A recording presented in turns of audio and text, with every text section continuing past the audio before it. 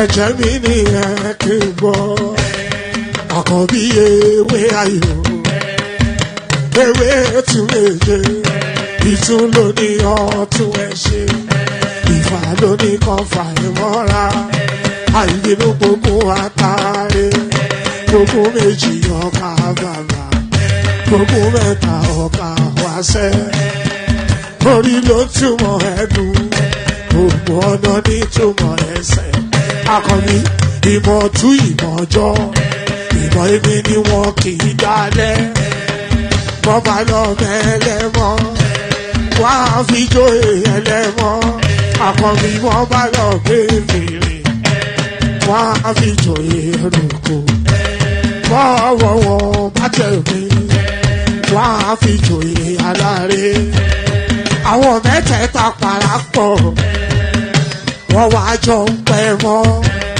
ẹ̀ẹ́mọ́ olóko jẹ wọ́n pa Akíntọ́lá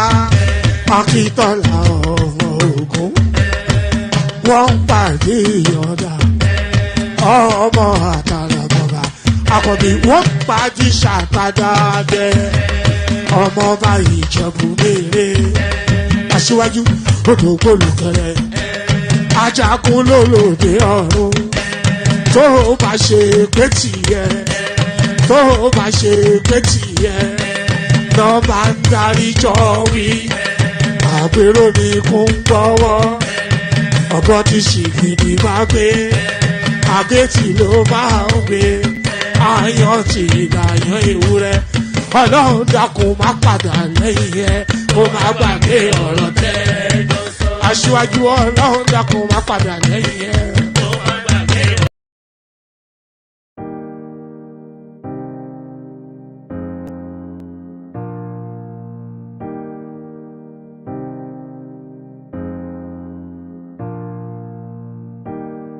Ọbụnụ gịnị ka m na-achọzụnụ ịmana Chukwu akọta iwo m o nyere m iwu nyere ya ume. What am I looking for?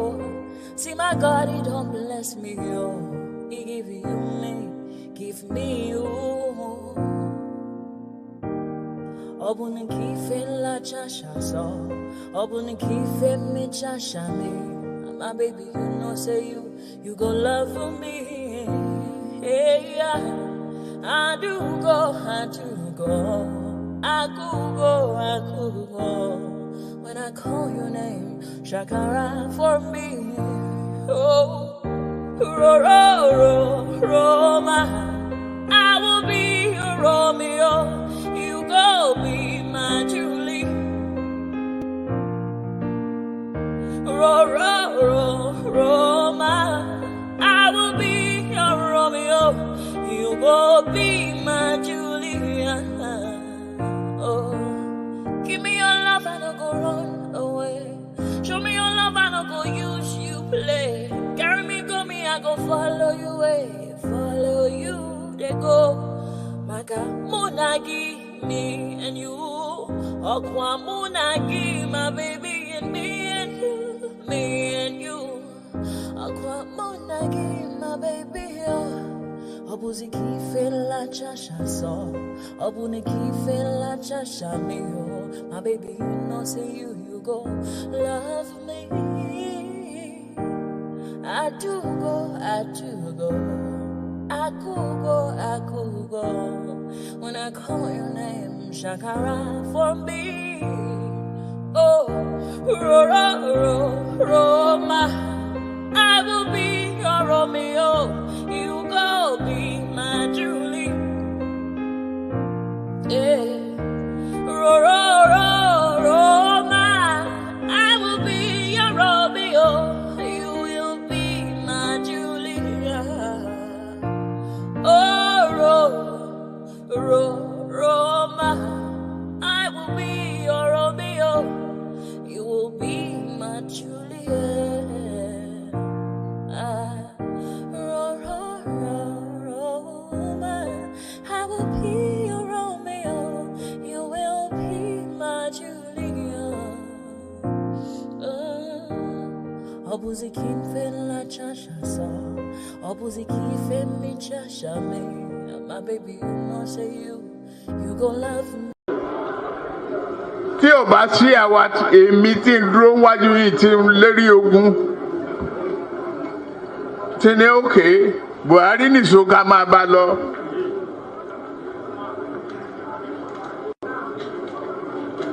Kò lè di president. Ó ṣe kìíní olùlẹ̀. Ó ṣe kejì olùlẹ̀. Ó ṣe kẹta olùlẹ̀. Ó tiẹ̀ sunkún lórí tẹlifíṣàn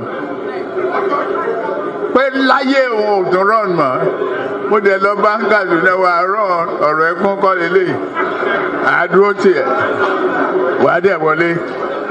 Nǹkan kan ní pé o ò ní fọ̀rọ̀ orílẹ̀-èdè Yorùbá ṣeré. Ó dẹ̀ gbà. Àtijọ́ tó rẹ̀ ti débẹ̀ mi ò gba mínísítà mi ò gba contract mi ì tọrọ ọbẹ̀ mi ì tọrọ gàrí mi ì tọrọ fúra lọ́wọ́ ẹ̀ mi ì dẹ̀ ìyàwó ń bẹ̀ ó wá ní lọ́tẹ̀ yìí o Yorùbá ló kàn.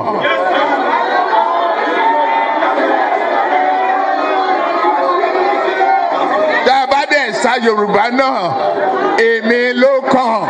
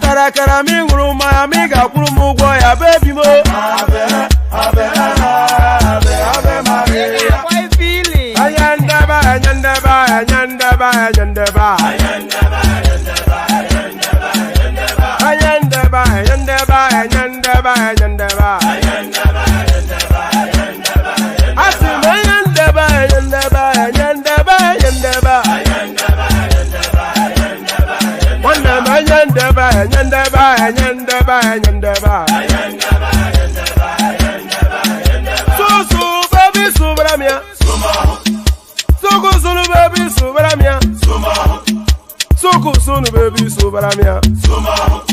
Soko Sunu, baby, Subaramia. Since I was born, but now I am getting youth.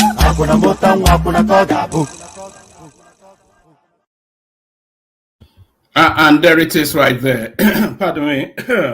There it is right there. There's a reason why you are not seeing my face on the screen, and you'll find out in a moment. So this is the reason why you are not seeing my face on the screen. The big name guests continue to make One Man Went to More platform their preferred portal of conversation. So on the 15th of March, which is in about 2 weeks' time, so 2 Fridays from now, not this Friday coming, but the following week Friday, I will be having Dele Farotimi join us. So Dele Farotimi will be joining us.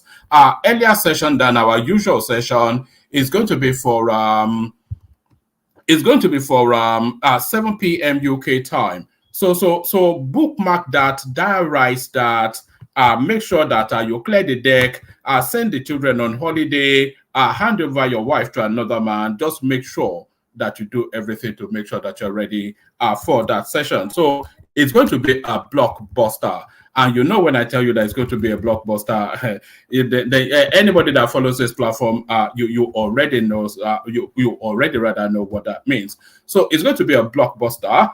Let me just line it up to set it up now so I can send the link immediately. So that's Friday, and that's 7 p.m. Yes, I could have brought him earlier, but we were trying to negotiate. We were trying to, as you know, I stream a lot later than that, but he could not facilitate for that late in the day. So we were trying to negotiate really at the ideal time for the stream. And we've landed up now at this time now that we've landed up. So I've had to yield a lot of space because, of course, it's a big name guest. So Dele Farotimi, as I said, joining us on March the 17th. I'm only really talking slowly so I can send you the link. I'm just setting it up now. So that's that. Okay, so that's that. Let me remove that, then we get into it. As soon as the link is ready, I'll send it to the comment section. So, and there it is. Here I am. So here I am. There you are. So here I am. There you are. And here we go. So here I am. There you are. And here we go. The usual protocol. Click on the like button just as soon as you're coming in. If you're not already subscribed, then correct that immediately and right now. The hyperlink that says StreamYard invites you to come and the hyperlink that says StreamYard invites you to come and join the session. So we have a list of talking points, but we are not fastidious to those talking points. The talking points that I present really is just to open up a conversational space. So if there is anything that you feel is more paramount or more engaging or particularly piques your interest within the news cycle, then just bring that forward. So we're not rigidly stuck to whatever it is that I'm defining as the talking point. It's just that we have to have something on the menu, and that is just really how the talking points come about. So that's how the talking points come about. All right, let's just let's launch straight into it, and we kick it off with Tinubu's trip to Qatar, where he's remember when Buhari went to whichever country that he went to, and he called Nigerians lazy youth. And a lot of people weighed against him somewhat for demarketing the country globally. So we're somewhat within the parameters of that space. This guy now, Tinubu, is essentially inviting the Arabians to deal with Nigerian officials in the Arabian manner, where they relieve you of your head and place it on the floor if they invite them to engage in bribery and corruption. Tinubu to Qatari investors.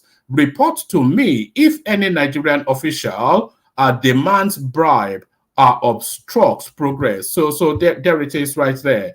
Meaning business, of course, Tinubu, this is what we're reading in today.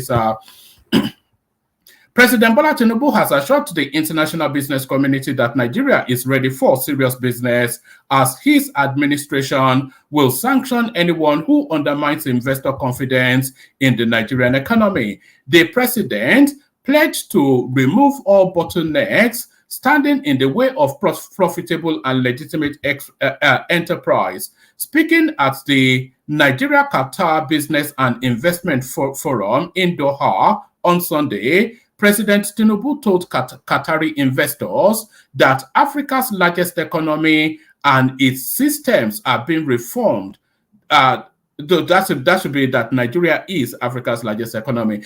President Tinubu told Qatari investors that Africa's largest economy and its systems have been reformed and upgraded. He asked Qatar's captains of industry to report any government official who demand a bribe or any form of inducement at any point in the business endeavor moving forward, with full assurance of their direct access to the president's office.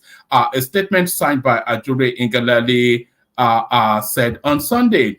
He said, "I am here to give you the assurance that reforms are going on." And there was something that someone else sent me.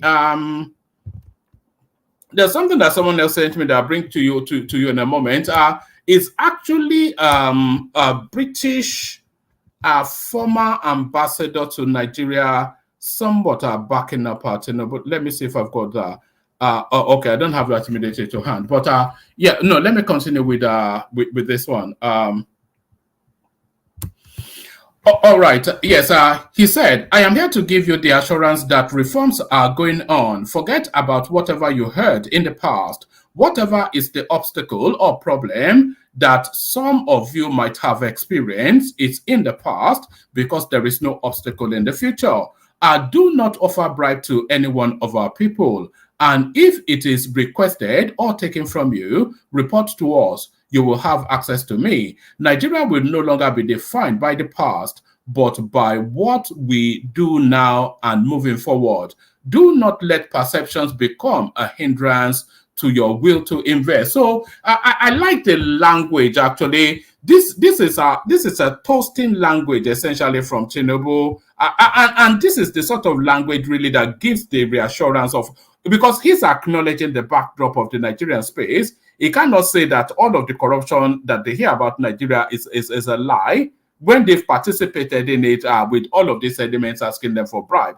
But he's telling them of a change in culture and asking them to onboard with that change in culture. And that necessarily has to be the language for the future. And that is the sort of language, because a lot of them actually feel, oh, I'm so desperate to find this piece by this British former ambassador to Nigeria who spoke on just the reforms that Nigeria is going to. Yeah, send me the video more and I'll play it. But let's get back to it. It says, yes, let's take it from here. Nigeria will no longer be defined by the past, but by what we do now and moving forward. Do not let perception become a hindrance to your will to invest. Nigeria is serious about revolutionizing investment promotion. We are removing obstacles today, and we are going to remove all obstacles. We have done so much within 9 months, and I am assuring you, it is free entry, free exit. So this is a narrative. This is the linchpin of Tinubu's the whole of the. If you boil the essence of his, if you boil the concept of his ideology to its core essence, this is essentially what Tinubu is selling. This is what all of his administration hinges on.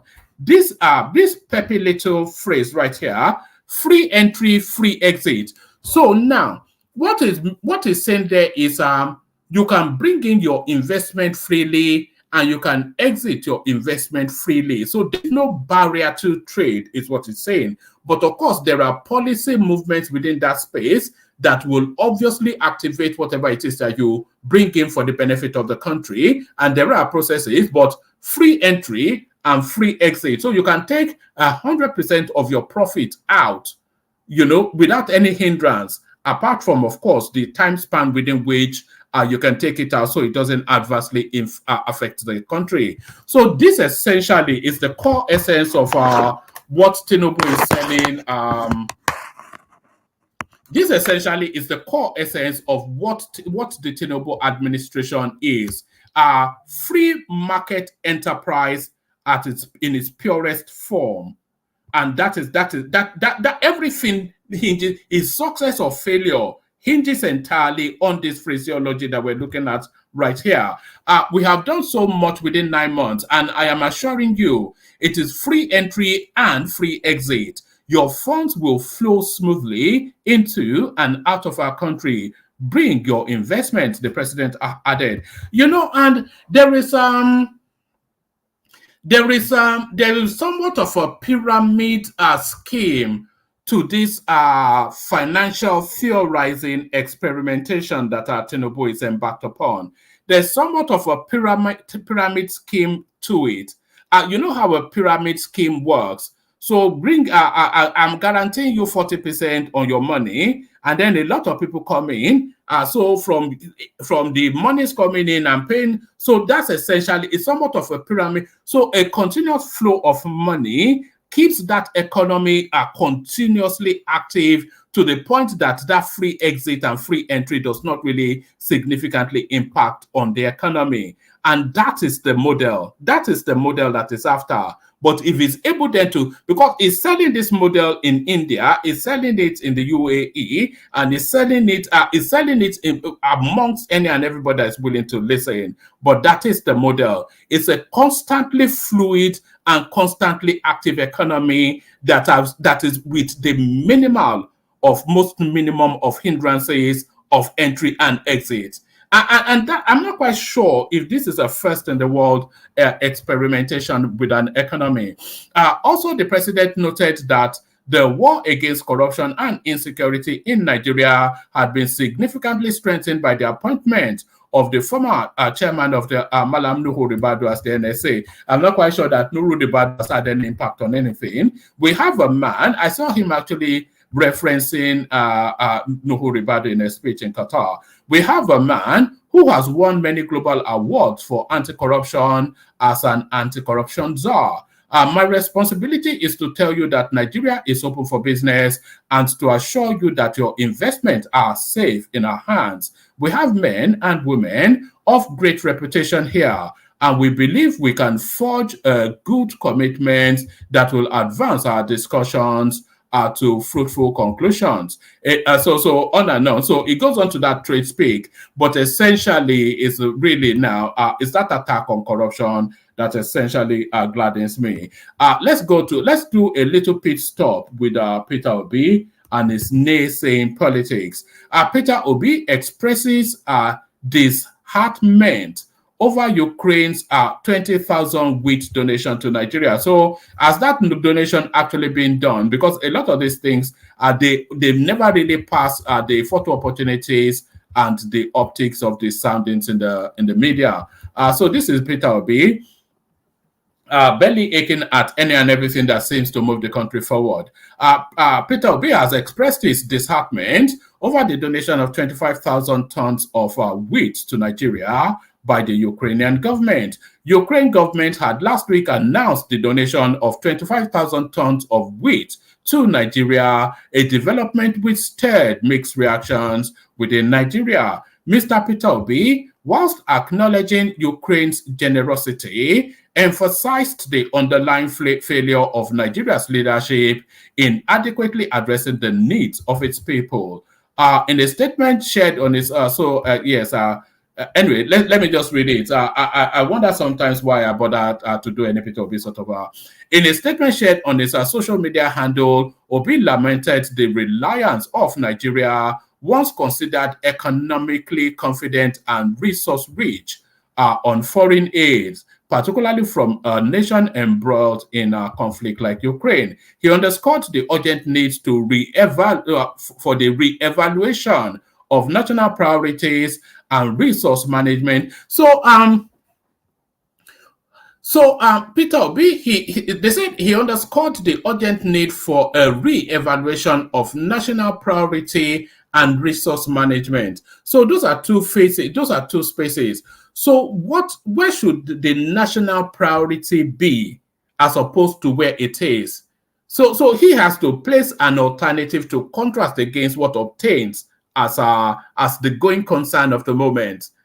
So he has to present that alternative, because it's of anybody can be a critic. What do they call it in America? Monday morning quarterback. Anybody can be an armchair pundit. You play the best game on paper. So what is the alternative that he proposes is the thing, but it's just woe is me and woe betide. That's all he ever says.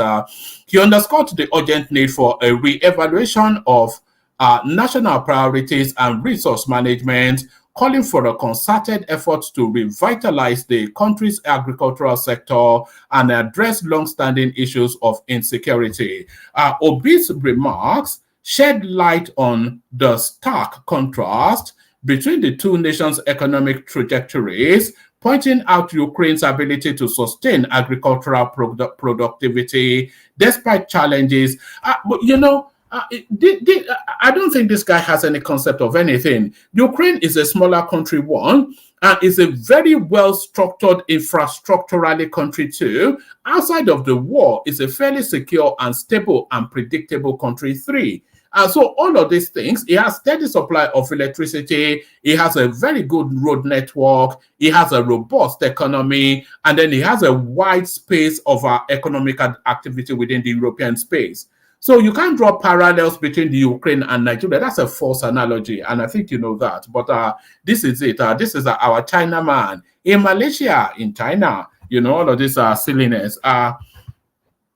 Obi's remarks shed light on the stark contrast between the two nations' economic trajectories, pointing out Ukraine's ability to sustain agricultural productivity despite the challenges posed by war. He highlighted Ukraine's success in harnessing its arable land and exporting agricultural products, urging Nigeria to emulate such efforts to achieve self-sufficiency and economic prosperity. You see, so I'll leave that there, by the way. You see, if that was a Showore speaking, then you will give it some credence. But Peter Obi has actually had antecedents in governance, and we have his record. So all of this now newfangled, highfalutin ideas that is rolling out, or that people are rolling out on his behalf, there's the go-to that why did you not implement anything near all of this?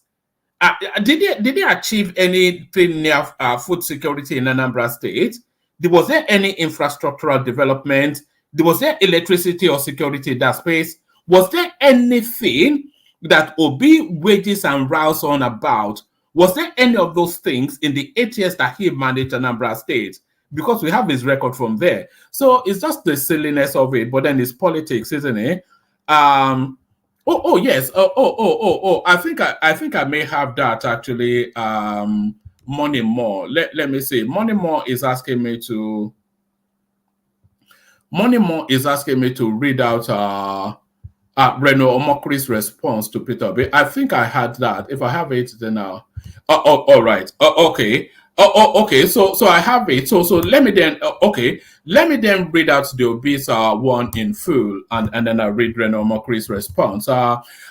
Peter Obi's remarks shed light on the stark contrast between the two nations' economic trajectory, pointing out Ukraine's ability to sustain agricultural productivity despite the challenges posed by war. He highlighted Ukraine's success in harnessing its arable land and exporting agricultural products, urging Nigeria to emulate such efforts to achieve self-sufficiency and economic prosperity. The donation from Ukraine serves as a reminder of the critical role of sound political leadership in fostering development and improving the standard of living for citizens. Obi emphasized the need for decisive action to reverse Nigeria's current trajectory and pave the way for a more productive and self-reliant future.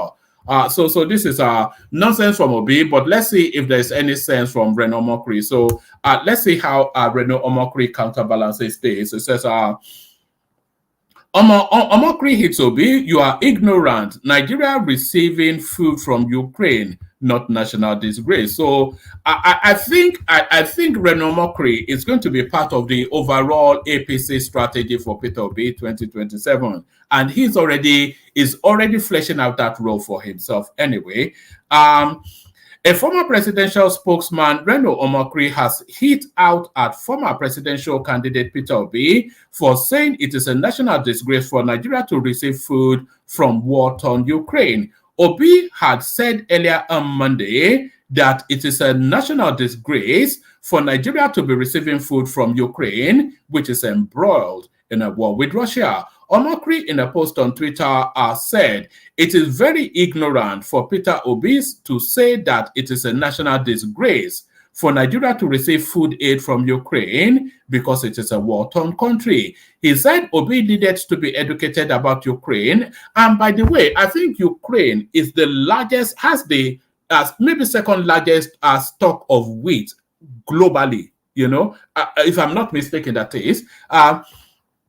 He said Obi needed to be educated about Ukraine and wheat, saying Egypt received food aid from Ukraine long before Nigeria did. And I think I caught that story in the rounds, Egypt receiving that food aid from Ukraine. And Egypt is still dependent on Ukraine for 60% of its wheat and much of its fertilizer needs. Yet, Egypt is a country that Peter Obi praises. Even Obi went to Egypt to study their economy. The attached photo was taken by Obi when he, that's Obi being shown what a computer looks like in Egypt, and nothing like a gamma lizard or something. Anyway, that's the back and forth there. Just the silliness that is Peter Obi, Let's go on from there to this.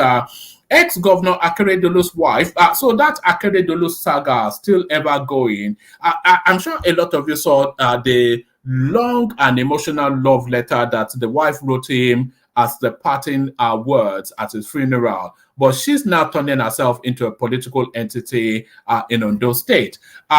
Ex-Governor Akeredolu's wife, Betty, lambasted late husband's niece for backing Ondo Governor Lucky Ayedatiwa's administration. So I think Ayedatiwa is actually looking to run as off his own speed at the next round.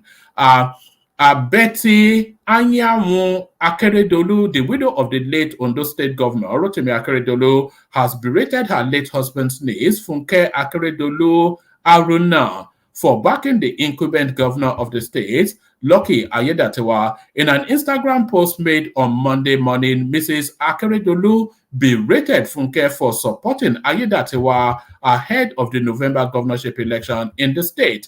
Ayedatiwa, who was deputy governor for Akeredolu, succeeded his principal as governor following a leadership crisis caused by the latter's absence in the state.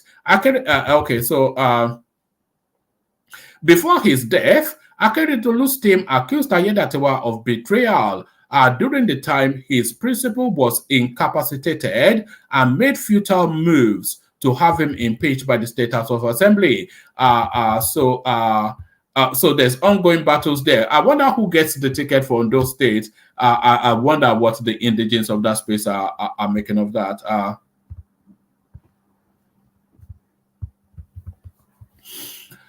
All right, so this is Bloomberg UK telling us that the Naira was about to start to strengthen. Nigeria Central Bank says foreign demand up in sign policy works. It says the Naira strengthened as foreign demand rose sharply for bonds auctioned by the Central Bank of Nigeria following a jumbo interest rate increase to shore up the country's battered currency. The CBN said that foreigners bought almost 4/5 of 1.05 trillion naira, which is $682 million auction 3 months ago. I don't know quite, but that tails off actually. So I can't read much more from that other than what I just read. It's behind the paywall. Let's go on to this one. Lagos vows to enforce monthly rental policy. So I think Lagos State is now Lagos State is looking to move away from that policy of landlords taking 3 years rent in advance and all of that sort of stuff. I think they're now moving aggressively into that space. Lagos vows to enforce monthly rental policy.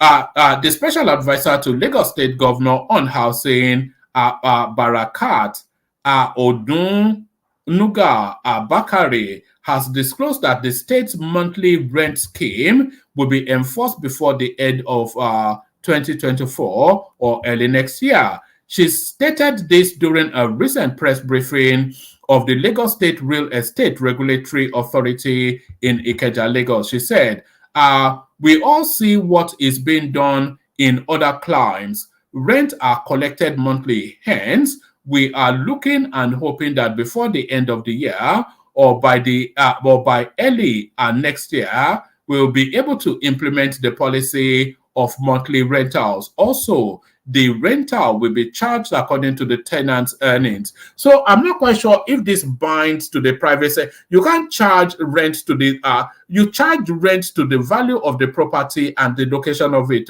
not to the tenant's earnings.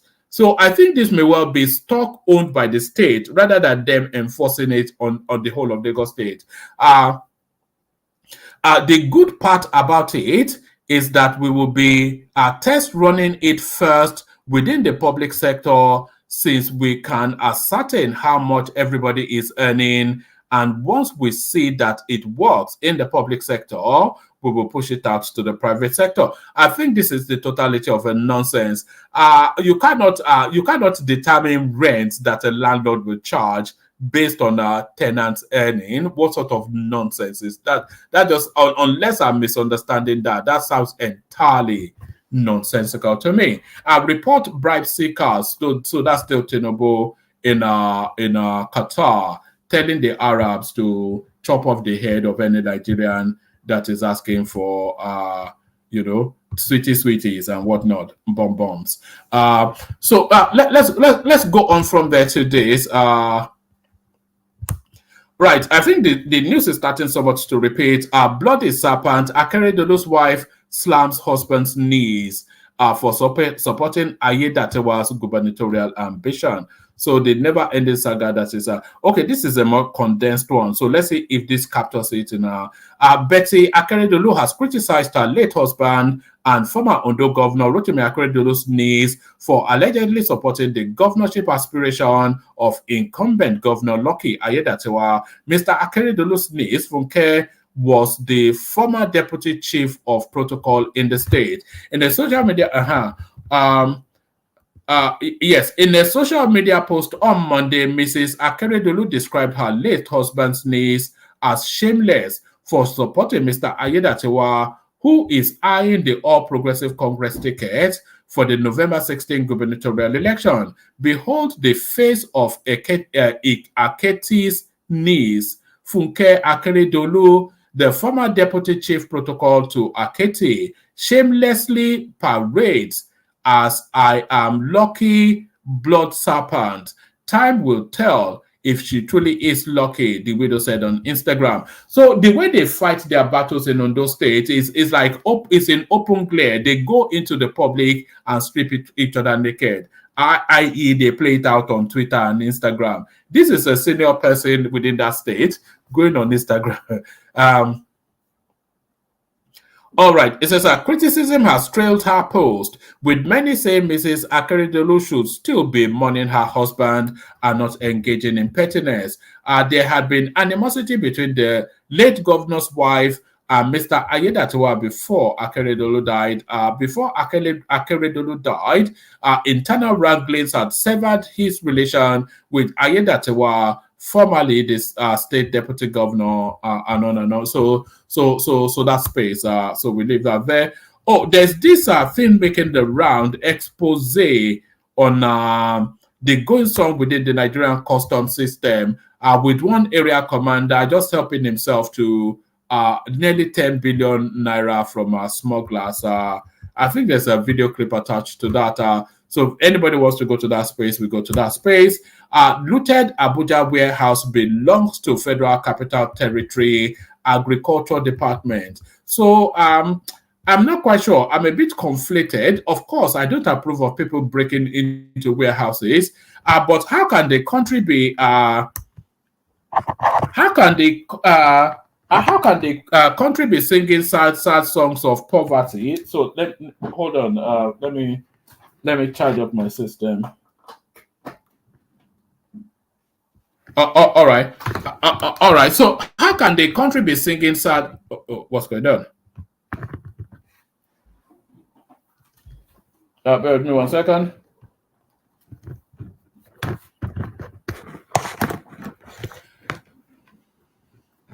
Actually, let me.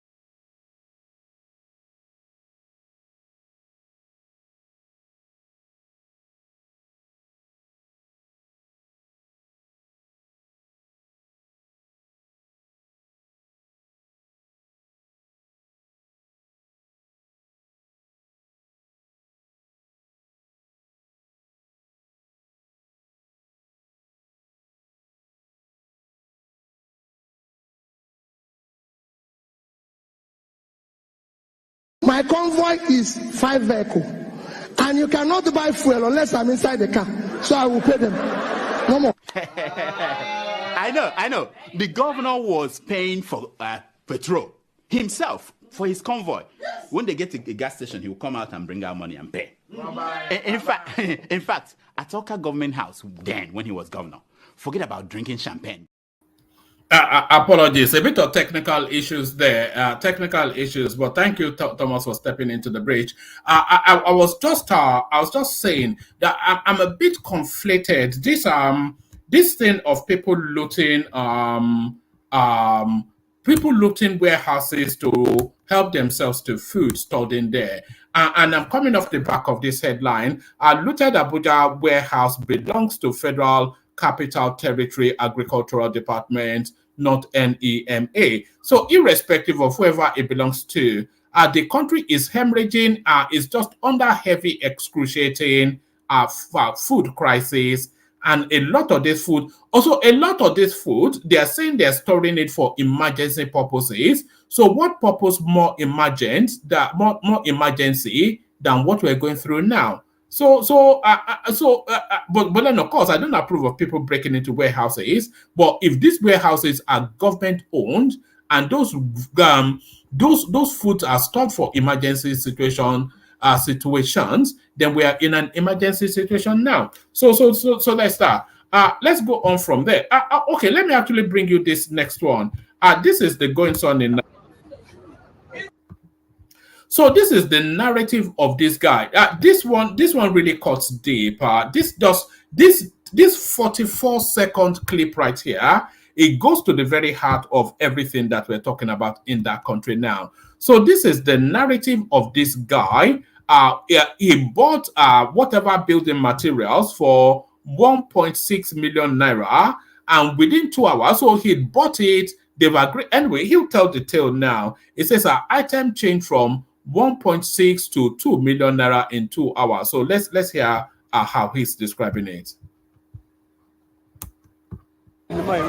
So there's a problem going on here. I actually bought those from this man this afternoon. No, I'm doing a video so that at least as a daughter do video, make me do video, make I put up on social media. So see, these doors have been paid for, only for him to come later and say it was paid for. Him to talk 2 hours later and said it has increased from 160 to 200,000 naira, which I'm not ready to pay. So we don't want any violence. All we just want, let's park our doors, then we talk later. But this one that you are doing, that you want us to park this door, it's going to get out of hand. We have paid for this thing, for God's sake. We have paid. The receipt is with us. Fair.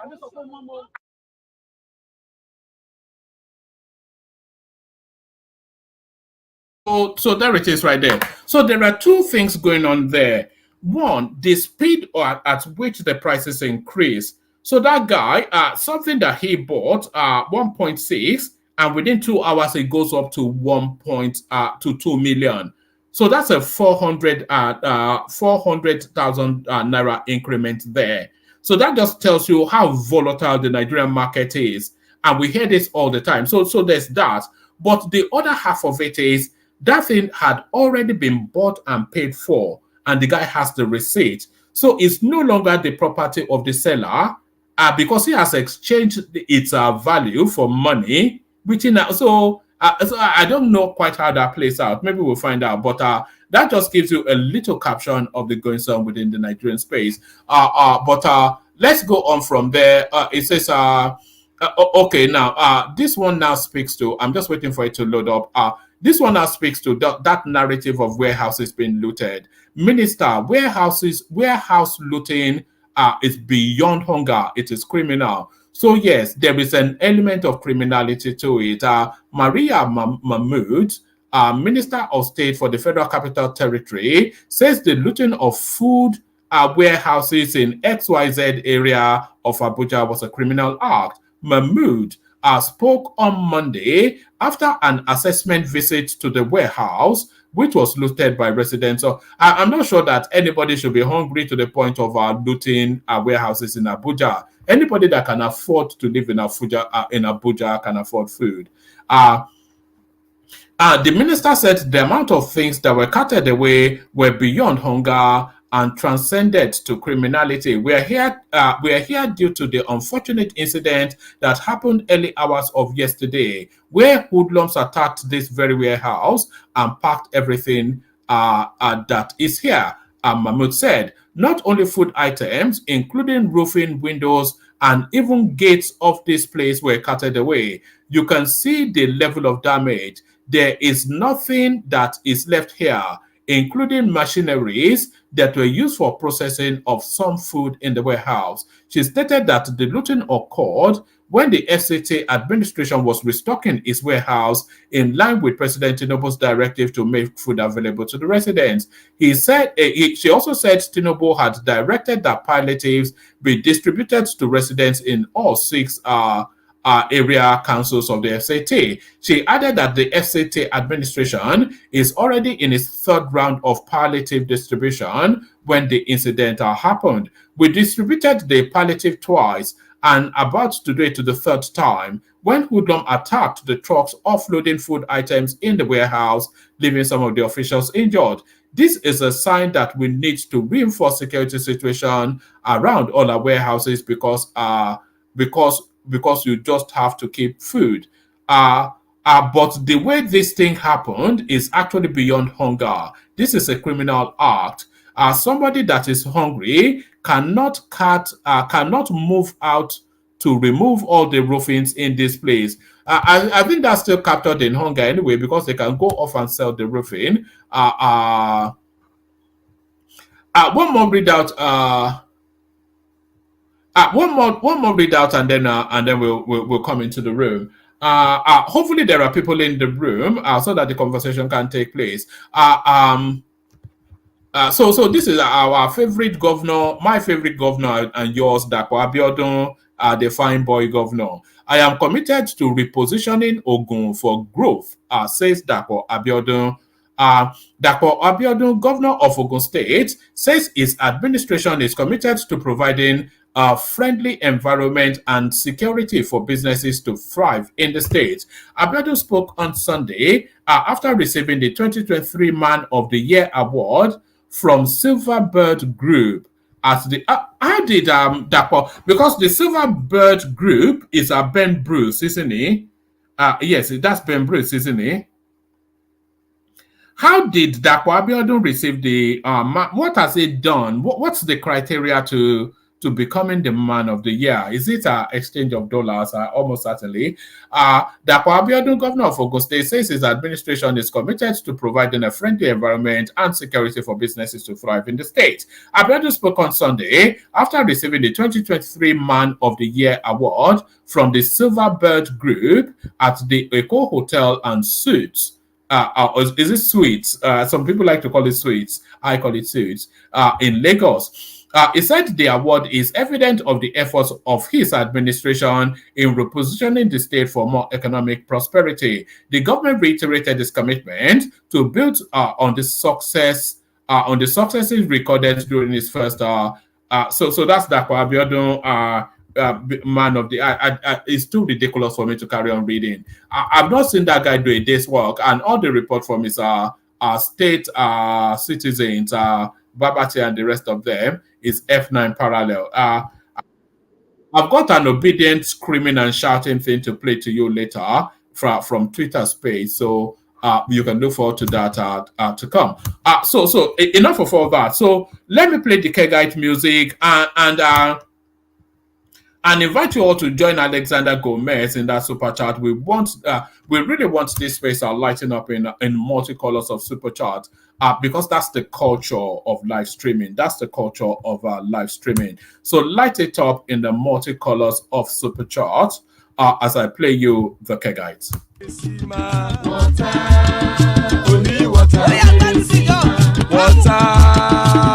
water, where they see my water.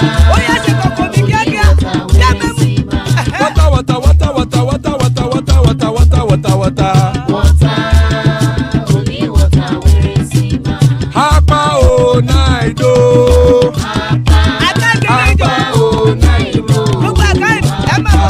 Hapa you don't come o.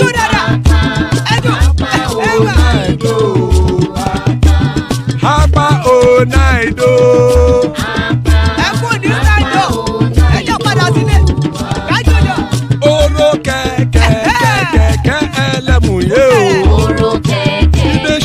Kẹ̀kẹ́rẹ́ lẹ́mùrẹ́ o. Bobby Master kẹ̀kẹ́rẹ́ lẹ́mùrẹ́ o. Chief Faila ti kẹ̀kẹ́rẹ́ lẹ́mùrẹ́ o. Eruku lẹ̀lẹ̀ ẹlẹ́mùdé. Eruku lẹ̀lẹ̀ ẹgbẹ́ ẹlẹ́mùdódò jàre o. Eruku lẹ̀lẹ̀ Ghana ti dé ẹgbẹ́ bọ́ọ̀dì o.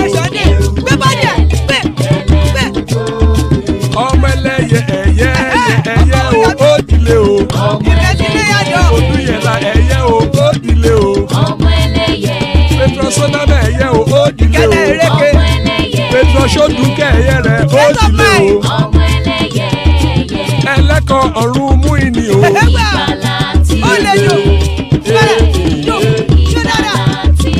Àkùkọ ọ̀run méjìkọ.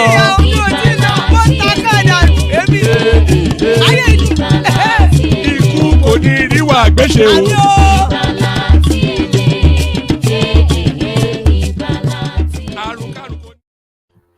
And there it is right there. Ekoko Nerio Agbeshe, may death have nothing to do with us. I'm here, Paul. So plenty of room, as I said, in the studio. But in the studio, General Thomas, good to have you, Thomas. King Emekos is here, good to have you, Makers. Father of the bride, Ajan Lekoko. There is the mighty man right there. So that's the mighty man right there. So anybody that wants to hop on, hop on.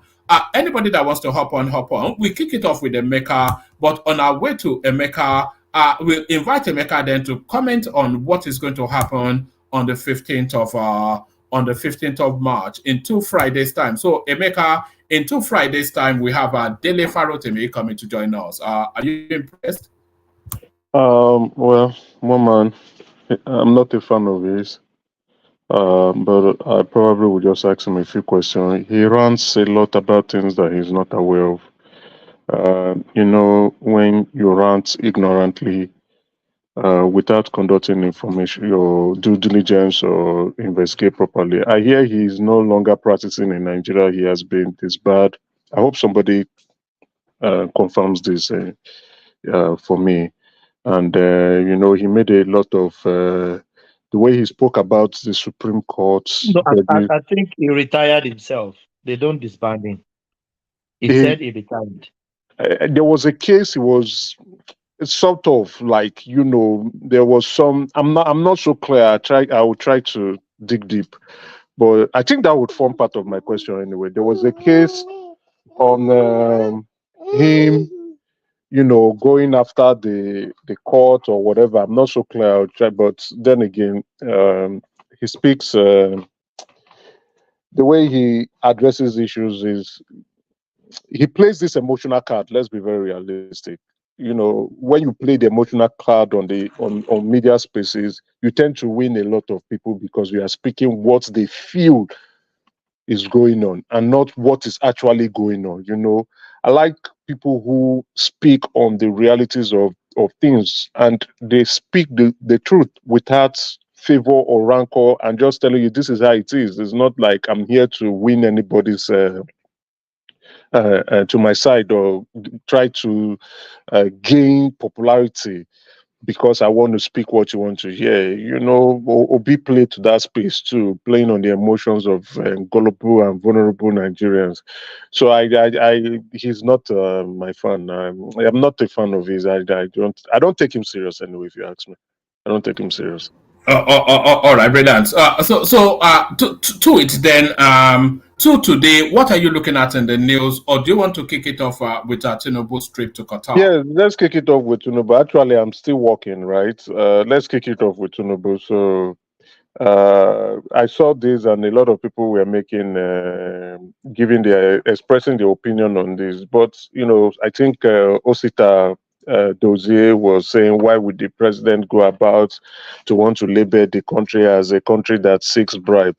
For the love of God, why are we trying to be pretentious here? You understand? I don't think it's okay. There's a reason why there's high corruption in the country. There's a reason why when you go to transnational Transparency International, our corruption index is high. There's a reason why the PCID scandal went to the UK. There's a reason why there are multiple arrests or alleged arrests from EFCC. There's a reason why things don't actually work within the public space because of high level of corruption and bribery. And you find kickbacks, those who want to collect kickbacks in order to do their job, Even our friend in the house now, Arabian, also made mention of the fact that the legal representative in INEC requested for kickback to implement a court's proceedings from the Supreme Court. You can imagine and you have Osita Dozie coming on public space or media spaces to come and say, so there's a reason. Yes, I could say the president, that's coming from him. I didn't listen to what he said, but it carries a lot of weight, right? But then it just said the usual standard stuff, which we are going up. It's marketing this country and he's marketing the country. Bishop, sorry, one man, can you fix the title of your video? I think a little bit. Just look at it for one more. Can you fix that, please? He's marketing the country and the game. Sorry, what would you rather it was, Babate? You said give any Nigerian asking you for, is it bribe or bring? I don't know what's that? Did that is it a typo? Is that bribe or was it? You said the Qataris. But if you can understand, that means the title is communicating. Doesn't really matter. No. We're very first. So if I'm gonna watch it later. You need to understand what it's talking. Yes, it's bribe. All right. Yeah, well spotted. Carry on. All right.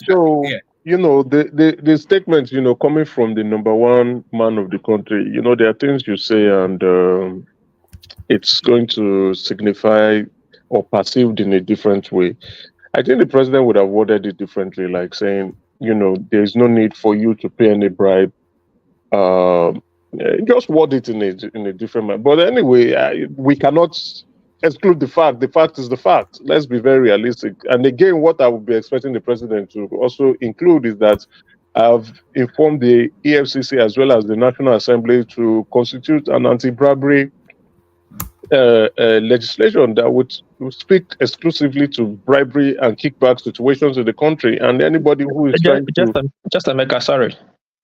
Like just your last statement, I totally agree with your last statement. He would have said, I've instituted the EFCC and National Assembly are coming up with a very strong policy against bribery and corruption, and racketeering and intimidation. That would be a very good one. But we should not look past the statement he just made. At the same time, he's trying to market in his country. He demarketed his country by 110%. And one man is just saying he's marketing his country. Where's have... the thing he's saying is not new to foreign investors. No, we know. Yeah, what he's saying, foreign investors can actually find it. They already know. Okay, yes, I agree with you too.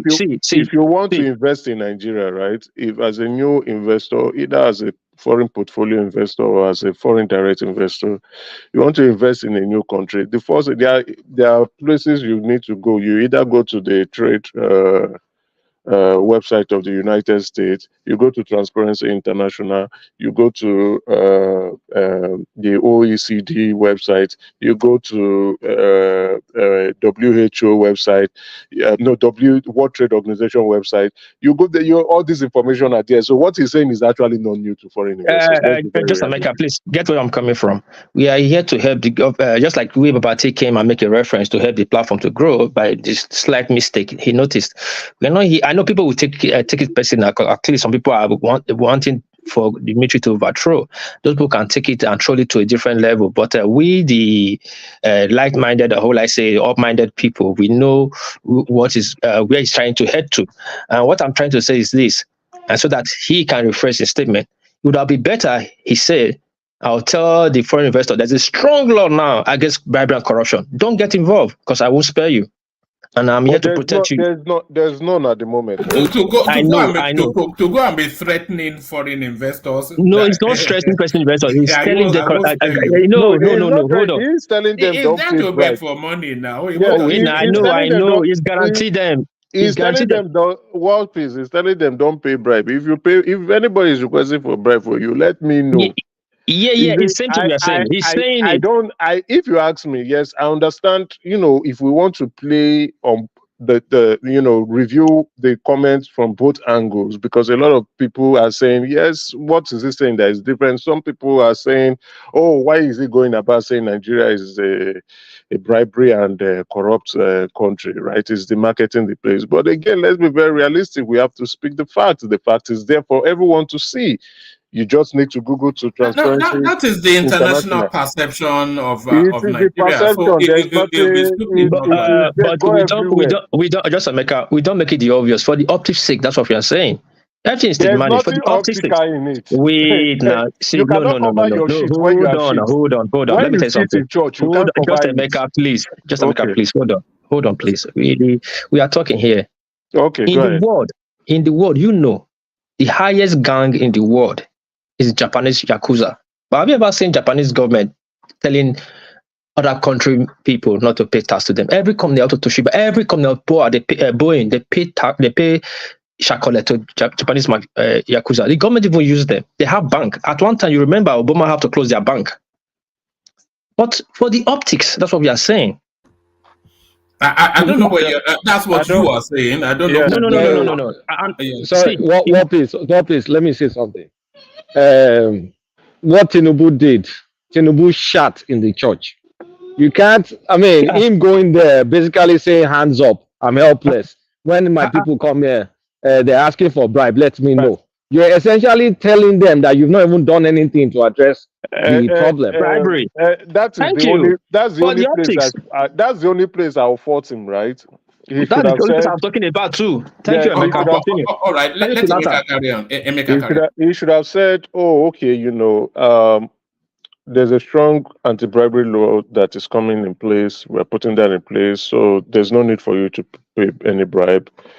Things are going to be transparent for you to conduct your to bring your investment into the country. And in the case anybody is trying to request for bribe, then you let me know. That way you can say it. So he now goes back. It's now on him to now inform the National Assembly to ensure that they strengthen our anti-bribery laws and corruption, to include it into the AFCC laws or policies, to make it strengthening against, to strengthen it against kickbacks, bribes or extortion from foreign investors. There already, Emeka. Now the law is there. Well, Bribery. okay. To be fair, Yeah. or let me rephrase. I have not read the EFCC, and as a matter of that, I will now force myself to go and read it. But whatever the president has said, I want to speak on Osita, who is saying, why is the president trying to demarket the country and trying to say Nigerians are saying, say not most Nigerians take bribe. Well, I don't think the president was talking about many Nigerians or most Nigerians. Most Nigerians are not in public spaces. It is the public people in public spaces that are taking bribes. And what is that? That's what they are saying. If you go to Transparency International, we rank 145 out of 180. And they are actually saying it, that we are the leading global, that has become a leading global indicator of public sector corruption. So they are talking about public sector corruption, and they are not talking about private sector corruption. In private sector corruption, it is not so much. Public sector corruption, we are ranked very high in it. So Osita, I hope I'm not. Maybe I'm not getting his last name properly, but he should not be saying those kind of things. He should be admonishing, because he was once a minister before. He should be admonishing his colleagues, either past and present colleagues, on the need for them to be more transparent with their activities. Yes, the president has spoken on something, yeah, but then again, he didn't lie. There was no lie about what he said. Are you expecting the president to lie and paint a different picture? What I will expect the president to do is that we'll strengthen the law, and anybody who is elected. Okay, I will even want to take it that if you report to the president will say, oh, thank you very much. Let's get this person arrested. That's part of whistleblowing.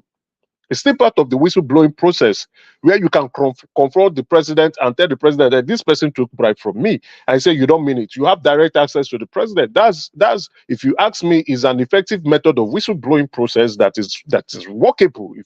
And should be exploited and harnessed by foreign direct investors, and as well as investors bringing funds into the country. So if anybody is trying to want to take kickback from them, there's a hotline they can call, and the president will say, hey, I think what is even sad, we praise other presidents. I think the Malawi president said something similar to this, and we were praising him on social media. Our president has said it, and we say, oh no, why is he trying to demarket the country? Anyway, we speak on both sides of the mouth, if you ask me. All right, take us to this headline on the screen, Emeka. Yeah, looting of Abuja warehouse belonging to Federal Capital Territory. It's a sad reality. We make you see, when you bring this situation, people will say it's hunger. But I would say we are not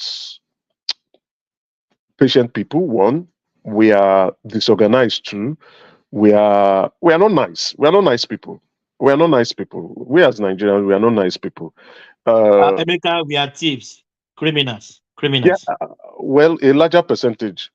You can say find good people in the country, but we are not nice people in the sense that why do you don't know if there's a plan. I think I believe there's a plan around this, that you have information and you go and break that place down and you loot the things. You see, it shows the way we are disorganized and uncoordinated, and we don't have respect for our country, ourselves, and way of life. You see, but we keep blaming people. Hunger is not a reason for this. This is criminality, if you ask me. Nothing but criminality. So that the people are going about looting and taking stuff. It's sad. Emeka, Now, sorry for for those, let me interjecting let you. me let me now say this. For those who are now saying, Emeka, eh? Emeka, let me interject you some. I'm sorry for cutting you off. I forgot the country. This is what people does. They didn't know that that food has been sprayed with chemical You can imagine, right? for preservation. It has to be preserved for a couple of months before you can consume the food. I remember I forgot the country, and so many people pass away Yeah, you because don't know. You the don't know food the is not edible. Go exactly. on, my brother. Some of this food may be expired food, and they kept them in the looking for ways to see how to dispose of them, and you just go there. Emeka, Then sorry what for I one want to second, can I Bishop. land this point first? Sorry, Bishop, don't be angry. This is a clear case of when people who are calling for protest or revolution, this is what will happen: chaos. This is an indication. This is a sign. If you don't know about this, this is a clear sign of chaos that would lead to from a protest. It leads to chaos. Everybody free for all. Who is stronger enters into your home, break into your home, and take whatever they want to take from you. Whatever they want to take from you, you should. If it's food, if it's money, if it's guns, if it's rice, if it's food, if it's your wife or your daughters or whatever, or your sons, but they will take it. So those who are calling for protests in that country actually do not understand the fabrics of Nigeria as well as the Nigerian people. We are disorganized people. We are not nice people. And this is a sign. If you doubt me, lead the revolution that will last for 2 weeks and see what will happen. It will result to this. To result to a high level of criminal activities. It will result to a high level of disorganization. It will result to a high level of breakdown in law and order and uncoordinated activities that would spiral into something that cannot be controllable anymore. This is what will happen. And so that we are saying, hey guys, calm down, let's manage ourselves and try to resolve the problem. There's a reason why. Because once you hit the streets and it is not controlled anymore, you are going to get a high wave of criminal activities that nobody can control anymore. Now Nigeria automatically will turn into a failed state. That's what we want. I know we have many enemies of Nigeria. There are plenty. If a couple of them are on the comment section or listening at home, those who hate Nigeria so much that they want Nigeria to break. But unfortunately, I don't think their prayer will come to pass. Thank you. Bishop wants to interject. Yeah, Bishop can go ahead. Sorry, Bishop, I wanted to land that point. No, that's all right. Yeah.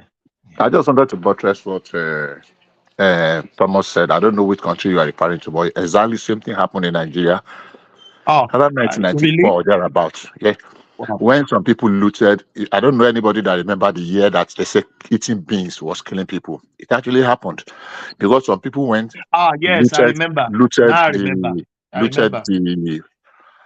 What do they call it now? There's this storage where they preserve beans to plant, and the chemical takes certain period before it wears out.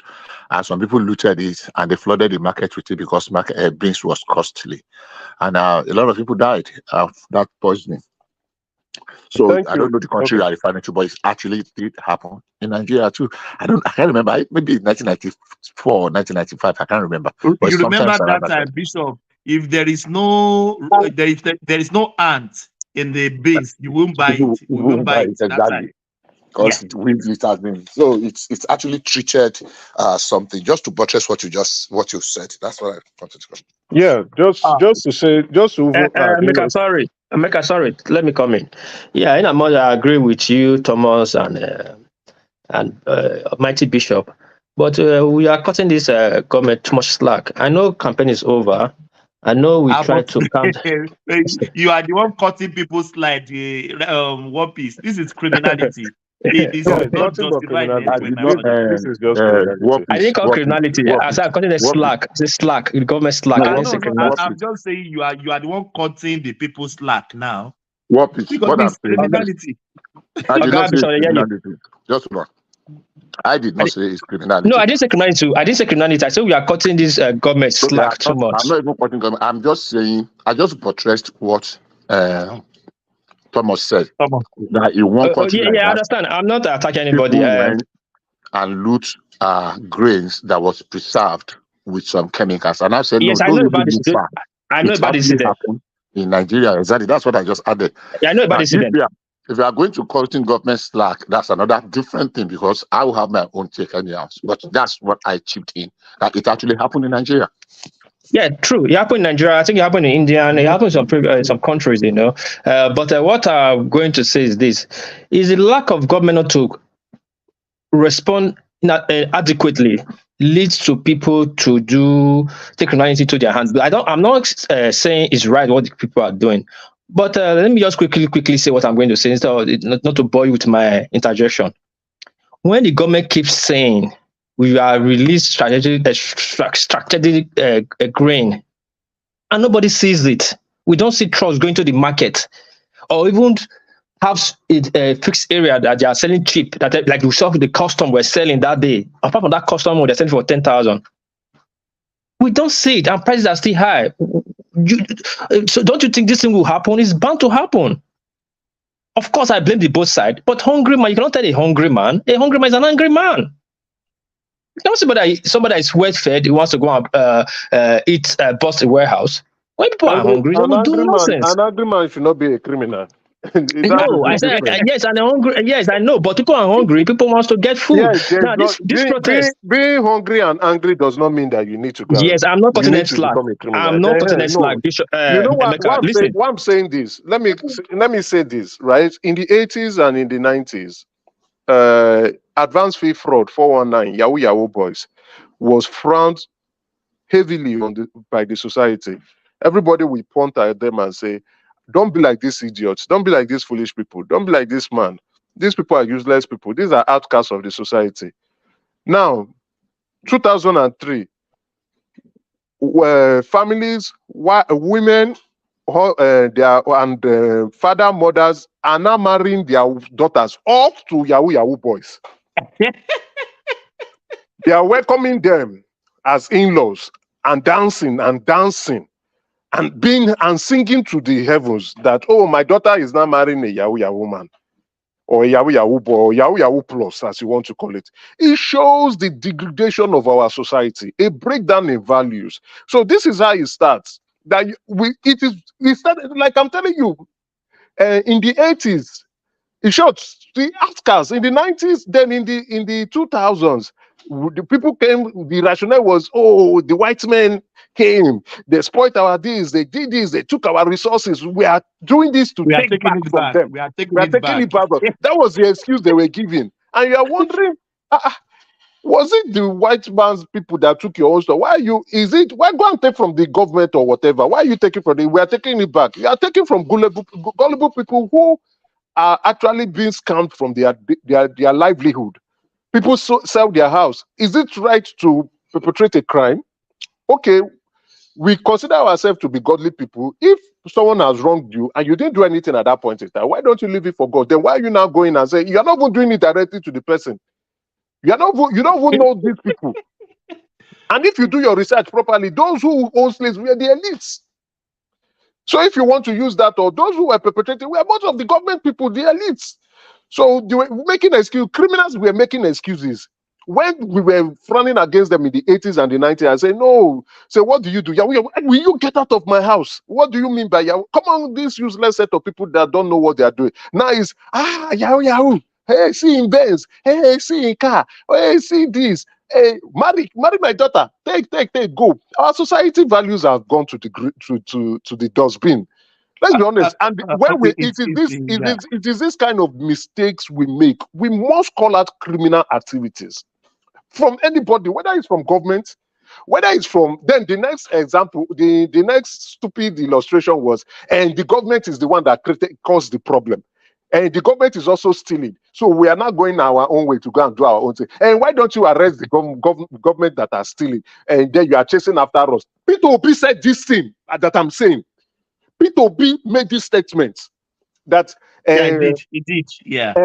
Government is busy chasing boys doing Yahoo on carrying laptop instead of them to be using their resources to be chasing after politicians. And I was like, this is an opposition leader making this statement. Does he know the impact of this statement he's making? I was just like, what is? I immediately responded to him on Twitter. What is wrong with you, this man? Do you know the international implication of what you are saying, as well as the international implication of the crime being perpetrated by these advanced free fraud idiots? And you are busy justifying them. That's why when I say Igbo people perpetrate lots of crime, people will be coming out and say I hate Igbo people. When I'm saying the truth and I'm calling them out for the things they are saying, if Peter Obi, who is claiming to be a leader of the Southeast, is now telling us that the government should not go after crime, that the government should not invest in resources to go after crime, that we are being known as a hotbed for advanced free fraud and romance scam in the world, that we should not do it because of what? And people are still coming out and still saying they love that man, they want to vote for that man. What is wrong with us in this country? What is wrong with us and our brain? I wish one man would play that statement. These are the kind of excuses we are making that is making us turning ourselves into criminals, from godlyhood to criminality down to organized crime. Emeka. Because Yahoo is now organized crime. They conduct tutorials. I don't know if you are aware that they conduct tutorials for Yahoo now. Emeka, hold on. People are enrolling in Yahoo school. No, I just want to ask him, Emeka, do you know a guy called Benjamin Uba? Have you heard that name before? No, I've not heard of it. Okay, everybody, Google Benjamin Uba. You'll see his case against United States. Benjamin Uba. Benjamin Uba. Yeah, it's one of Peter Obi's best friends. Continue, sir. Benjamin Uba. Benjamin Uba. The United States plaintiff against Benjamin Uba. Yeah, you will see him and Peter Obi hanging around. They're pretty cool. Peter Obi associates with convicted drug trafficker. Associated with Benjamin. Not only that, what about this guy who wanted to buy Sheffield United that he took picture with? Yeah, that guy is a 419. The guy that wanted lied. to buy Sheffield United that went to go and become on let me put his name and call his name. He lied to Security Exchange SEC. You know SEC they don't play. That guy perpetrated the highest fraud that have never been seen in the history, because he was on Forbes. He got people. Tingo. I mean, what is Tingo? Is it not Tingo? This thing. Peter Obi took picture with him. Now, these are the things we say. Yes, Mbabuse,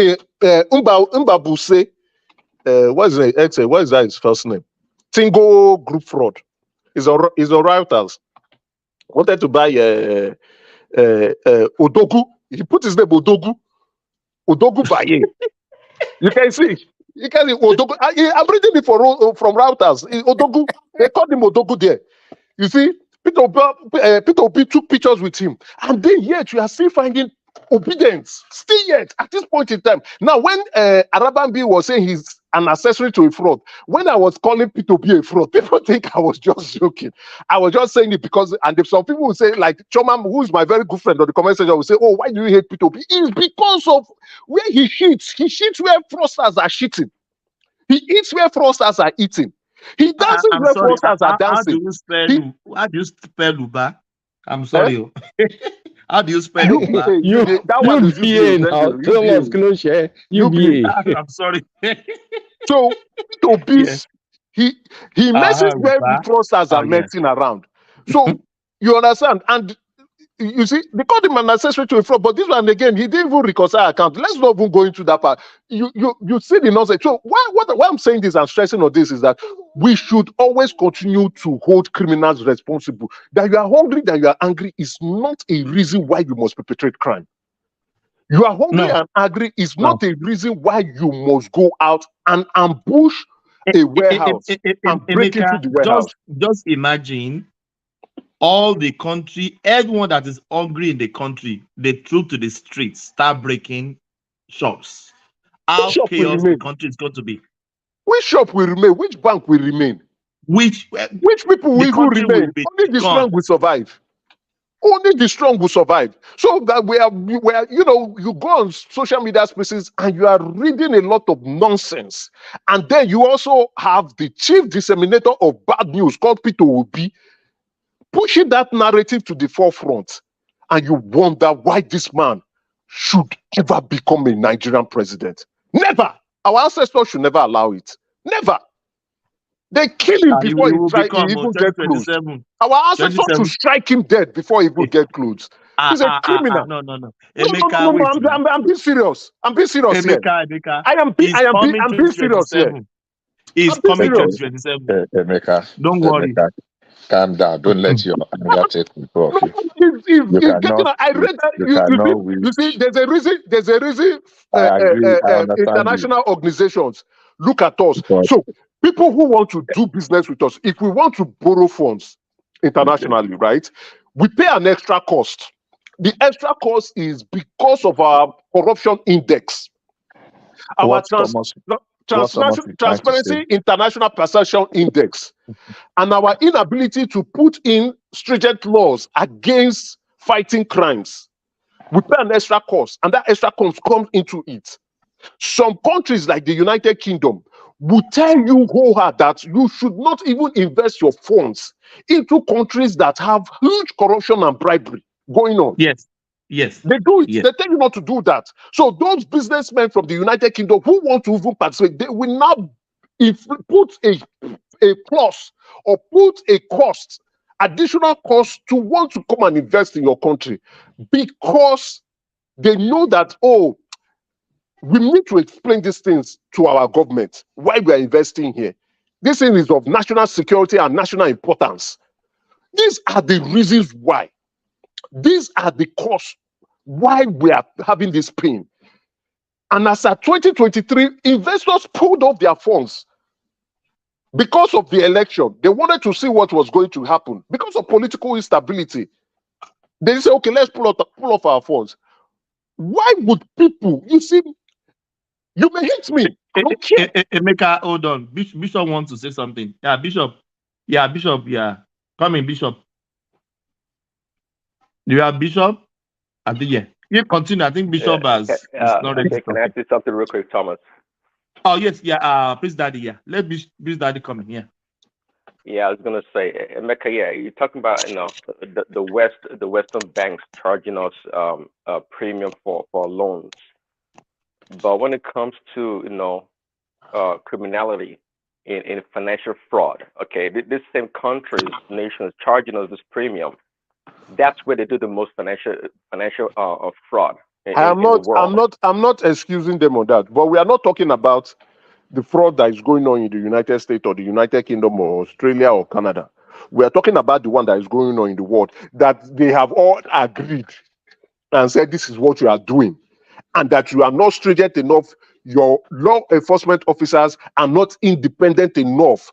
At least in these countries that I've mentioned, the institutions are working. Yes, the institutions may be culpable, but they are working. They are independent. A president cannot just coerce them to do his bidding. A president cannot do, or some people cannot do it, but they may want to. Government. Wait, just Omeka, sorry, are you not sure we are deviating? What's on the title is the Abuja warehouse looting, and the looting that is going on. No, let's bring it back to the topic. Chemistry looting that is happening. You know, it started in the north. Now it has got to Abuja soon. You know, if you come to the south, they'll turn to criminality. So let's talk about it. I thank you for bringing us back. This is criminality, nothing but it. There's hunger in the land, agreed. There's anger in the land, agreed. But we should not constitute to crime. It's wrong. No, it's not. We should not constitute to crime. No, it's not. We're still the two. I'm telling you bullshit here. We're still the two. Nigerian government said give food to Nigerian. Nigeria is suffering. So what is this crap you're doing here? Nigeria is suffering. Stop lying, bro. Nigeria is suffering. Yeah, no, nobody is denying the fact that Nigerians are not suffering. People like that. I swear, Nigeria is suffering. But it makes me mad. No, you can be mad that Nigerians are suffering, but you should not be mad that Nigerians are not thieves. You can't blame them. No. Stop this nonsense. Stop this nonsense now. Stop. No. We need to stop this. You see, these are the things that they said in the 80s and in the 90s and in the 2000s about Yahoo boys. You can't blame them. That is how it started. You can't blame them. You can't blame them now. It is now an organized crime. People are stealing food. Okay, that's a totally different ballgame. This is not the first time. It is not the first time Nigerian. For people looting. I'm not encouraging looting. But what is the limit? My brother Prince Daddy, it will not be the last time. If you bring your truck of food and put it on the streets and say this is open for the public, there will be stampede. Whether the economy is going well or not, anytime I put this to the test, let the economy be flourishing with milk and honey. Bring your truck of rice and put it to the street and say, public, pick. People will die. They'll keep people stampede. So this is our nature. It's not that we cannot organize ourselves and line up. Or we cannot ask that, okay, let this warehouse be open and everybody come and take one bag of rice and go. No, people want to take 10. People want to take 20. We are greedy people, greedy people. People want to lose and look for their unborn children. So it is in our nature, it is in our DNA. I agree with you. We agree with you totally. We're not structured in a lot of ways, but please answer this question if you can. Do you think there's any surfing in the land, and what is the limit that you give people, to restrain themselves before they start looting warehouses? They're suffering in the land, and I will never be part and parcel to any form of crime. Never. If there's a crime being perpetrated, I will call it out. I will not excuse it to hunger. I will not excuse it to anger. Because if you do it in a society that is coordinated, there are hungry people everywhere in the world. It doesn't give them the right to go to Walmart to go and loot everything in Walmart. It doesn't still give them the right. Emeka, there are hungry people in Australia sleeping on the streets. Yes, they are angry too. They are hungry too. They are angry Why too. do they go to the shop? It doesn't give them. It doesn't give them. They don't earn that right to go and start looting and stealing people's stuff or stealing public funds. I'm sorry. So to Charles, so where does it stop? So because one of these days they're gonna go loot a store and somebody's gonna shoot them for breaking in. Somebody will be shot. And when that happens, I want to hear what Charles has to say, because at some point they're gonna start looting kerosene tanks because they have to cook the food they just stole. They're gonna loot private businesses, and when they are shot and killed, I want to hear your reaction then. Baba, sorry to interject. This is what we are doing here is not nice. We are resenting the government's failure. The other day we said that to open the border so they can flood the country with food. And they said no. Tinubu come on TV and say no. What are you saying? Let me land now. Let me land. So you know what I'm saying? Yeah, let me land. So you know what I'm saying? Yeah. There's no food. There's no food in that country. A bag of rice is going for 75,000 to 80,000 naira. Depending where you're buying from. But there's no money. What is? They've opened the border. Which border? The borders are opened. You don't need to take it from me. Google. No, I'm not taking it from you. Tinubu came out and said his food policy that he's not going to. They have opened the border. Let me land my point. They opened the border. Guess what? People started taking food from Niger State. I was going to Cameroon to cross the border. That was just propaganda. It's not propaganda. You saw it in the news. No, you know why I say the you know why I say the propaganda. What is right? When sometimes when you speak the truth, we agree with you.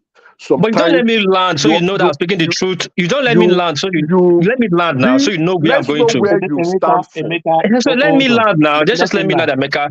Let me land. Yeah. My mother, I'm putting myself here. My mother, just when did she stop? She stopped in 2000, 99, 2000. That after once she should stop. My mother used to send trucks of food to North.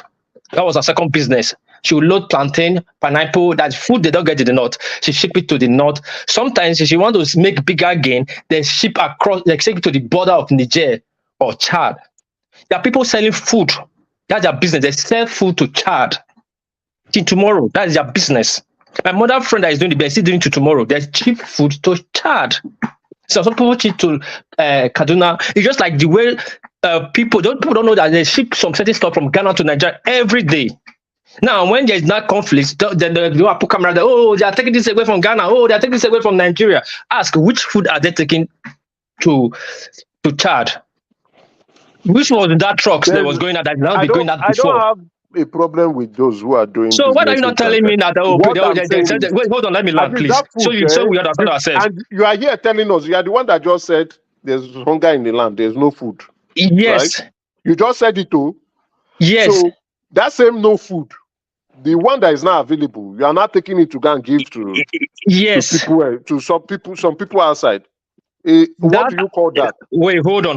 No, what That is has what been, do you hold call on that now. now? Hold on, What do America you now. call Let's that? have a No, let's have a I'm going conversation. by what you just said. Yes, You if you told want us us to have here. a conversation, don't We're try to having a time. conversation now. Hold on, just No, hold on, let me land the hold on, point please. finish now. We hold on, don't worry. Okay, You continue. told us now that there's no food in that country. That is an objective fact. We agree. But the small food that is now available in the scarcity, in the famine going on in the country, the people are not taking it outside the country to go and sell. What do you call that? The word we are using, you are playing with words. I'll say that. Sorry. I'm not trying to disrespect you. Hold on now. Hold on. I'm not trying to disrespect you. Now, you are saying it like since this scarcity start, people are started rushing selling food to Chad or taking food to Chad. Even though it's so, they are not stealing the food. People are trying to sell because Naira is depreciating. Now, what the government would do is to hold the system so that they don't take food out by flooding the system, flooding this country with a lot of food. But let me go to what you are saying. Like, what would I call that? For the political sake or political eyes, is wrong. Because it's propaganda. But these are the things these people have been doing right from day one. That's their business. It's not illegal. That's why I said people taking food from the other day, one man showed, they're taking food away just for us to pay. They're taking the food to Kwara. And the food you're taking from Kwara is the food that you will not see in the south. That's the food you see about in the north. So since there's enough farming in the north, you will not say that you not send people that are selling food to Kwara ever since they should not sell food to Kwara again anymore. What are we talking about here now? I don't know. What they are lacking in the north. Hold on. Now, let me land, please. What they are lacking in the north is not what we are lacking in the south, and what we are lacking in the south is not what they are lacking in the north. That make us in a balance sheet to say that there's no food in it now. See, government should bring food into the country. Your facts are not very tenable. You just said two things now. Number one, I don't know where you got your facts from that there is famine in the north. I don't know. You just told that word. Said there was what? You There's said, what? I'm putting you that there is famine in the north. You just said that. There's hungry in the north. I said there's hungry in the north. You said famine. Your word was famine as in hunger, famine as in famine. Which one are you using? I'm defining it. I'm just using your word. I'm quoting you verbatim. Please specify my word. Are you saying famine as in hunger? Famine. You said famine as in hunger. All right, gentlemen, what's going on? You said famine. Yes, there's famine in the north. There's hunger in the north now. What does it matter? Famine, hunger? Who cares? No, there is no famine. There is no famine. I'm not saying that. That's by the way. Can anyone hear me? We can all hear you. Yes, don't worry about the famine or the. Apologies. My little boy was throwing tantrum, so I had to go and settle him. So that was so where were we in the conversation? We were on the looting of the Abuja. We are throwing backbones on the looting, and Emeka is defending. We are having a conversation. I know. I'm just looking. I wanted to point something out. One man, Bishop is Beba saying something. Then let's him land. Then you continue. Yeah. All right. Okay. Yeah. So I said you are throwing words. There is famine in the north. I dispute that. There is no famine. There is no famine in Nigeria. We've said repeatedly, yeah, food is expensive. It's pretty expensive anyway. I'm not justifying criminality. I'm not going to join that argument of whether it is right or wrong. Last year alone, more than 30 Walmart stores closed down in different cities in America. Do you know why they closed down? Because people were looting those Walmart stores. So some of them, they cannot continue again after experiencing 2-3 looting, and they have to shut them down. Nobody will say, because there was hunger in America, that was why people were looting. It was just plain criminality. Criminality. They can fact check it. So when these people finish looting government warehouses, they will pounce on private individuals. Somebody wanted to go and do supply, bought spaghetti, loaded a personal van with spaghetti, and people started looting it. And we're going to. They will be shot. Going to pay her. They will be shot eventually. They will be shot. Nobody is going to pay her any compensation for that. It has happened. So if we keep encouraging and pampering and justifying it that there is hunger, is going to come close to us. It's going to spiral out of people will start looting people's businesses, people will go to people's farm, steal their chickens, steal their eggs, steal their whatever, because we are justifying it. Sorry, Bishop, sorry to interject your lovely point. During the NSAS movement, they looted ShopRite. Shoprite, stores apart They from even bought Shoprite. it now. They looted In Shoprite individual and bought stores in stuff like Lagos. that. I know people that never recover from that looting. Exactly. In People did not Lekki, open, people did not recover from We are Lekki. missing the bigger picture here, Emeka. We are playing politics here. No, it's Bishop, not we are playing playing. politics. How can you call that No. politics? I'll be quiet We with are you talking guys. I'll be reality. calm with you guys. Let me No, we are finish. playing politics here. You have No. spoken far more than I have spoken. Let me land my point. Let me land my point. One Let me man, land my point. You have one man, spoken for take charge. extended period of time. I've hand over to you. You have Take spoken for charge, one extended man. period of Yeah. time. Now, the truth of the matter is let us address it. Yes, food is expensive. Let's even assume that there is scarcity.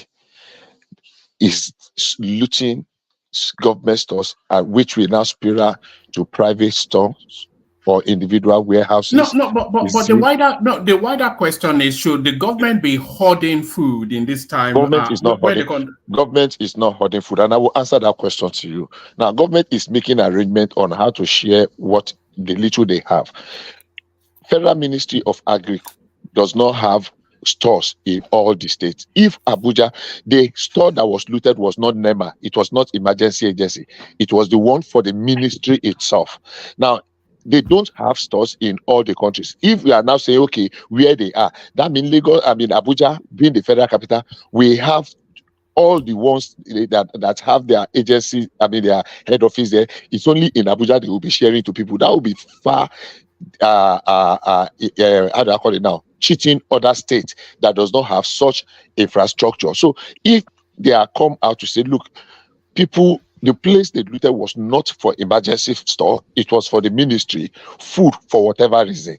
I don't know the reason. Nobody has come to tell us that it is 100 tons or 20 tons or 50 tons. But when people loot food, remove all the everything, remove window, remove roofing sheet, then it has gone beyond food or hunger.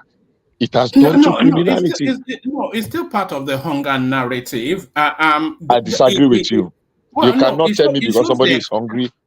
It shows the extension of the desperation of. No, I don't think I agree with you. You have your say, but I don't think I agree with you that somebody will climb a roof of almost 40 feet because he's hungry and be removing the roof, and you are justifying it with hunger. You can as well say that let's just isn't it? No, I disagree with you. You can as well say let us descend. I will justify armed robbers that come on the highway to steal. Then we can justify everybody that does everything. That's how it started, man. Yahoo, is that not how it started? That's how we can justify it. How can you say because somebody is hungry, he went and climbed a roof, look for ladder, look for tools, and remove roof? Is it the head he used to carry the roof out? Remove burglary proof, remove windows, and you are justifying it with hunger? No, I don't think I agree with you, sir. Please. So, yeah, there could be, and we keep saying it. Things are expensive. Maybe we should find a way of improving it. But there is food. There is food to the extent that even people from neighboring countries are coming to buy up those foods from us and shipping it out to their countries. Those are facts. But it's okay. Let's just move on. Thank you. Yeah. All right, back to Emeka. Please give me right to reply, please. I respected Bishop a lot. We will not move on. Emeka, I beg. We will not move on. No, I want to say something. I beg. Don't be angry. I beg now. I beg. Don't be angry, please, so that I can give you space to speak your own. I will forget your stand. Don't say me not get the kind of rule I get, so I will forget your stand. On your phone. Write it down. See you. Bad friend. Write that down. Bad friend. Some people on the comment section say, "Oh, they hate me. Continue to hate me." Emeka, they say you are a wicked man. You are a wicked man. Am I wicked for speaking? Somebody has even reported you to be just now on Instagram. So is that I should be having stern words with you? Stern words. You see why they are saying they hate me. So Choma, my very good friend. Choma is my friend now. Pretty Choma. Choma said there is no time I will not speak without calling Peter Obi. Yes, there are sometimes I speak and I don't call Peter Obi, but there are some conversations that make me pivot to it. Like this kind of conversation. I was talking about Yahoo, and I remember that Peter Obi, that was how he was trying to decriminalize Yahoo and said the government should be busy. He's busy chasing young boys with laptop, doing Yahoo instead of going to after government. And I'm like, this is a reckless statement from this man. It's very reckless. It is very reckless. Let's be honest. All right. Let me take you fully then to Peter Obi. And then if there's any other topic you want to, then from you I'll go to Babati. But let me take you then to Peter Obi, and it's this narrative, because I've been seeing this story sort of trying to poke its head through the parapet of the news cycle. Is this narrative of the Ukraine sending Nigeria grain? I'm not even sure if they actually did send it, because often instances these things don't happen outside of the headlines. But Peter Obi very quickly jumps into that space. Let me speak on this, right? Apart from the importation of petroleum, that's refined petrol, right? And then byproducts of refined petroleum. Wheat is the next highest importation in Nigeria, right? So, and wheat, the usage in Nigeria, we consume it a lot. To convert it to flour, semovita, semolina, likewise usage of bread and baby food, Cerelac, yeah. We consume wheat a lot, and we don't manufacture. We just started manufacturing now. We cannot even meet our monthly consumption of wheat. Ukraine is the #1 in the world for wheat manufacturing and export too. So yes, Ukraine is undergoing some crisis. It is not everywhere that the Russian has taken over. Russia is not even interested in taking over everywhere in Ukraine. They are not interested. See, maybe NATO steps in, and that's when they would escalate it further. So that Ukraine is donating to us. Likewise, Ukraine has also donated to Egypt. Right? You see, P2P continues to surround himself with mad people. And he said it himself. I didn't say it. Those who are saying you hate me and I speak on him. Right? He used his tongue to say, I received advice from a madman.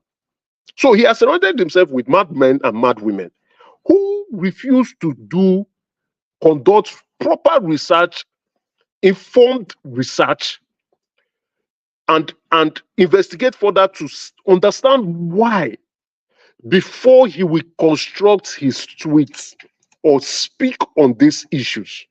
Let's be very frank.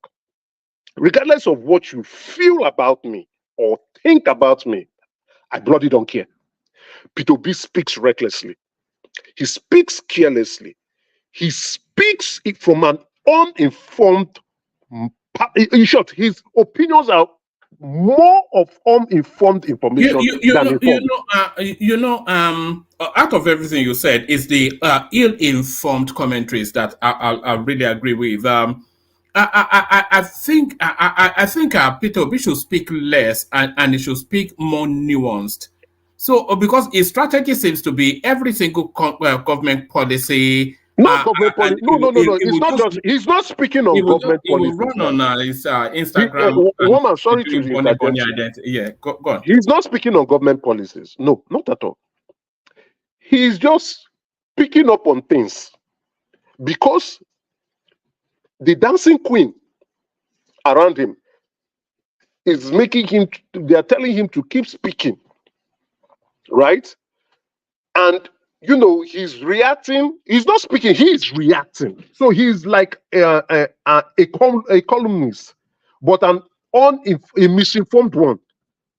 Someone who will not sit down to research and find out, okay, what's going on here? What's happening? He just writes. Whoever is writing it for him, he just copies and pastes and sends it, right? Clearly shows his poor sense of judgment and critical thinking. An ability to sit back, relax, and observe and understand what is going on. There are ways you can criticize government, and you can see from the fact that they don't take him seriously anymore. They don't even respond to him because he's misinformed. He's not enlightened on what is going on. He continues to say things that he is not capable to say. He doesn't even have his brains are not solid enough to even express those things, if you ask me. But once Atiku speaks, Atiku picks on things. You see the level of experience, expressional points, And all government officials, especially those in media and communication, including strategy, sit up. All of them sit up. Atiku has spoken. And they are for. You see, watch their response each time Atiku speaks. Right? They pick on every line item and explain and try to want to rub the dust on Atiku. But Atiku has spoken. Atiku has spoken. Atiku has their attention. So they must respond, because what Atiku has said is clearly the truth on certain things. And not only that, he's telling you, look at the loopholes and the nonsense you are doing. And this is what we will do better. He doesn't speak carelessly or recklessly. He doesn't misinform the public. He's experienced, number one, and he does his research before he begins to put out a public statement. But for Obi, no. Obi will be the one to tell you all the people that have died in one place. Those he knows and those he does not know. Just because he's playing to the social media sentiment. He's playing to the gallery. Him speaking, is he trying to be relevant so that people will not forget him? You see, because you see, that's what he's trying to do. That's because he's surrounded by. Hold on, Emeka. You said all that. What he's actually trying to do is to play opposition, but it's not doing it effectively. It's just the thing. Because the opposition has to try and diminish the government's achievement and present an alternative narrative. Agreed. But he's not doing it. He's not doing it at all. Like you said, he's not surrounded by people that are especially. He's surrounded by the viewpoint, the strategy. Look at it. Thomas just said it. Continue speaking so that you can remain relevant and keep the base. That's the strategy. But when you surround yourself with Aisha, Yusufu, and Tanko, who do not even understand the political climate, the nature and contextual situation of the country politically, this is the results. I told him on Twitter, sack those people around you, get better aides, so that get more intelligent people. When they write, the government will sit up. Because the government is messing around. Let's be very realistic. They're messing around. When you see him, read the streets. Read the streets. Why you see them talking on others issues that don't be said, and the government does not even take him any serious. They've ignored him, but they can never ignore Atiku, because Atiku knows when to speak on issues, and issues that are relevant to the public. All right, brilliant, excellent. So that's the majestic Emeka who kicks things off. I have one point to make. All right, go ahead. Emeka, please quick now. Let me go. My daughter is not feeling too well. Don't worry. Let me just talk about. The president is back from Qatar, right? And he signed 3 bilateral agreements. Okay. You see that news went quiet within the obedient camp, but they were trying to rubbish him when the letter came. They leaked the letter, right? So he signed the bilateral agreement on education, regulation of employment of workers with the government of Qatar to see how, the brain drain going out of the country, establishment of a joint business council between the Qatar Chamber of Commerce and Industry and the Nigeria Association of Chambers of Commerce, an agreement on mines and agriculture, right? In addition, with cooperation agreements in the field of youth and sports, laudable bilateral agreement. We hope the country will continue to develop, especially in the trade sector. And the Qatar government would come with funds to invest and see how to provide jobs and employment for our people. So the president is trying as much as possible to sell the country to outside investors, and other countries consider to hold a lot of sovereign wealth fund that they can bring in. Those sovereign wealth funds are really doing well. They are very liquid funds. They can bring it and invest into the country, and then we can get better from it, and prosperity will return to Nigeria. and even much better.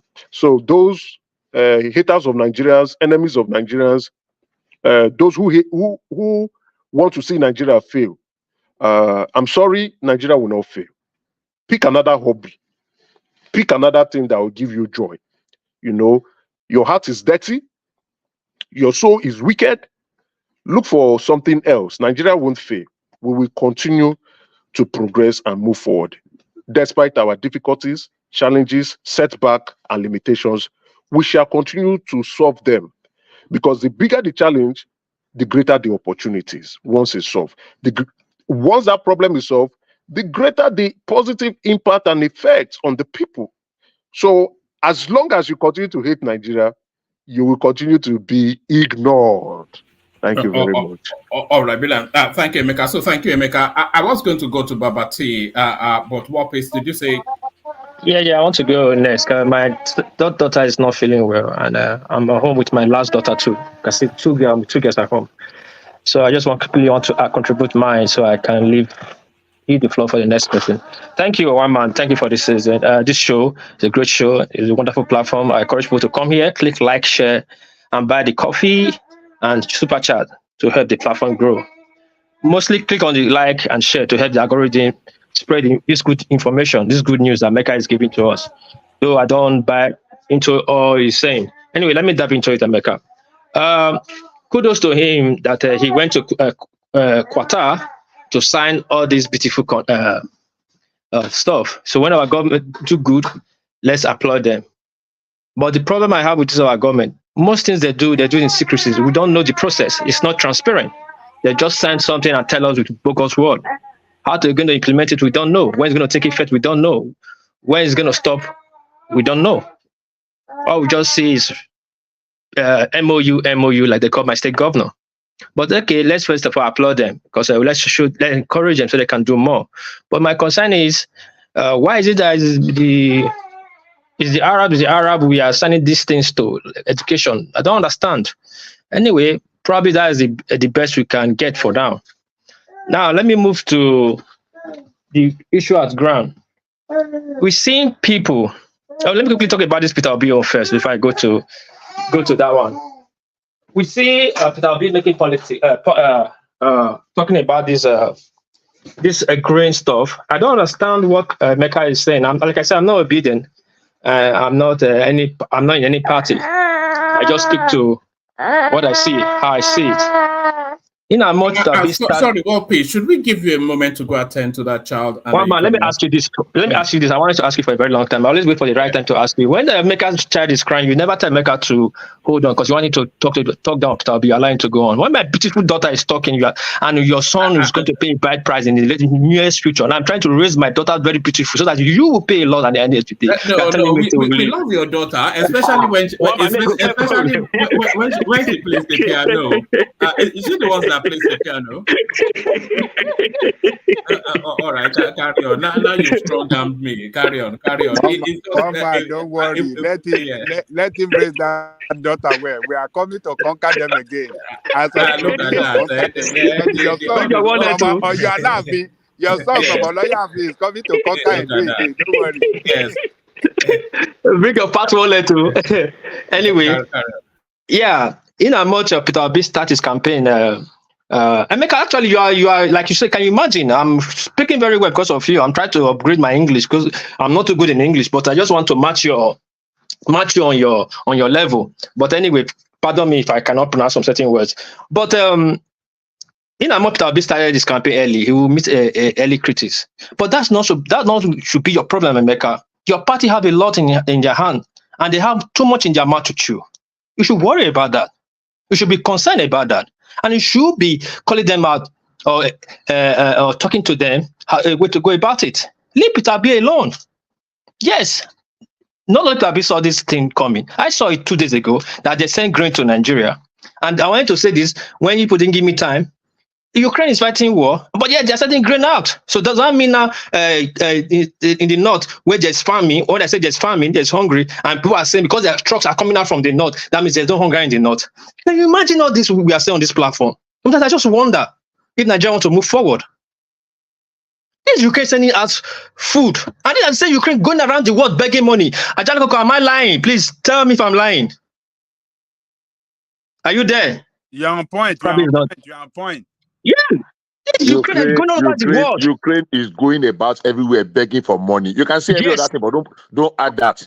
Don't add that at all. Okay, at good. The top of my finger, because we you can work point with to more than you work with $200 billion. Let me chip in. Victor, You can point at $200 billion that Ukraine has received in the past 24 months alone. What are you talking about? They are not Ukraine is getting money from America and other countries. Now America has got a bit. They want to cut funds. They are going around lobbying not to cut funds for them. They're not begging. They are begging. You just said they are not going about begging, but they are begging. You don't understand my English sometimes, Bishop. Are you listening from a different device? I said they are going around the world begging money, and yet they are selling grain to people for free. Please listen carefully. Thank you, my good brother. So Ukraine is going around the world begging money, and yet they're sending grain to Nigeria and sending grain to Egypt. What does that say now? Does that make sense? Anyway, let's drop that. Peter B is just campaigning, and Mecca, please leave Peter B alone. Let him campaign. You know how much he start campaigning early. I know people like you, you declare for Tinubu, you can criticize him, but not now. Leave him for now. Let's talk about the hunger in the land. Now, let's go to the hunger in the land. We see this sharp spike of people going around busting warehouses. I'm not advocating for them to be doing that. It's criminality. You just understand. There's danger behind it. Yes, we understand that. But we cannot call the government a slack. When the government took the duty, when Tinubu took oath, one of the oaths that he took, and he said that it is his duty to protect the life and property of that country. Life and property. Is it doing any of them? No. Yes, we understand there's famine. We are trying to tighten our belt. But you cannot tell everybody to tighten their belt now when you are not tightening your belt. Sorry, what do you mean no, that it's not doing, what would doing all of that mean? In what aspect? What I mean, because a lot of people trot out that line, especially that the duty of the government is to protect life and property. Yes. You are saying it's not doing all of that, but how is it not doing all of that? It is not doing that. The insecurity is still there, ravaging us. There's hunger in the land. The other day, in last year, December to February, January, where there was short of money. Let's say money, not scarcity. Same Emeka is. I will not talk about Bishop, but same Emeka here. No. Just stay with Tinubu, not because there's no country that there's no crime, and there is no country that there is no poverty. So the Nigerian situation is the Nigerian situation. It could be better, but you can't say it's not doing it. The country is not overrun with criminality. Everybody, you know that criminality is anomalous to everyday life. That is why we speak about it a lot. It's not as though. Well, man, you know how much you use the fancy word. I won't fall for that. You can say it any way you want to say it. We're not doing whataboutism right now. There's criminality in this country. Oh, there's not criminality in this country. Or when Tinubu came, crime was 21%. Now it's 43%. It's not that. No, one man. No. These are not right. These are not right. And we are not speaking here to bother the country. We are speaking here so that you know the areas he has to tackle to make things better. Everybody wants to go to that country, to go back and enjoy that country. I said the headless more. This is the only part I agree with Emeka. Those who want to burn the country down. And you remember, that's how I started my phrase. You know that throughout Buhari's administration, the Kaduna Abuja road was undrivable. And Lagos Ibadan was getting undrivable. Well, not according to Shehu Sani, who drives it regularly. It's telling you now that it's a free drive-through. In fact, he's reporting it on his social media. I can go to I don't have to go for just Google. You can Google and bring actually 3 kidnappings that happened in the past 1 month. At least it's 1 month, even though it's 2 days, even though it's 1 to 2 months. It wants too much for that country. The head of kidnapping is going on. In almost every part of the country, it's still going on. Hasn't reduced. What's supposed to be hearing that it has reduced? Not that it's still going on. And there's no food in the land. Yes, he's trying to make a policy, but his best is not good enough. If what he's doing at least is moving a slow pace. What is there is food in the land? You can say there is no money to buy the food. There's no food in the land. Why are you getting No. food in the Thomas, land? don't fall for that trick Bishop always saying. In Benue, go to Lagos, go to Yanakpaja market. I believe you know Yanakpaja market. Yes, close to my house. Let me just put a rough figure. Let's say 20 trucks of 911 trucks that are going to use goodie back comes every day to Lagos to offload the yam. Now, do you know how many that goes there now? Like 2. So that are you saying because they don't have money to buy diesel? When you have like 20 million people in IDP camp from Benue, it will be 3 million people. The farmers are supposed to go to the farmer in IDP Are you camp. not speaking So which like talking about? Are you speaking like Otom now? It's not like Otom. No. We should not be Benny Wells here. IDP camp is filled up. Even in some places in South, people cannot go deep in the forest anymore. Or you don't know. Even in Ibadan out there, people don't go deep inside forest anymore to farm. By this time, people will go new season. People will go further inside forest and leave the old one they used to last year, so they can recover back again. But people don't going deep again because you go, you don't come back. And then mama is telling me, why is it? Tell me how is it not protecting life and property? How is it not protecting life and property? We're not talking about the poaching that's going in our forest. We're not about the loss of property we are getting in the country. And see this thing here that is happening. I made reference to it before, and I'll make reference to it again. Just this thing, it's not only Nigeria started. When this food problem started, India was getting this same problem too. They were seeing spike in inflation, little bit. And they still have a lot of food, grain in their reserve. But they check it out. What we will do if we leave this thing, the demand will lead to a rush, and that will lead to inflation. So what they did, they went to this Ukraine to Russia. I mean, that's how when they broke the sanction. They went to Russia and bought a lot of grain and flooded the market to reduce that demand. When you solve, when you solve hunger, the max problem, which is hunger, the rest is just minimal. When you solve a hungry man's problem by putting food in his stomach, he will relax and sleep. That will give you time to implement your policy. You're not solving the hunger in the land, you're implementing policy. Who wants to go and implement the policy on hungry stomach? No, we're seeing this. It started. You guys showed it here 2 days ago, 3 days ago, if I'm not mistaken. And you politicize it. Oh, it's politics. They are champion people to go and do that. Oh, it didn't really happen. People are just media. No, it's coming. I think it happened in Nasarawa. It's happening one by one around the state now. Now you see thousands of people. If it's state managed, you could say like, okay, they went to look a warehouse. So people are doing this randomly. And people here, they will rush there. Even though a politician will hide under it to give the government a bad name. But your government will not allow it to happen by protecting lives and property, by trying to bring policy that will bring food to people's table. When you are welfare, you will not go and destroy breaking warehouse in thousands now. If 2 people go and break warehouse, you know that is criminality, that is sabotage. But it's not sabotage, it's survival.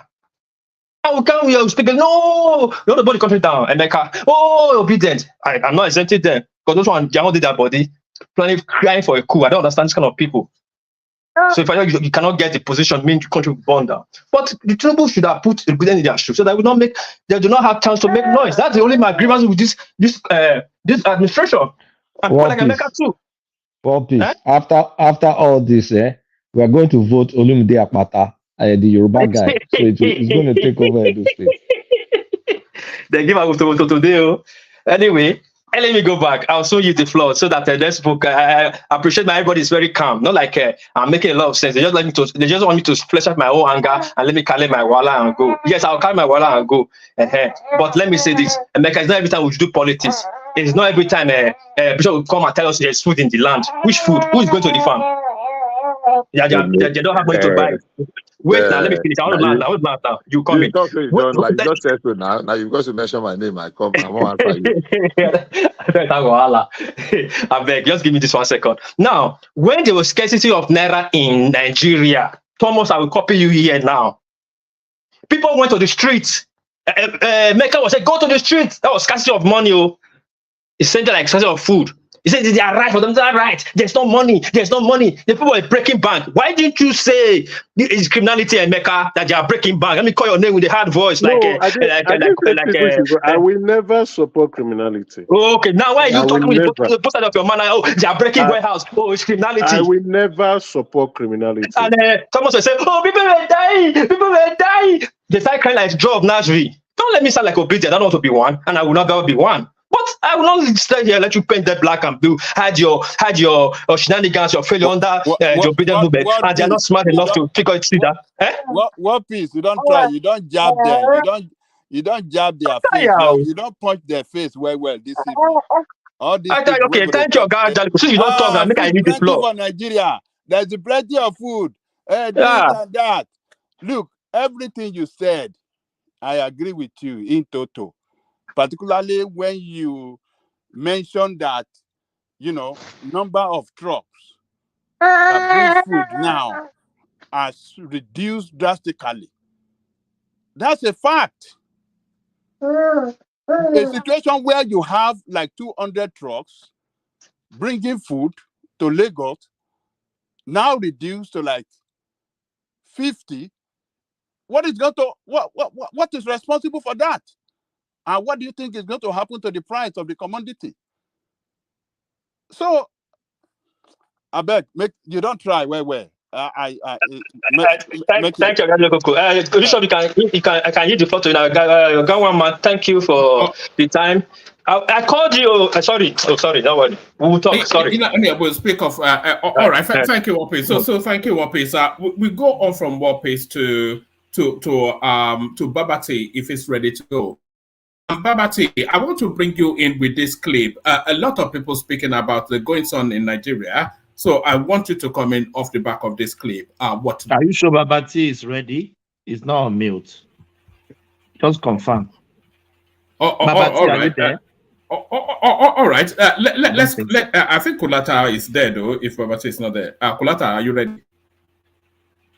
I'm ready. What's going on? Yes, I want to play you this clip. This narrative of the looting of food in Nigeria, people saying is indicative of a failed government and all that. So, off the back of this clip. Build after his store was completely destroyed by looters. For 15 hours, he waited for police. As Les Trent reports, it's not just the loss of one man's business, but the loss of a lifeline for the community. Oh my God! A shopper cannot believe what she sees when she enters her local supermarket to buy groceries for her family. This is sad. This is sad. For 15 hours straight, looters have laid waste to the store. Some of them are still inside. This is the problem. This surveillance video shows the first moments of the break-in. And this was the scene at the ShopRite today. A heavy National Guard presence. Everything here wiped out. No meat left on the counters. Look at this. Rib chop right there, barbecue spare ribs. Local resident Rashawn Howard went on Facebook to plead for help. Come down here and help us clean this shop right, please. I spoke with him today. For an owner that does so much for our community, that gives people second chance opportunity to work. These are African Americans in this community that he employs, and you destroy. So there it is, Kulata. I could play you endless clips from all over the world. This is not a unique or peculiar phenomenon to the Nigerian space.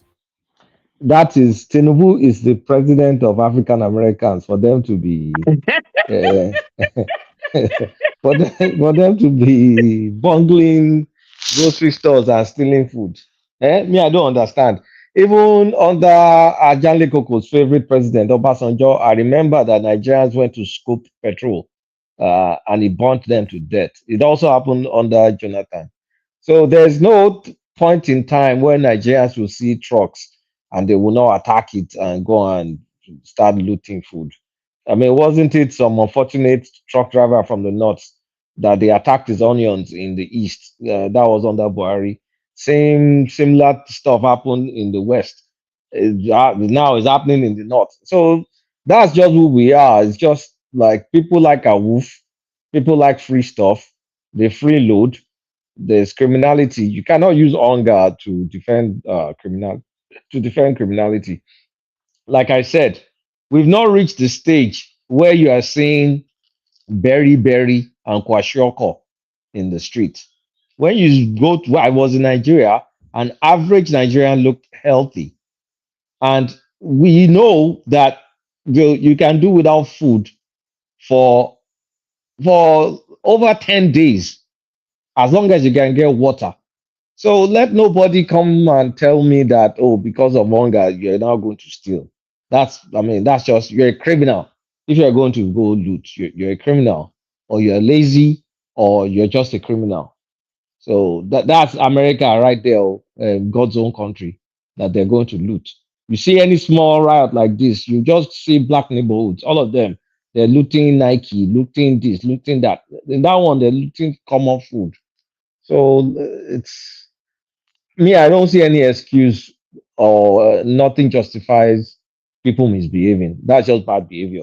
So there's nothing to it more than bad behavior. in my Kolata, opinion. I saw a video, people looting a truck of food in motion. The truck is driving, people are looting in motion, falling down, climbing a.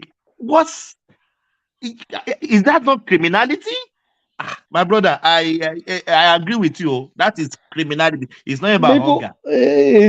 what is really what vexes me for those of us that are old.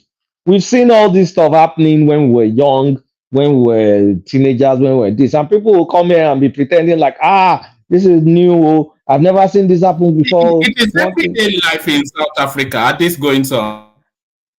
South Africa. I was in one office in South Africa in the very, very early 2000s in Sandton. And standing outside the window, I was just, we were there drinking during lunch or something, looking outside. Small thing like this, Wagba, some black guys just came, pulled a gun, stopped the BMW, pulled the white couple inside, put them on the floor, drove away in the BMW. I was like, what the hell? Even me that grew up in Nigeria did not experience anything. It was South Africa that was going to see the only carjacking I've seen in my life was in South Africa. And bad behavior is bad behavior. It's not unique to any economy or any country or anything. You go to Brazil in the favelas, they do the same thing. They loot food. It's out there. You go to any other African country, it's the same thing. You go to even white countries, given the right conditions, it's the same thing. So we should stop all this nonsense. Just be bad mouthing ourselves or trying to badmouth current government. It's not new. This is not new. Not be today. We've been doing this since. All right, take us to the Tinubu space, Kolata. And as you take us to the Tinubu space, I'm going to bail out, hand over to Thomas. My little boy is having a bit of a tantrum, so I'll go to attend to that instead. So see you guys tomorrow. What Tinubu space? So I've not read any news today. I don't know. Okay, is it the one that I said what did he say again? That if one of his people come and ask for bribes, they should let him know. I think America dealt with that already now. I mean, is there any other topic, Thomas? Kulata, are you there? I'm here. Where to bring up something? On this platform about a year ago, I warned about countries like Ghana giving. Sorry to move away from Nigeria for a second. Giving citizenship to all this so-called diaspora, return back home, whatever not. Now, on the backdrop of what just happened in Ghana, of them passing this anti-LGBTQ, apparently a large population of African Americans that went to Ghana are actually in that community, setting up shops and clubs and resorts that kind of promote that kind of lifestyle. So they're having this backlash between the natives or the Ghanaians and the ones that they've already issued citizenships to, that now have properties and businesses in Ghana.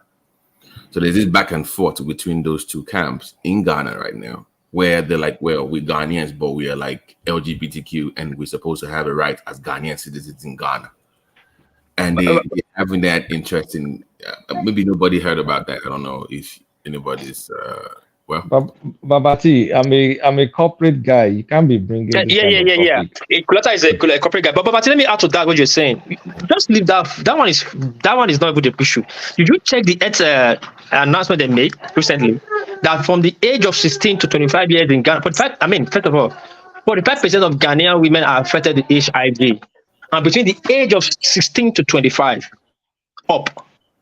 And this sharp increase started from this time when they have this return back policy. That was because I was reading some reports. I read a lot of healthcare related stuff. So it was on the backdrop of spiking those kind of even in STDs, gonorrhea, syphilis, stuff like that. So there's been a spike. So but you've already given them citizens. They have properties because they got the citizen based on their need, but the return back home DNA thing that they agreed to. So I don't know how that works. Apparently after South Africa or the South African states, Ghana is the highest now in Africa and in West African coast, and Nigeria is their border. So we are seeing a spike of HIV in our country. That's a spike. That's just barely 10 years old. Within 10 years. Yeah. When they started, they said 45% of Ghanaian girls are HIV infected. Wait. What did you say? 45%? Are you sure? I watch it here in Japanese news. I just say, go and check it, Google it, find it, and come back and prove me wrong. I don't say 5% of Ghana. I don't have actual figures of what is, but there's been a. I was even referring to. I said it somewhere. I will translate and send it. So the sorry for botany. What piece is very close to being correct. The spike from 2020, 2021 till now is astronomical. It's almost tripled. You just no. That data. They don't sell condom. They don't sell is 1 point. No, you guys, that's exaggeration. As of 2022, the data you are looking is old. Let me talk now. I will find it. Sorry, before you talk, I'll find it out. Can I talk? Okay, in continue. 2020, the data in 2022, 1.6% of Ghanaians are people living with HIV. 1.6. You said 45%. That you can't jump girls, from 1.6. They say Ghanaian girls. They didn't say they don't say entire citizen. 45% of Ghanaian ladies. Demography. You cannot. I said demography from 16 to 25. Okay, I'm telling you, I have it here. No, it can't be that wide. No, I don't agree. You are watching the old data. I'm telling you. If you can give us the link so that we can just look at the links and reference. I'll translate the Japanese this thing. I'll send to my wife. The health concern is also part of it. Okay, where people in that lifestyle, don't they sell condom in Ghana? No. There's a bigger point here. I'm trying to get at here. If you've already given them citizenship, right, and they're Ghanaians, and they have properties and they have rights as Ghanaian citizens, can you withdraw that citizenship if they contradict that law? I don't know how that works. Babati or Royal GPT, all of us that work in office. We can't talk about it now. I'm not. No. I'm not debating the lifestyle itself. I'm debating the conflict between the culture of Ghana and that lifestyle. Is my. We'll talk about it. Okay, I get it. I should do online anyway, so it's okay. Okay, it's fine. Let me, Babati. Yeah.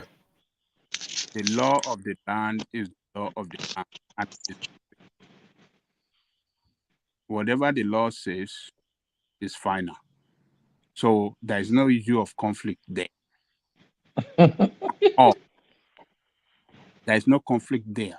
That is the law of the land and is binding on every citizen in that land. Whether you are from diaspora, whether you are not exempted. You are not exempt. So the people that are talking of conflict, I think they don't know what they are saying. There's no conflict there. It's the law. The thing is they've not signed the law. The president has not signed it. It has been passed by the parliament. It was passed yesterday, Kulata. But the president, the finance minister is telling the president not to sign it. Exactly. That's where I want to add. Okay. Even if they sign it, there's going to be. Sorry, please. even if they sign it, there's going to be. That's what I want to add. Not that Bishop, we are already my warning is this. Bishop, wait. ẹ jẹ́ kí n sọ Yorùbá so mi ní kó bára mi wọn ò ní rówó yá tó bá sign. That's exactly. It's not that there's already a threat to the 3.58 billion that is being processed, that is going to be put on hold. So it's like subtle blackmail and apply some pressure on the ground. Bishop, I beg of you, please, because I'm actually going somewhere. So if I'm going, because the person that spearheaded the bill, this guy that is a famous guy online, is trying to link Nigeria. He's trying to rope us in their own thing. Why would they get banned from all these funds globally when Nigerian law is also even more stricter than what they have? That they only have 4 years, Nigeria has 14 years. Always referencing Nigeria like he wants us to join them. I'm like, Ogbeni, leave us alone. Don't try to. We have our own issues already. So I'm like, my issue is this: we are having all this so-called return, whatever. We need to be careful. If you want Nigerian citizenship, go through the normal process. Don't use that DNA thing anymore. If you don't, we are not offering such citizenship in Nigeria. Because they are encouraging this comeback company in Nigeria now in that area. So let's. Is it Tinubu? Is it Tinubu or Chetima encouraging comeback? No, nothing concern them. Hey, stay with me, close. Stay with me. I'm going somewhere. I'm saying that before it gets to that point, let's make it clear. If you come from the diaspora, this is the way. If you want to become this Nigeria, A, B, C, D, C, this is it. Our new law already now. At the sign law. We have the law. At the sign law already. So. 14 years in Nigeria. 14 years.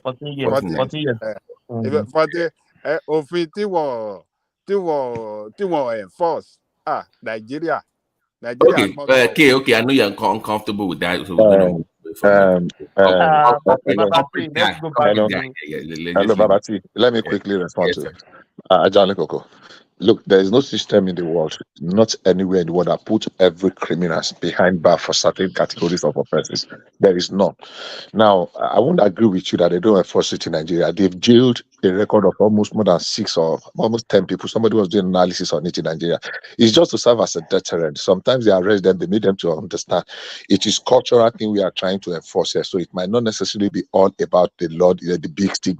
So if you say, if it won't enforce in Nigeria, I don't agree with you. If you go and display openly, and because you are famous, people will pick you up. Bobrisky, what happened to Bobrisky? Bobrisky is just a cross-dresser. Bobrisky is just a cross-dresser. It's just, Bobrisky is not different from sorry. Bobrisky is not a that name. Sorry, alphabetical. He's not.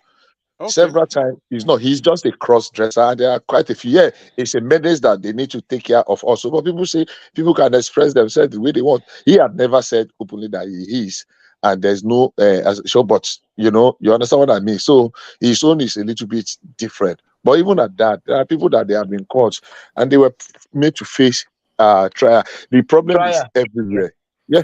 So Bishop Mountain, let's just be careful with people because, according to polls, that community actually favors that kind of thing. And if you go into Africa, let's just make it clear in Nigeria, because Ghana is the problem. Ajale Koko, Bobrisky is a cross-dresser. No, Ajale Koko, hold on.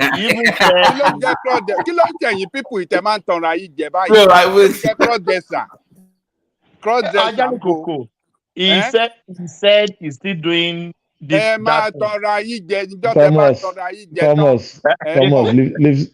story. The guy has done his boobs. Thomas, the guy has done his boobs now. He's done boob job already. What is the cross-dresser? Call me what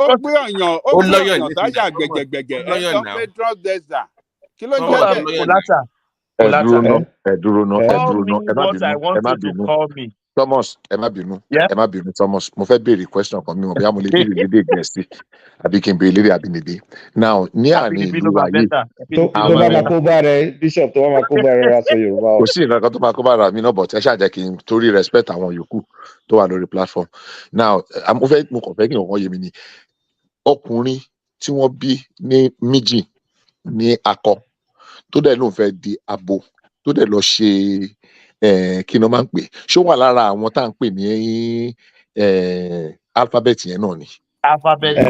Yes. No, ṣé yẹn wà lára wọn náà ni kì í ṣe ó wà pé lára wọn. akọ tó fẹ́ akọ o àbí abo tó fẹ́ abo o ẹni tó sọ pé orientation because mo rí nǹkan kan ó ti ṣe díẹ̀ mo rí abo rí lójú mi korojú báyìí tẹ́ pé mo wà I was involved in some things tí ó ti dàgbà díẹ̀ tó ṣe wípé nǹkan pọ́nrán ọmọkùnrin ẹ̀ ó develop gbogbo apart from that gbogbo ẹ̀ obìnrin ni mo rí kì í ṣe pé tinú picture àbí inú video. àwọn kan wà tó natural bẹ́ẹ̀ yẹn. ìyẹn tó natural so tí wọ́n bá sọ pé okay o ẹ wo life yìí ṣú mi ẹ jẹ́ kí n kúkú gba ibì kan lọ ẹ wá bá mi yọ òmù kan ẹ lè fault ẹ because it's a medical disorder. ẹ̀yẹn the medical àwọn hermaphrodite làwọn yẹn. orúkọ tó máa ń pè náà nǹkan tó pè gangan nǹkan á da fún yín nǹkan tó pè gangan lẹ́sẹ̀ sọ yẹn so èmi ròyìn pé àwọn tó ròyìn pé àwọn tend towards one side wọ́n dẹ̀ go that side there pé wọ́n ń ṣe èyí tí à ń pè ní àwọn alphabet mo rò ní o so I want to be educated. Plus, they have plus and so forth and so on until fi kún. Anyway, a company guy, I'm not going to they don't turn us to Yoruba platform. Let's go back to English. Bagati ló gbé topic burúkú wà náà. Kolata, your daddy in Qatar, what do you think? Ṣé Bros Tinubu? Well, all this waka Tinubu is wakaing, honestly. Kolata, please, when he said, I assure you that no, if anybody asks you for bribe, that you should let me know. People can't work with that. But I'm like, no, you are the corporate guy. You know, as a corporate guy, you've done your own research already, so you know people. You know if you move into any country, so they already have the data. They already have the information. So he has to say that, right? He has to. No, he doesn't have to say that. What he said, I thought that was self-indicting. Really? We're going, yeah, very, very. Like, I mean, they know they have. Well, Babati, that's like a ringing endorsement of your team, right? Like, I think me and Thomas, we go and eat, and I said, please, I want to go to the bathroom, but please make sure Thomas doesn't go and steal your money in the counter. If he tries to steal your money, tell me. No. I think it's it depends on how we want to interpret it. I can also interpret it to mean, and that's me exclusively, to mean that look, I have absolute confidence because the narrative outside there, we know the rating, even by some Nigeria, is that we are very, very, according to one British prime minister that became infamous, fantastically corrupt. And Nigerians do make noise about it. And this man is saying, look, I know the report you have had there, but I have absolute confidence in my team. But peradventure, if there is anything that have a semblance of extortion, there is no bureaucracy. You can take it, come to me directly with that report. That's the way I will do with it. Bishop, look at it this way. Look at it this way, Bishop. You are going there to indict your country. That is self-indicting. They know. Let me explain why. They know, yeah, but you are supposed to be the new president. You are supposed to go and give them confidence. If you if you went there and referred to criminal reforms or high-profile arrest you've done, that speaks for itself, rather than saying, "Oh, my team, I came to beg for money." But in the case that one of my team members, especially Bishop, comes there to be demanding bribe, come and tell me, that is not good. If I go there and say, "Hey, I mean business. This is what we've done. We're here for business."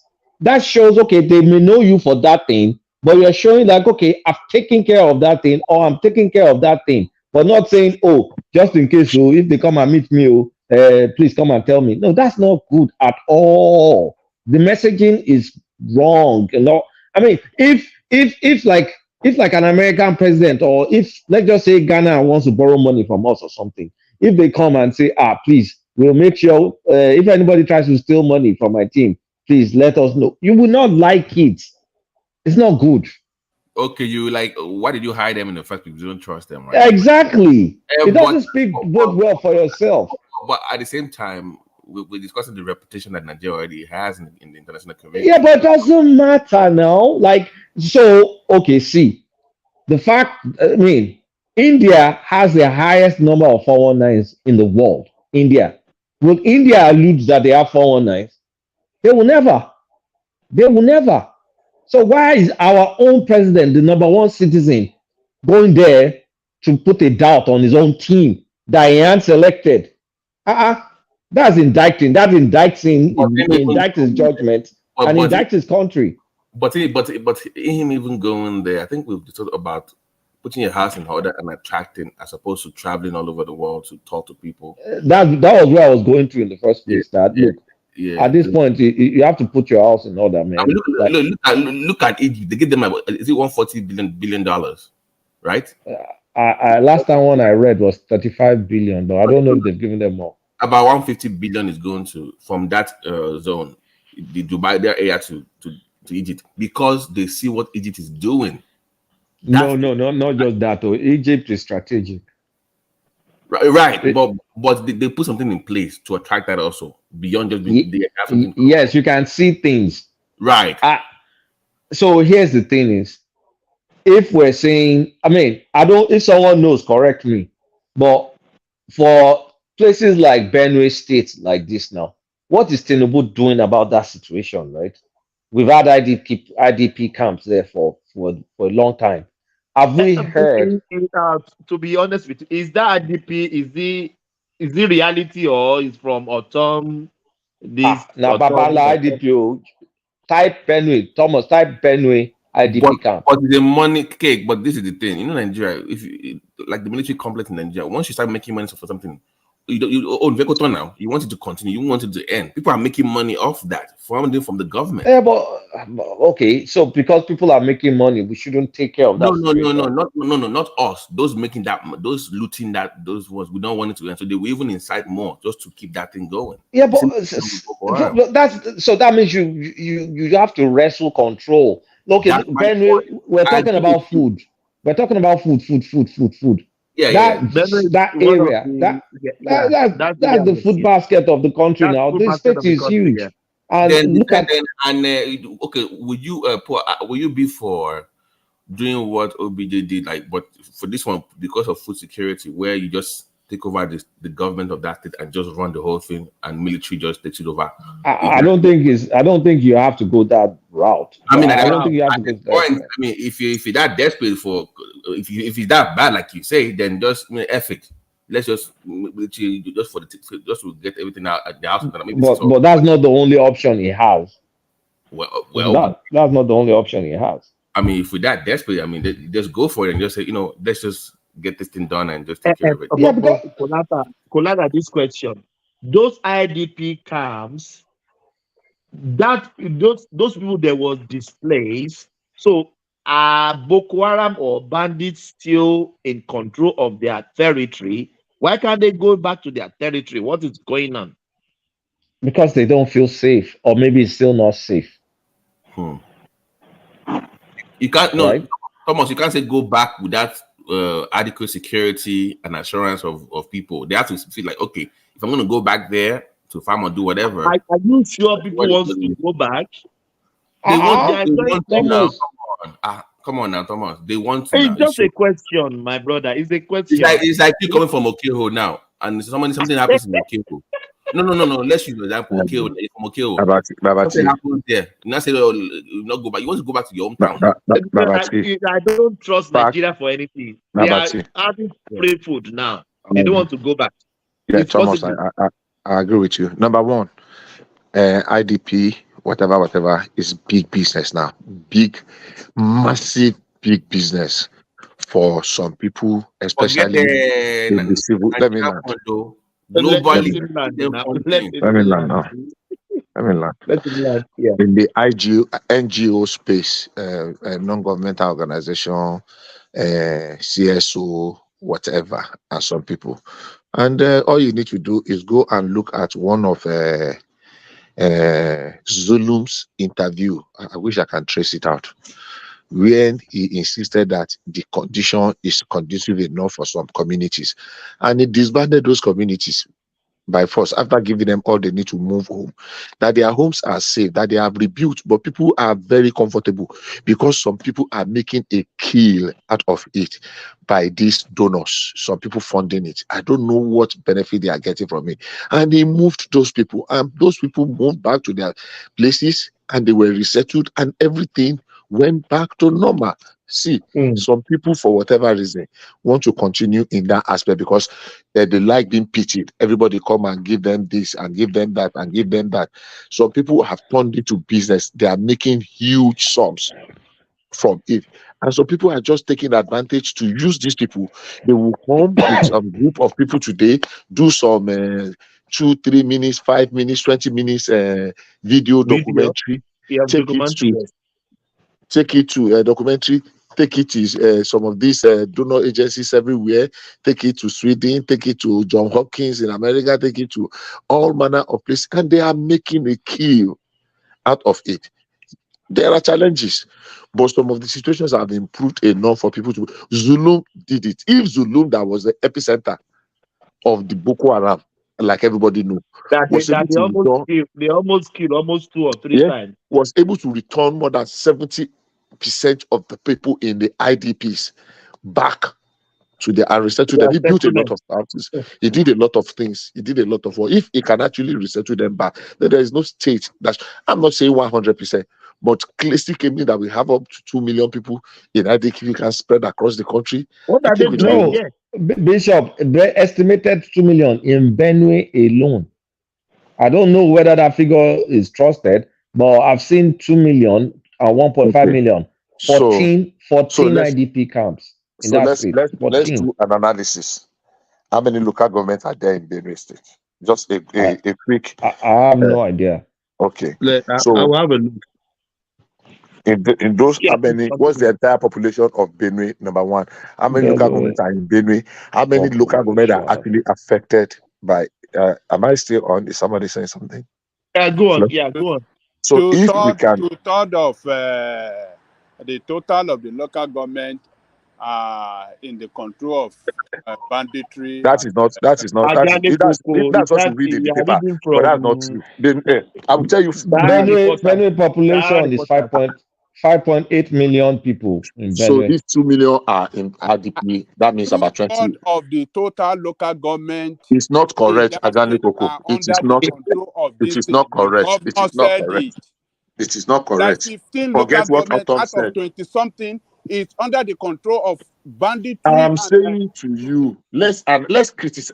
Let's why are we critique it now. denying the fact when No, the we are not governor denying the fact. Oh my God! Now what I are am we asking the defending question. here that some people are making money? Don't let us have an argument. Let us have a conversation. Hold on, guys, hold on. Let us have a conversation. So, hold on. Does that? If you Who have wants to be in the camp? If you have that, comfortable let one voice, figure. please.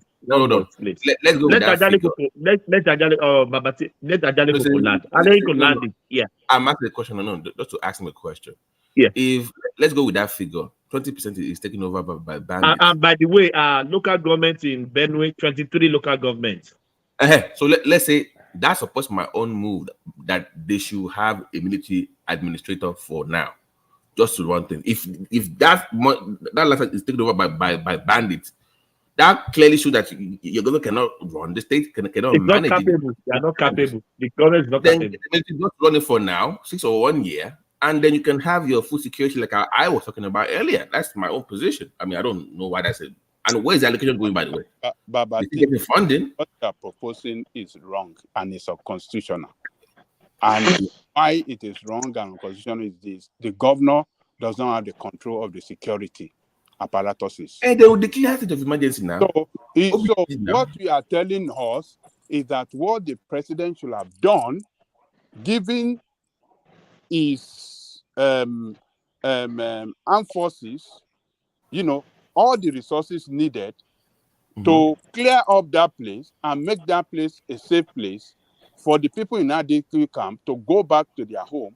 We are saying that it is until when they have the military administrator there that it can be get done.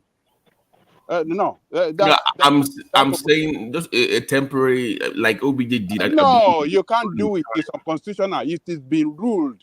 There's Supreme Court ruling to that effect. Against what OBJ did. Yes. I don't remember. Yes. I don't reflect, but that's. Yes, there's Supreme Court ruling against it. It's unconstitutional. You cannot torpedo the mandate of the people.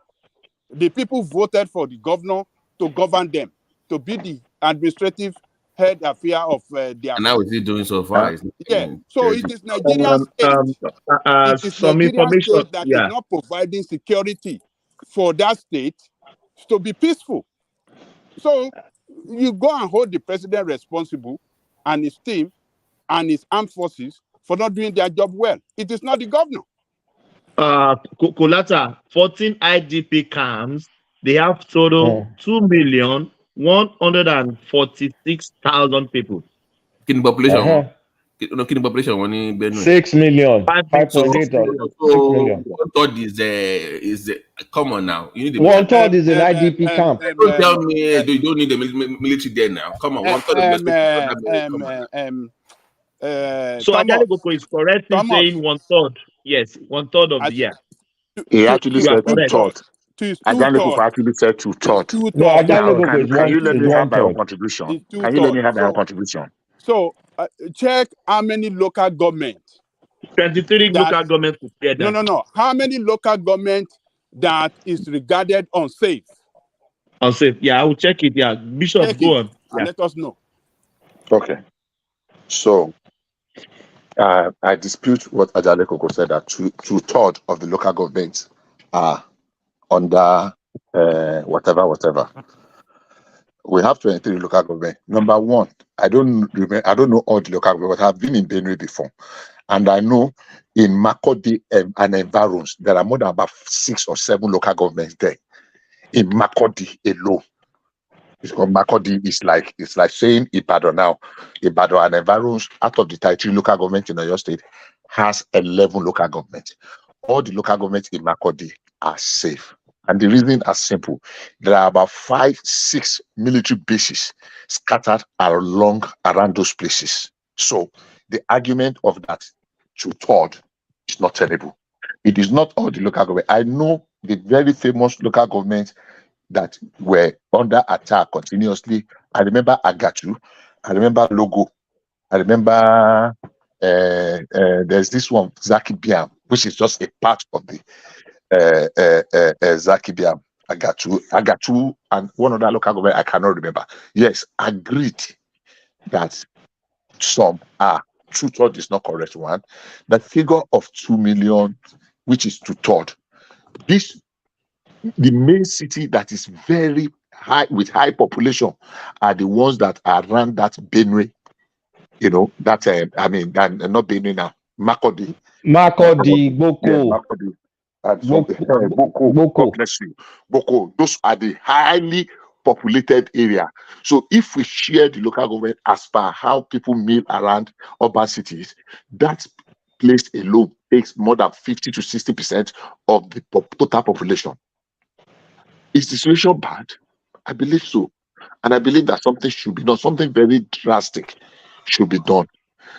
2 million people in those IDP camps, I think an independent person should go and do that something. 1/3 of the total population in IDP camps. You know what it means? So they're lying about the figure. Is that what you are saying? I don't agree. I question that figure. So they're lying about that figure. I'm not calling it out. I said I question that figure. I question it very strongly.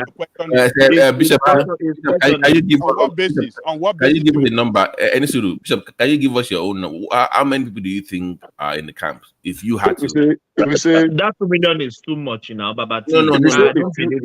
If you say a few hundred thousand to 1 million, maybe 700,000-800,000, maybe 7-6. In fact, honestly, Bishop, let me give you this figure is coming from the official quarters So I why do you don't want to care. say I they don't are care when lying? we bring other figures that come from you doubt it and you condemn it. So I don't care. I'm saying people are making business from It's this. coming From from the this, state. Why do you I want to don't care. disagree with the state? I don't care. People You are don't making care. That business. means you don't Those have the people. facts. Come, you yourself, Here you are keep giving saying, you the hold facts. on, hold You on, are hold on. rejecting When it. it is convenient, Babati, hold on. Babati, hold on. When it is convenient for you, Ajani Koko, It is you not dispute convenient. That is hold what on the now, state let me released. finish. That is for that fact is from the state. It is not convenient for Hold me. on now. It's not When a I matter finish, of let me convenience. land now. You don't know what I'm going to say. Can charge you there now. When it is convenient for you, you say you cannot trust government figures, that they are liars, they are thieves, they are cheats, they are blah blah blah. You condemn them at ease. Give me an Now, instance. me, Give me an instance I when I am said so. subjecting. Give me an Wait, instance. Angelico, you've there said are that too many several instances. times. You've There are said too that many several times, instances now that Angelico. they are liars, that you cannot trust their figures. But Bishop is right. let's just take it very methodically. Now, what I'm saying is this: let us only 2 million. That is some big cities. 2 million alone. Bishop, give me one second. Unwa Chukwu Abi, what do you call yourself in the comment section? The next comment you comment, I will ban you for life. You can't call my panelists stupid. You can do that. You Thomas, can go to Priscilla. no. It's been writing rubbish. You can go to your obedient quarters, your Igbo quarters, Thomas, I and write support rubbish. you. Ban the guy. The guy is a clown. I will ban you. I will Ban him ban for you life. for life. Is that Ban Jude? him. Is it He's a Jude? clown. What do they call yourself? You so stupid human being. I've been seeing your comment. Wachuku, ban him. You can't call my panelists. You can't call them stupid. If you don't want to listen to us, get the hell out of here. Come on now. Thomas, take it easy. We are trying to grow. He's always coming around. He's addicted. Yeah, But he's always coming. Every day he's always here trying to insult people. him. I've read some of his comments. Yeah, we can always disagree without being disagreeable. Anyhow, so I'm back to Ajaneko. Ajaneko, what I'm saying is this: situation is precarious, situation is bad. I'm questioning because fact is this: I have people in Benue, and without any prejudice, not just one or two. Most of them are in. Just one person is in Boko. Most of them are in that axis, Benue. That is the Makodi axis. Otukpo and the rest. So I am saying 2 million plus in those IDP camps is not. It's not. But people are pushing it because they are getting money. They are getting money from donor agencies. And some of them are living very large. If you see if federal government clamp down on those people that are running those NGOs and the kind of benefits they are getting, prison Makufaya.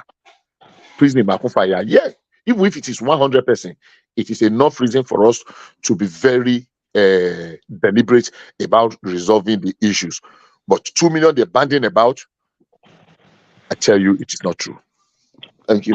Bishop, Thomas, thank you. you can't find your... Ajale, let me read this news. Ajale, you come up here. This is Punch News. This is just yesterday, 4th of August of March 2024. Bandit killed soldier, others in Benue. So there's still attack going on in that place. Yeah, Ajale Koko, coming. So you can't find how many local government that No, is I can't find the So I can't find the local government being attacked. Yeah, under attack. Yeah. No. I'm not saying under attack. That is unsafe. How many Unsafe. local Yeah. Unsafe for human habitation in Benue State. Check it, and then you will know. Yes. So I will do that. Look, there is no entire local government that is unsafe. Some areas, Thomas, can you bring cannot be total local government that is unsafe. Of Benue I don't know if you understand. online? Can we look at the map of the state?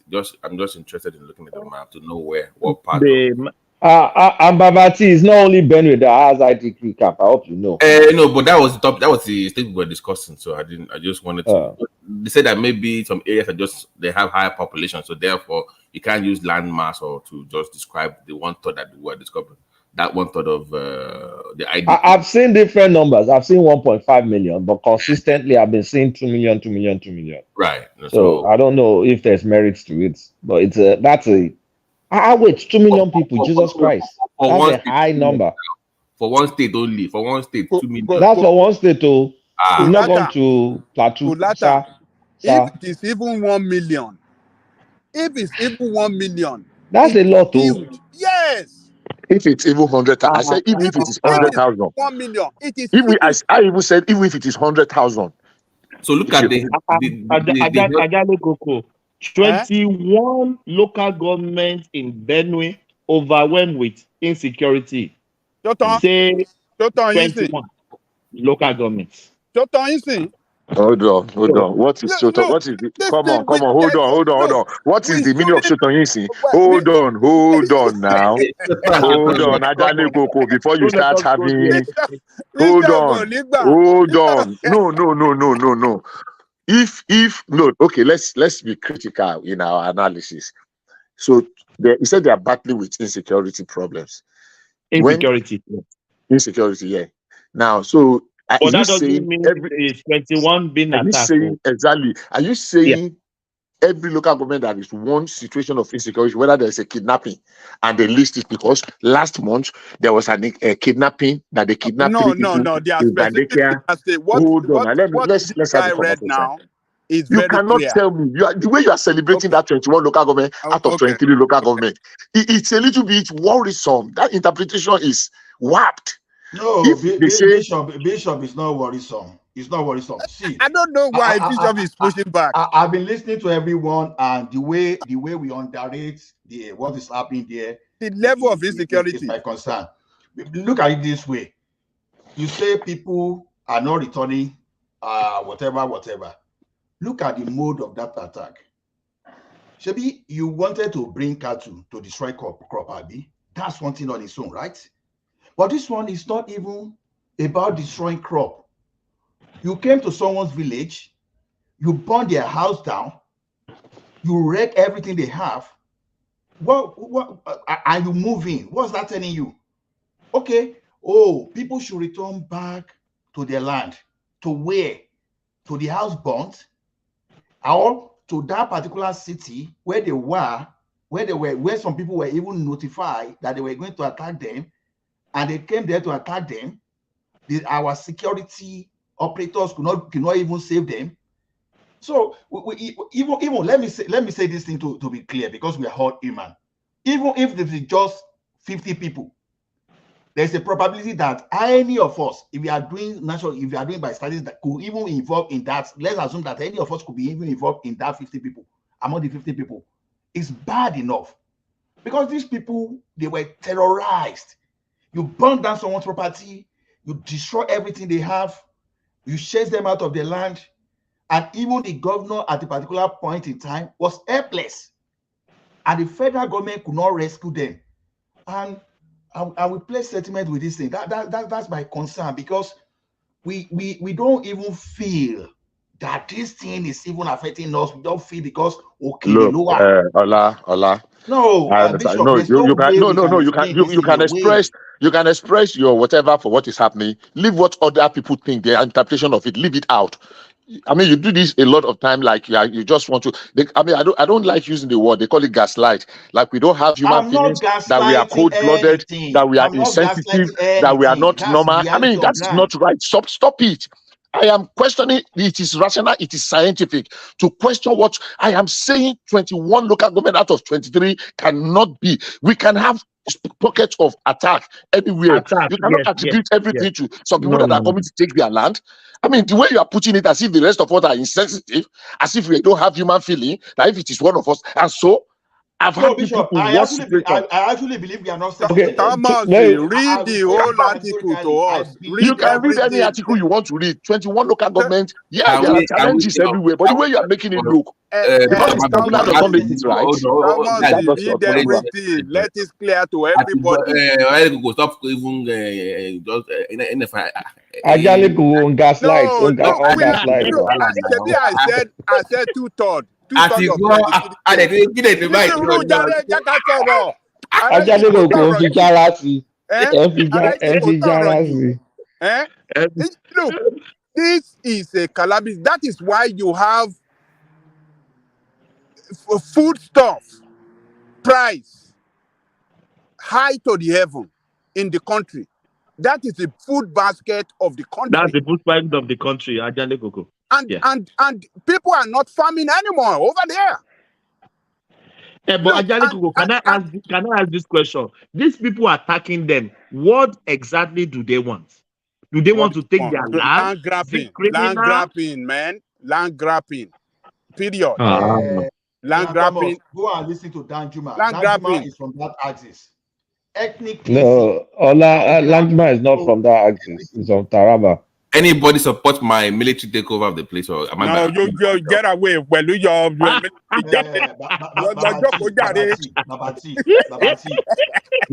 on the platform. Can you keep Babati out of this? Man, no,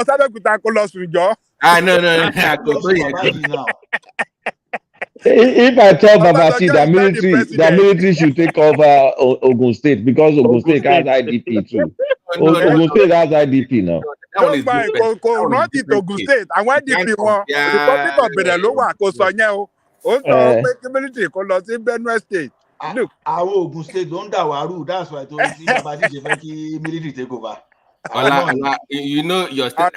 Okay. Don't let me even go there. Let's no, Ajale Koko ẹ̀yin yàtọ̀ ẹ ti dọ́mọ Èkó. Bàbá Babati, àwọn ló ń Dawaru now. Military people báwo. Ola, this anti-Ogun. Can we stay on topic, please? Let's leave Ogun alone. It's a very serious Ajale Koko, this is from Premium Time. They said just read the subheading. Yeah, five out of 23 local government is free from attack from herdsmen. So Tabaso like 19 or 5 minus 13, 23, like 18 thereabouts is still under. Yes, it's still under. 18 is too much. But my question is this: the governor himself said it. The governor. But Ajale Koko, all these displaced people, have they taken over all their lands or a few of their lands? Because 2 million, okay, let's just say anything above 1 million, that's a lot of people. That's like 2 Ileshas. That's like 2 Ileshas now. It's a threat to the country. So, did they take over all their land or just displace them in 1 or 2 places? Because Koyemi, man, that's huge. That was the question Bishop was reiterating. They are remember are people really displaced, or are people running from, or are some people making fortune out of this internal displays? All of them can be true. Who are the people making fortune? Thomas. Yeah. Where are those villages? What are the towns around you? The village you are from Igbo, or where did you say you are I'm from Okeo. Okeo. Now the villages we have Iseyin, we have Shaki. Okay, let's assume you have about 5 villages around you. Yeah. They attack 2. And the 2 is not just ordinary attack. They raised everywhere down. Yes. No, they raised everywhere down. And the government is not doing anything. They came back, they went in again, and they raised another one down again. And they are telling you they are coming for you. Am I going to wait? I'm not going to wait. I'm going to run for my life. No, I'm going to run for my life. You will run. That's just it. They don't have to attack everywhere for them to run. And if you look at our forest, when you move inside those forests, Ola, so that's both Bishop, you will respond. That boils down to what Bishop said. That means is peradventure, not all the villages are raised, but people ran for their life. Can we say that? So back to what Bishop is saying. We can say that. We can say that's what Bishop is saying. That's my understanding of the situation. Yeah, that's what Bishop is saying. Bishop, you can respond now. I think, yeah. Okay, I just want to logically ask some questions again. In Benue State, I can't remember all of them, but I can count about 6 military outposts, military formations, both the army and the air force. I'm not even talking police. I'm not talking other agencies that are not. A few of them are in Makodi, but some other are outside some of these local government. And I can remember more than 6 or 7 higher institutions that are in those places, and they are not closed. They are not closed. They are still operational. those higher institutions. And if there's any place that could be very susceptible to those attacks, I think those higher institutions of learning, whether it is university, whether it is college of education, whether it is polytechnic, where both government universities and private universities, they are still operational. I'm not taking away the fact that an attack could happen in a location in a local government. Yes, that local government can be counted as one of the local government affected, but it is not enough to say that local government has been sacked and people in that local government are in IDPs. Now, I am not insensitive to understand that even if it is just 10 persons that are under this attack, I am saying some people are benefiting. I'm trying to look up on my phone the report I read recently about how some people, they sent some gift of money to one lady that appeared in one of the documentary that they did, and even I think with a phone, just for appearing in one of the documentary that one of these NGOs came to do in one of the localities that are under attack. I'm saying, how can people be benefiting from the agony and misfortune of others? And I still go back to question the rationale of that 2 million people. To keep 2 million people in a location, whether you call it IDP or not, and they are not doing anything. They are scattered around 14 camps. So let's assume that you have about 100 and at least more than 100,000 at every location. More than 100,000. There is no university in Nigeria that has up to 100,000 students. None. None. Even the oldest of the federal university, they don't have 100,000 students. Imagine gather every student in a university that is very populated. So let's even assume that it is just 100,000. But in natural fact, if you share them equally, it's going to amount to about 140 to 150,000. So if you gather 140 and 150,000 in a location you call IDP camp, even if that place is just a university, meanwhile, most of them are just secondary schools. None of them is using the university. They are using primary schools and secondary schools. Some of them are just using makeshift camps. It's bad enough, but I'm more angry about people that have turned this thing to business, that are doing documentary, are doing proposal every day to send to everywhere across the world, and they are getting money. Bishop, you think that they're the one inflating the figures to get more money? It's possible. It's possible. It's possible, Babati. It's possible. It's possible. Kolata, Ajali Koko.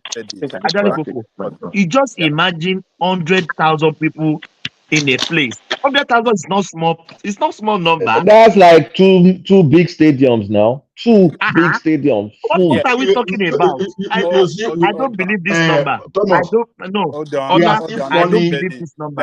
I don't believe this number. Falling for this trap. No. I don't. There is nothing good we should Bishop, find around this. I don't believe this number. 100,000. No, 100,000 people. I mean, Thomas, just joke, Mama, something you don't believe. No, I don't believe. When Otom was there, Otom was crying loud about this problem. That is politics. Otom was saying politics. Hold on. The problem has worsened under the present governor there. Why is he not shouting? People are taking more ground. That's not true. That's not true. Oh, God. Again, no, it has not worsened under the present government. It has worsened under this governor. Well, okay, let's go ahead. I agree with you. The situation has worsened under him. I agree with you. Let's move on. Look, we have this idea of attacking the fact and data, I don't get it, and the denial of Ajali Koko. I question that number. That 2 million, I question it. I question that 2 million. You can question it, but it is very irrational to question the figure that is released by your government agency. It's very irrational. But that is what you do. That is what you do. You always do that. I don't do I never mention instance. You always do that. I will give you one instance. I will give you 2 instances. 3 instances. Let us talk one after the other. When I stood by what is this figure released by this federal government agency that we have 1 30 million Nigerians that are living multi-dimensional poverty. Actually, Kogo's favorite topic. This is the same bishop that was speaking against it. Now, I know. Okay. Will you let me now? Will you let me respond? Will you let me respond? Will you let me respond? Yeah, will you be kind enough? Good. This is the fourth. This is about the fourth time you are making this reference to this issue of 133,000 multidimensional poverty. That you keep repeating the lie. You will not make it true. Remember that word. Please let me answer. Let me answer. Please. Let me respond. Let me respond. Let me respond. Please. Please let me respond. Thomas, please hold on. Let me answer you. Let me answer you. Finish. Let me answer you. This is the fourth time or thereabout. At least I can remember 3 clear times that you're making reference to that your multidimensional poverty claim, and you are quoting me. Let me correct you one more time. My question was not on the 133 million, and I did explain that. If we can backtrace and bring that video, that clip out and play it, I am saying it was the federal government that conducted that to show the level of responsibility of different layers of government. People that don't have access to primary school, people that don't have access to drinking water, people that don't have access to primary health care, people, they are in the local government. It is the level of responsibility. A lot of people, because of the media banditry that we have, completely distorted the message in that thing. It is to share responsibility to people. They call it moderation at different level. People that cannot afford to go to primary health care, that primary health care is some distance, or normally you should have a primary health care within your 5 kilometer radius. But some people have to travel. Some pregnant women have to go. Some primary school children cannot have. Those were the things I was explaining, and you keep distorting. You don't have data to back this. This is your own opinion. No, because that is the problem. Because you did not read that report. You did not read that report. No, it's not my opinion. You did not read that report. 133 million Nigerians. You did not.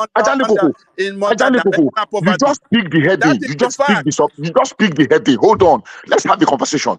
You just pick the heading of that 133 million and you are running it with it. You have not taken time to read that report.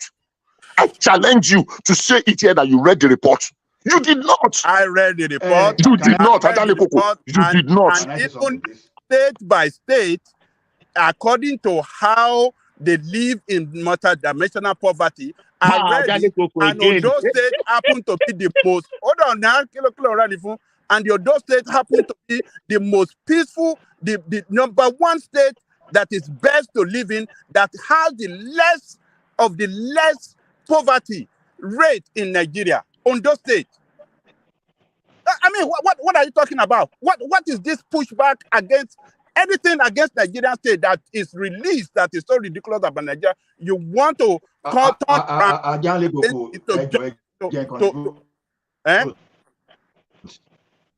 What did you say?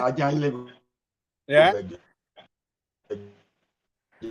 You are breaking, Ola. Kulata, I want to say something. Ola on his own internet over Mama Soro. Ajale Kogo,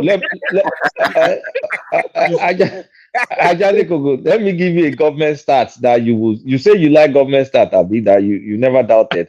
What about the 5% unemployment that government says Nigeria has? Share belief. That's how we are. It's 4.1%. Not actually 5%. It's 4.1%.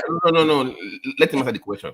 Do you believe 5% of Nigerians are unemployed. Unemployed. Yes. Hold on. Before that 5%, what did you have? 4. No. Before the 5%, what did you have? 4%. Now it was 4%. No. Then they said it went to 5. Before they changed the parameter that gave you that 4%, what did you have? Ajale Koko, is a yes or no answer now? Before they changed the figure, hold on. It's a yes or no question now. Hold on. There's a new parameter methodology. They use methodology.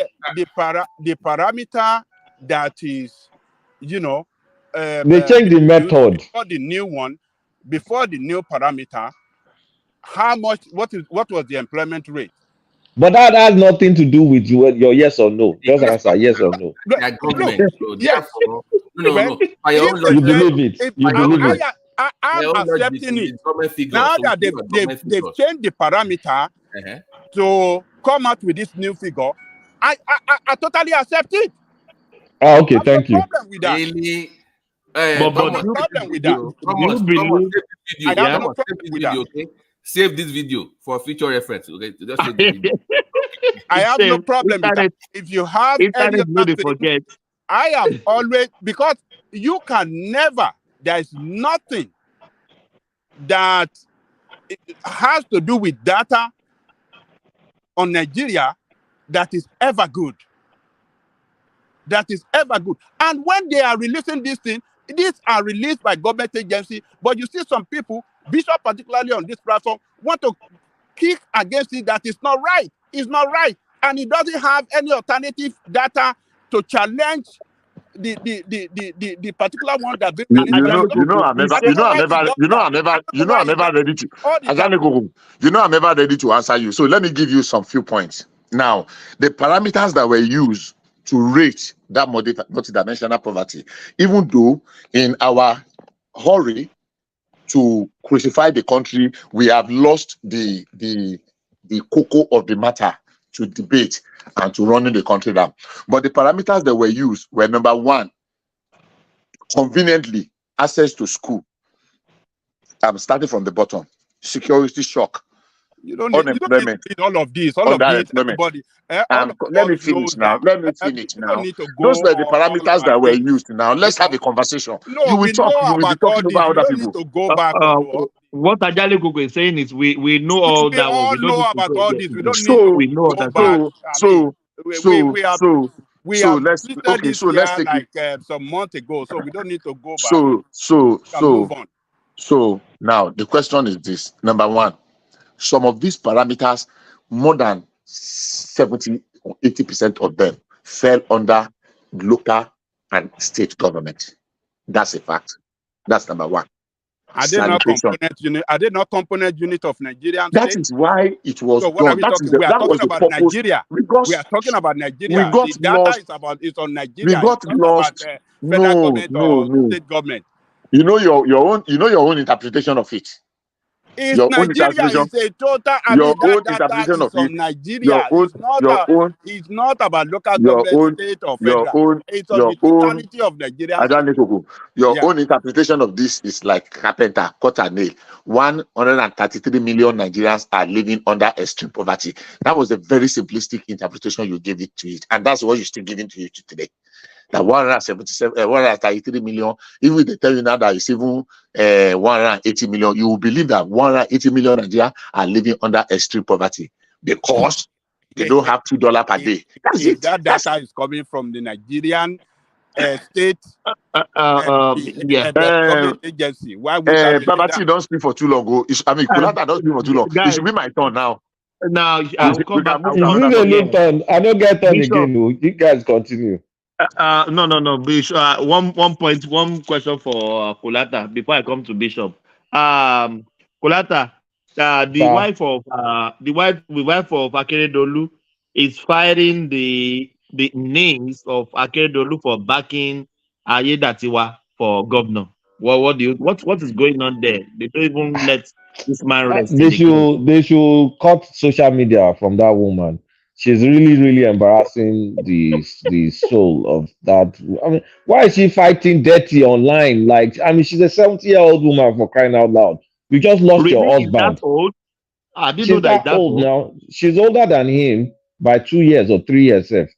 She just lost her husband, and then she's fighting dirty on social media. Even the eulogy she wrote for her husband, it was very. I dare you. You cannot find English to qualify that thing. I mean, that's why I'm struggling. I can't imagine my wife writing that when I'm dead. Like, I'll wake up and come and slap her dead. I'll slap her face out of her head. After the dirty slap, I will go back to my coffee. I read that. I mean, she was saying like, "Oh, you loved me. You were the one." I mean, come on, man. It's your dead husband, for crying out loud. You owe that man almost everything in your life. Like, that woman is an ingrate. That's the only thing I'm going to call her. She's just very ungrateful. I've never seen that kind of. Even our body language when Tinubu came, it was terrible. It was terrible. There's something. She has a chip on her shoulder. No. May God not allow us marry that kind of. Maybe she was good to her husband though, but the kind of. That's another Jezebel. Another Jezebel. And she's still fighting. She's still fighting online till today. For what? The husband will be rolling. The husband will be rolling.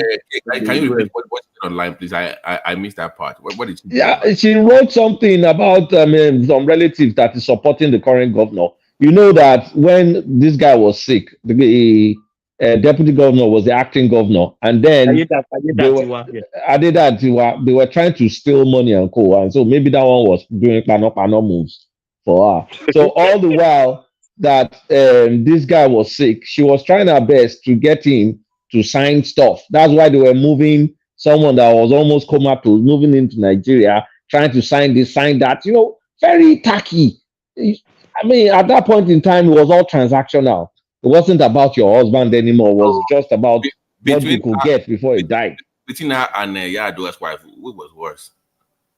I don't know Yadua's wife at all. I don't know anything about her wife. He was also doing the same thing, doing Yadua's trying to get people to sign and to influence the politics. But to the online thing, though, but Kini Gole, I don't know if she wants to run for something or what.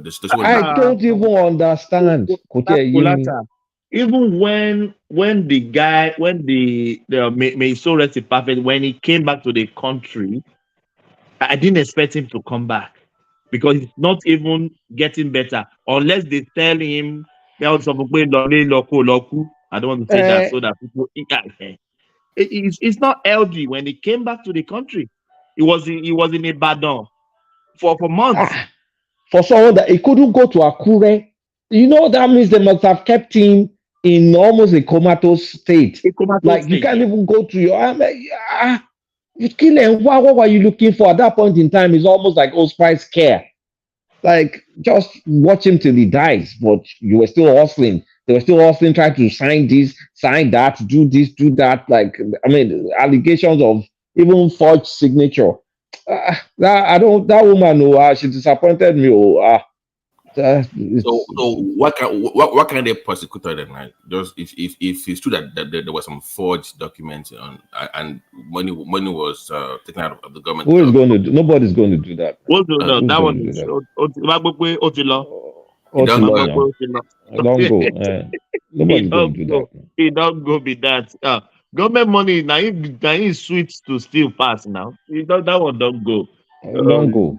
That one don't but go. It's just the fact that she's still making noise even till today, till this blessed day. That's what's annoying me. Yeah, but working the end game of this. That has to be something. That has to be the end game. I don't know her end game again. That's why I'm thinking she's not normal at this point in time. Like even after he lost his husband, he's supposed the to be husband is dead. The new governor is going to be the governor. Like, chill out. I don't understand people. I don't even know. You know, African person and power, right? If it is possible to carry the seat of power into the grave, African person will carry that seat of power into his or her grave. So that's just the way it is. So, but the woman, for example, now she's not seeing herself out of power. She believes that she's still in power, and she still wants to force himself into power. That is all about power. It's not easy to be a former first lady now. All these people, I don't. Then Bona mental first lady. Get over it. Power is transient. Your husband is gone. You're just an ordinary person now. Go and enjoy your life. It should be By the way, can you comment on something? I heard I can't confirm more. She was trying to run for office in her home state. Is that true? Yes, no, that's true. That was long ago. They rejected 2019. How? She wanted to run for senator. Why? They said she should go back to her husband's place now. Is that right now? Why not? But she was still current first lady at the time, right? Yes, okay. Why would you? Why? What? Why not? What do you mean? Why not? You are, It's not because what's it called? When you married into different culture, when you marry the husband, are you not part of the? Why are you cleaning Thomas? Sorry, why you want to go back to your home to go and do that? Yeah, Babati, honestly, I think the dynamics in their relationship. I think she was the boss lady. The alpha lady. She was the lady. alpha. She was the one wearing the pants in the relationship. It shows now. Like it that. shows. It's very obvious. It's very obvious. You can't. I don't doubt that your comment. But let's just leave. And I think the lady should be in Ileopo, mourning the husband. I don't even expect her to be in Come on, man, here for 5 minutes. Actually, Oh, sure. She's already forgotten about it. Before the man went on that last trip that he never came back. That's the truth. You need to read her body language. She was, how can your husband be that sick and you're still fighting some unnecessary bickering and the rest? She was not sober. There was never a sober woman for that woman. So she's already given up and she's already mourned and forgotten about the husband long before the man passed, unfortunately. And she was bickering all over the place. They've not. Yeah, I agree with Bishop anyway. I agree with Bishop. No, the consequences and over time they've gotten over it. So all the single men on the platform. That's just the prayer. That's single men. Single men. Single men. I want you by the wedding certificate, the single men.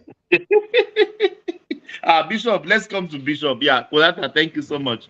Yeah, you are always taking so much time. You are very controversial, Kolata. Everybody like no, Jack can make a point, but no, that's not my controversial. Me might allow come on your sorrow. Anyway, Bishop, continue. Bishop, what do you think about Brother T going to Qatar, signing things around? How many times this guy even stay in Nigeria? He's just traveling everywhere. No, using our players' money. No, well, number one, he has not traveled more than the previous presidents, right from Obasanjo to, of course, Yarada because of his ill health and the rest, to Jonathan, to Buhari, and the important thing is that if we can measure the success, diplomacy is a global thing. We are all in a global village. The ones that even have everything they think they need, they still go out to other places to lobby for influence. Maybe when there is a vote in the global community or in the Committee of Nations, they still go and lobby for one thing or the other. So if sorry for stopping you. When I saw our Prime Minister here, traveling 25 times in 3 months, still lobbying abroad. I said, wow. So we can't make something.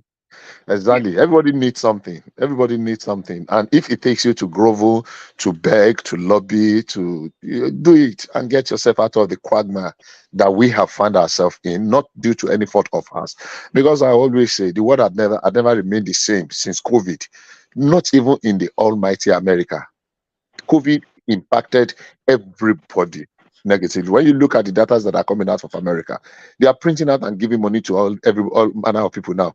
1,400, 6,000. They are actually giving out those money. The reason is that they are making it so that if we look at the ways and means that America have printed in the past 5 years, it's more than every ways and means every other country in the world combined together have printed.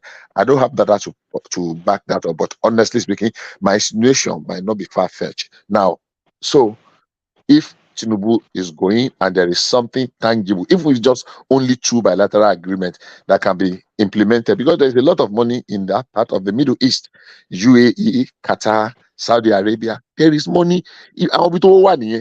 And those people, their money will not come with unnecessary strings attached.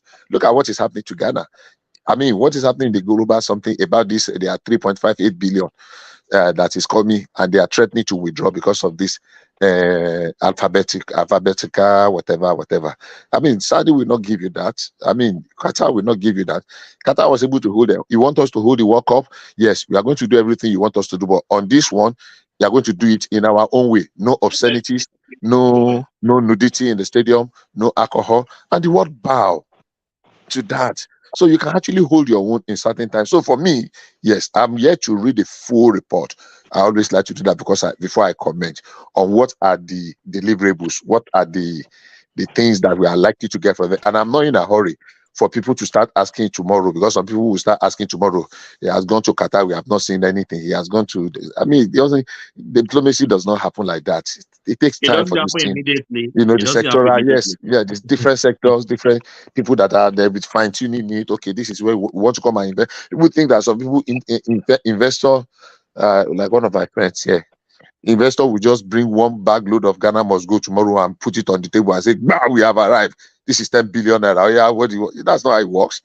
There's a lot of underground work, feasibilities, and regulations, which area, which sector, would that will determine, okay, what are the flip side. So for me, yes, I think it was a good outing. Forget all the negative commentaries by the naysayers. So, but let's wait until we be able to read the detail of the outcome, especially on the bilateral agreements that were signed, and what are the deliverables. So we should be able to criticize. I will criticize if I see a reason to do so, but I won't just criticize just because I want to be seen as a critic. So yeah, thank God, God has brought our president and commander-in-chief back safely. There's a lot at home to come and tackle. Let him come and continue in the work. The good work he's doing, even though many people are not seeing that good work now. Yes, when you want to build something very solid, the foundation has to be very deep and solid, so that it can withstand the test of time. That's exactly what he's doing. So he's still building. I hope it comes out well. So for the Can I add to that? Yes, please go ahead.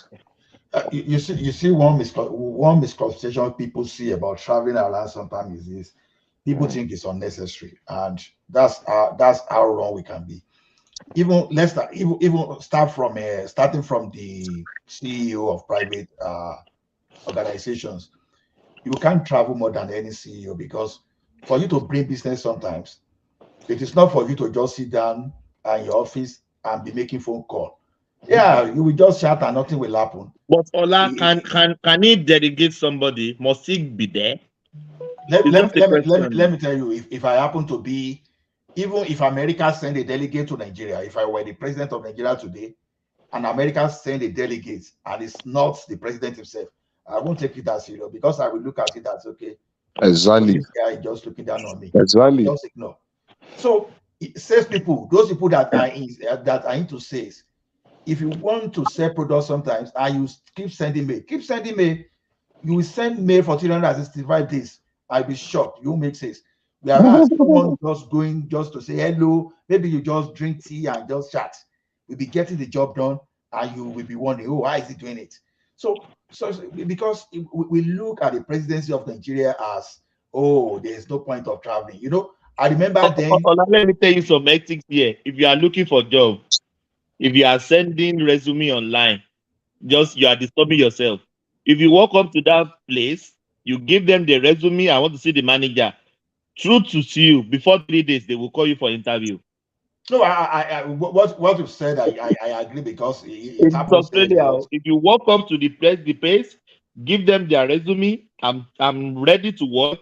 Before 4 or 5 days, they already call you for interview.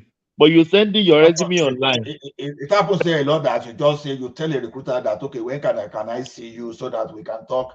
And you even talk to recruiters and you figure out how you are even going to do your resume. And on some, even there, some people immediately they interview there, they know your capacity, they tell you no interview, come and start your work.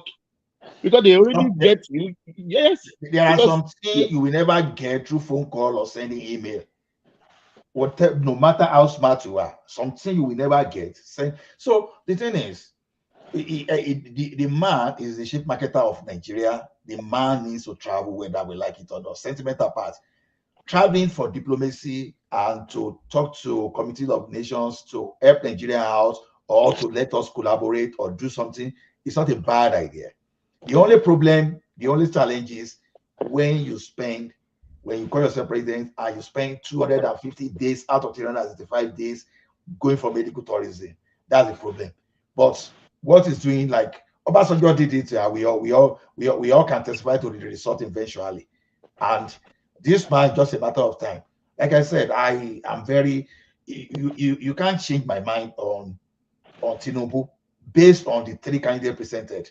It still remain my best choice, and I still believe he's doing the right thing, even though some of those things are the long term. And that is what Ola, get out of the campaign mode. This is not Anyhow, no, it's not campaigning. It's just solo okay. now. Thank you. Okay. Solo. This is not three candidates. We know Nigeria picked what they thought was the best. What I'm trying to say is compared to maybe Obasanjo, do you think he's doing enough and this question also goes to Bishop. Do you think he's doing enough in the domestic front? Especially at this point in time, we're doing a lot of work in our monetary policy, but our fiscal policy, I don't think we're harmonizing our fiscal policy. How long? Tax reform for how long? Increased productivity, farming, all that stuff. Like, are we doing enough when it comes to domestic priorities? That's my question. Okay. Thank you, Ola. Okay, go ahead. You can respond. See, I got your point about fiscal. Fiscal and monetary, they go hands in hand. So it depends on the way you want to look at it. At least we can see Cardoso hustling, right? What's the corresponding fiscal side doing? The money you hand to people is part of fiscal. If you know where it's part of fiscal. How is that money distribution going? It's not going. I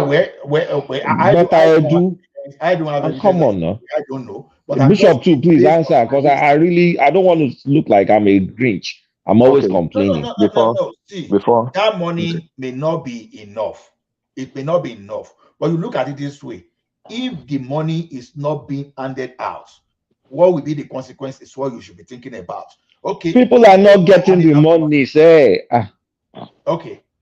Okay. Not adding out. Okay, maybe Bishop should talk. Yeah. But let me ask something. Can I add something? You make me forget what. Okay, go ahead. Who is that? Okay, it's Midwest people. Okay. You see, when you have the question, you also make comparison with Obasanjo.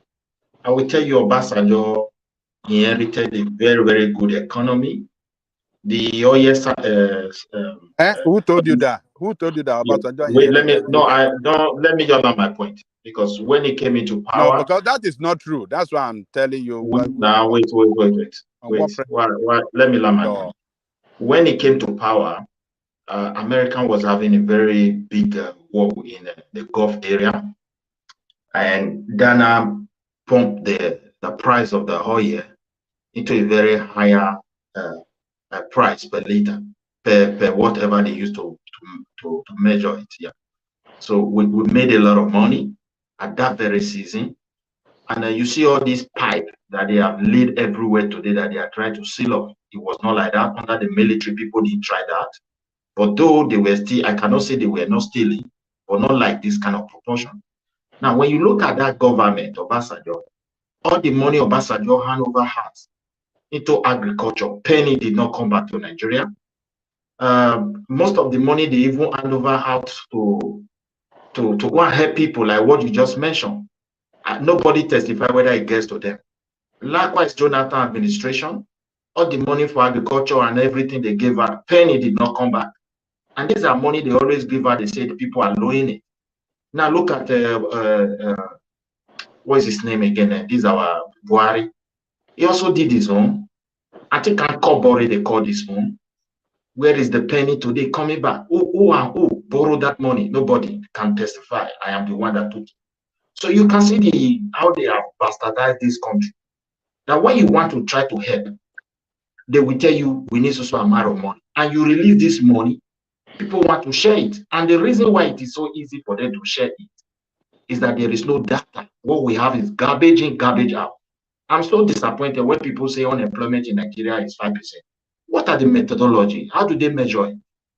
These are the questions we should ask. How do they come to that percentage? I want people to clarify that aspect. Okay, let me start from there. Number one, if you did not question how they arrived at 33%, I don't think you have any whatever to question how they arrived at 5%.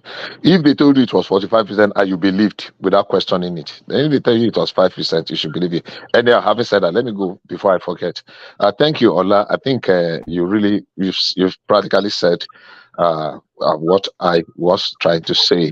The world has become a global village, and you cannot just sit down in your own little corner anywhere you are in the world, no matter how privileged or favored you are, and thinking that everything will just fall on your lap.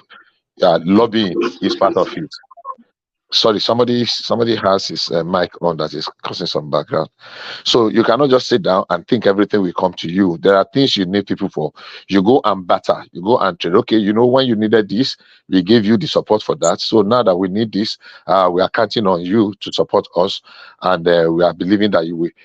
When Obasanjo, I remember there was a joke many years ago during Obasanjo in one of the Council of State meeting that it was Buhari that coughed in the meeting. He just coughed. Go. And Obasanjo pulled his what do you call it? Say, I hope that you have not contacted SARS. It was SARS that was raining there. Anybody remember SARS? That infectious something. What is they call it? SARS no. Yeah, I don't remember that. And NQ whatever that thing that time that came from China before COVID many years ago. I think it's called SARS. That Obasanjo now said that I hope you have not connected, and Buhari responded to him that it's me. I don't have any business with SARS. It is you that keep junketing around the world that can bring SARS. Me, I did not leave my Daura or Kaduna. Anyhow, having said that, there is no how any leader in this present day can sit down and think that everything that he or she needs will come to them. We must lobby, we must beg if we need to be, we must, convince, we must, whatever we need to do, we must do it. And they have gone and done that. We are going to be waiting for the results. I will talk on the issue of the marketing, but quickly on the fiscal and the monetary. Thomas, can you let K back in? I think he got stuck outside or something. Kulata wants to come back in. Go ahead. I thought he was over there. So on the monetary and the fiscal something, it's a delicate balance. It's like somebody walking the ropes. And as they used to say, you need to be adept. You need to be very gifted in the act of reading the room to be able to know where it is going. Because look, sorry for using that language. You would deliberately know that some are being thrown. In fact, you deliberately throw some to the others. But look, let me just rest. You throw some to them. You know the one that you are targeting on the good land, the good seed on the good land. You will deliberately target, but people won't know because when you you are putting your hand into the bucket, into your basket, and you are flinging. When you fling the one that was going to keep some people busy, you know where you are directing it. But when you are directing the real seed that you want to be on the fertile ground, because where we are, we cannot say it is only the fiscal side that we want to face or the monetary side. The monetary side is going to tighten the noose around so many people's neck. And these are very influential people that can topple the apple cart, that can topple the apple cart. People, I don't know how to say that word in English. One misstep can cause them to really spill the bean and destroy. Then the fiscal side, how do we make everybody to come up a little bit to par? It doesn't matter whether they deserve it or they don't deserve it. And that's the question of allegedly Budano policy comes in. Let everybody have a feel or the impact. While we are trying to draw money to squeeze money away, I mean to mop up, that's the right word, to mop up money, excess liquidity in the economy. At the same time, people that you need to give to some people, think, why are you taking with the right hand and you are dishing out with left hand? Because that's the only way to balance it. Now, the distribution is not well enough. To some extent, all the state governments that are giving, because the civil service, it is government that's the biggest spender in the economy. Government is giving 35,000 to each worker until they begin implement the new minimum wage. State government, I believe, is doing the same thing. Some governors, some states gave their workers 100,000 bonus. I remember Rivers did that one, even though they should have split it to like 4 months, at least 25,000. But because of the something that politicking he gave, so balancing it is a little bit difficult, but it is not impossible. And if we want to be very sincere with ourselves, it's a journey that is a journey. I would say it's a marathon, not a sprint. It's not a journey that you can just say, I'll start it today and I'll finish it tomorrow. When people say, oh, what's the timeline to this thing? Look, I did say something last week when we were having this conversation. I think it was between me and Jajalikoko, that the federal government empowered 100,000 farmers and they monitored them. They gave them every input, and they are looking at them producing 500,000 metric tons of food. 500,000 metric tons of food in 6 months is a very ambitious plan. But from the trailers I'm getting, they are nearing there because harvest will just be in another 2 or 3 months' time. So, by your own estimation, what can they like? Can they reach that number or close to it? The 500,000. Yeah, can they? If they hit 300,000, that's a huge pass mark. If they can give us 300,000 metric tons of grains, and so far, sorry, Bishop, prior, what were the figures for the previous year? Let me ask Bishop a question. No. Let him clarify, please. Hold on. The previous year. What were the numbers? No, the figures. Okay, now the figures of the previous year were not government business. This one was a completely new initiative. It does not take away what farmers were farming before. This was a complete new initiative. Yeah, what government, like for example, you as a farmer, you have a farm that is producing 10,000 metric tons or 5,000 or 2,000. Right. But we want to upscale you to doing 15. We are not counting your 10 that you are doing before. We are counting the 5 we are asking you to do. Now, Yeah, but like 100,000. I'm saying that the one that the farmers were doing before, obviously, I want to believe that they were tracking those figures. But no, you are asking me for our crop output. I will not be able to give you all the grains together. I can give you specific. I can give you for rice, for the maize, for millet. But I have an idea. So that 500,000 is that is what we need in Nigeria. Or what is our consumption for? Is it 500,000 or 300,000? What do we need? Altogether for our grain for self-sufficiency. 500,000. Okay, let me tell you, 500,000. If it is in maize, our industry, our poultry and agricultural industry will finish it. So how much do we need? Like for that's what I'm saying now. It's way more than that, but it is going to move the needle very well. That 500,000 because it's a stopgap thing. If we cannot continue to sustain it for our productivity, but our grain production is high before. It's really high. It might not be enough. A lot of it are going up. Nobody's complaining that people cannot sell their grains outside of the country, but it's a million. Look at our rice production from where it came from to where it got to. I mean, I don't want to put figures because I don't want to be quoted wrongly, but I have an idea of what the figures are. Anybody can cross-check our rice production over the past 5 years and other grains. It's very easy.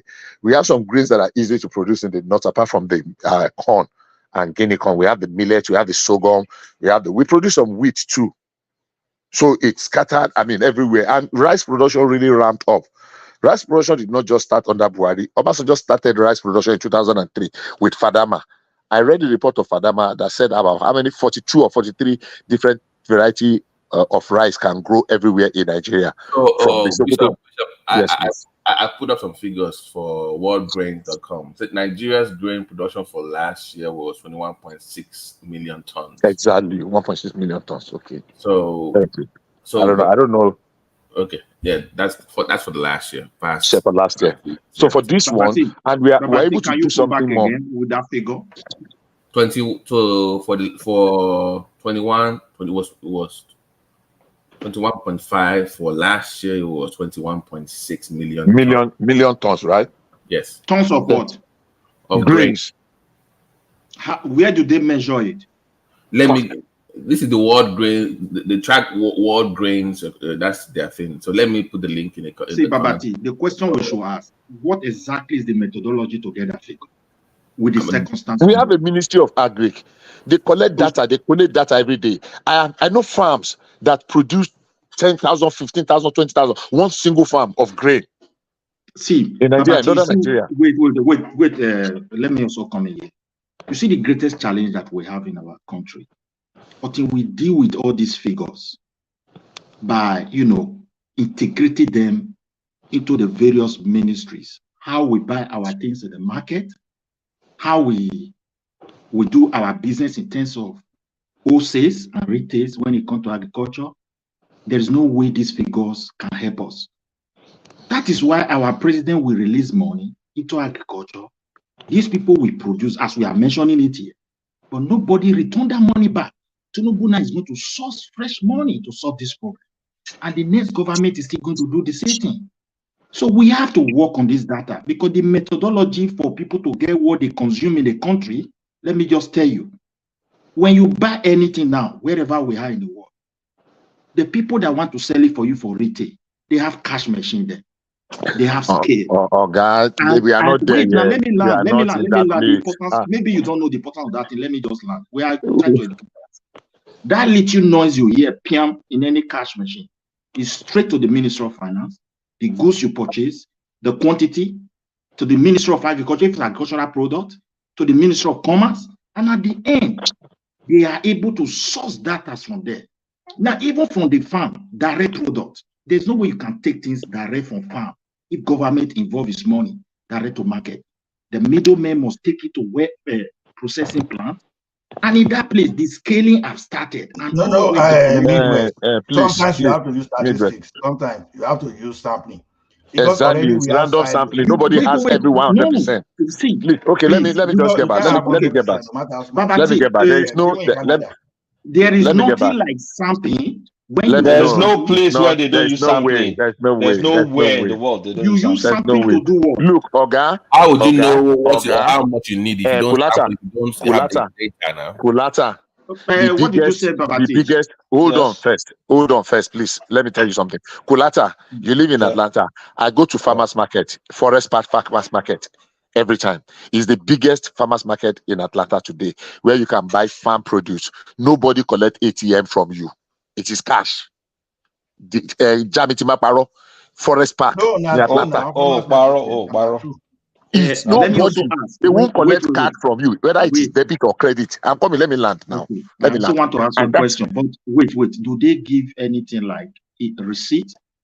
receipt for where? No receipt, nothing. You just buy your thing, you put that for your boot. They don't collect that is card. why I don't think our country will move forward if we're going to copy America. No, I'm not saying it's not everything that is cast in some kind of rigidity, some kind of for our own. We are moving forward. The important thing is that look, they used one form of data. They used one form of data. He has been doing it. We have to change. We have to work on They our used system. one form of data. They used one form of data to arrive at that figure of grain production. Let's not argue with Bishop on this. Okay, Bishop, this is my point I was trying to make earlier. So the last two figures I quoted for you, that 1.1 and 1.6, that was a 42% increase from the previous years. So something happened within the last 3 years. Yes. To have us jump that high, 42% within 2 or 3 years. Yes. So I don't know what else we can do to move. Maybe it's government.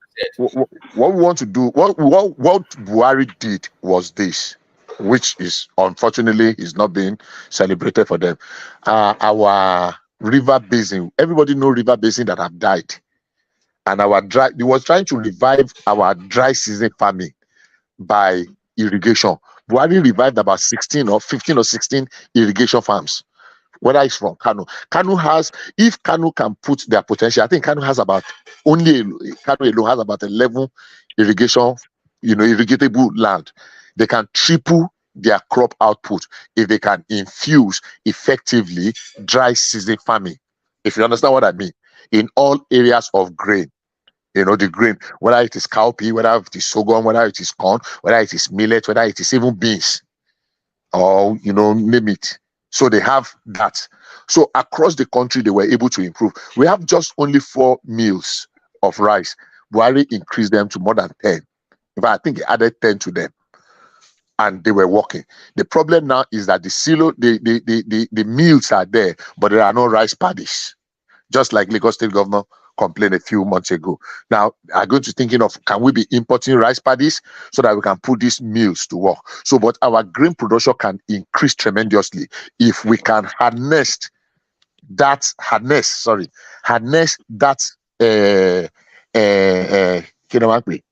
seize that opportunity of going into full dry season farming. What is dry season farming? In the north, presently, they only farm once. That period of time that they have rain. But if we can put all our irrigations to work and our river basins, I mean, and people here should know Ogwoshu, Hadejia Jamari, Owena, Bini Owena. All those are river basins that were developed back in the days. There was one in rivers. Ogunpa River Basin. So all those. Say that again. Hola.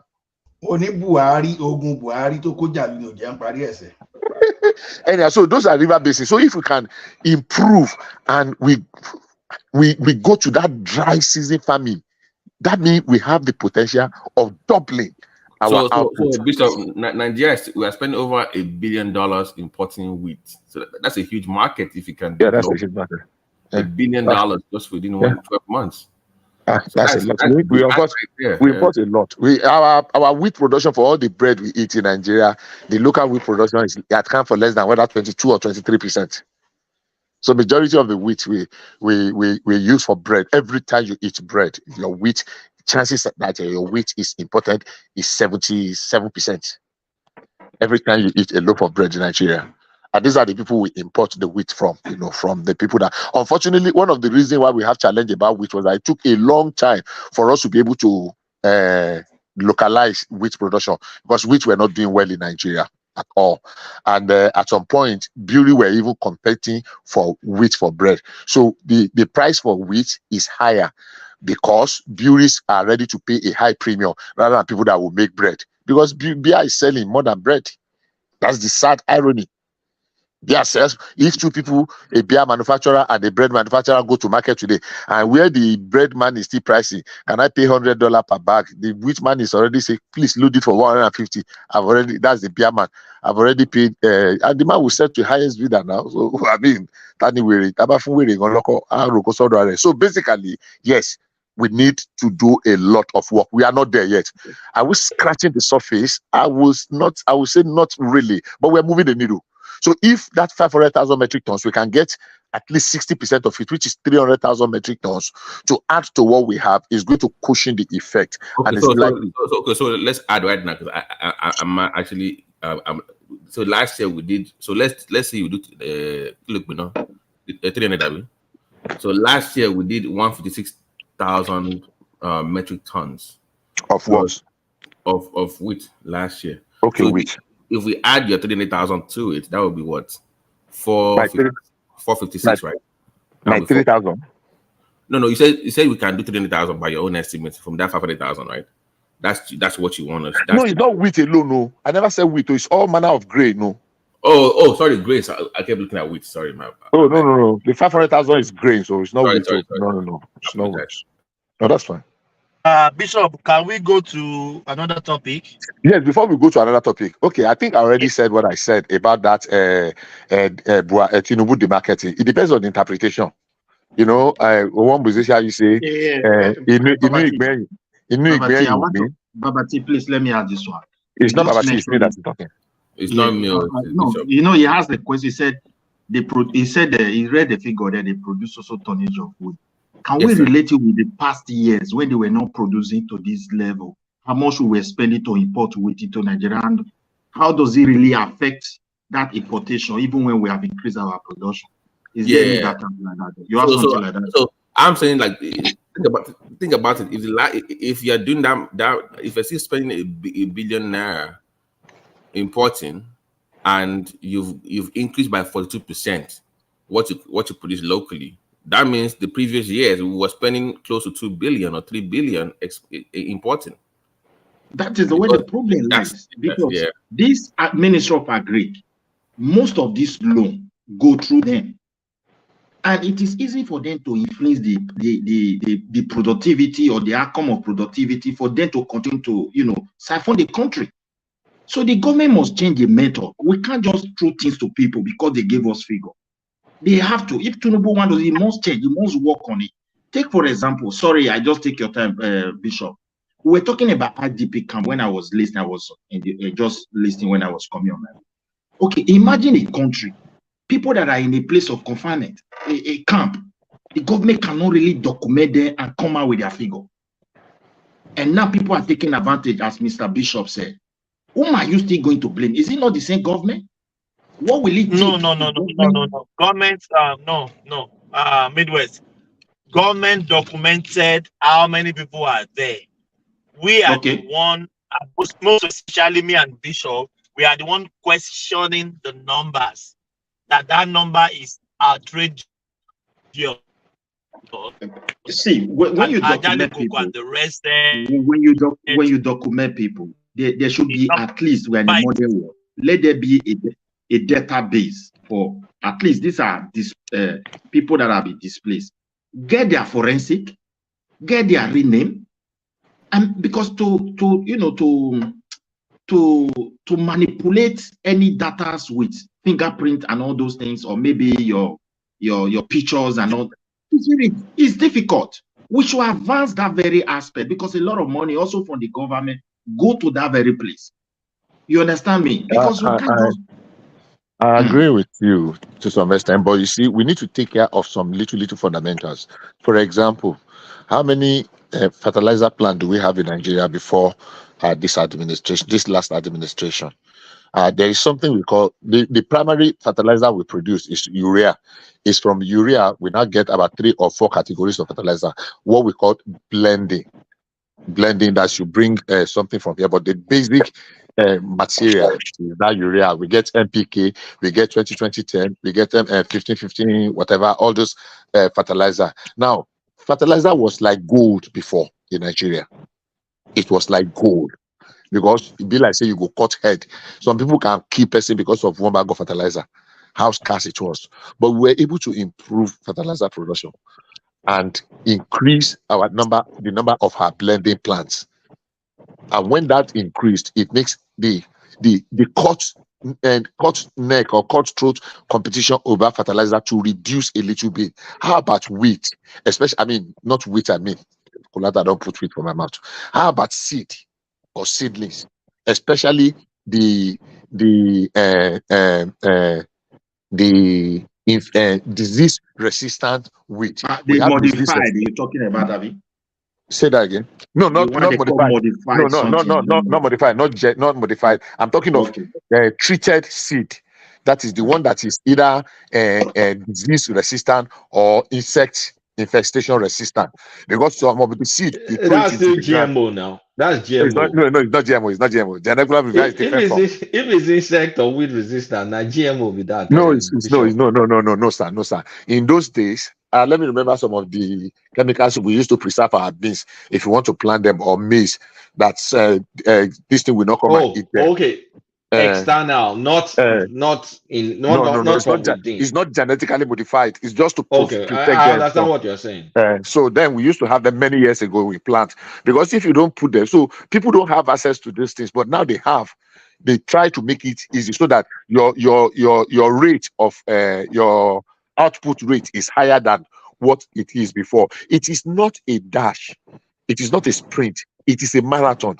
If we are consistent in doing it, we will not get to the area that Midwest was recommending, that we should be able to track. But nowhere in the world. I used the market I'm very popular and very frequently with in Atlanta. They call it Farmers Market. It's in Forest Park, in one of the counties near, very close to Atlanta downtown.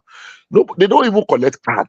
That's the irony of it. If you get there and you don't buy everything finished, you realize that the customer that you have been selling something for 1 year, he will not even allow you to do transfer for Amo. He will tell you to go and bring cash. But that place, is it the local people that used to sell or real mechanized farmers? It's a state-owned farm. State-owned. It's not city. It's state. It is state-controlled. I've been there more than, a dozen times? Hundreds of times. The farmers are the ones selling their product there. Farmers bring their product there in bulk. Like here in Sweden, we go to bush to harvest some. If you want to buy this one. No, you cannot even see. You cannot even go to the wood. Let me tell you some example. If you want corn, the owner will just be there, a little place with cash machine. No, You this see one the is way not. they do their own. Maybe they might have faced this similar problem, and they have to really be tough on it. I don't know, across Europe, European Union subsidized food. Maybe these are some of the recommendations to follow up because it's a union. But even when you go there, you just plug this corn. These are small scale farm. To your quantity you want, there is a scale that they put it. They put the price that you can pay online because we don't normally take cash here again. If you want someone to pay cash, the person can take. The only farm I have seen them do that one. It's like a city in America now. 10 million people you want compared to. No. In fact, Forget about population. The only place. Population aside, if you give them, for example, the chance I'm only dragging you. I'm only they will dragging do it for you perfectly. This when it comes to now, agriculture, let me quickly correct you. When it comes to agriculture in Europe, it's European something. So it's not even a country on. So to put different countries together and subsidize agriculture, you should know the volume of work. It's not easy. So with the kind of incentives that is going into grain production, if the government can really face, at least that is one area that if we can sustain the plan that have been going on over the past 2 years, we will get there and increase this dry farming production, dry season farming. I'm very passionate about it. I want to see it work. I live in the north, and even without the dry season farming, without irrigation, if you go to some of their tomato farm, there is a time in the north, in Maiduguri axis, if you go and buy tomato, it will be as if they are dashing you for free.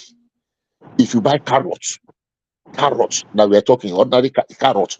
If you see how they are loading carrots, if you see trailers, those they are short trucks in their hundreds, for how much? So if we can put incentive, I was shocked then that why can't Dangote have his juice? That time he was trying to set up Fullman, his fruit juice industry in either Benue or the north, because the amount of oranges that get perished, not only in that place, So carrot juice, orange, mango, name it in that axis. So if we can get it right, especially in the grain, because grain is the immediate food, whether it is sorghum, whether it is cowpea, whether it is corn, whether it is millet, whether it is wheat, whether it is, name it, all those grains. If we can get it right, and if you see what Olam, with the help of what's our friend in Kaduna, our little friend, the former governor, El-Rufai. If you see what El-Rufai did for Olam, and I'm sure many of you read about this lady, Mira, that does tomato juice now. And if a foreigner can come and have that level of success, until today, her farm is doing well. She has farm in Kaduna, she has farm in Jos. She has never had any issue, and her farm is doing well. She has, and this on a boy, Sedeke, this Niger Delta boy, that's somewhere in Nasarawa now. What's his name now? Sedeke or Sekede. Where is she? And this farm is doing well, and it lives in a community, and there are hundreds of people there. And when people just paint the negative, I say, is it not the same Nigeria that Olam is operating? Is it not the only Nigeria in the same Nigeria that Mera, the one that has tomato juice, is operating? It's not the same Nigeria that one is operating. So what happened to small peasant farmers that we're now saying that everybody is not farming again? But that's another topic. That's politics part of it. On the food production part of it, we are not there. We still have a long way to go, but we are moving very slowly. I want to believe that we can get it right. Then to what I was going to say when I referenced Midwest people, look, I'm not saying that your ideas are wrong. I'm not saying so. Don't misquote me. I am saying those ideas will come at the appropriate time. Trying to enforce those things now when our production have not even gotten to the optimal, it's like putting the cart before the horse. If those things are not going to increase our production, it's just going to be able to track record. The important thing is that, look, show there is the food, and is the food there first. When people start producing and they can now measure their, we put in place parameters to measure their output to be able to get benefit. If government wants to give some, there was something that happened during COVID at a farm here. If farm got more than $14 million because they lost whatever, because of some issues of associated with the COVID. A farm, it was a family-owned farm. They got more than $40 million. Where? In the US. Because you know why? You have to check their record for last year. That's what I'm saying. That's what I'm saying. But we are not there. I'm saying that we can get there. It is a place ultimately we must get. But for now, we appear like we are trying to put the cart before the horse. So I think Thomas, let's see. Do you have any other one of the topics? Another topic, yeah. Eléyìí of a promise, you know Eléyìí now. Yes, Dapo, He Uncle promised Dapo. he committed to reposition the growth in Abeokuta. Is this guy talking rubbish or No, you see, Abeokuta, unfortunately, we have not gotten it right in Abeokuta. I remember many years ago, I got a No, job in he Abeokuta. promised to do what? Because Babati that is speaking about it now. Let me- reposition Reposition. growth. And the Ogun State growth. ìlú tó dàbí ghetto yẹn. That's the problem I have. When I first went to Abeokuta in those days, eventually I used to go to Abeokuta to go and attend Jeans Carnival in Ogunpoli, Ojere, just to go and have fun with the boys there. But the first time I first went to Abeokuta many years ago, I ran back. How can I leave a whole Ibadan, come and live in this Ahiri? That was what Abeokuta really looked like. ẹ̀yin náà bá ti máa gbádà ẹ̀ bá ti máa gbébọn nísìnyí. And ṣáwọn ará Abeokuta. lóòótọ́ bá lo òjèrè ni ẹ̀ ti máa gbébọn ẹ̀ ti máa gbébọn. àwọn ọmọ wa lọ́wọ́ òjèrè godfather làwọn lójèrè so. wàá ti fà yíwọ̀ kan nú ẹ̀. ọwọ́ mi rèé funfun nẹ́nẹ́. bóyá ẹ ti wà bẹ̀ kan tẹ́ ẹ̀ lẹ́kẹ̀ já mọ́. èmi kẹ ọ̀rẹ́ mi ló òjèrè mo kàn máa lọ ṣe fàájì bẹ́ẹ̀ ni kí ló pẹ́ kólóbá àtàwọn ẹ̀bọ̀ bí mo bí mi mẹ́tò sọ̀rọ̀ ṣọ́lá ló sọ̀rọ̀ ọlá jọgọjọgọ ìgbà olódùmarè ìbà Elédùmarè ọwọ́ mi rè lókè o. ẹni àṣà ìbà ọlọ́run ọba o. ìbà Elédùmarè ọ̀rẹ́ mi kọ́ nìyẹn alábàámájọba ẹjẹ àṣà jẹ ká lọ síwájú ká má lọ máa bẹ spíkà jù. So as I was saying, Abeokuta should have been greater than what it is. The collaboration between Abeokuta and Lagos should have started like 3 decades ago. And they are from the same party. They are from the same party. It does not even matter. And development can be, it doesn't matter. You don't need to see eye to eye. You can work hand to hand if it is mutually beneficial to everybody. So Abeokuta has lost it a great deal. I don't know when they're going to wake up to take advantage of their closeness. Look at the vast of land between Lagos and Ibadan Expressway. Yeah, the governor of Lagos State said they are trying to collaborate to develop that corridor. That corridor alone, except for our churches in the long babe. Kí ló kàn mí pẹ̀lú church. Man, lé gbogbo church wọgbó. Man, lé wọn wọgbó. Let the rail between Lagos and Ibadan, and that express road and that other road from Ikorodu that goes to Ijebu, you can do a whole lot. That is a whole industrial location that is just sitting down idle. Just sitting down idle. Completely. If you want to dredge, if you want to come with water away from Ijede or from what do they call this place? What do they call this place? To enter the back of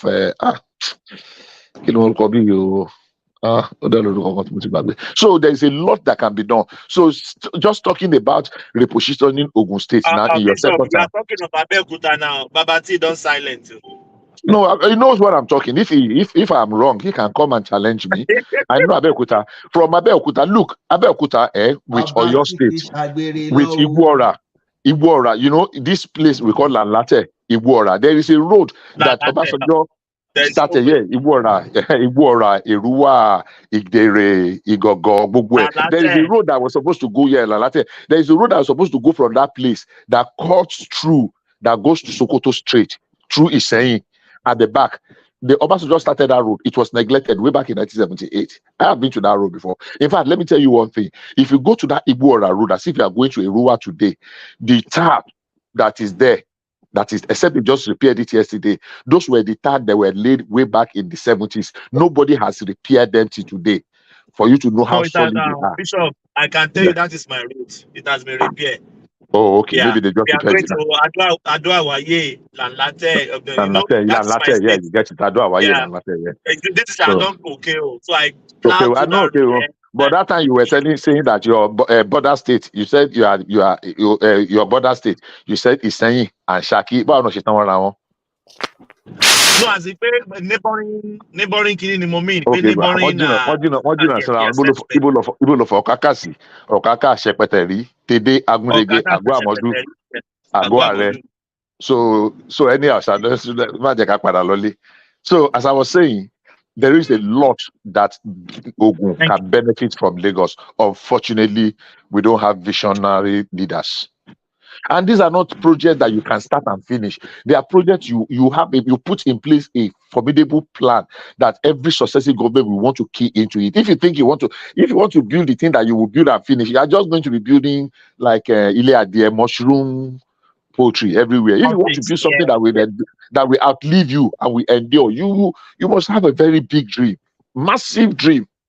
So that's my thinking. So kudos to him if he's very serious and sincere about it, but not just this going to be lobbying and be looking for unnecessary award with you monodoko ranuko sifa award ranu brother ni latogun babati mabinu mo pe eyan loba meje Baba ti quiet. àwọn lọ́ba méje oníwọ̀fà mẹ́fà. So you were just interjecting about the wife of Akeredolu. Give us your full details about here. Yeah, my it should be our number statement to say that her conduct is unbecoming of an elder state woman, the wife of a governor, a 70-something-year-old person, learned, educated, and somebody that said that she was a cancer survivor or something. There's something she was saying that time. I think she will have seen the other side of life. Her utterances are very unbecoming, and I don't know why she so much disrespect her husband. I think the husband must be from the very different perspective. Now I'm seeing the husband as a hero now, as a great man. So I've been able to manage the excesses of the wife such that everything was shrouded in a kind of a covered up. I think the man really tried, because the excesses of the woman is legendary. That woman is not really different from most women. Okay. It's not really different from most women. In my opinion, it's not really different. Ola, I beg your pardon. Bishop, can you hear me? Good evening. Yes, sir. Baba. Yeah, good evening. Yeah. I've been Uncle àwọn ancestor kun show ìlàlẹ̀. I've been trying to get it, but my mic was messing me up. Bishop, don't you think that maybe because of cultural value or cultural differences, that's why she was, just behaving that way? You remember the outgoing governor of Anambra? What is his name? This is Matt Omborai. What's his name? Obiano.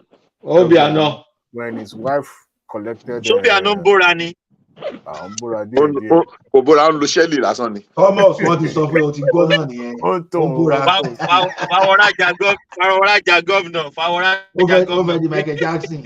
When his wife collected slap for Mujuku's wife. So I mean, we can imagine somebody in such a high position behaving badly like that. So do you think it has to do with cultural background or stuff like that? Because I don't know if anybody is it Tinubu that will behave in such a way in the public, or somebody from even what is it called, the current governor of Imo State, Mr. Yoyo, for goodness, even his wife that is as young would not behave that way. So I'm beginning to maybe it's just a cultural value difference that's making her to be behaving that way. So when you say culture, is it because she's Igbo? It doesn't. I'm about me Igbo. I'm about I didn't say that though.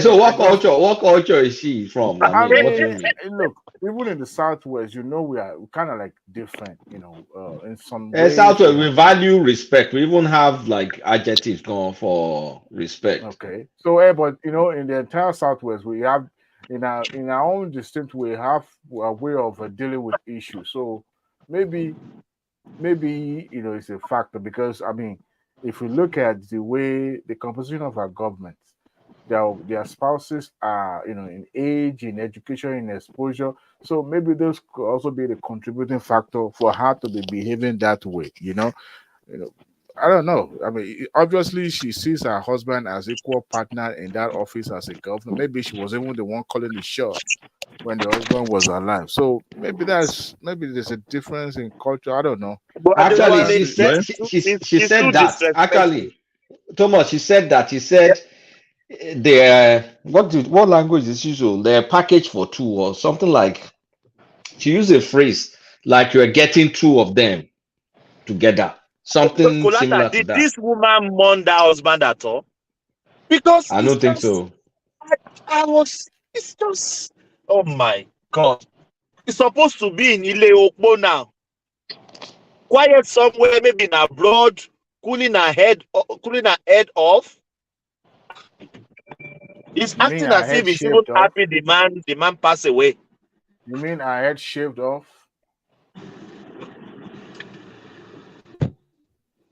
Not necessarily. Not necessarily. Not necessarily. Not necessarily to shave her head off, but at least um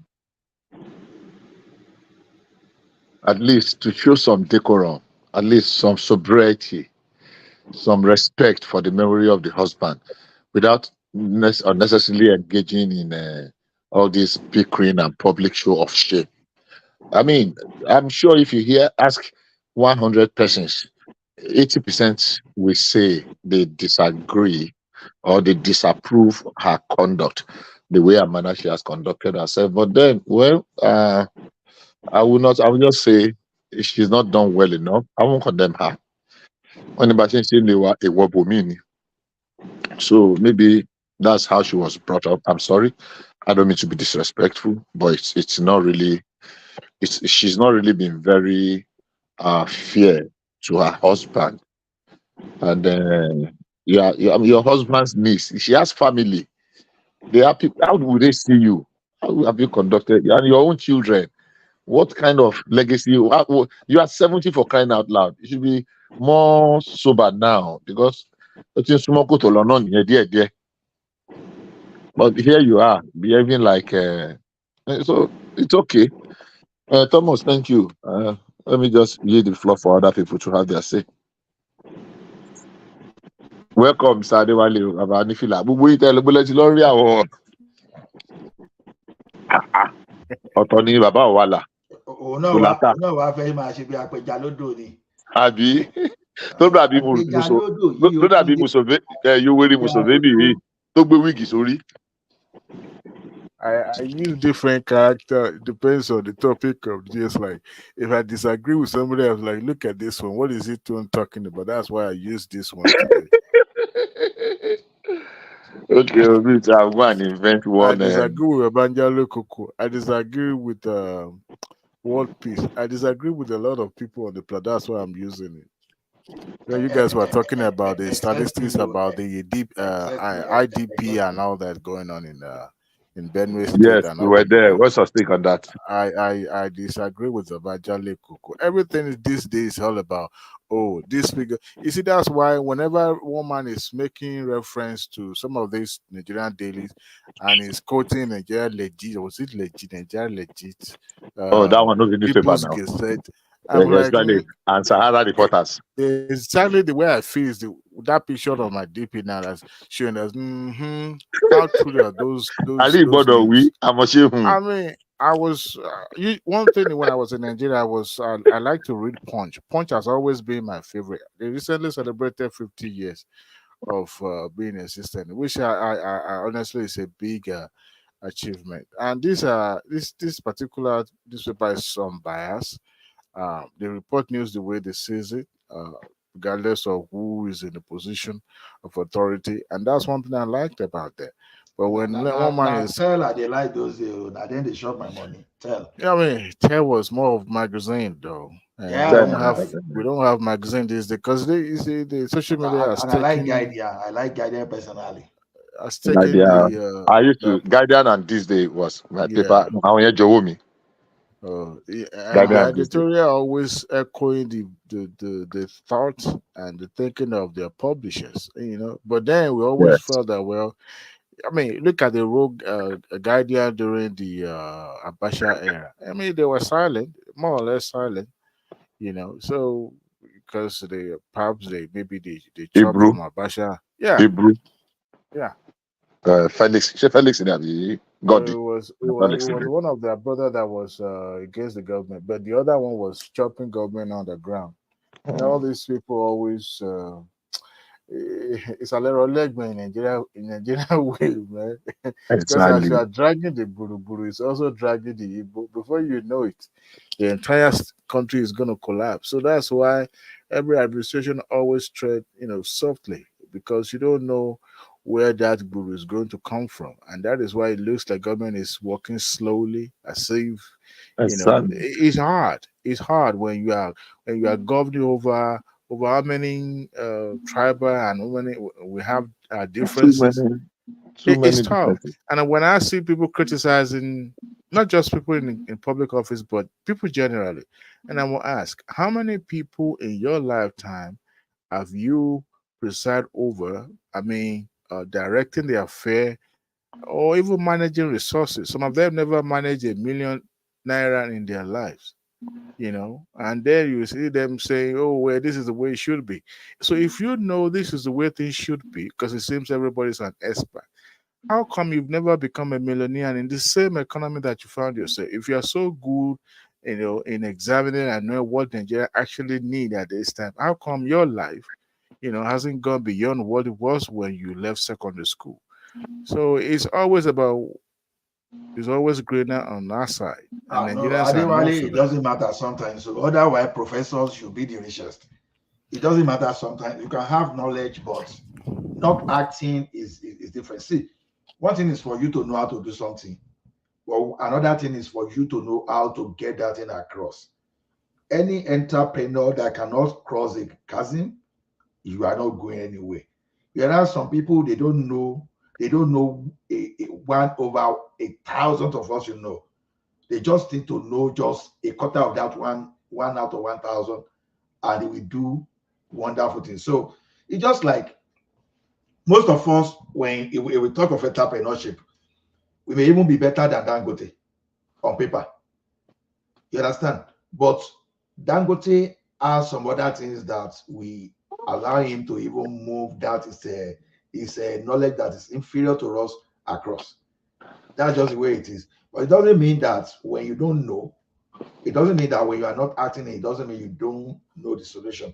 But Ola, Sometimes it can just be you are helping them, you are reminding them of that solution from somewhere. Some people apply that solution and it worked for them. I don't know if you've pay close attention to every speakers on this platform. What I'm weary of is somebody who is so rigid in his or her belief that is not ready to change or bend. And I give you an example of somebody who think he knows it all. When somebody appears that he's the omni-knowing, he knows everything, that is when I know that empty barrel is empty barrel. They just appear to, to be full, but they are empty. I give you an example, Rufai of Asleep TV. When you come across, it is one thing to be highly intelligent. You have the skill, to think on your feet. You have that critical thinking skills. But one thing is that when you, among all the multitude of wisdom, you seems to, see yourself as the most intelligent among all, then that means you are nobody. That means you know nothing. But intelligent one among will be quiet and listen to others so that they'll be able to, strategize on how way to find a way to pass that wisdom across without make every other person feel inferior. But when you appear that you knows it all, it's just about you. It's all about you, nothing more. That means you know nothing because we say "Afogbon Ologbo Shogbon." How would you know more if you don't want to have other people to contribute? You see what I'm saying?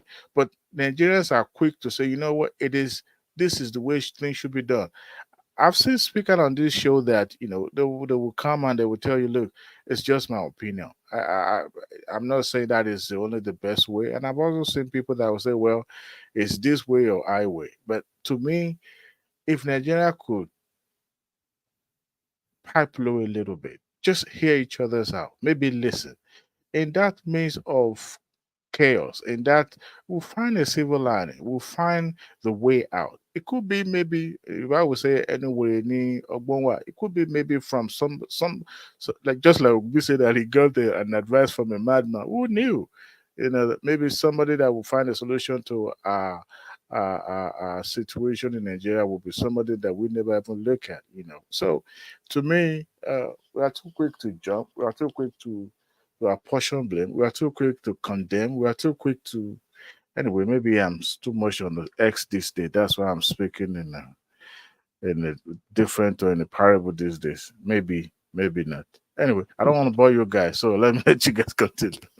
Bishop, sorry to Thank you. No, that's fine. Thank you. I mean, the contribution is very, very valuable. The truth is that I remember one of the Awolowo books I read many years ago. I think Olaka helped me there.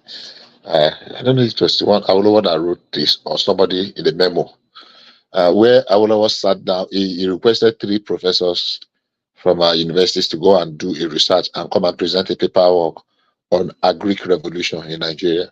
And you cannot take anything away. I think Awolowo was the foremost leader when it comes to agricultural revolution. He never had the opportunity to put all of the things he had. And when they came up with their presentation, the D-Day came, all of them presented their presentation, and Awolowo presented his own presentation. He was not a professor, talk less of professor of agri, but all the 3 professors agreed that Awolowo's paper was better than their own papers, 3 combined together, because he was not just thinking 1 year or 2 years. He was not thinking 3 years. Awolowo was thinking 50 years down the line in his presentation. Sometimes, yes, please. Yes, please. From Idianyure to Ijebu Ode, the road Awolowo built in those days, the road are still shining till today. Onigambari, I know your hood. I know the road. I know the place. I know the I know the place. I mean, the visions of those people, all those agric research institutes were the brainchild of Awolowo. He was not just thinking of, look at the ranch. If you are going from Monoto by the left before Leland, look at the ranch, the cattle ranch Awolowo had there.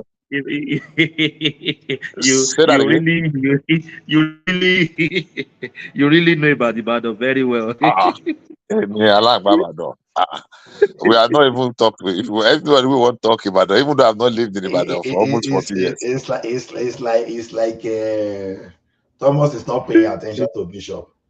You understand? There are some people in Nigeria those days that will say that typical Nigeria. I will give an example now. Unfortunately, it's a lay person. Sonny Okosun. You understand? Sonny Okosun. Typical Nigeria because he spoke so many Nigerian languages. We speak Igbo, we speak Yoruba, we speak his own language, and so. If you say Sonny Okosun, what would you say of John Chukwu? So there are some like that, that they will speak everything. And one funny thing, there's one of my uncle. That guy no come out for Ekitio. The guy they speak outside, but how that guy take to him, I don't know. He no come out for his local village for Ekitio. It's a polyglot. It's talented. Exactly. We can't be asking one. They say, but we know say come out for this place now. How you take look? You say body book, and when he read, he's speaking to all those outside people. You understand? Anytime we would like to speak to all those outside there, he will be the one to lead and we speak to them. And this guy, we know. Nobody say, except maybe he traveled to not that I don't know. But as far as I'm concerned, the guy knows step beyond Ekiti. That's talent. So that's talent. There are some like so basically, our bishop that work with show that stay with soldiers and all those stuff. So you will know. No, actually, in fairness, apart from the fact that I was privileged to, the time I took myself to go around and see Nigeria, Yes. Yeah, water. Yes. as Yeah, a I young will person, take it. I'll take care of myself. as a young person, the time I took to go and see Nigeria, very early in the 80s, I traveled and I covered more than 10 states then. Because what I wanted to do, we had 19 states then. So I made up my mind I want to visit all the 19 states, which I did at my own cost.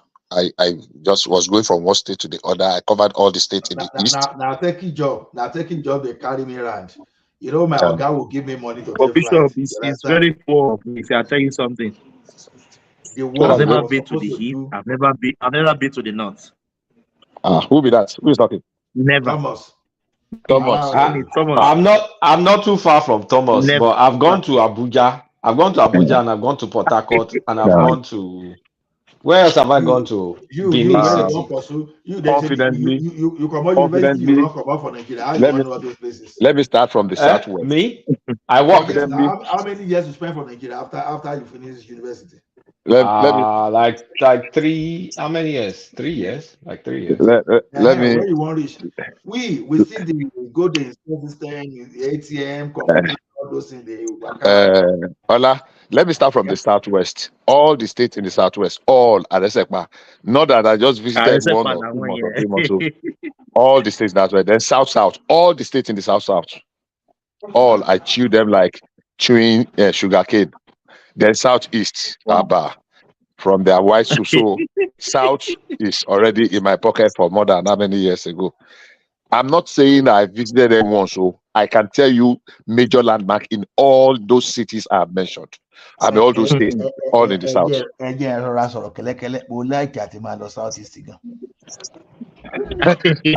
I put 25 years of my life. I lived 25 years more than in southeast and south together, almost 30 years. So then moving to the north central. North central is practically also my playground. The northeast. The only one I will not say I know 100% is northwest, and the reason why I don't know it 100% is the last time I visited that axis, it was only Sokoto that was covering both Kebbi and Zamfara. After they created Zamfara, I've not been there. That's the only shortcoming I have. Zamfara and Kebbi, after they created those states. But before then, I've been to other places of Sokoto. But northwest, I've been to everywhere. I mean, northeast, sorry. From Borno. From Adamawa. I know Mubi. I know Adamawa before it was. From Lagos to Abuja, from Abuja to Adamawa. I know Adamawa wait, before the how are those places compared to Southwest? Outside of Lagos, so please, Lagos, let's not be using Lagos high for everything. How are those areas Are compared you to the one that Lagos is no man's land? Southwest. No, exactly. Lagos is no man's land, but you can't just Lagos is kind the of metric could very be the metric could be off a little bit if you just based on Lagos. That's what he's saying. Nobody's saying. Yeah, that's what I'm saying. Kaduna is lively. Mina is just a sleepy town. It's a sleepy town, especially when they introduce that Sharia. It's a sleepy town. Yola, very boring. They're very boring. But Kaduna, just some part of Kano, if you don't overstay. Okay, how will you compare Yola to like Ekiti? Sorry, to like Ado Ekiti. Yola is very boring. I say it again. Yola is it depends on your. Ado is not assessment. lively now. It depends on your. Lively. In Gongola State. Sorry, I'm saying Gongola State. In Adamawa State, Yola is not the most boisterous, happening city. You know, it's the capital. But you'll be shocked if you go to places like Mubi. What you will see. I was going to say Mubi. I know all these places because of geography, but I've not been there before. Yeah, I've been there. Mubi, see, I don't know of now. Mubi you are talking about now. All those when you are talking of where I don't they say cockroach for hotel, and where they find very good hotel to get. Now one of those people that come to find because that's quality different from Ukauri to me. Although I know that the place are the but guys, you know one thing, the southwest outside of Lagos is very kind of like rusty towns. No, but it's okay. It depends on where you go. It's kind of like rusty town. I mean, Oshogbo, Akure, I get that. But Oshogbo, Ilesha, Ibadan. I'm from Ilesha now. That's my hometown now. That's why you don't know now. Don't worry. When But you know so it's very kind of rusty, Ada, like you don't go Ada before. Don't go play golf for Ada. and Kitty State. You know, Kulata, because don't go Ada. Slug back up Ada. Michael. Michael, a long time ago. Ola. Yeah, long time ago. Too. Ola. Yes, sir. And the Kitty State, he said Kitty State, they rusty. It's rusty It's now. not rusty. Ekiti that has polytechnic, that has Oh university. God, Ola, you don't know. Ola, stop being defensive. When I say it's rusty, see, there's some areas in Southwest town that, whether if you take picture when I was a kid, maybe in the 80s, like can take all this. That's why they ask you which year you come out for Nigeria. Probably you come out. I left Nigeria early 2000s. I tell you say Ekiti no dey. I still went to Nigeria last month, Farabale. There's some places in the Southwest that if you take picture in 1980 and you take picture in 2024, there's no difference. There's no difference. Yeah. Get me right. I'm not saying there's no new development happening. No, don't get me wrong. We know that place is it's a kitty. There's no difference. Excuse me, I'm hearing something it's that not even being defensive. See, even if you go to Zaria when they be you in secession, it's total. As even though as that's a university now. Now we have refer to OAU. I'm not. That's not what I'm saying. Those are one of those things that makes it lively now. Are you talking about all those rusty? Kolata, are you talking about all those rusty roof in Bere? Rusty roof, they look like Bere. Tobawo Bere.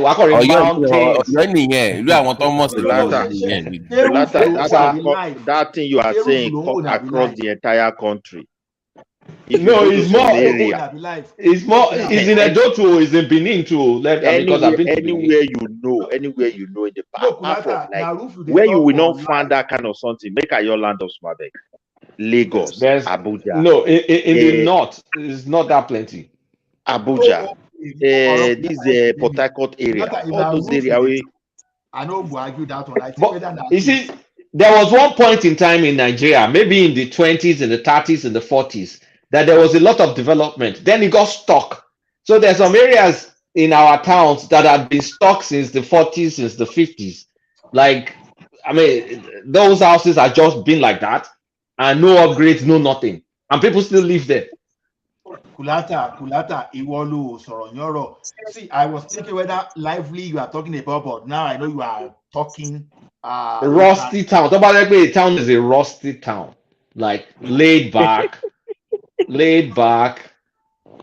not really showing social life. At the social at the physical it's just kind of like a rusty social everywhere don't change. Social it change where social they change. Now infrastructure now I be waiting me. I went to my hometown now and I was like, I still have memories of these things back in the early 80s. Like it no change now. But you get some places where change, like there are GRA areas all over the place. But there's some downtown places that are like area àwọn joint tó surge nígbà táwọn telecom bẹ̀rẹ̀ sí ń grow ní Nàìjíríà ní àwọn area àwọn ìlú short. Àwọn joint kan wà ní àgbẹ̀ pé you know it's different from Ekiti that they now have now. So don't think that. What do you mean? Ekiti and Ijesha, they're be cousins now. I know Ekiti very well. Not the same thing.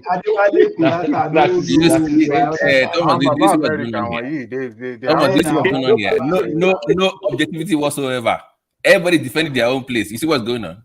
Before I'm calling, let's talk about Abeokuta so now. I know the time I go stadium for Abeokuta. Let's move on. Leave us alone. Let's move on. No. I'm not even patronizing you. I'm even serious. I think if we have to be very sincere with ourselves, we have not done well enough in developing our cities. Right. We have not done well enough at all. In fact, things are worse off now. Let me give you three examples. Let him land. Let Bishop. You guys want to move on? No.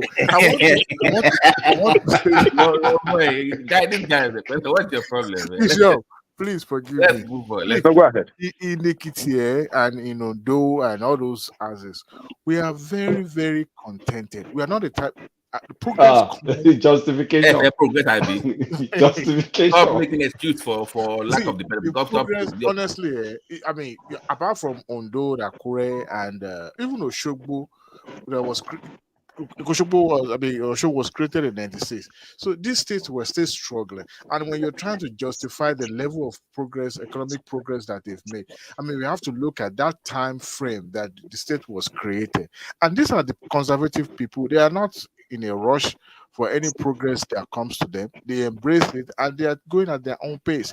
But to now benchmark it to what we have in Lagos and in that means Ibadan should have let me say something. Let's just say the truth. Yoruba people don't go back home you don't build houses, you don't go back home, and very few people remain there, except there's a reason, there's a livelihood for them to be there. And as things go further, the reason to be there is only because of universities at this point. Ado is the capital city. Apart from Ado, I've been to Ikere, I've been to Ijeru, I've been to all sorts of Ekitis. Mike, please don't call Ekiti Salanga now. That's not nice. That's not very nice. Come on. It's because everybody just leaves and forgets the town. They just leave and forget it. Like some field cities, okay, like I mean the GRA areas. I'm not saying there are no GRA areas, right? But what about those, like, you know, those your great grandfather's house that was built? Social life, that's what I'm saying. If you talk of that one, they get Kolata, let me put Kolata, see. Wait, let me ask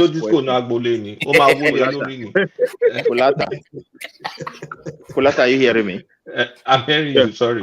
Yeah. My question, if you look at it, what is the major occupation for those areas you were talking about? Is it not farming? Well, there's petty trading, there's farm. I mean, some majority farming. Southwest don't farm again, so I don't even know. It's kind of like petty I'm trading. talking about those days. Those days, I mean, we're cash crops now, cocoa farms. Okay, wait. Oil palm. Imagine, I want to give an example. Imagine if the state governor decided to go straight to those few people who are still into farming, organize some kind of education center, but not by building one big place. Even if you like, make sure they have the basic equipment like tractors. Document these people, all this money, billion for agriculture. Look for a way for these people to push them into mechanization. Do you think life will not, economy will not return back? It will resume back now because all those old buildings. Again, it will now attract the people back. They neglected. They were mansions. All those buildings. See, I went to my hometown. Hold on. I went to my hometown. I was looking like all those story buildings, big, but you know that these are 1930s, 1920s, massive the way they are, but I mean dated. Nobody's from the family. You know, they have well-off people in the family, but nobody's going to let me say, okay, touch up my family house. Let me just even touch it up. So if there's livelihood there, maybe if they start to sell cocoa or they start to do one thing or the other, I don't know. But the thing is, money, it will return. It will return. Let them go into cassava. No, hold on. But the thing is, let me not deny there are new houses. A lot in my hometown. There's a lot of new houses, but it's spread out. But I'm talking about the downtown area, those ancient areas. Downtown area. The downtown area. Hold on. Let me know what's going on. All those old, even in my hometown, you have the old side and new side. Those old sides, because they are mostly family houses. Even if you want to bring it down to build something new, people will. No, I don't want to break it. I just want to update it. Even that, they will object. I'm telling you. In some areas, they will not object. What is updating? Coming to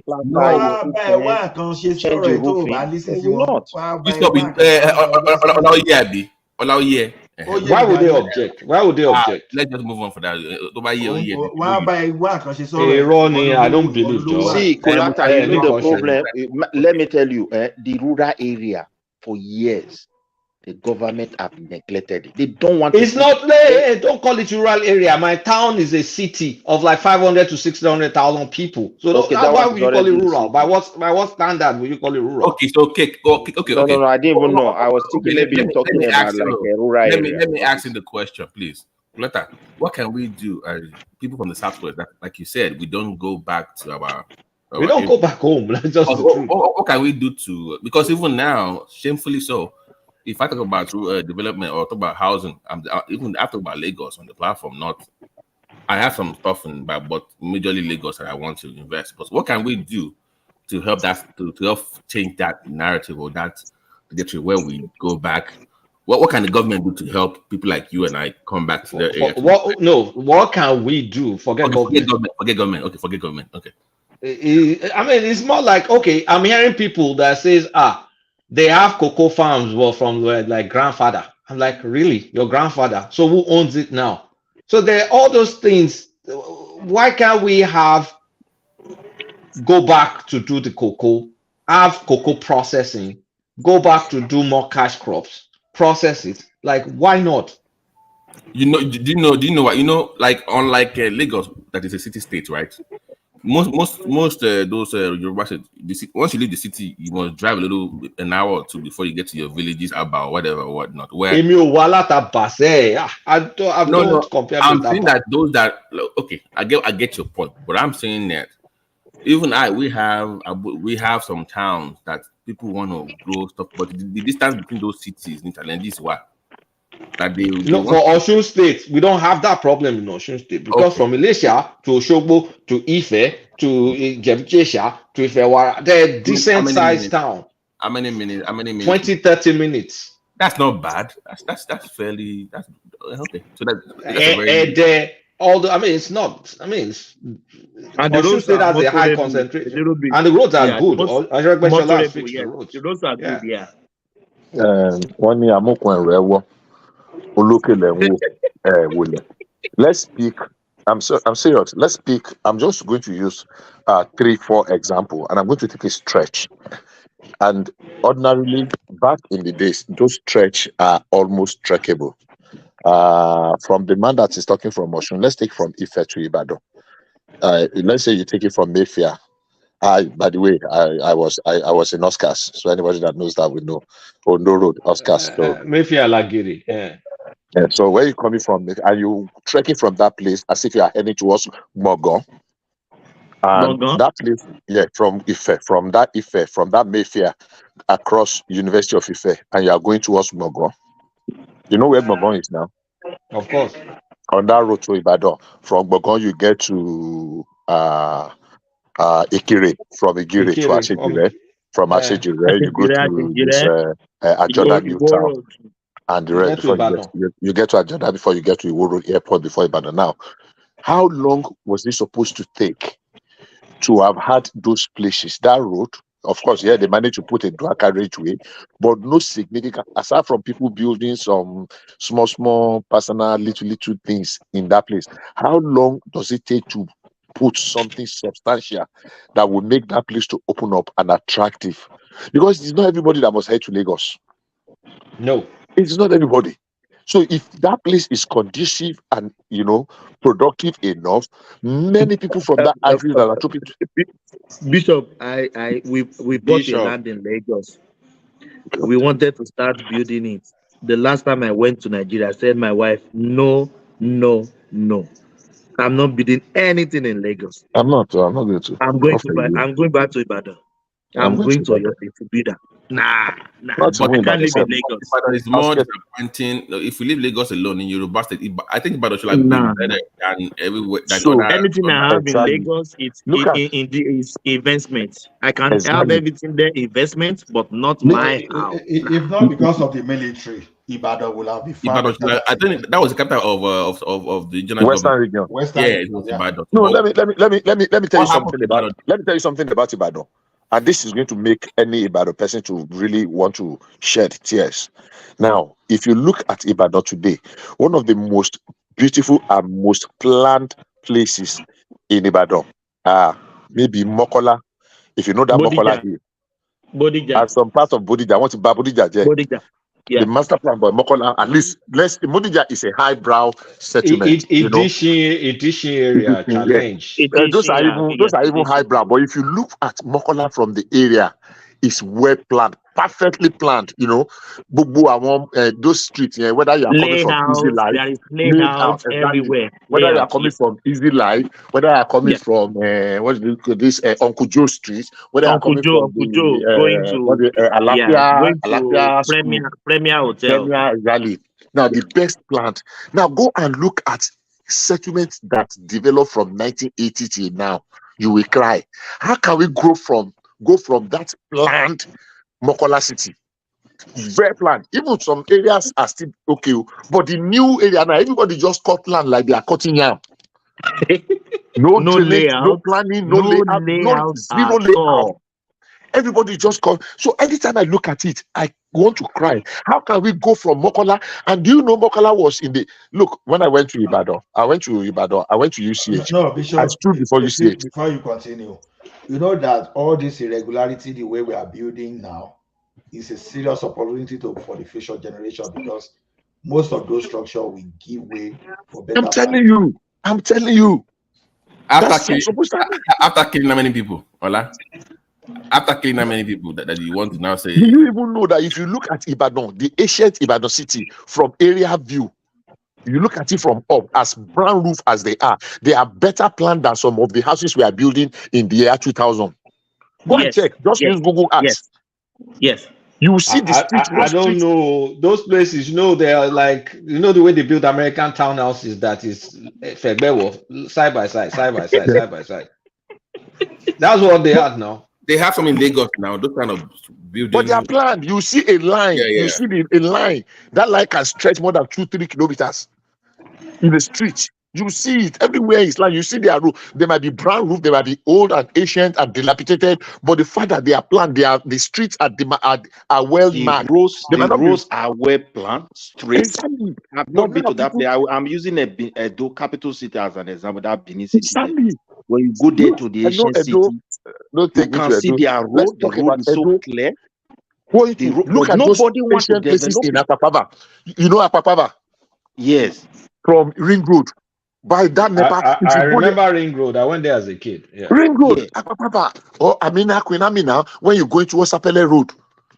Or is it the one that Ubowo you want to when talk? When you go to the area, Ubowo, they call GRA, my brother. If you go GRA, GRA, God bless you. GRA. The way some road they want to use first to block it. Let me quickly say something, if you don't mind. Yeah.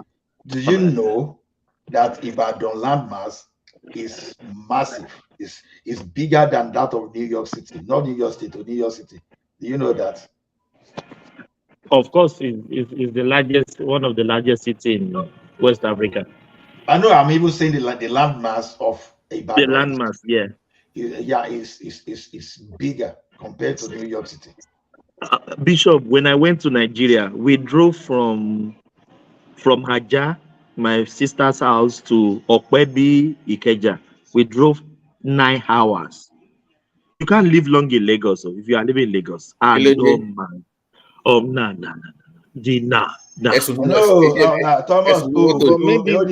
maybe with this blue rain, traffic in Lagos has improved. It will change.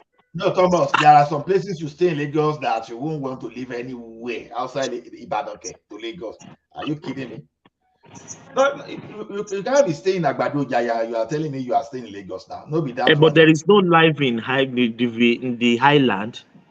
People come from mainland is the life in Lagos. If you are living in Island, Thomas, now there's life in Island. What do you mean? No. I mean you understand Thomas, what I mean. Like I don't know how to explain it. I prefer mainland than Highland. Lagos now home of God. Forget about all those traffic. And look at the other side. Abuja, no day sweet. Reach out for Lagos. See, you get where you go stay. Where you can hear they tell you. Even for Agege, even as tough as Agege is now, there are some area you go stay in Agege. You know go one even leave before Ibadan. Especially on Friday, Saturday, Sunday. I tell you. So no, they compare this and sleep. They not be the same. But sorry, back to the southwest. That is not Lagos. Well, We you guys, need to do good morning, you something. guys. But You by were the way, hello. by the way, guys, you know, from Songo to the marina is about 30 miles. Just 30 miles. And to drive that will take you like 4 hours, 3-4 hours. The traffic is 4 big hours. water. What are you talking about? 4 hours. Babati, what are you talking? No, 4 hours. last time I went to Lagos, the traffic was not too bad. But because there is subsidy. People are not driving because of their subsidy. cars. But Yes, 30 people are miles not is driving what you their drive cars. in America almost every day now. Like it's like a daily commute for you. And that is the whole north to south of Lagos. You people are just talking about the problem. You don't know the source of the problem. Okay, let me give you for example. All those areas Please that diagnose Bishop. Please diagnose the problem, sir. Okay, Our doctor all is those here. areas that Bishop is talking about, there are areas that government took from the community and planned. In as much as we still continue with this land tenure system or the land ownership system whereby individual can hold land and sell land, we will still be grapple with this problem.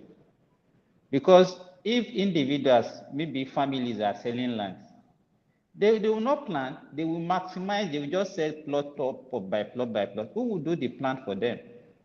In developed world, anywhere you are staying in US, United States, UK, all those places, it's governments that owns the land. They the one that do the mapping out, put all those infrastructure in place, even before people start erecting in those places. You understand? But in the situation whereby I bought one plot of land, then your own is directly by the side of my own, those people will not even leave road. They will not leave for any infrastructure. They will not leave any land for infrastructural development. So if government doesn't take ownership, full ownership, and map out those lands, even 100 years to come, that is the same way we'll be living. Simba, people own, let me say this, people own land just for them to give their neighbor to do a gutter drainage. Àwọn èèyàn máa ṣàgùn síra wọn. Just That's 1 what I'm feet. saying now. Just But guys, though, let things have me come changed here. though. Simba. Things have changed though, guys. Simba. Because if you want to buy, first of all, I'm interested in Agbole number one. Babati, let me contribute here. Let me respond to Simba. Yeah, hold on. Let me land. Land here. First, my priority is your ancient family houses. It needs to be updated. Number one. Number two, the latest lands they are selling now, they're not selling. I mean, except you go and buy one plot in the bush. Now you have all these what's it called, property developers. That if you buy with them, it will be organized. That's in Ibadan. It's all over. It's even in Lesha. Plata, how many of those ones we have? Are they existing in Ekiti? Are they existing in Osun? They're in Osun. They're not in Ekiti. They're in Osun. They're not in Ekiti. Let me tell you, I'm from Osun. Which Osun? They're not in Ekiti. I wanted to reply Simba. Hold on, please. Yeah, let him. Majority of the land is still being sold by individuals, not an estate managers. Correct. You understand? So and and those ones will form the large chunk of the community. But for you coming from abroad, by the time some people build house later, some people cannot even have access to their land again. Okay, look at me. Okay, in Ife now, there's some areas now that are like Lekki. I could not believe it when I saw it because they built it, they planned it, and they built it, and people from abroad, everybody built their houses, and that's how it is. It's organized. So everybody that is building now needs to be building in kind of like a GRA or estate. Exactly, but how many people can afford those areas? Okay, for example, my brother told me 3 days ago. Let me say this: Osun State, they are selling land now. They map out some area. They call it GRA, new GRA. It's 15 million to get 15 million naira. You understand? How many people can that 50 million naira is enough for some people? Everybody go represent it. Everybody go represent it. Popsy be that too. Exactly. 50 million naira from the government. And you have to pay 5 million upfront, and you must balance within 3 months. It's not as if they will give you some years to pay. Should it be Simba? Should it be? You remember this STC back then? This everyone gets it It's back not in. an estate, it's just land though. It's not Oh, land, just it's not an estate. You okay, just okay. buy Mega Pens go buy land for Kitty, go get land for Kitty like 2 million. No, even to Shogbo, you can go to Sure, Korea right, and still Baba. get land for Sure, 2 right. million. Make him What are come you buy for talking Ibadan. He go buy acre. He go buy acres with that 50 million. Simba, I want to ask you a question. If they take the right of ownership of indigenous people from land, so you think that will give that automatic well-planned city? I think so. No, I know. The answer is I think what the they answer should is do no. is No, the preserve answer is the no. land from. Let me ask you. Do you know why I ask you that question? Mm-hmm. You see, you not that I didn't agree with you. The thing is this: the people should have right to their land, but the government should be there to manage it. For years, the government have neglected that That's what they management. do here. They did not. I will give you. I want People. to give you an example where, like 80s, or let me say 80s in Edo, some area there was a department, either federal or state, they call it survey department, either the Ministry of Work they were under. Every state has it. Under normal circumstance, the local government, because I don't like in Nigeria situation, we're not in a state of confusion because we don't even know what the local government are there for. They're supposed to know the size of their land. They're supposed to know the area for farming, area for reserve, and also the state government or whatever the regional government, they should also have that same plan of that local government in their hand. Now, if you know particular area has been approved for development, as a government, you have to seek the owners. Then you plan it for that community, because most of this land is being sold by community, not individual any longer. They bring it together like in my place, but individuals still have right on it. Go there and plan the road for them. Plan the street the way you want it to be. Every land that come out from it is their own. Since you have planned the road, you have planned all those basic things for them. Now, for example, they sell this land and they are obliged to pay some certain amount of money to make good road for that area. It will work. The government have neglected it. You have to take charge. That's why they can sell one land to 10 people. And you see community fighting over space of land because they don't even know where the boundary is. It's just like somebody was talking about western part of Nigeria. People are leaving the area. Most of the real people that know the area, some of them left. When development come back, you will now see somebody from Lagos will now return. They are already selling land in our village. Our community is already, they will now be falling back. They don't even know the boundary. And some of them will become the, what is it called? The head of the community boys. So we have a lot of things. And I think we can't take the right of the people away. The government should look for a way to find a balance between those rights and even the government self, they are not even serious. Some of the governors, you just give the state to them, they sell it to their girlfriends and boyfriends and people. That's all. So that's my own contribution, because I feel they should find a balance. The government have to change the way they do their things. What I said in the past, I just want to reiterate it today. It's not because of this insecurity issue in this in our country, and the way some people are displacing people. Any reasonable governor now should make sure that all the lands in the state, they should be well marked, and the family, the original owners, be well documented. That's it. Thank you, Ola. So that tomorrow, this will save life. Bishop, I think community crisis is coming, serious one.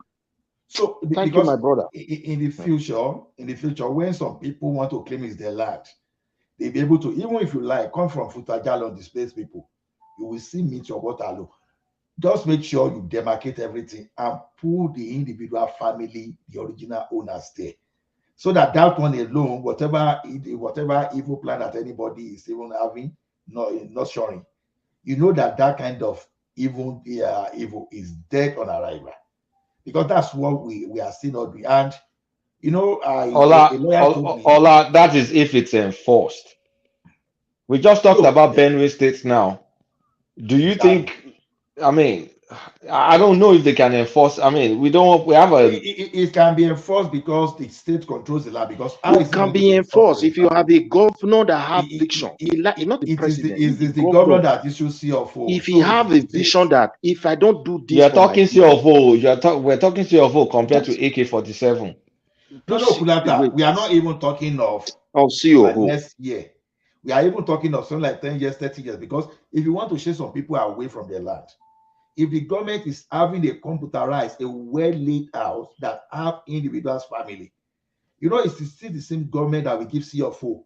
And nobody has ever come forward at a particular point in time, a foreigner that is claiming to own the land, but you don't have any CFO, you want to claim. Because if I were the governor of my state today, I will suspend CFO for non-indigent, at least for now. Any land that we go to any non-indigent in that state will be on lease. And probably I will give that person lease for like say 5 years, except you want to build a factory like that. So that means you don't want to attract human capital to your state. I'm coming. No, the human capital should be documented. Some are coming with a problem, so that they can prevent it. If someone is establishing a factory, that one is okay. You know. So if some guy comes from Ebonyi State or Benue State or something and wants to build a house in your state, you say no, you can't build a house. See, at least I know that someone is coming from Ebonyi State, right? Well, I'm just saying that there are some land that you cannot even, the farmland today that you cannot, there are some family, they are no longer there. Now, maybe you now find some funny looking face, because you as a state governor, even if anybody is going to buy land, you must have CFO. For example, everything I have in Ogun State, for example, now it's not even Lagos now. I can okay, ask me for CFO, for example, I will give you, right? Okay, you buy something from Ekiti, even though Ekiti CFO may not be that serious to enforce, but you still make sure you get your CFO, at least you get your paper. So what I'm saying is on behalf of the people, the government should be able to find a way to know the family that owns lands. So tomorrow you don't see one idiot that just push people away from the land and be claiming. Because there's something in Nigeria that if you stay too long on a land, you can claim that land. So all those people that have that incentive of chasing people away from their land, from their homeland, once you have that in place, they are just wasting their time. That is exactly what I'm saying. So we are not in the primitive age where some people will just go and wage war against one village, displace them and take over. But let me add this one. See what you just said. I keep on saying it. The governors should start documenting even the people on their own, not even only the land, because the kind of you want to know the massive population migration, of the family, the household, everything. You want to know the kind of massive migration that is taking within the country is something of concern. Anywhere you go in your place or some area, the kind of strange faces you will see, and we don't even have anything to integrate them. They remain with their raw culture, they remain with their way of life, and there is tendency that few years to come, there will be clash of culture, clash of identity, like competition for space. It's not going to end well in so many certain parts of Nigeria. That's just my belief. But unfortunately that the government, why do it is a challenge to and, any state and many governors don't even know their place that they are governing. Some of them just see. They don't know the aspects. They don't know the history of their land. No, the state used to have a surveyor general, whatever they call themselves. They have their surveyors. For example, Ogun State know their land. It's only when they want to do Ojoro. But what we are saying this time around is this: knowing your land is one thing. Document the family that owns those land and put this in there. In the future, if someone is claiming a land and the government has not issued any CFO, now your wahala, maybe you no claim CFO. Except the family can. You know, some of these people that will take land, they are not likely to get Sorry paper. for cutting you.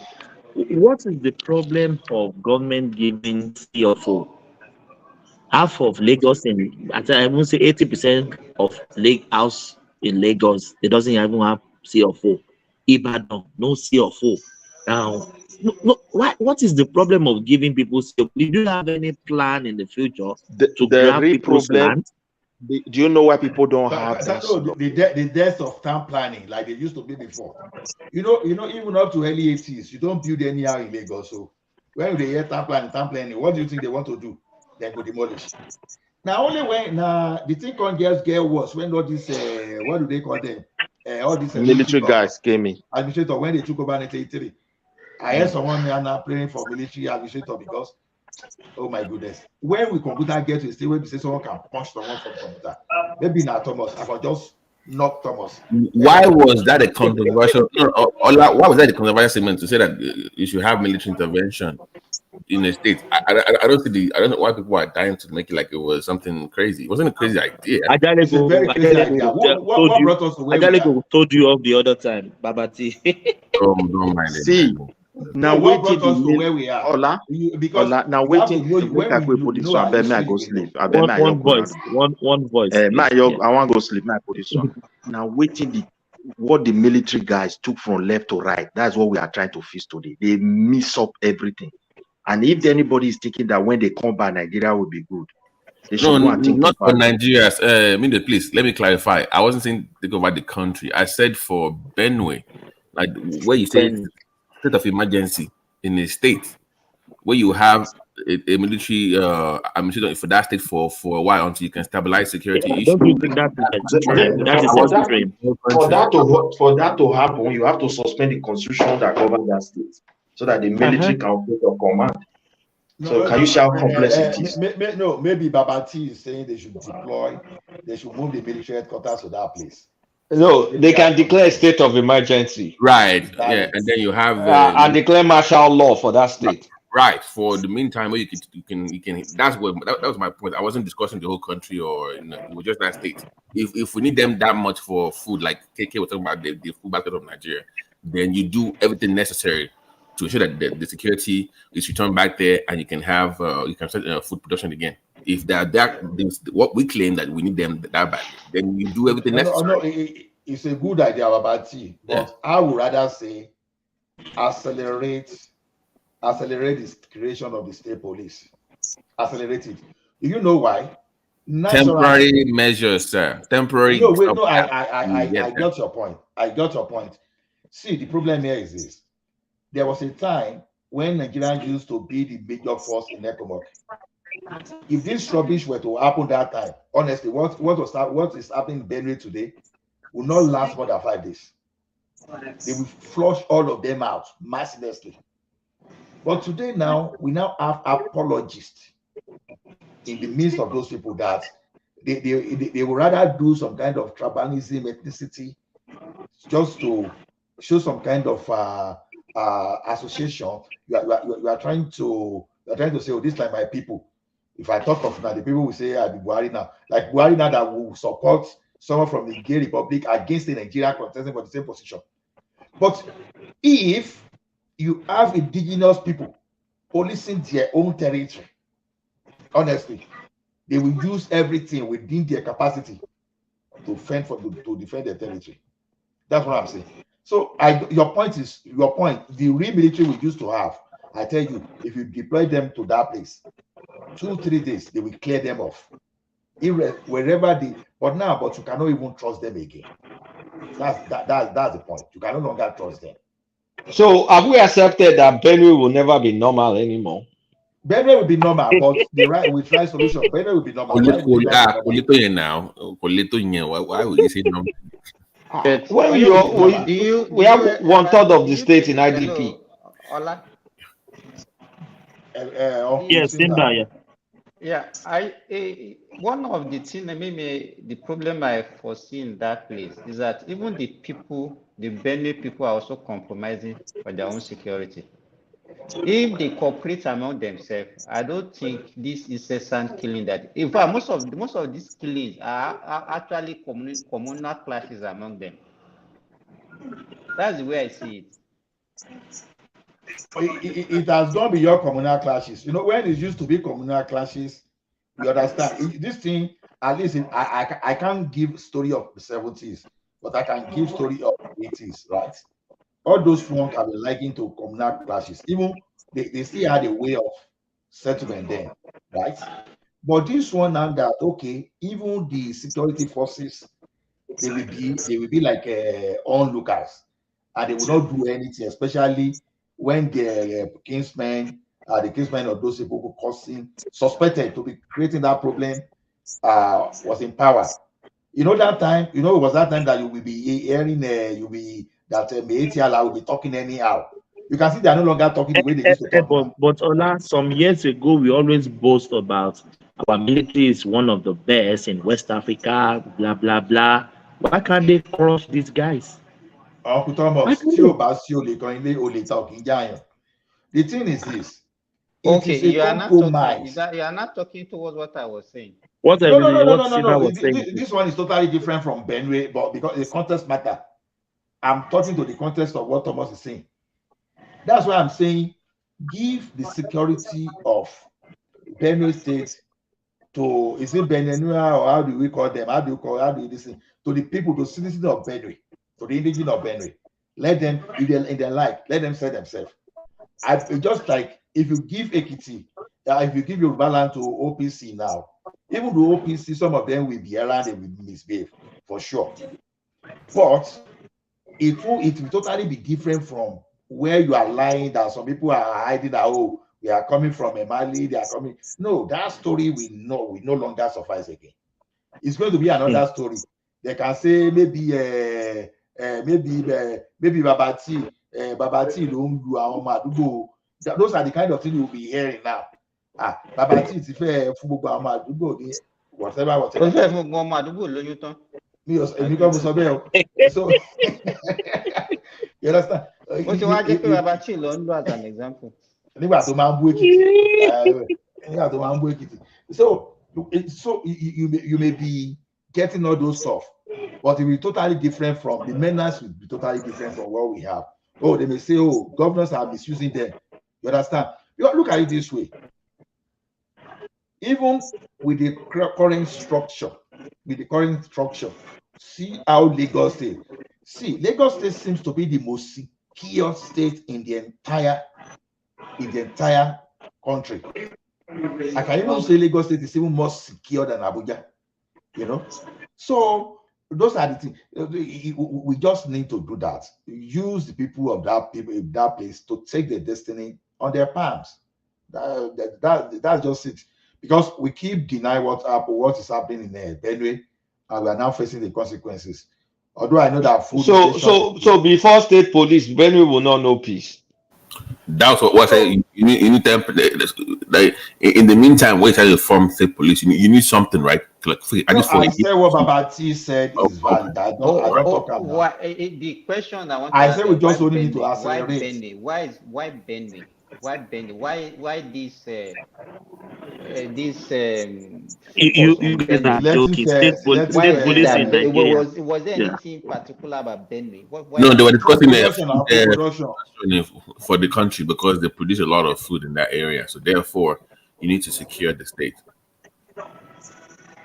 That was what brought up the discussion about Benue. So if you need that much like you claim, then do everything necessary. Alternatively, bóyá ká move àwọn tó wà ní Ọ̀ṣun state kúrò àtàwọn Abẹ́òkúta ká sọ gbẹdọgbọ. Ọ̀pọ̀lọpọ̀ anyway, so wọ́n gbàlejò ní Ọ̀ṣun yẹn dà. Àlejò ọ̀run. Àwọn ọmọ Ọ̀ṣun náà ti sá lọ Amẹ́ríkà tán. Irú Kùlátà nísìnyí a lọ máa hide ní Georgia. A lọ máa hide l'Atlanta. Wọ́n ti sá kúrò tán. Let's just use the entire of Ọ̀ṣun state for agriculture. So that's what honestly, I don't mind though if we can get our governor from the dancing box to get him into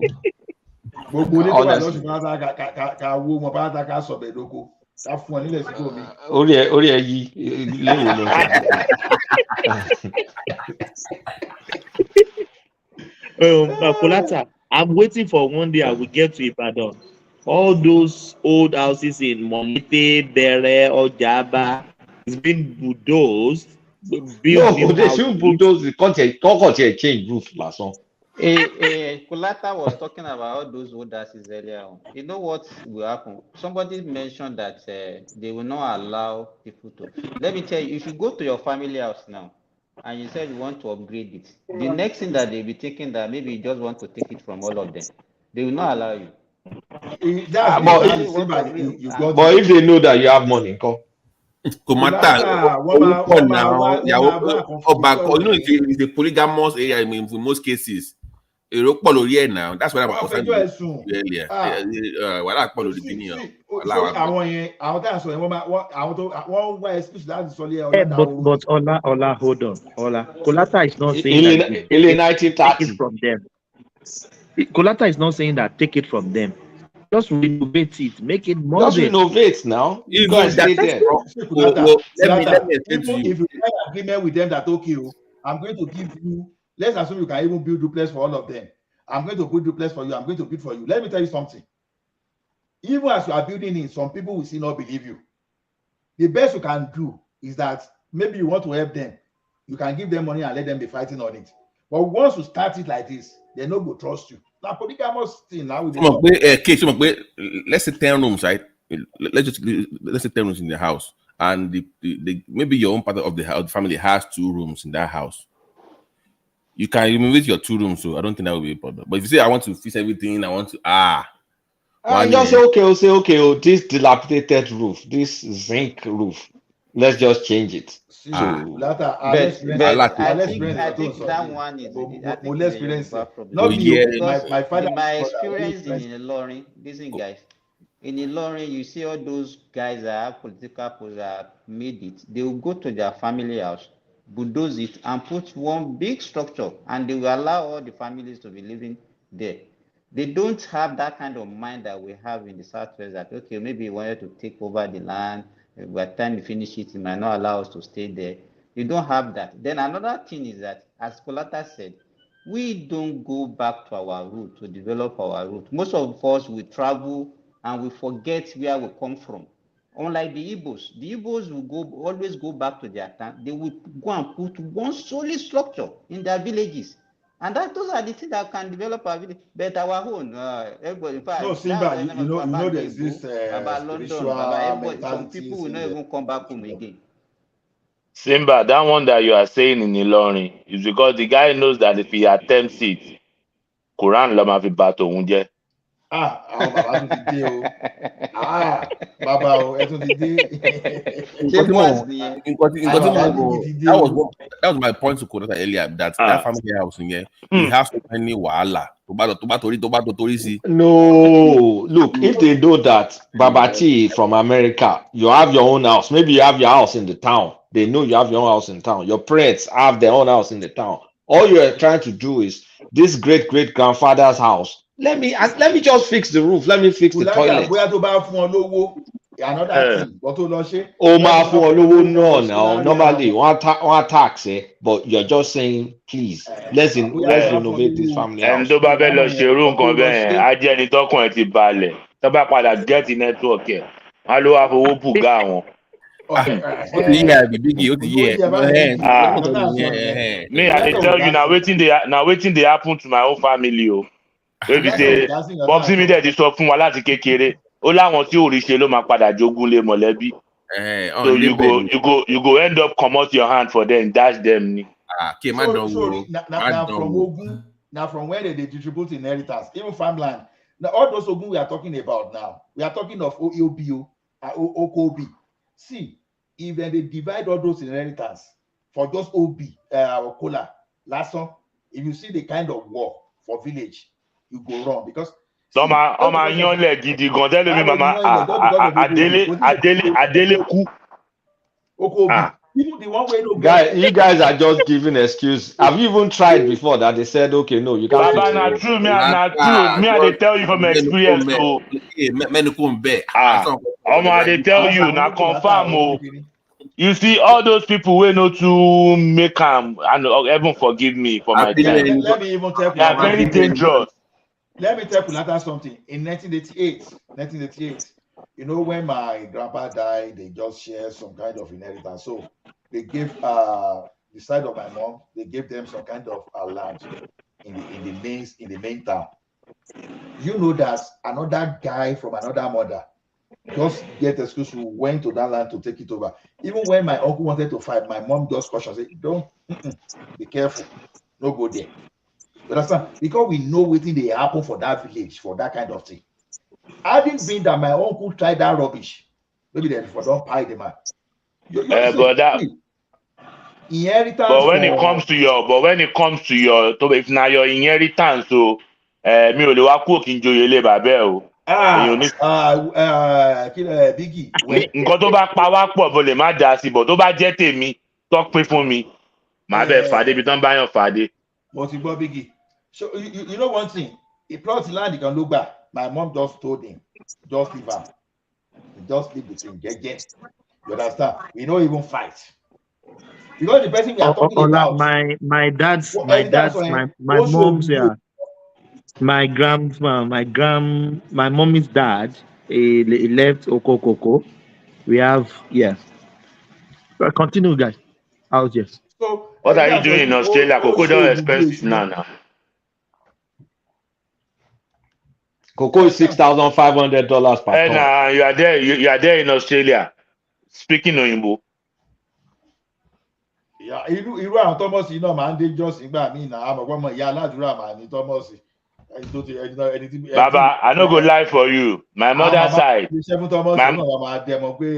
my mother side now them be elegun store. We be say then I get some foolish uncle where then they use juju they threaten people. Me, Baba, me I dey go hire people come confront them new. You go hire them. Most of them will not look. Baba, me go malong, I leave me go malong for hire me. Ti ma be se party, man ba your kon Roshaki wa ben.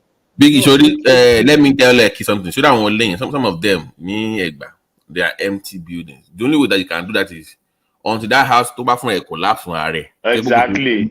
We are talking. But if it's still standing and somebody is occupying a room there, you cannot do. I don't don't do it though. I'm just saying. So you can't even say I want to fix the toilet. Kulata, these people, you know, about fear mekunu losoro ba ni problem jo. One investment kankan. So the moment you come out there, gbogbo ogun mẹ́ta ni ó sí. Ogun aroka, ogun ajẹ àti ogun lára. Ogun mẹ́ta yẹn ó sí. If anybody tell you exactly,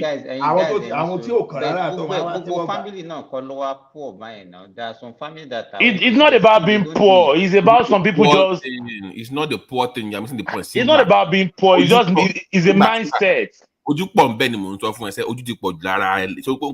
is still poverty now. If I'm saying I want to fix it up, and you're saying but that is you. No, all of them are doing well that they can even contribute. No, they are doing well. They will not do it. No, they are doing well. I agree with you, but I'm saying that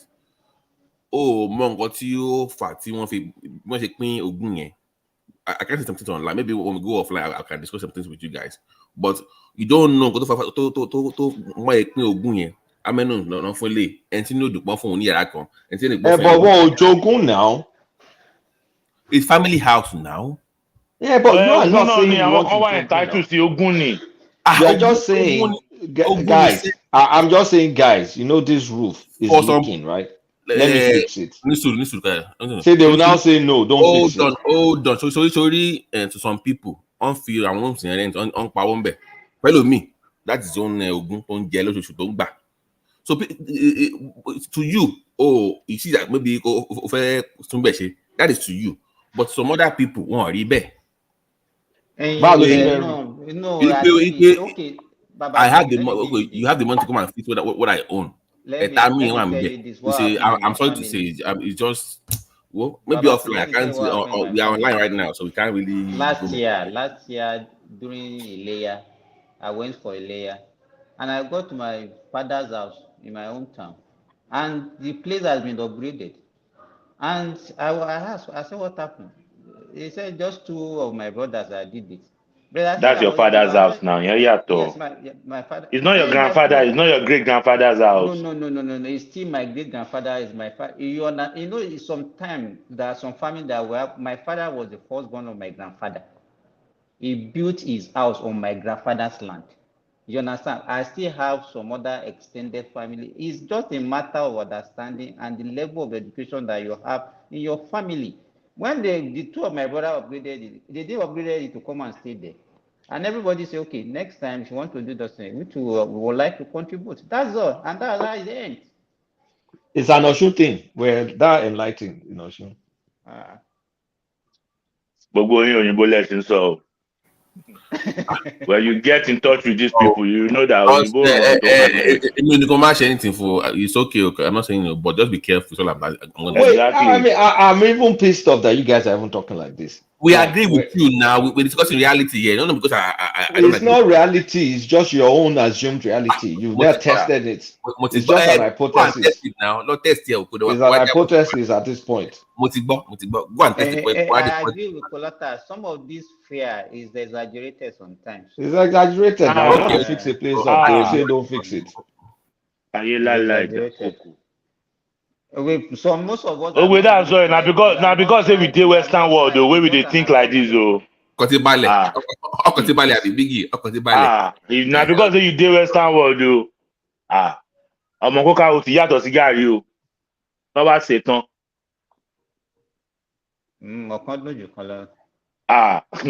But you never. May we not experience these people. May we not experience them.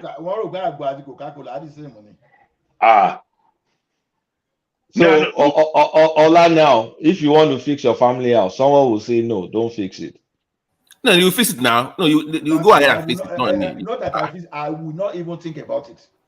That's the problem. That's our problem. We don't think about it. My own papa house is totally different. My papa house, they're okay anyway. Your papa house, not your papa house. But my grandpa house, no way. Why? Forget it. That's the second generation. Okay, so if me and my cousins now that we can afford to do it and say, okay, guys, let's do it. We know they stay there now. We know even they the country. So if cousin okay, make we do some random cousin could say, no, don't do it. Because now it depends on how close the family is and how many are you. If now your grandfather polygamous setting now. Polygamous you have to say meeting na poly. Nobody to meta mẹ́rin. Baba no go lie for you. And somebody go. It's just an boss. Let me tell you, my Simba. I no argue with you. You fit talking an assumption, no. But me, I dey tell you, say na reality. It depends on the family. It depends. Don't generalize. Yes, it depends on the family. I also agree with you on that. Don't generalize it. When I watch if all of us have this mentality, then those properties are going to remain there till they crumble. Nobody said that you should not fix anything. Nobody's saying that. Just be careful and be mindful how close is the family, and the family dynamic is very important. And in most cases, in some of those places, they have issues, unresolved issues, family issues. But that's what unfortunately. I'm just saying, but if you want to do it, go ahead. Our family our family too. Education but you cannot all be the same in your family. Oh, everybody now. So you look bored now. Let's just move on. Let's be careful. My own family now, even my extended from my grandfather, most of them, everybody has scattered all over the country. People that are abroad. That is when somebody united after one. But this is my point. Go ahead and do what you gotta do. Just be careful. Thomas, what please say make you allow in? If not me, I no advise you don't do anything, my brother. Everybody for Edo State vote for Olumide Akpata. Thomas, Thomas, Thomas, what please say make you allow? Hello, Thomas. What please say make you allow me? War Peace. Oh yeah. No, don't go and build house. Don't go and Baba build Simba, house. make I tell you one thing. I no go disclose anything. Simba, make I tell you one thing. You see, my mother is an only child.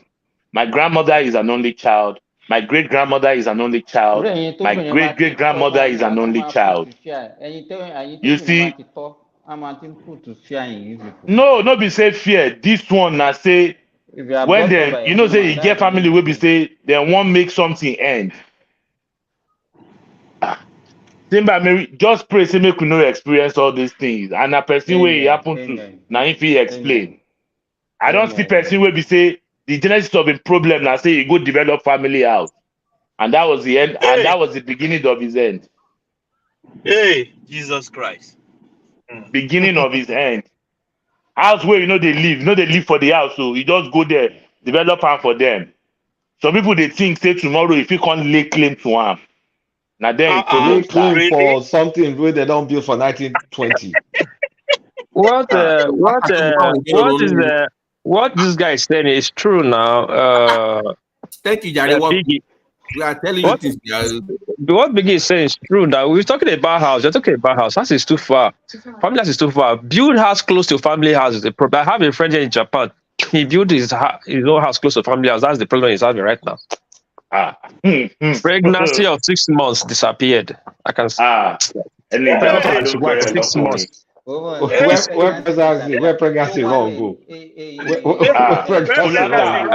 I'll do you a favor. Me and you talk privacy. Let me talk privacy. I'll send out to you. I bet you people too. Those are superstitions. How will the president disappear? Not superstitions.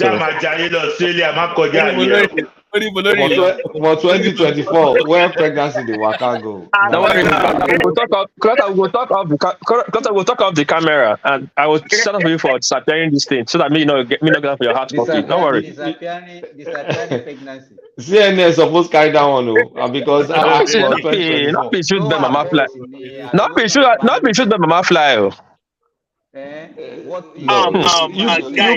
You people, they give excuse. Let me say something, Kolata. I've been hearing that before.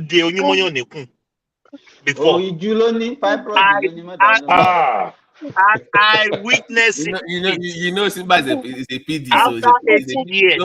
Discount what he's saying. Don't. Simba is a pediatrician. Babati is a doctor. Look at Babati.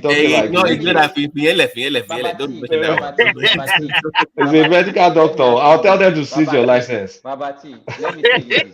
How long do you think a baby can survive in the womb? How can you tell me? You are the expert. What do I know? A baby cannot survive more than 42, 43 weeks. The placenta will get blown and that baby will die. So I want to tell you money about it. Why is the baby? Gist, all that one are gist. It's the story that you are hearing. Some of them, okay, let me tell you. Okay. If you take it like that, it's a story. It's okay. In 1987, we operated a woman that believed, in fact, she was even a nurse then. She believed that she was pregnant, and then this thing that in 1987. 1987. So I thought you said 1987. I don't want to say Baba. It's probably fibroid or something. You understand? It was when and she carried that thing for 3 years, and she believed for that 3 years that she was carrying pregnancy. You understand? She have money sickness. We put it in a bucket. It filled like a 30 liters size of bucket. Wow. Simba, I want to ask you one question. I beg, no vex. Do you believe say some things they will say we don't feel explain?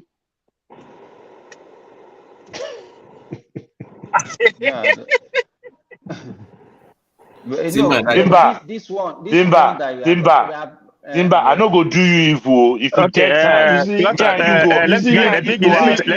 you see, you people. I thought you're making I go fix family house, and I don't think I have to. Let me tell you guys. Do roof, and I don't think I have to. I get flying. 6 roof of Babati, ancient family house. let me tell Clutter one. My dad relocated back from London just 2010 here. Yeah, then he was stretched 30 years before he did 10 years before he did 30 years straight. So mom wants to renovate the house. Bungalow now. She want to change it to a fancy one upstairs. As we were preparing and everything, bringing surveyor, one man was just walking. One early morning, I was kind of Baba that walk past and pass. They walk to their destination to work in the morning, that walk back in the evening. We were just walking in the morning around 7. He just stopped at our side and called my mom. Greet my mom. Mom greet her. He told my mom like, they should not put a nail on the roof of this house. If they do it, they try it. The landlord of this house will not come with the 2 legs to the house. They will put it on a body bag. They'll put him in a body bag. This is a man that don't know where my father is. He don't know anything about us. He doesn't even know if we are having a plan. We already send money to renovate the house as welcome package for my dad. Because that's our family house. That's my dad, first generational house. How you call it, Jogbe. Because of that thing, we went to build my dad's house. Superstition. Who's superstition? So your dad didn't stop. He didn't continue. He just left the project. We left that house. We built my dad a brand new house. Experimenting now. Go test here. So what is now? What is your great grandfather or your grandfather house? So you know go renovate No. Listen, the house is my dad's first house he built in the 60s when he was a young man. And that's your Popsy house now. Just that's a Popsy house. So hold on, that's still Popsy house. So see the product is it called Igiogbe. Benin, your first house is your family line. That's my father's family line. So I have a small brother. I have a small brother. But your own papa house. Wait, now just hold on. I'll get to you. Now that's your own family. This is his own house. So now it's not our own family house. There's some will not innovate them. Will not touch them. Will not remove pin as a B. Your Popsy house. Who could tell me that one? Okay. Build a brand new house for my dad for all of that thing.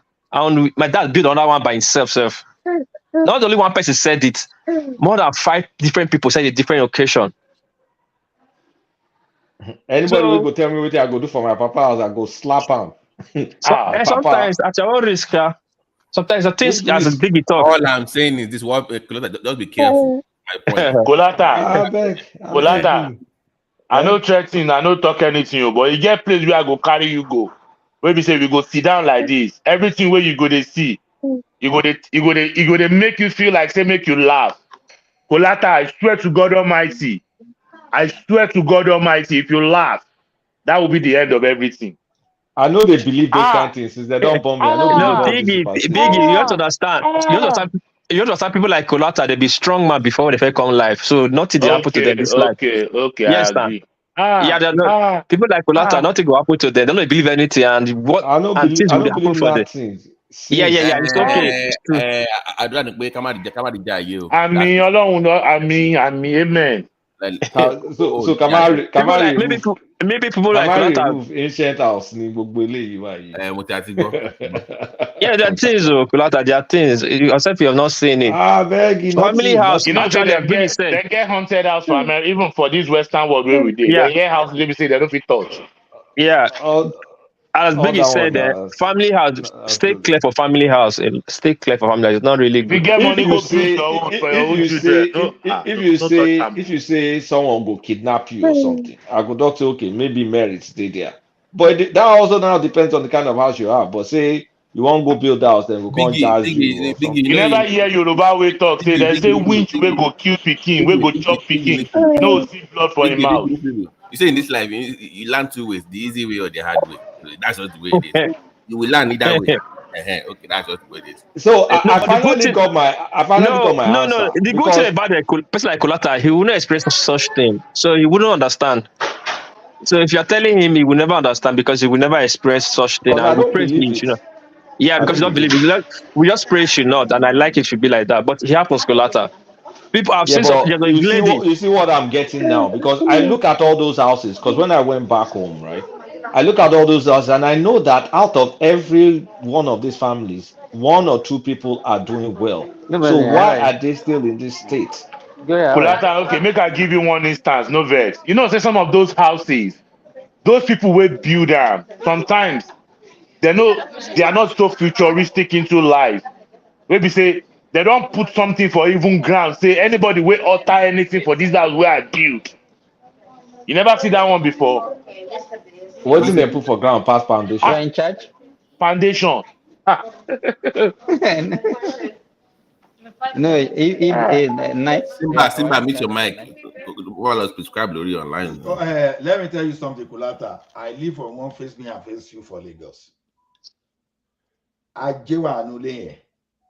Wetin be Aje? Editorial layer to Well. Aje na wealth now, but you talk am like saying na juju.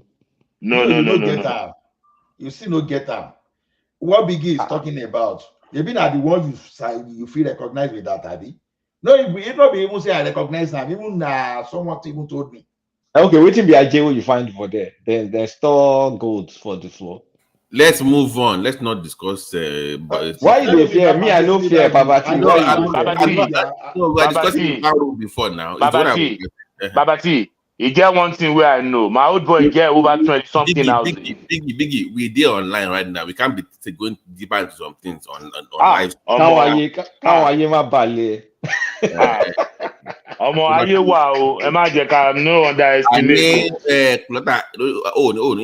You know, I'm praying you don't find. Come nothing they happen. This man. Kulata, you should come and champion Oluwapata. No say me not fit champion now. You should come and champion him.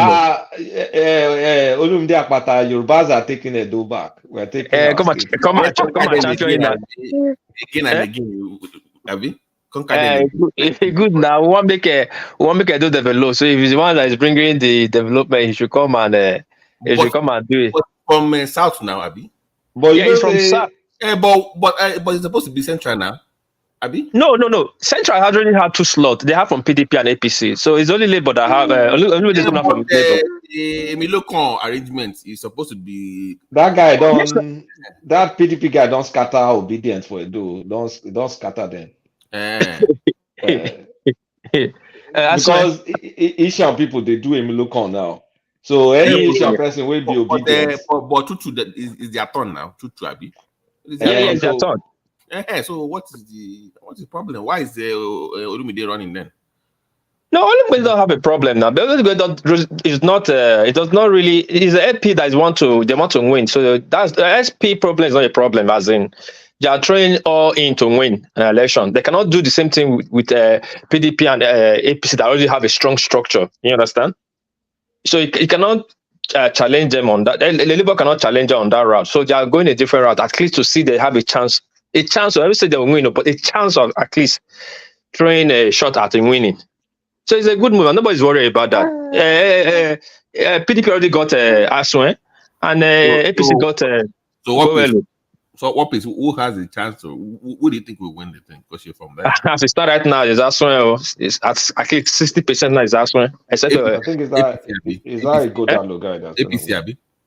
Aswen go download. No PDP. Okay. As it stand now, essentially, Milocon wants to do something different. Want to close Third World War in Benin. He will ring it openly and give it to Okpebholo. But right now, because the standard. Hold on. Do you think that maybe Labour will take away from the PDP votes and help? No, Labour will take away from both of them votes. No doubt. Not only PDP. Because a lot of people will vote Akpata. Akpata has a name, and don't trust me, it's going to be tribal too. So they're going to vote him, but that will not still give him a win, right? That he will not make the game be like how will I say? He will take the winning factor away from Edo South and take it to North and Central. So when you say it's going to be tribal, is it because they are Akpata and a Bini boy? Yeah. I don't need to lie now. They will definitely vote Akpata. They will started it. They won't look at the fact that he has Yoruba names. No, Akpata is not really a Yoruba. His father, their surname is of Yahweh. Just like his father is bearing his father. Yeah, they are bearing their own father's name. Yeah, like my own, like my senior brother. I have a senior brother. I have uncles that bear Oshodi and Bamidele, but we are adult now. Yeah, we say our own father, great grandfather is say my own father is bearing his own father's name. You understand? Like a last family after like 3 generations, some kids start bearing their own father's name. About the first name, Olumide is clear Yoruba. That is his name. Yeah, that's his own name. Akpata is his father's name, but their great grandfather's name, their progenitor is Oviawe. Yes, but they have but they have ancestry to Yoruba, no doubt. They have their family ancestry to Yoruba. That But is the clear. Yorubas in Edo State, the Yoruba Of course. Edos. Yeah. Yes, yes. I'm going to say that Yoruba. You know, Obaseki is Yoruba Edo now. Really? But it's not Yes, doing now. Chinedu now. It's not like it's not. Obaseki actually is Yoruba and Igbo Edo. Obaseki family. Obaseki and Akpata are related. Does he speak the language over there? No, Obaseki family are the family that came with Romeo to Benin. I mean, Olumide, does he speak the language in Oh, of course, fluently. He speaks the language. Okay. It's not. Fluently. It's not by the way. Obaseki does not speak it. Obaseki speaks Yoruba. Obaseki don't speak at all. He speaks Yoruba. He speaks Yoruba. Olumide was our bros now. We used to come and hang out at our baby Uniben that time. As a funny, nice guy. You know, so he's a bros, man. He's a nice guy. He's a nice guy, but it's gonna be a tough one. But that's when it's going to be. We work in the same building. When is the one in Ondo coming up? After Benin, I think 3-4 months after Benin. And the next one, okay. All right. But you should come, Closer, you should come and champion this thing now. Ekene came to champion him today now, and he tried to defend him, and they schooled him, and he schooled them back. But it was funny. It was champion Olumide. Yeah, it was champion Labour. No, I'm just using it to play now because you know when Lagos. It's good. We would play. Come to the platform and play with it. Guys, it's fun now. Come when on. they were doing Lagos election, they said Labour Party top to bottom. So now someone is saying Labour Party top to bottom in Edo. So Obedience are now saying no. Is Edo Central Stone? Is it good? Actually, the guy that is in Onwa, the Labour lady in Onwa. In Auchi, champion Labour in Auchi. Is the one champion Aswe? What episode on, please? Obedience are supporting the PDP guy. Yes. What? Yes, now. You think Closer is joking? Hey. I'm not joking. Why they against? The guy is joking. The videos are out there. The lady. So why won't Labour Party hate them? They're not really for supporting the party there now. They just pro whoever their guy wants. That's it. They don't wait. Have you gone to the internet space, seen the Benin Labour telling the Obedient that Benin they should keep their Labour in distance? Benin is different though. Have you not seen it? Are you defending them? What please? Are you defending that? Are you defending? Why are you saying? No, Benin Labour are funny people. When it comes to local, they don't do Obedient too. Labour is Labour. Don't try to. No, not like that too. When it comes to local, Labour is not Labour. You know what one of them said? FS Yusuf. He say, "Now only Obi join us together." When it comes to Edo politics, stay your lane. Stay your lane. It's true now. Okay, let me give an example for you. After the election of Tinubu, all the Benin content creator and blogger that was supporting Obi, it's not automatically say that the revised started fighting the Obedient and the IPOP. You guys don't see it? I saw that. Yeah. They reversed all of them, top to bottom. What is? I know that Edo used to be like a show where it kind of it had a huge following in. Yeah. Show was supposed to be their man. Yeah, but what happened? Shoro, that detention and restriction against Shoro make him to lose his business. Those people now moved to. First of all, let me tell you how it went. They first of all moved to this guy Wiki. Edo was first supposed to start championing Wiki. If you notice that Wiki first came to Benin to mean they're about to declare his detention. So Wiki collected those people first. So when they bring Wiki out, they say, okay, where to go? They joined the Obi movement. That house already lost its base. All those bases were already talking like lost. It didn't lose it from Lagos and Abuja. It was the Benin fraction of ANC that moved to be massively. That's just very ANC movement in Nigeria. You know, so now they are with Obedient. Now they have left Obedient. Now they are come to the local election. They are all supporting their uncle. And do you not understand? It's their uncle and their cousin that is on the ballot box. Babati. But can you hear me? Yeah. Yeah, like when we say the election is different. Like my other show the other day, only that cousin was there. Sayaga, this thing, his first cousin was on the show talking. Oh, your live show. I forgot what is even. He has his own channel now. Yeah, I forgot. Do you go? Yeah, I've not been there yet. So, but I did subscribe to his channel. Yeah, but I know he's heavily skewed towards Edo politics. But you know, Thomas, are you saying something? You're muted. Your mic is muted. Though. I don't know. Maybe he's talking business. I get it about you. Ultimately, you gonna need the steering. What happened to Office? Oh, he left. Right? I think. I know it's maybe his network dropped. Why is everywhere so quiet now? No, we were discussing development and sorry about the brown roof thing that we went down the drain. We are okay with a brown roof. If it's talking about brown roof, that's no. Sorry, Ola on the most serious. Let's not go there now. We might address laying it behind the scenes, but that issue needs to be addressed. So, even I know that we're supposed to find a way around it, but to do it as an individual is not a good idea. But we need to. It's a saw on our thing, but you know that's just the reality, like I said earlier. Yeah, but yeah. You know, all those brown roof. Even if you want to see, there are a lot of sentiment. Bishop, let's not go there again. Yeah, the mobile. See, Babati, when you even make that attempt, some people that been looking for a way to get at you before, you are opening the door. I think she was say, I want to go this matter. I want to go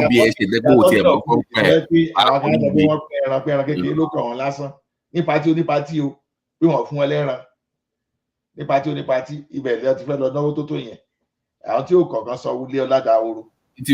Ọlá èmi tí wọ́n send the Jordans to me in the late 80s when it first came out. Okay, I can't even see it online. Ẹni tó gba delivery yẹn from tó gbà tó jẹ́ fúkú gbà báyìí.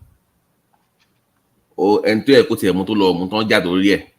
Ìyàwó kò lóyún for 11 years o tó ló ń jà tó di bàtà wọn sì lọ bẹ̀ àyè pé kó má bínú ni wo lẹ́ka dìmọ́ bẹ̀ kéètò máa yé tó mú nǹkan dáhùn sọ. The Obedient are already telling Olumide not to ride on Peter Obi's platform. Peter Obi's glory o. They already telling the Olumide guy not to ride on Peter Obi's glory. He should come and tell them what he wants to do for them. She stamp on logo. She logo. Okay. Yeah, now that's good. That's a sign of maturity, political maturity. That's good in a way. I think they've learned their lesson when Anolokada became a senator. What did he become? See what he call Enameru Abi. I know. They learned their lesson from that. Top to bottom. Okay.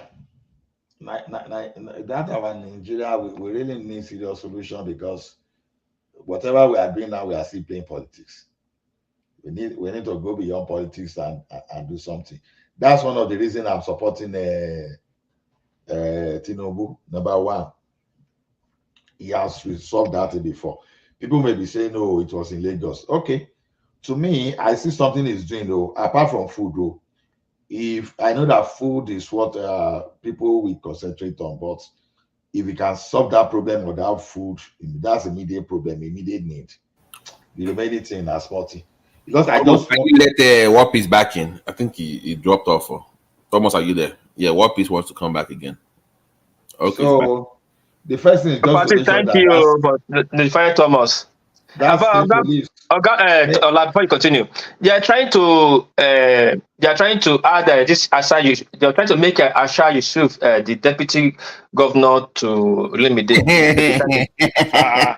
Oh God! Stop the joke, man. No, be the teach the Wait, type of no. country that. One piece, hold on. Tell me you are joking. No, we are saying flyers because when Olumide declared and got his this thing, we got just the guy that was just the guy Olumide took as his deputy from Onwa. You know, Onwa have not really gotten Is there. that the Jando style?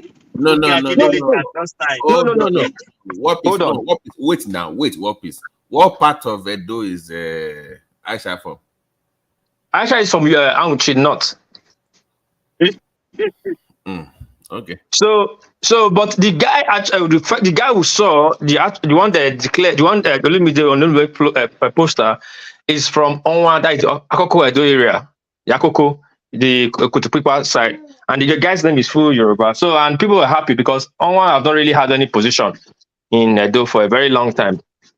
So, but next thing we are seeing as yesterday that they are on that poster is flying that they are championing Asha Yusuf as deputy to run. You guys are comedians.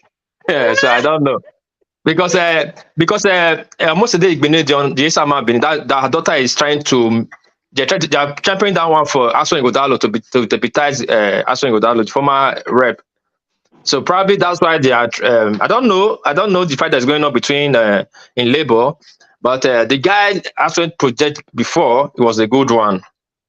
It was a good one because the guy is from Onwan Akoko Edo area side. I was even happy. But if they give it to Asha Yusufu, they will turn it to a full-bloody obedient movement. Then there will be trouble. And there will be problem. But it's up to them. Most of them going for that moment too. This is the kind of opponent they be looking for. But why do you think they were struggling? Do you remember Arabambi didn't address himself as obedient? He really distanced himself from obedience the last time we had him. No. You see, Thomas, they're not really Labour Party members.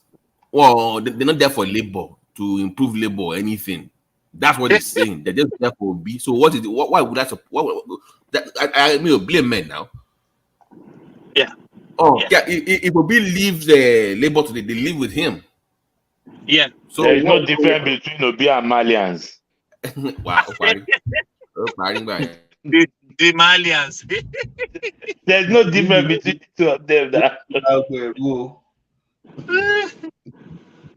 Oh my God. No, the thing is this. Me, I don't give. I don't respect someone that cannot tolerate others easily like that, especially when you don't have any reasons. Because the obedient movement, me too. I did obedient for like 3 days, 5 days now before I just They hypnotize you. They hypnotize you. Sorry, is it there? It was an obedient for 2 weeks now. So both experiments with the platform. Only Abi Thomas. No, Kulata was obedient for 3 weeks. My own was genuine for those days. But when I know the same because the story I had about Shetima, it's not as if the story is still not there, but the question is this. Someone is telling me that A is corrupt, B is corrupt, this one is a crook, that one is a crook. But the person you are rebranding, 2 is a crook. So the thing now is this: let us agree that all these people are crooks, but now let us go for competence. Competence. No, be how they take bring Buhari to us with that. Oh, the man no go shop money. Even Badimi go for okay. The way he was saying, Buhari that time. We say, one book go me back when Nigeria go to school. As if saying I ain't they go they pay the school fees for that Nigerian school. You ask them to mention the school they attended, they know if you talk. As they are sharing all those security votes in Abuja, Buhari never share from them. If you believe that, we believe anything in this life. This guy may be living a simple life, but at that time it was coming. Nigerian government was giving this guy money. He has some kind of security vote going to him. And for people to be saying all this is a lie. And this guy, do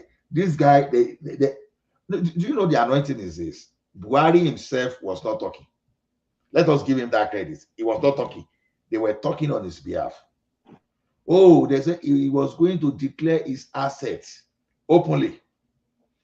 I remember Oshibanjo, we could read his own asset online on the pages of newspaper. Ask for Buhari, that of Buhari to tomorrow. It tells you, go and ask the ministry responsible. Tell me, anybody that has ever seen this guy, Buhari's asset. So they just 419 Nigeria. The same way, the same people, they wanted to use the same story to bring Buhari, to bring obedience to Obi upon us, thinking that Obi, we have to see, if you say now Obi, they there now, as the noise that they hear like this, that's more thing though. Number one, for the first saying Tinubu na Muslim, at least it's still gathering some kind of not that vote, especially those people that like politics, that they believe, oh, this is one of them.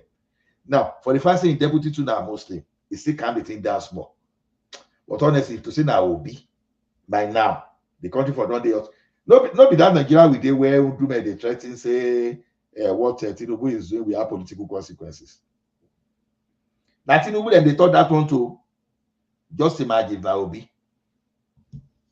If that Obi, because a lot of things will work against Obi. The problem Jonathan had, not just because he came from South. All of a sudden, South has no right there, so it was nobody, all those stuff, right? That's the way they will still be, and Obi come from the east. Oh my goodness. Ola, were you surprised when they talked about that they even considered Ngozi Nkoji-Iweala in Labour? Did that surprise you? No, naturally, I like Okonjo-Iweala though. Naturally, I like Okonjo-Iweala. But when it gets to me taking decisions sometimes too, I will look at the situation. Now, what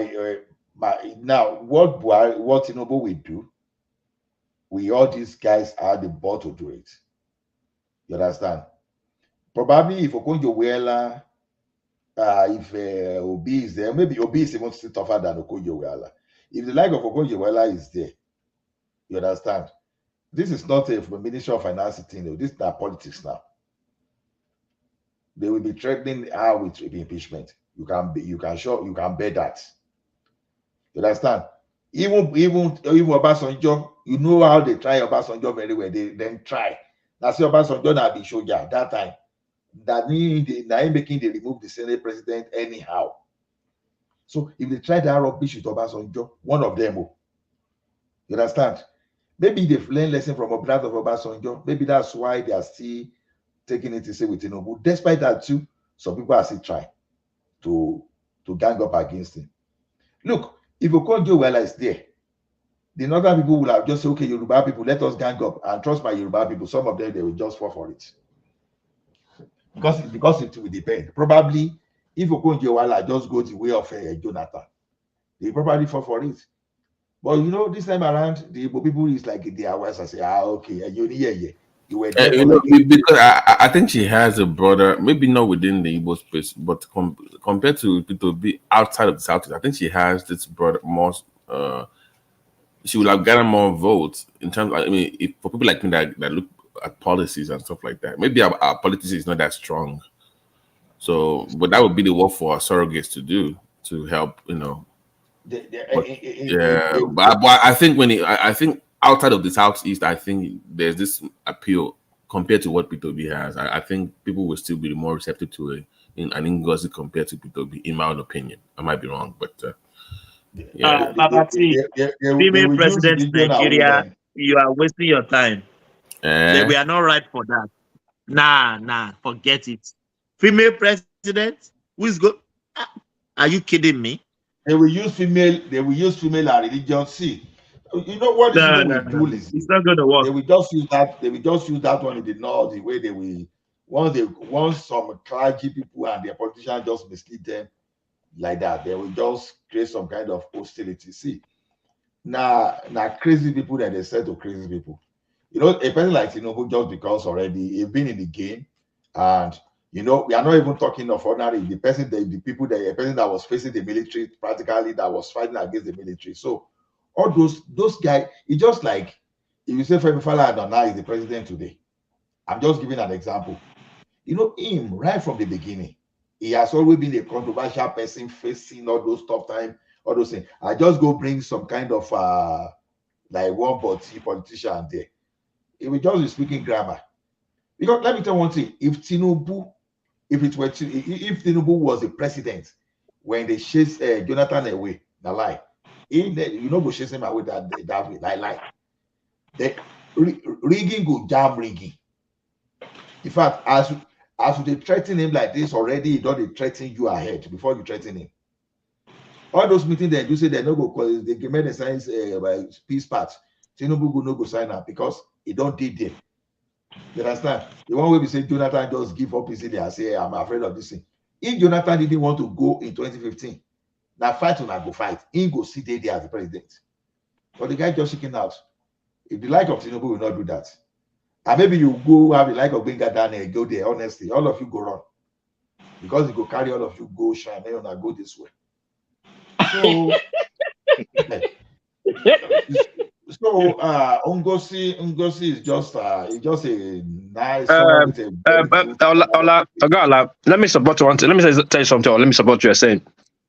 This election, or make me understand something. Though I've know it, but just to confirm something, just to confirm it. Though I've knew it for a long time. You know, Nigeria, we're not ready for some certain things we think that we want. Now, you see, people like Tinubu or Atiku, if they contest election in 100 times over in the next 100 years, they will win election. So people will still vote them regardless whatever they do. Now, people like Olufala, our great people with the sense, the good ones will listen be good one. If they go for election, they will not win one vote.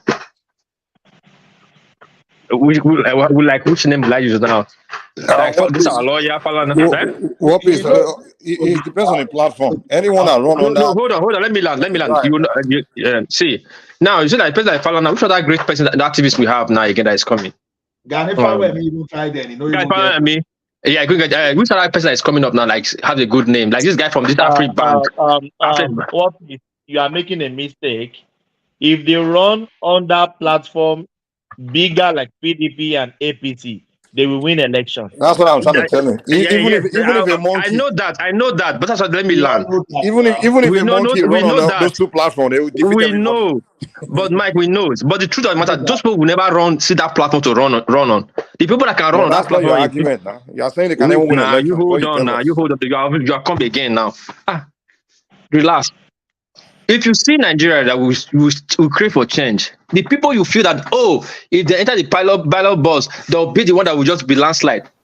Zero, foul. The people, when they enter the ballot box, is we, the people, start criticizing them. They will not even get one vote from us, even though they run on different platforms. If they give them the PDP platform, are you with my Ngozi pick? People say because she's Ngozi will not even get one vote. Let him go. Hold on. If you put Ngozi or this lady, Natasha, on APC or PDP, they will defeat anybody from Labour. They will not get a vote. They will defeat anybody from any other party. So forget this. They can't win one vote. You won't get. No. She won't get. Listen to me. Because if it's on APC or PDP, because it's a woman, she will get new. Even the women will support those two parties. The reason why they win the election, they have structure all over the Nigeria. I think they will pass in the millions. They have their structures in the millions now. They will do primaries first before she can become the aspirant. No, that's not the argument. That's not the argument we are saying. We are trying to tell you. You're saying that we are focusing on the vote that we win if they run. No primary and all that stuff. You are shifting the argument. Let's focus on the main argument. You are saying if they run, let me go your route. Let's focus on that. Don't start talking about primary. Let me go your route. No, it's your route. It's not my route. You are just the one shifting goalposts. Continue. In APC and PDP, then the greatest upset will not hear the word of the greatest upset. That word you never believe will happen. What happened to Trump and Hillary Clinton? We saw it happen in America. Hold on. One voice, please. One voice, please. Yes, that's what I came in to say, Thomas. We can only have one voice. I've been listening for about an hour. It's not 10 voices all the time. Just try and I don't want to be too general today. Just one voice at a time. That's just it. One voice. Yeah. What is land it? Mike respond, please. Yeah. Thank you. See, it happened to us Hillary Clinton and Bush, we were always saying over the roof, they were already popping champagne. What happened at the end of the day? People actually rejected, women said actually rejected Hillary more. In Nigeria is not ready to have a female president who to tell the northern the woman to rule over them. How is it going to happen? They will not even cast one vote for a woman in the north. Okay, in the south, we try to show that we are modest. Okay, I would say South was like, okay, no, let's say we are modest. South and Southeast will not vote a woman. It's never done. They will not cast their vote for a woman. So how should I win without with a Southwest vote alone? This is the reality now. In Southwest will not vote a woman. South will not vote a woman. Definitely not. Because it's a religious tradition. So how is she going to win? But anyway, let me let that go talk. It's my opinion. Mike, Okay. you can go ahead. First of all, let me start from let me start from the America you mentioned. First of all, Hillary Clinton won more popular vote than what's his name, Donald Trump. The only thing Donald Trump just won more. What's they call that vote? Somebody help me. College vote. College vote. Yeah, electoral. What they call it? But the popular vote, Hillary Clinton won more people. More Americans voted, meaning more number of people voted for Hillary Clinton. So she actually defeated him in the popular vote. So when you say an American won't even vote for a woman, you already that just debunk your argument. Now you're talking about Nigeria. First of all, the way we do election, the two parties have the structures all over the place. They just tell the people who to vote for in those areas, and the people go for it. They have lawyer, PDP, lawyer, APC. Now you're telling me we put Ngozi Koja, the APC, they pick out to run on their ticket. You're telling me now all the people that are voting APC will now say no, today we are not going to vote APC, we are going to vote for Chowore, SDP or PPP because she's a woman. They will no longer vote PDP or APC because a woman is running now. They will go somewhere else. I'm going to be voting for SDD or SDP. All those parties nobody knows. They don't have structure. No, I don't. And you're not even presenting. You're not giving us any kind of concrete argument for the reason why people would choose not to vote for a woman. I mean, I don't get it. You just say religion, and are you kidding me? I mean, how many Nigerians today will just say because of you say South? At least that northern one, I can even maybe buy the argument a little bit. But a lot of northern women will vote for the woman. Of course, they're not going to say we're not voting for a woman. And in the South, I don't even know where you're coming from. You say we Southerners will not vote for an educated woman like Ngozi Iweala. We say because she's a woman. Are you saying me? I will look at Ngozi Iweala. I will not say you're a woman. I won't vote for you. Come on now, where are we? Are you serious?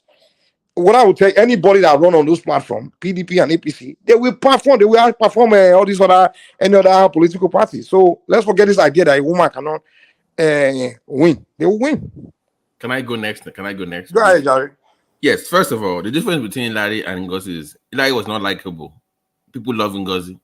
Okay, it's the difference. She's likable. Hillary is not likable. Like Mike said, she still got the most votes. So by Nigerian standards, she should have won. If we're going to do that. Number two, do you know how many women will come out if you have Ngozi? Let's say Ngozi was on APC after Tinubu or whatever. Do you know how many people that will come for the first time? That will, if Ngozi runs in Nigeria on a major political party, she will have that kind of massive turnout like Obama did. That first black man running, first viable running for office, they will come out in their millions for her. Even in the north, like that you're very dismissive of, they will vote in their millions. Forget the men. The women will come out. If Ngozi go to small party, she's not getting any votes. No, we are discussing the major parties now. Nobody said major party, yes. If it's a major party, yeah. A major party that has the political apparatus to promote that women's right or female, whatever, and they put that in the media, in everybody's faces, they will come out in their millions to vote for her. She will win. Easy. Okay. Can I? Well, it's not gonna get. It's not gonna get it in major political party. You know that. You don't know. No, it's not gonna get it. This is you call me Remy. This presidency is a male something. Forget Nigerian female president. Come on, Remy. Okay, thank you. You have the floor. Yeah. Good morning, everyone. Unfortunately for her, already missed. Unfortunately. And I will talk from the past and also the present and the future. if to stay during Obasanjo regime, and then after Obasanjo left, during that Jonathan era, that it belonged to the South, if Obasanjo have used his clout, he would have been rigged in and he would have been Nigerian president that time. But now, look at the indices. This is Tinubu. 2027, he would like to go for a second term. The northern people and the South and the Southeast, they don't really have regard for women at the Southwest. And when you are talking that, Babati said a lot of women will file behind that is in, you never know that when a woman is contesting, the number one obstacle to women to become a leader is women themselves. It's women themselves. It's women that you are right. Thank you, Garemi. So, unfortunately for her, present situation, 2027, the Hausa will not like it to give it to another Southerner. That means you guys want 12 years, right? Invariably. So it's not gonna happen. So he has, Okenja too does not really show interest in Nigerian politics like that. To me, I see her as an Oyibo mind, okay? So she does not show interest. Even if I want to push her, how is the leading two political parties, how are they going to present her? Never. If you know, even as we are talking about PDP today, if you see the people that are lining up for 2027 from the north, talk less of. That is why Obi will never go back to PDP because he knows. But if they have it for PDP again, that means they want to lose again, you know. Who? They prefer to lose again than to give it to Obi now. Do you think is that bad? Let me have one question for you though. If the godfather of those parties, I say the Tinubus or the Atikus, they nominate a female. They decide who run those godfathers of those parties. Which year are you talking about? You must which year are you talking about? Are you telling me that if Obasanjo was the godfather of one of those parties, he won't nominate Ngozi Okonjo-Iweala? Hold on, now give me a second now. Listen to my question. Okay. Let's say because there's really no much difference between the mentality of someone like Obasanjo, Tinubu, and Atiku. We all know because Ngozi Okonjo-Iweala was someone that performed under Obasanjo well, and he knows she's competent. So you're telling me if Obasanjo was the godfather of one political party and Ngozi Okonjo-Iweala is one of the nominees, and the other ones are a bunch of mumu like we normally have, you think Obasanjo won't appoint her as the one as the chosen person? You will say because she's a woman, Abi? If you listen to me carefully, I said in the past, during the Obasanjo regime, if to say it's the Southerner turn that time, Obasanjo would have used his clout to present. Even if he present, he has to rig it like he rigged the Arabian in. Because when you look at Nigerian context, Nigerian people themselves, let's be objective here. Nigerians as an individual, most Nigerians, they always like men first, women second. Not really.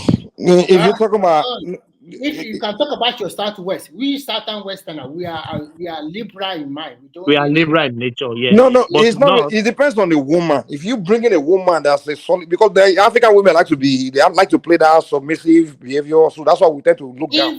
But if you bring in a high young lady that's speaking like you say, no woman, nobody will say, oh, she's a woman. Come on now, we're not that foolish. Let me conclude my analysis this way. Let's just oppose it to 2031. Okonjo-Iweala would have been aged. She does not have the power to contest again. We are talking about reality now. In 2027, if the PDP want to present a Southerner to checkmate Tinubu, if they win, that means the Southerner is going to have 12 years, give or take. We know Nigerian politics very well. So the Northerner will prefer another 4 years of Southerner and go back to that. That is the truth. Nobody is stupid. Remy, please let me add this. I know where Marcus. When I was talking just now, I said this Southwest is kind of liberal. They want to say, okay, let's be modest and let's vote a female or a female president. Where Nigeria is right now, in the next 20 years, let me not stretch it like 50 years. I'm not seeing any chance for a female president. This Wapi, I had 80. I had 80 to the 100 years. No. We might have female governors soon. But wait, governor, governor is okay, but wait, let me just land, please. Sorry. The North could call a tradition, their religion and tradition. They would never choose a woman over them. Now, Igbos. Even you guys in the South, I'll come in now, please. Now, let me come. Let me break it for my so Mike you understand. Igbos, their tradition, a woman can never. That is for Igbo. South, our tradition, what they call forbidden thing. That's how we call it. Okay. A woman cannot. So I don't know why you. Okay, hold on, Mike. I don't know why you're getting your notion from maybe from your own side. You're looking from it from your own side to other people's side. Oh no, even though you are smoking for nothing tomorrow. Okay. You will not. Cool. Let me ask you this. Let's forget the reality. We just fine. Let me just give me a chance. I know in Africa in general, that's in our traditions. Trust me, all over Africa, Ghana, Nigeria, that tradition within communities. Oh, woman is second. So, are you telling me that we are mentally far different from Liberians? When the Iron Lady came out to run, she campaigned real well. We are far from Liberia. Hold on. The woman, very educated woman, sophisticated woman, speaking. She's in the caliber of Nkosi Koje. She's in the caliber of Lashata Akoti in Liberia. And the people saw her. The men, they voted for her. She won. So if Liberia can do it, what makes you think Mike, Liberia, they are not even from Nigeria? Their eyes are black in Liberia. They are black. What? Their eyes are black. Their eyes are black. Can you hear me? Our own eyes is white, Abi. We are Japan, Japan the president Japan practices constitutional monarchy system. This is the first time that they just singularly through their party system present a governor, a Tokyo governor, like a female, and she's not having not having easy at all. In Japan, a woman can never be a boss. Hold on. In Japan, a woman cannot be a boss. Not to talk about governor, boss. I don't think it's a matter a tradition. I don't think it's a matter of people have to present a woman, or they are presenting a woman, or women are not allowed. It's just that women generally don't show interest in politics. Even though you show interest, I'm telling you, even though you show interest. Hold on now. Naturally, most women really don't have that much desire for political power and things like that. There are only few exceptional women. Even in the United States, hold on now, even in the United States of America, not too many of the women are really going into politics. Male is predominantly male. And few women that go and they want to perform real well, they outperform even the male. So it's not really because men are not allowing them. It's just that generally women, it's not their desire. That power, political thing is not their desire. They're more focused. Naturally, they just focus on getting married, building a house, raising children. That's just their thing. It's men that is our nature. Family thing. Yeah. So it's not. So we can't use it because we don't see them. It means that it's because men didn't allow them. It's not the case. So we are not allowing them. It's because they are not going there. That's why. It's not that we are superior to them. No. Exactly. It's just that they are not showing desire. That's all. No, we used to think women cannot be gifted in sports. Like for example, when I was growing up, before women started playing football, I never thought a woman can play football that will entertain me. Until recently, when some women started showing interest in football. When I watched the female last World Cup, I even enjoyed their performance than the male. Those ladies can ball, man. Mike, let me interject now. Sorry, one voice. Do you remember back in the days, Mike? If the boys are playing football, right, and the girls say let us play, even if you beat them by 100 goals, if they score one goal, they won the match. You can score all the goals you want to, but if they just score one against you, it's over. They won. So I get what Mike is talking about. So you can't blame them, but at the same time, the interest is just low. The interest was low, but it's not like men are stopping them from doing it. But people always present it as if, the reason why women are not there is because they didn't allow them. It's not that. Because if women today, because the only way you can say women are not being allowed is if the law of the land is saying they cannot, then you can say, okay, they are being stopped. But in most places, the law just say anybody can do this, anybody can do that, but women generally don't show interest in it. So now, men will dominate it, and they will start saying, we are the ones stopping women, we are the ones preventing them. No one is preventing them. There's no law that saying you can't go there. But it's just that Mike, let me put this. Yeah, let me put this. And also the dirty game that men will play to get to power Some women cannot do it. Exactly. Because they are family orientated. They can't. Thomas, don't understand something. This we're talking about. It can happen in London because of their cultural peculiarity. It can happen in India. We've seen it happen there. But it cannot happen in Pakistan. When the woman tried to rape Pakistan, what happened? They nuke her out. It was the most popular. She was escaping assassination until they took her out with bomb. It can never happen. There's some countries that it will not happen. This is a mistake we are making. But if Do you know how many men have been kicked out the same way? Hold on.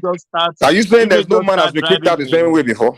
No. In Pakistan, the woman cannot rule over them. But in India, a woman can rule over them. Yes, neighbor.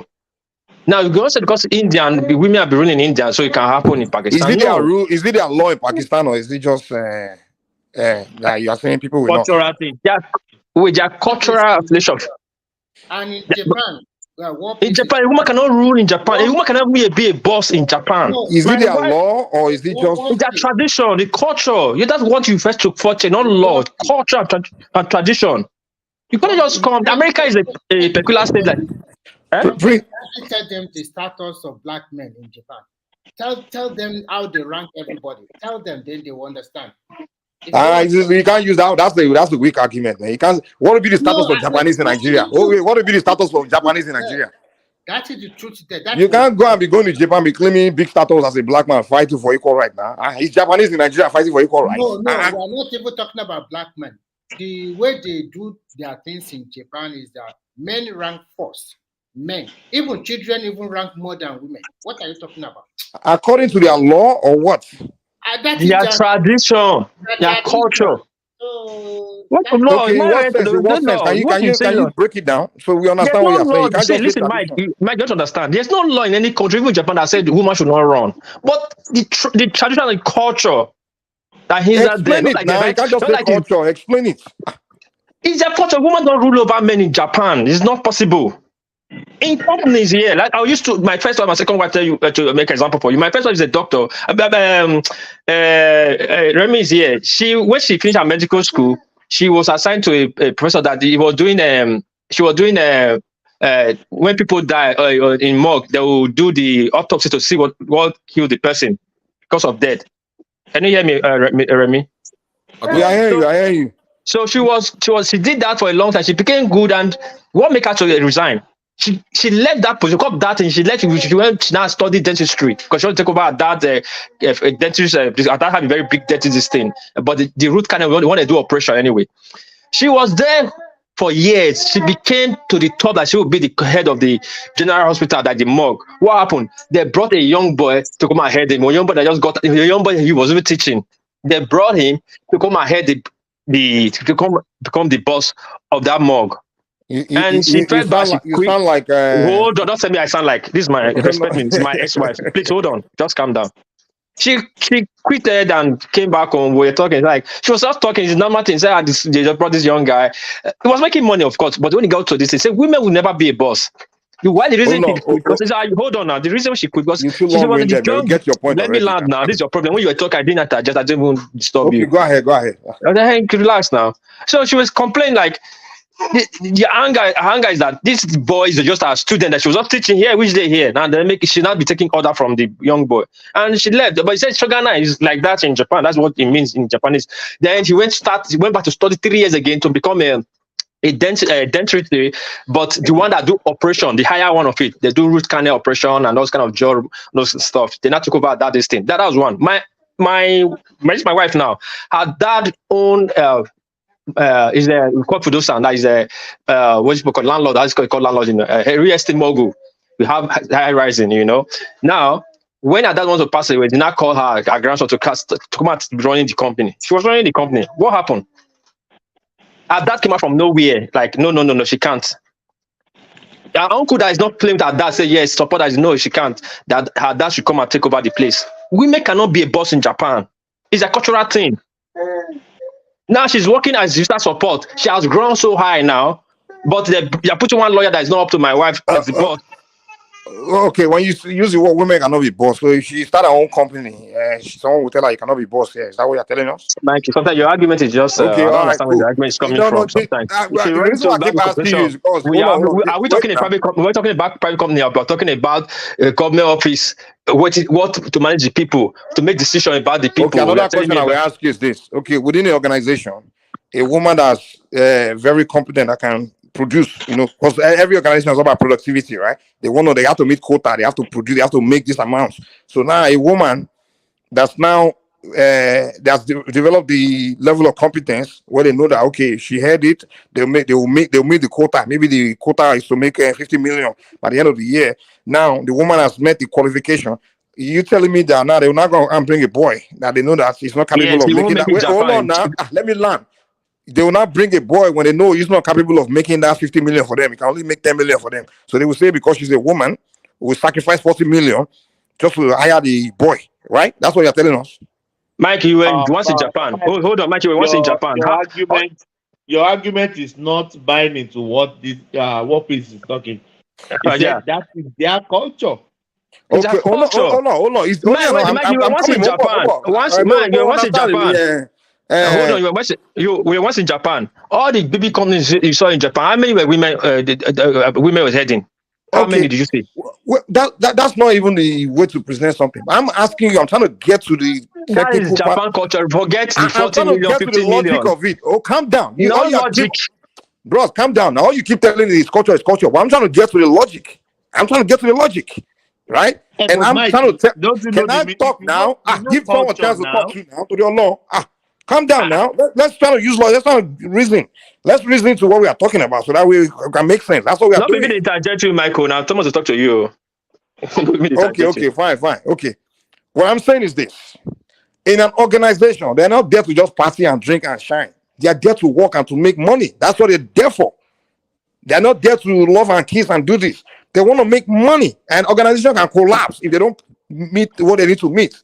Now, my question is, you telling me that the Japanese people,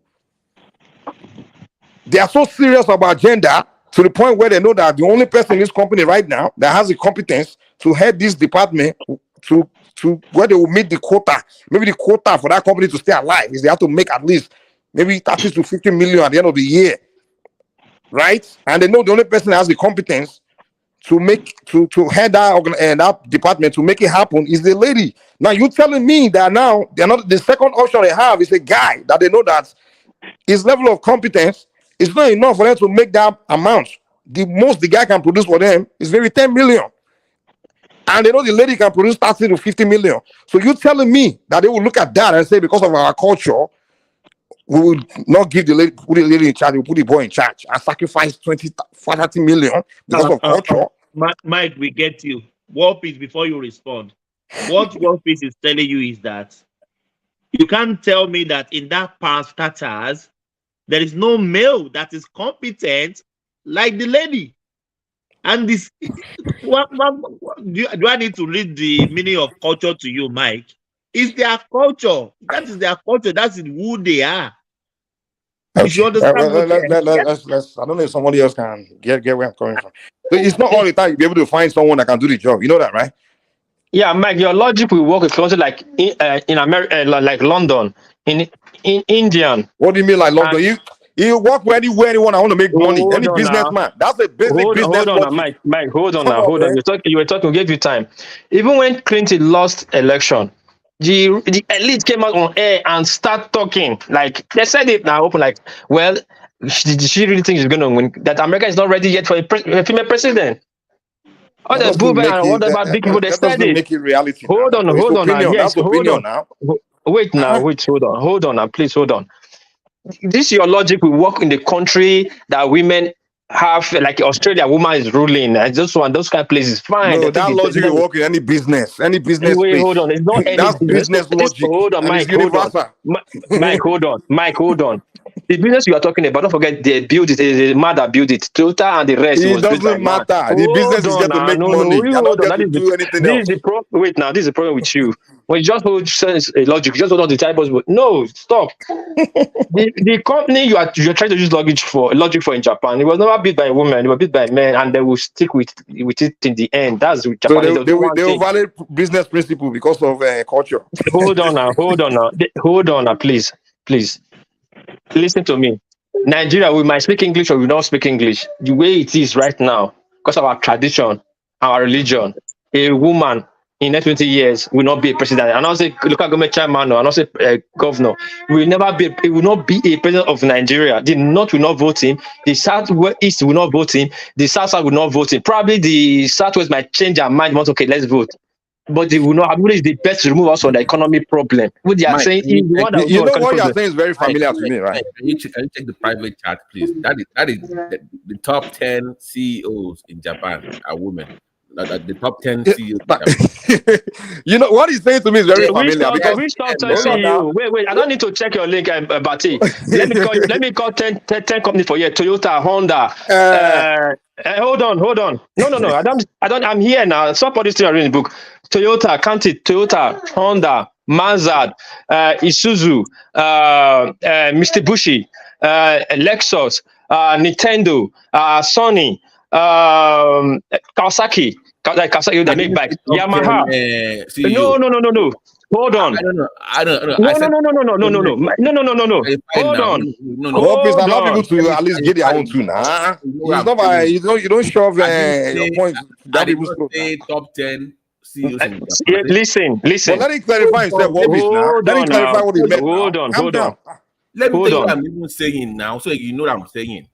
I'm saying that top women that are CEOs, they are top 10. I didn't say overall CEOs in Japan. I'm saying that women that are top CEOs in Japan, 10 of them is on the link. But when you say that we can't have female bosses, so I'm like, how come you have Suronti beverages in Ghana, in Japan, that has a CEO and a woman? When you say top 10 CEO, I don't know the CEO you're talking about. Japan. Hold on. Can you bring the link up, please, Thomas? Japan, we have a called president. That's president of the company. We call President Sacho is president. No, now CEO. And that is CEO, that is chief executive officer of a company. That you bring out the company. When you bring out the company. We have Japan Railway, which is one of the biggest company here. Is led by a Japanese man. We have Toyota. Is led by the great grandson. This is what I'm saying. I didn't say top 10 CEOs in Japan have women. That's what you said that they don't have any boss, and I'm saying that there are women that are CEOs in companies in Japan that are bosses. So when you say that it's impossible to have women at all in Japan, like, and I put the link there, not the top 10. We'll look at the link. What Prince is telling me is very familiar. I remember. Listen, Babati, listen. Japan don't have Babati. What you are bringing out or saying that is American stuff. This thing in Japan, one person is the head. If you're having branch, side, like my wife, I tell you, my wife was heading the mock team. They brought somebody to be leader there. That's why she left. Okay, thank you. Let me hold on. You can't listen. Listen now. Let me land. You should like to jump to person. No. Okay, go ahead. Please now. You can have a unit. You are continuing a unit. If you are working in my wife's friend is a slot machine. She has the unit she's controlling. But the big company at the end of the day is controlled by a man. Who is a president, a leader. A president, that will be keep saying. You always say CEO, we tell Japanese my CEO, all they know is the leader. Who is the leader of Toyota? A man. Who's the leader of the company you are going to call? Who the company you're going to call? Who is the president there? Is the man. Please call the company and look at the president, not top state CEO of what? Branches of what? Okay, Kawasaki is the man. The company, the head of Kawasaki is the man. Now the CEO is not the boss. The CEO is not the boss. The CEO is not the boss. Boss in Japan is president, number one man. One piece, can I come in and hold on, Remy, I'll be trying to come in. Let me just come in quick now. You know, the moment people start using personal experience as to paint reality. Hold on, yes, I just talk on this one now. I've had this thing which is very familiar to me. I remember when I went to one company and I'm already starting now. Let me just quickly finish. I remember when I went to one company like that to work there. You know, the black people, they were saying a black man will never make it to that director position. It's never happened. You just sit there, they are so racist, everything. Within 2 years, I've made it to that position. You know, so it's just people do that stuff, man. And they gave me all kind of example, like this guy trying to do it. Oh, they gang on him, I said, come on, that's just that guy, man. We don't know. So me, I made it there, and I look at them, they look at me later, like, why you do it? You know. So anyway, go ahead, Remy. Okay, thank you. First and foremost, the way the Asians do their business is different from the way Western Europe or America or Africa do their business. In Asia, they also have different culture, from Chinese to Japanese or Singaporean, or maybe to Malay or Thai. What they do in most of these top big Asian countries, like top three, let's say just Korea, China, and Japan, you might have your CEO, but they also have a president. The president, they always call them the leader. He's the number one leader. Anything he says, the CEO sometimes cannot even say no. You cannot do that. So the way that they do their own business is different. In China, a woman can rise to a position of a CEO or even a position of a CEO, or sometimes to become a president of an organization. But in Japan, it's not that way because of their culture. That's what One Piece is trying to explain to you. Try to understand him first. Hong Kong, you are talking about, Hong Kong that you went and you become a leader. Hong Kong was ruled by UK for 100 years. They already, I have to say, their way of thinking is British way, totally, 100%. I've been to Hong Kong twice. Even if you're in Hong Kong, you will think you are in a small London. If you go to Singapore, you also think you are in a small London because they copy some of the styles of the British. So what One Piece is trying to tell you, in their public domain or in their big organization like Dangote of Nigeria, you can never see a woman as their president there. That is their own culture. But in a private setting, of course, a woman can be a CEO or become a leader. Nobody cares. But even in some big private setting in Japan, it mentioned a lot of names. You two go and check it. Do you see? I'm not talking about CEO. I'm talking about president, the leader, number one. You see a woman as the leader of Kawasaki or Nintendo and the rest. You will see their men. That's what he's trying to explain. There is no ambiguity around it. That is their way of life. So thank you, Remy. I've just taken a look at the company is sent. Like what you just saying, the CEO, CEO. That's not this. They take order from the president. Because Sacho. I have one for you now. Let me give you one now. A president that is a woman in Japan. Japan Airlines. Which company in Japan? We all know Japan. Let me say it now. Allow him to say it now, please. Let me even finish it. Let me even finish it before you even reply. Continue. Hold on. Let me finish. Japan Airlines named former cabin attendant as the first female president this year. The first female of the company. Let me put the link. Japan Airlines. Hold on. Let me put it right so you can read it yourself. The first female president, because you said not CEO. You said we don't use CEO. Okay, fine. Now, put it there. Hold on. This is not a. Let it land. Yeah, let it land. Hold on, please. Hold on, please. This is not the get reporting. No, this is Reuters. So it's a credible news source. This is it right here. Can you put it up, please? Can you, Thomas? The first page open is a female. Japan Airline female president this year. So this like follow the money. One piece. If money is involved, they will put the best person there. Culture or no culture. Culture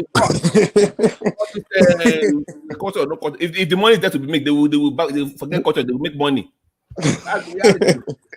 And that's the logic I'm trying to present. Like, why would anybody want to lose money in the name of culture? Japan Airlines female president right there. Babati, there is one thing you should know. Whether male or female in Japan, they all always adhere to quality and excellence. They train their men and their women. Female, no, Remy, don't move the goalpost. They say you say no, don't move the goalpost now. I'm not moving any goal. I'm not moving. Don't move the goalpost. Babati, what are you trying to tackle here? This is the country I live, and you just said. Sorry, this is the country I live, and you are just hold on. now. Hold on.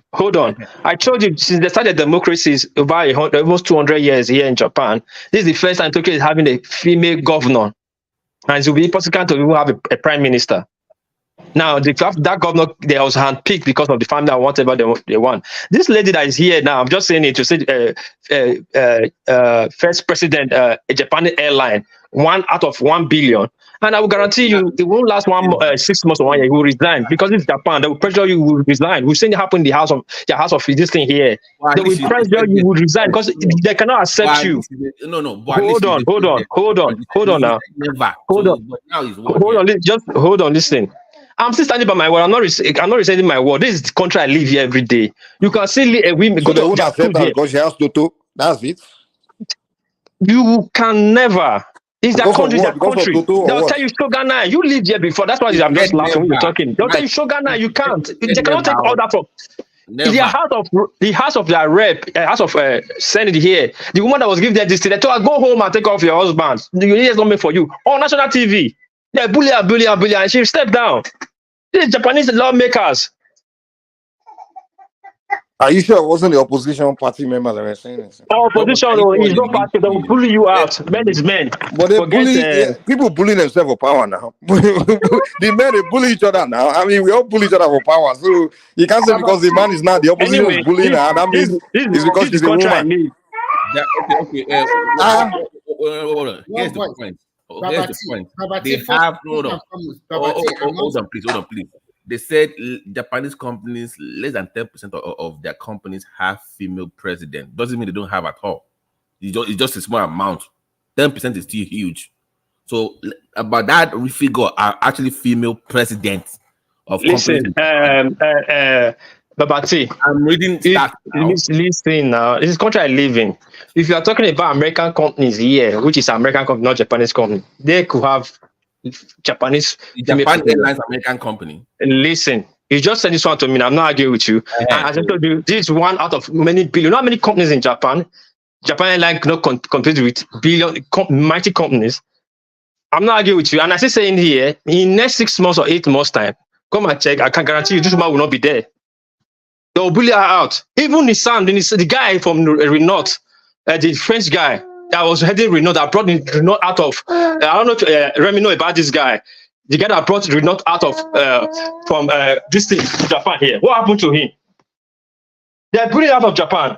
Is it that they don't bully the men too? Japanese men, their culture is a men's world. It's a men's world. It's a men's world. It's their culture. Do the men bully each other out of power too? Forget that. They don't bully. Well, I can't say forget that now. I mean, bullying is bullying. You can't say they bully her because she's a woman. They just bully her. People are scrambling for power. They will bully now. Trump was bullying. Trump was bullying like Clinton. Okay, I cannot have this conversation with you. You can be having your logic. Logic does not work with reality. How can you say logic does not work? Are you kidding me? You're speaking logic. This is where I am. I've been you see in Japanese. So emotion is one word. It's not logic. Emotion is one word. I get your point that culturally they don't appoint women. You're talking. What devil dream of becoming a boss? They make you. No, hold on. It's okay. Let's drop it. Mike, continue with your logic. I get you. No. I'm saying that there are female presidents, even though they might not stay long because they might be bullied or whatnot. But my own thing was when you use the word never. That's where I didn't agree. It's not bad, It's not bad that you're showing to me, You're showing to me now. That's to show you how it's so bad that you're showing to me. It's not even big in Japanese news. You said you just make it this year. Every day watching watch NSK English. Wait now. Hold on. That's to tell you how because you start talking. To your point. That's what I'm saying. I understand what you are saying. I'm not arguing what you are saying right now. That you send me a picture of these ladies, 1% out of 1 billion just became a CEO, and I'm telling you, this country is difficult. You can never see a woman become a president in large companies here. They have what they call president, and the presidents are men. It's a main word here, and it's what we're talking about every day here. The women, the men, they talk about it here every day. It's the thing they see, they don't want to talk about it, and it's so bad that I didn't even see it on TV that made this woman a president. Of course, soon I won't be surprised if she's out there again too. But fine. Let me ask you a question real quick. This is the culture. What piece? first and foremost, we must commend Babati for doing his research and come out with what he came out with. What I want people to know, no, please hold on. First and foremost, are we talking about private sector or are we talking about public sector? We are talking about president of a country. That is why we get to this point. No, of company, no. Because you remember earlier I brought up CEOs. We were discussing private, and okay, if it's private, and he said, hold on. He said CEO is not a boss. That he has to be a president of the company. Yes, I said Japan. I said Japanese company here. Yeah, so that's in Japan. What is my own issue was using the word never. If you just say maybe once in a while or maybe minority, I agree with you. I'm not retracing my word though. Because that one I don't like. I'm not retracing my word because first of example, I make a very good example of Asia. They have the president, which in Nigeria maybe for the chairman of the board, but in Asia, in Japan and China, those kind of people they have more power than the CEO. And sometimes it's the president that also appoints the CEO. Sometimes it's not the way we do in Western world that we have a board of directors, and then the board of directors now sit and pick and find the CEO to run their company. Sometimes it does not work that way. Sometimes the president of a company can also be the founder of that company. Remy, let me quickly say this. First of all, now it's Ruta that's writing it. They are using an English to write president. I'm not arguing now. I'm not, because my wife come to the outside to bring in Japanese newspaper. Let me see. Probably is the CEO that Ruta is writing as president of Japan Airlines, meaning he still has a president over her that you are not seeing on papers. Or like Jeremy is telling you guys, every Japanese company have what they call Sacho, that is the president. No. Read it. It says the president. I know. I'm not arguing the article. The article is writing in English now. They write CEO as president now. What's CEO? It's president of the company now. But in Japan, it's not so. CEO is not a president. A president of the company. Now in South Korea, he's still a boss. But you say he can't be boss. You know? Boss is a boss. Boss in Japan is the president. Forget your CFO. So that's the only position of a boss. Yes, because that man takes decision of the company. Japan is one order from the top. That man takes decision of the company. You understand? Forget that lady that's sitting there. Okay. Because he's the owner of the company now. Wait.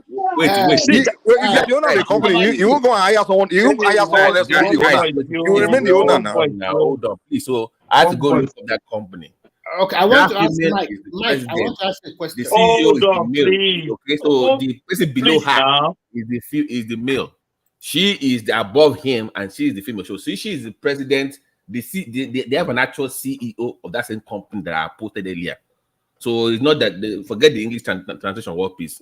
So they got it right. Babati, you cannot tell me about my country than me, and you cannot tell me. Hold on now. I'm not saying. Hold on now. Listen to me now. Just listen. Sorry, I'm not saying what you are saying is wrong or what you are reading is wrong. If my wife come, I tell him to pull out the Japanese article. Then we'll know the word they use and what she's holding. Japanese word, they have kanji, they have hiragana, they have Ghana. Mike knows this. Yeah, they are writing an English version for you. Fine, I'm not arguing with you. But if you see in Japan, you will see the title is different from what you are seeing there. Just like a Japanese movie, the movie they call Superman beat Batman is different from what they call in Japan here. So just relax. By tomorrow I'll come back again. I'll remind you that thing you told me. See the official position. No. Remain to them, please. Can I read it to you? In January this year, the company announced Torori will be that is the president, that is the female. The CEO is UG, that's the male. So they have a CEO already. So it's not about English or Japanese version. They got it right. The president of the company is a female named. You know the funny thing about you when you're arguing until you come to Japan. Right there. Wait, hold on. I see what Rami is telling you, but you don't understand. Until you come to Asia country and you see that Asia think from back to front, not front to back. I'm arguing with you to world peace. I'm saying that there's always an exception. You can't use the word absolute. Is where I'm actually is my argument. Yeah, I think guys, hold on. War peace, you win. Babati and Mike, you win. Let's move on. Thank you. Yeah. What is the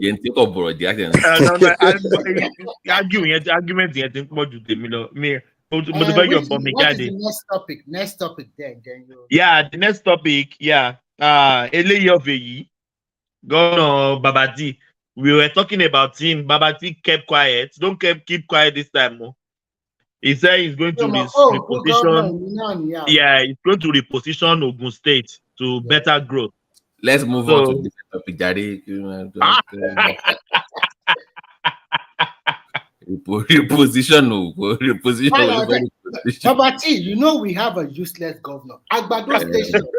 I don't understand. When they commissioned the red light, you are just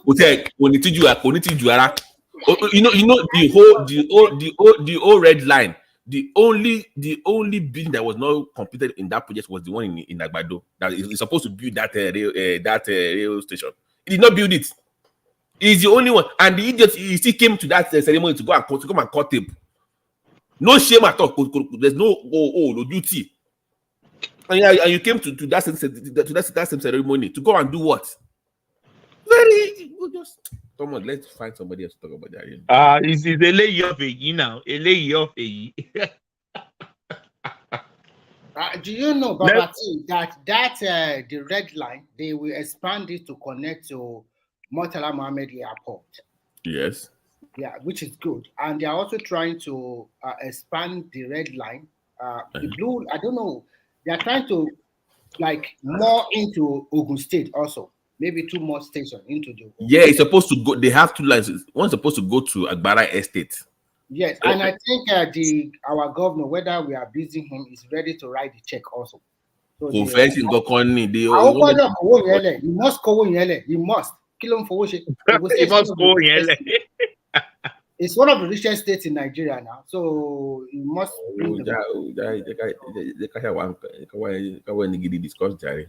Yeah, what do you think? The newcomer,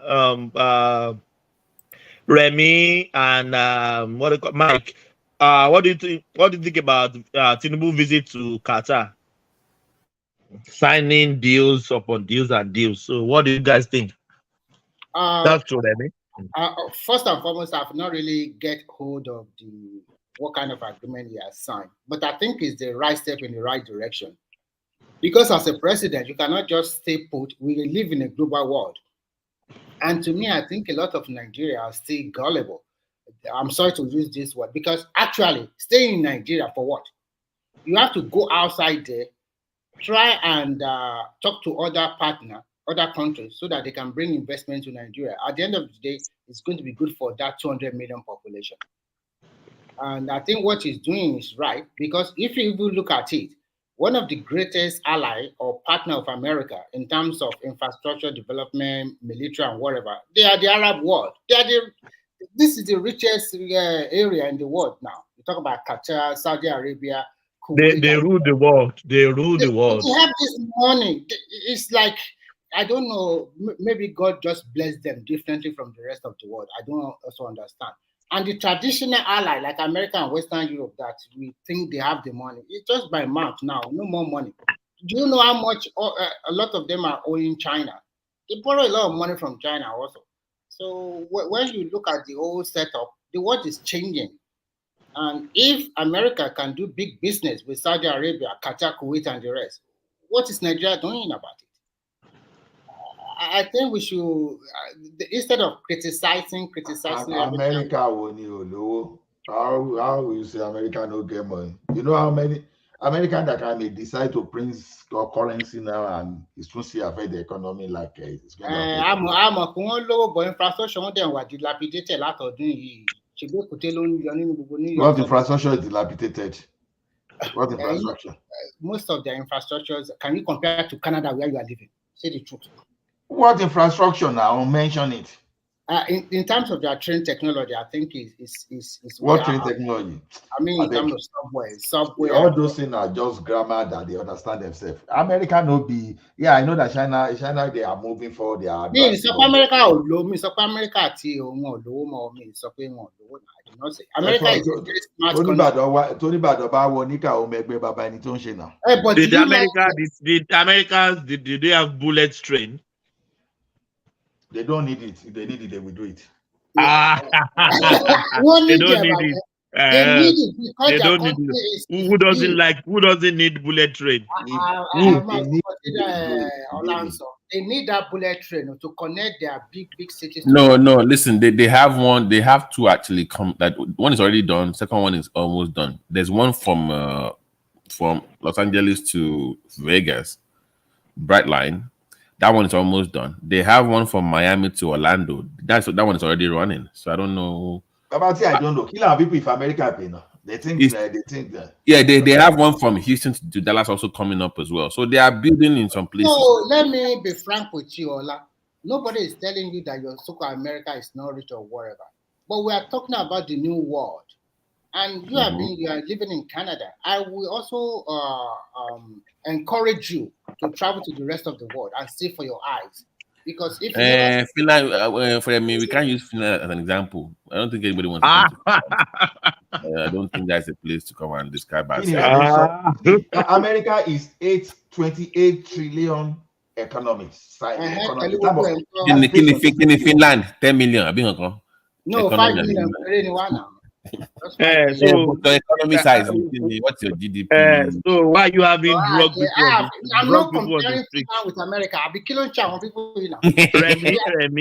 Remy, why are you having drug addicts on the street? People sleeping on the street. Just leave them. You can't cater for them. We are fighting for your freedom across the world. Which freedom? Which freedom? Population of Finland, you too bad. Got all your states. If you got Finland, it's one sorrow. This Finland, you can never see homeless people here. Never. If you come here for asylum, they will give you like 2-bedroom flat with your family. That's the reason they're giving you the bedroom too, because Ben, that's the reason they're giving you food. Remy, they are shifting the goalpost now. Now. Of course, we have enough room for people now. If you are the richest country in this world, why are so many people? I just don't understand in that your America. Remy, I saw the street of Philadelphia. Oh my God. Is this America? Okay. So let's compare America, Australia, Canada. Where is more desirable for people to want to come? People want to come to America, not Finland or Australia. I don't come on. Who wants to come to Australia? Okay, I will tell you why. I will tell you why people will pick Finland ahead. I will tell you why. If you want to raise your kid, if you are a family man and you want the best for your children, and you want to come to Australia. And you want come to Australia. You don't want diluted, or unguided kid or whatever. Finland is a place for you to be. But if you want that fly lifestyle,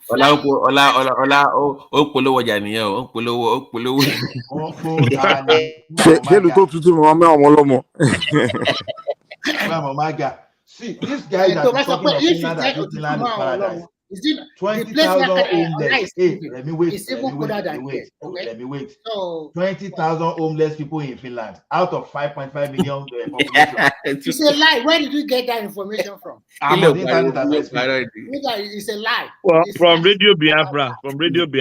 I'm on internet as I'm speaking to you. Remy, in healthcare, for instance, we learn something. There's no absolute. You can't use the word never, always. When you say there is no homeless people in Finland, you know that can never be true. I've never seen that. I've been living here. That is you now. But you can't say that it's not anywhere. You want in now. No, but that is your own experience now. You can't base that on your own experience for the whole country now. No. I will tell you what is going on here. Let me tell you. I don't know. You guys have a free visa to Finland. And you can get a cheap ticket in winter. Come and see. Let me tell you what. If you are drunk here, the police. I said, well, we know they come now by force. No,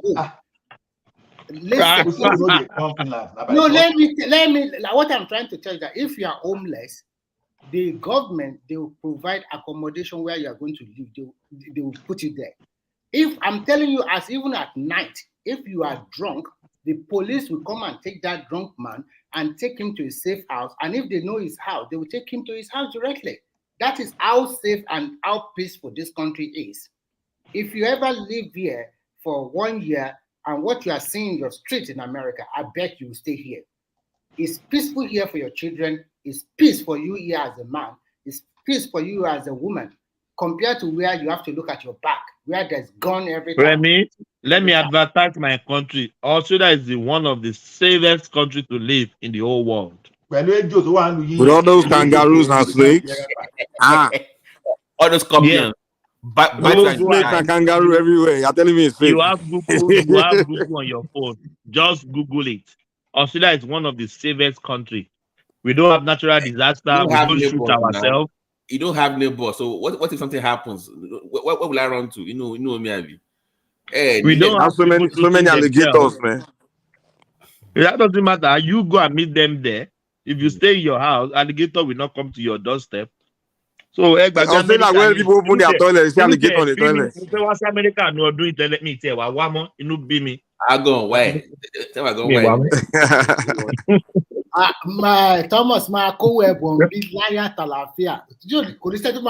Nobody will mug you in the street. Me, I won't lie to you guys. If you want to make up for this life in America, if you want to make it.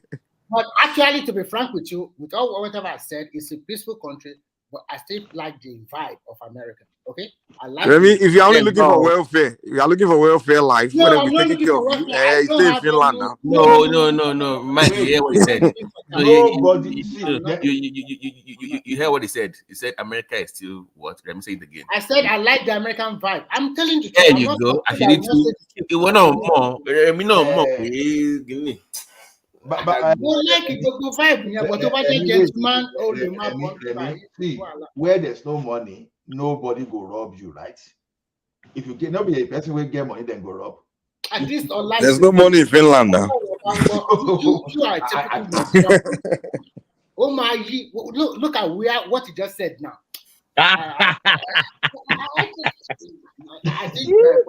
You can't rob somebody in that kind of weather now. Oh, you decided. When you're talking about the weather,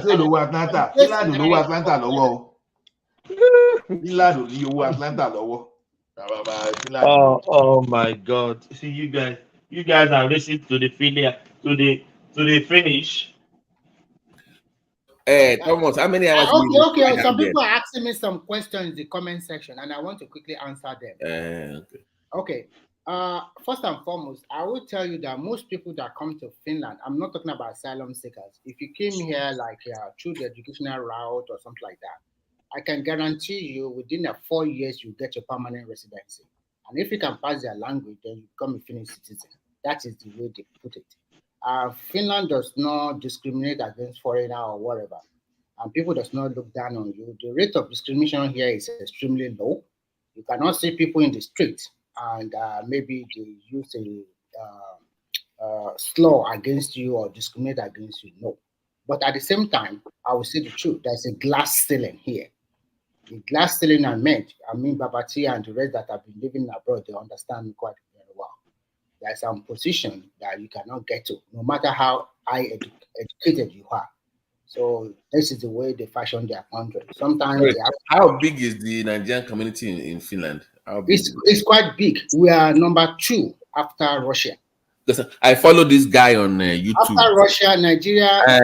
Remy, I follow this Nigerian Omobano guy in Finland. He married a Finnish lady. But that one has 3 children, right? I speak Yoruba. They speak Yoruba. Right. Yeah, you know them, right? Well, those children are speaking. I don't know. I know that it's not living. They're speaking in Yoruba.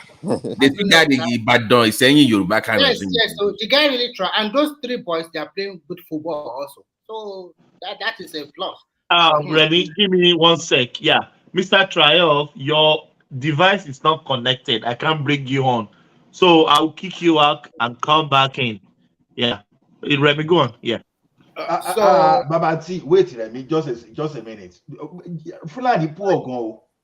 They are just half of Atlanta. I'm not even saying Georgia, Atlanta.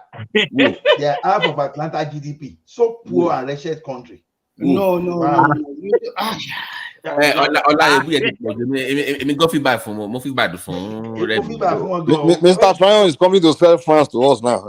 In France is the biggest. France is big. France. I think you guys all these Nigerians and their European. Look at the size. For example, like here, the income parity is very close. You can live as a big man as any other rich man here if you can pay the mortgage or the financing of your car. How big is it? Is it tech company? They're asking in the comment section. It's big, and there's some of our guys that are good in IT. They can get like 5 figures in a month. But this is a country the tax is very high. So the more you make, the more you also pay tax. So those guys, they are living a big life here. Live in a house. And, sorry, sis. Remy, Simon Iceland. If Finland is so good, why is Samuel Ekpa trying to run to Biafra? But he's a very Nigerian now. So Remy, why is Samuel Ekpa trying to run to Biafra? If Finland is there's a freedom of speech now. In fact, Finland is true now. Biafra. There are so many Nigerians here, and the people that have each population here are Yoruba people, Edo, and some of our guys here. Most people, they came through the educational route, and only few. We don't normally have a lot of Nigerians in the asylum system. Maybe those one from East Africa. But Remy, is it not this word self? How do I find myself in Australia? How do you find yourself being finished? Thomas, if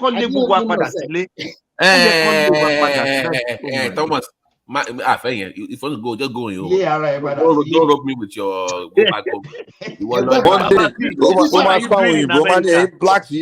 back to Africa. Go back to your country. Thomas, one thing I want you to know about this Nigerian living in Canada and America, they are just like American and Canadian government. You can never. They are like chameleon. They change to right and left every time. And they always justify their negative action. That we are trying to protect the world. That's why we are bombing them. Everything, blah, blah, blah. It's all lies, man. Freedom and liberty. Without America, your country will be gone. They are saving you from Russia and all those things now. We are spreading freedom and democracy all over the world. Operation Iraqi freedom. Iraq, they say they are going Operation Iraqi freedom. No, Remy, let's truly be told. If not because of America, Islam, if I'm a rule, there won't be any difference, man. The same will go. Can Hitler win war? Hold on. If Hitler win war in World War II, the same thing France is doing to all those francophones, looting them, and England is the same thing Germany would have done. They are a bunch of idiots. They are all the same. So they will say Hitler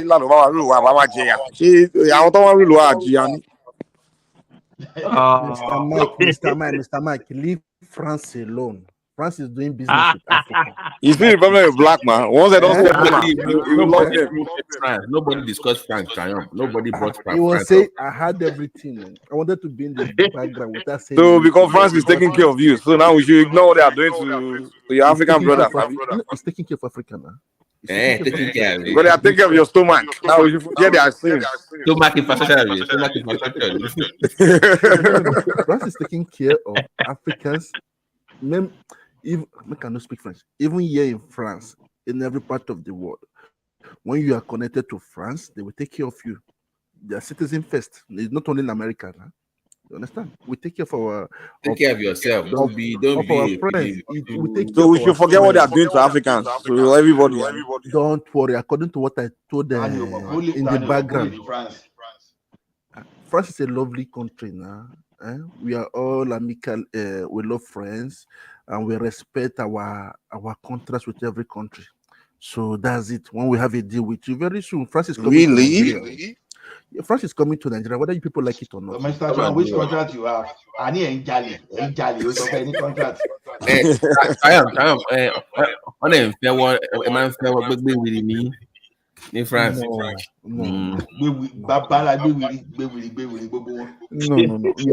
We are coming want to Yara. Nigeria. We are coming to help you people in Nigeria. France is coming. Is Siemens a French company or is it a French company? You know, one thing is that they don't come direct; they will come indirectly. Can you mean? I don't know. They will come with other companies that they have contracts with. But what? No, sorry, is Siemens, is it German or French? It's German. It's a German company. Okay, I know that's the one that signed the power thing with Nigeria, but I've not had any. But everything will be. You understand? I said it yesterday in the background. And everything will be. Guys, what do you guys know about Germany? Germany. Oh, Germany is it a good country? Is the largest economy in Europe now. My brother. Stop. Don't say that. Don't say that. Don't say the that. Baby of wait, I should not say what. Don't say that they're the biggest. No. As for now, Germany is the biggest economy in Europe. You want to argue? Feeling the heat. They're feeling the heat. They are all the these most people are saying. advanced. No, that I don't like Germany. Economy in Europe. They are bigger No, than paper, France. no, it's only on paper. So it's only on paper. So which France? Don't They are say bigger that, than UK. We are on talking paper, of France. Which France? Yeah, there's an echo somewhere. I think that is Triumph. You bring echo. That is Mr. Triumph. You bring echo into our midst. That's France. That's what France Why does. do I? France cannot survive with that Africa now. If they turn off Africa from them within 1 year, they will collapse. Yeah, Babati, Babati, what are you saying? You don't. So they said it themselves now. If they need Africa to leech on to survive now, France is not. Africa doesn't want to respect their contract now. What contract? They have a contract deal. Or that do it, Happy. They made them force them to sign. If you take Africa from a France economy, they will collapse now. Come on. They're smaller than UK. Who told you that, man? They have business, they have contracts. Let's try something. Let's say those countries stop putting their CBN in France. They don't benchmark their currencies between French or CFA or whatever. They are independent. Their CBN is independent of France. They don't have to save their money over there. Let's see how long they will last by then. Let's see how long they last. They are making the currency strong for them now, Babati. We are making their currency strong now. If not, making it strong to be lesser than Naira. You have to understand now. They're making it. They won't.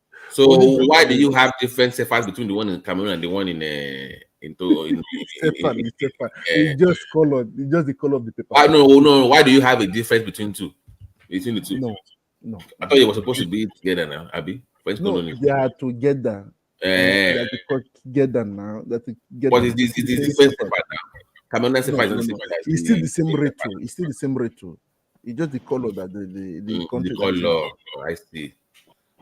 It's still the same rate too because of I went over. I'm sure Triumph is just trolling, so I will not take what it's saying serious. No, now I know. You like country, my jolly.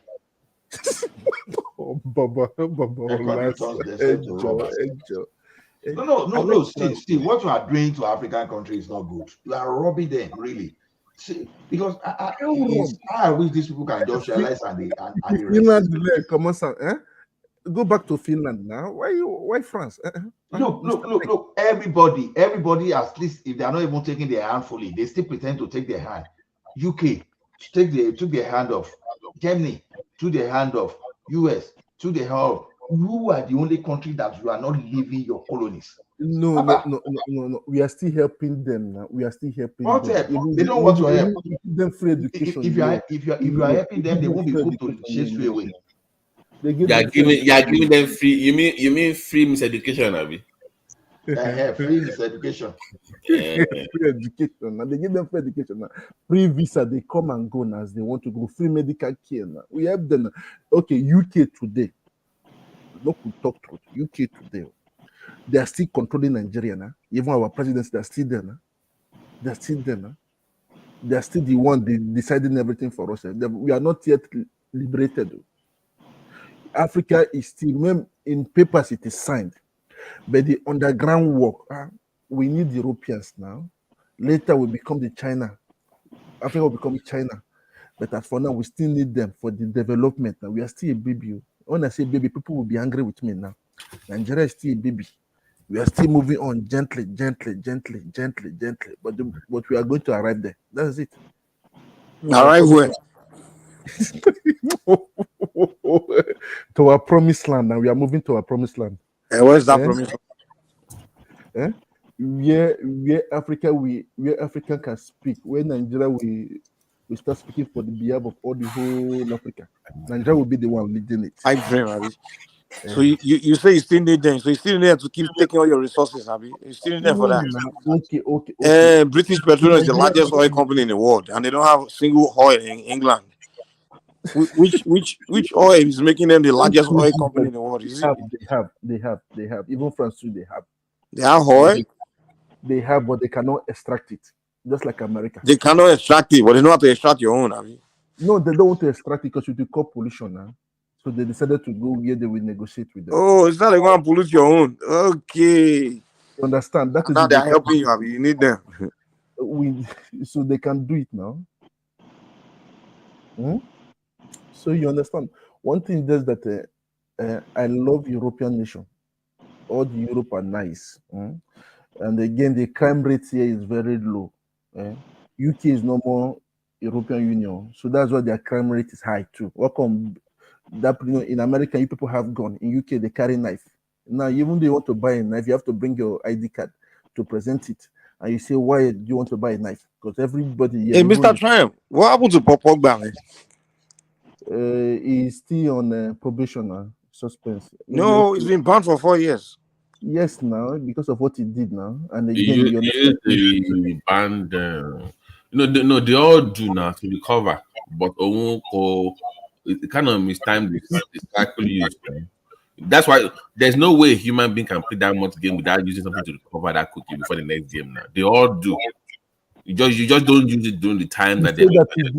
He's not aware of it now. He's not aware of it now. He said that they have testing cycles now. They have what is called off cycle now. If you play sport, off cycle time where to recover during games. So, but you should know when they're going to test for it, so that you'll be off the juke for a while. So you kind of screwed that time up. So do you know that? Let me tell you something. When I was working for the government, you know that that was then. I will say it out. There's nothing new under the sun. We used to. Some of my colleagues, former colleagues, used to beg me for my urinate, and I give it to them. Yeah, you can't play high level sport. I'm sorry to say. You understand what I do? You understand what I do? Look at this guy playing basketball, LeBron. 21 years, still averaging 27.7 and 9. No way on God you can. That is, you know what I mean. He has to recover that fast now. No. They need their vitamins now, but maybe it's because it was his brother. No, it's not. No. Oloshi, brother. No. Oloshi. You understand that? Listen, sir. The guy had his tendon in his leg. Awful. The guy came back in 2 weeks. That is impossible. Who was that? LeBron. Nah, LeBron spent millions taking care of his body, man. Buying what, Mike? The guy's not using anything. He just takes care of the body. Come on, man. Come on, Mike. No way. That's not possible. Like, no way. He's on that juice, man. That's not possible. You cannot have tendon in your foot and come back that fast. So they will use that to recover fast. It's just Kumako. It doesn't help your game, but it helps you recover fast. That's just the difference. Like now, Pogba is receiving $2,000 a week. He's not happy. The money is too small for him. So very soon, before the end of the year, he's going to lose his once he left Man U, it was already over for him now. He went back to Juve now. The guy was so lazy, man. He just ruined his career. He spent too much time. There was a scandal that the brother came out and said that it was. I know that Kolata and many people we want to talk now. Also, the brother came that he wanted to use black magic against Mbappe. Everybody had. Yes, it came out in fact. Everybody started, but because everybody started being afraid of we blacks that we use black. I heard that. So it was his brother that said that. His brother came out. it was a big fight too. With his brother, till date, they're still fighting. You understand? So the brother said everything out that he wants because he said that Mbappe was taking it overshadowing his star. So you understand? Mbappe's father, I respect him a lot. He's a father that understands life. Colata, mon concord. You don't know anything. I'll say that in English. You don't know anything. This word is rule. There are two ways in this life. Either you are in the supernatural or in the natural, and it exists. It exists. I remember when somebody told me to come and sorry for diverting. They come and take my family property that I'm the one going to inherit it. Somebody called me and said I should leave everything. Omo, I leave them. My life is better, and I have more than that today. So that's it. So one thing that they say, prevention is better than cure. That's it. The guy came out and said that that he wants to hurt Mbappe. Mbappe came out and was telling his brother, please talk more. Where did you took my name to? Then Mbappe fathers went to Africa now. I came back. So that is it. So what is that? In everywhere there's jealousy. There's enviness and jealousy everywhere. So what we have to be careful. We don't know who is who likes you and who doesn't like you. So you heard our conversation about family. I was laughing behind the scene. I was just laughing that the people didn't understand. He wants to go and Mike, you go or kill that discuss or family house. And come out now. Who? It's like Kulata. Onu fele repair. We discuss pé oni gba one brown roof house yẹn tó ja gbole yẹn pé kon repair. Oni buy oni you can go and do it. Money má dán wò. Tó wá lọ tọwọ́ bọ̀ lásán. But that was just the conversation that got there. Ṣé pé ọmọ gbógun ti àwọn ìṣẹ̀lẹ̀ ọ̀yà sẹ́yìn. Money.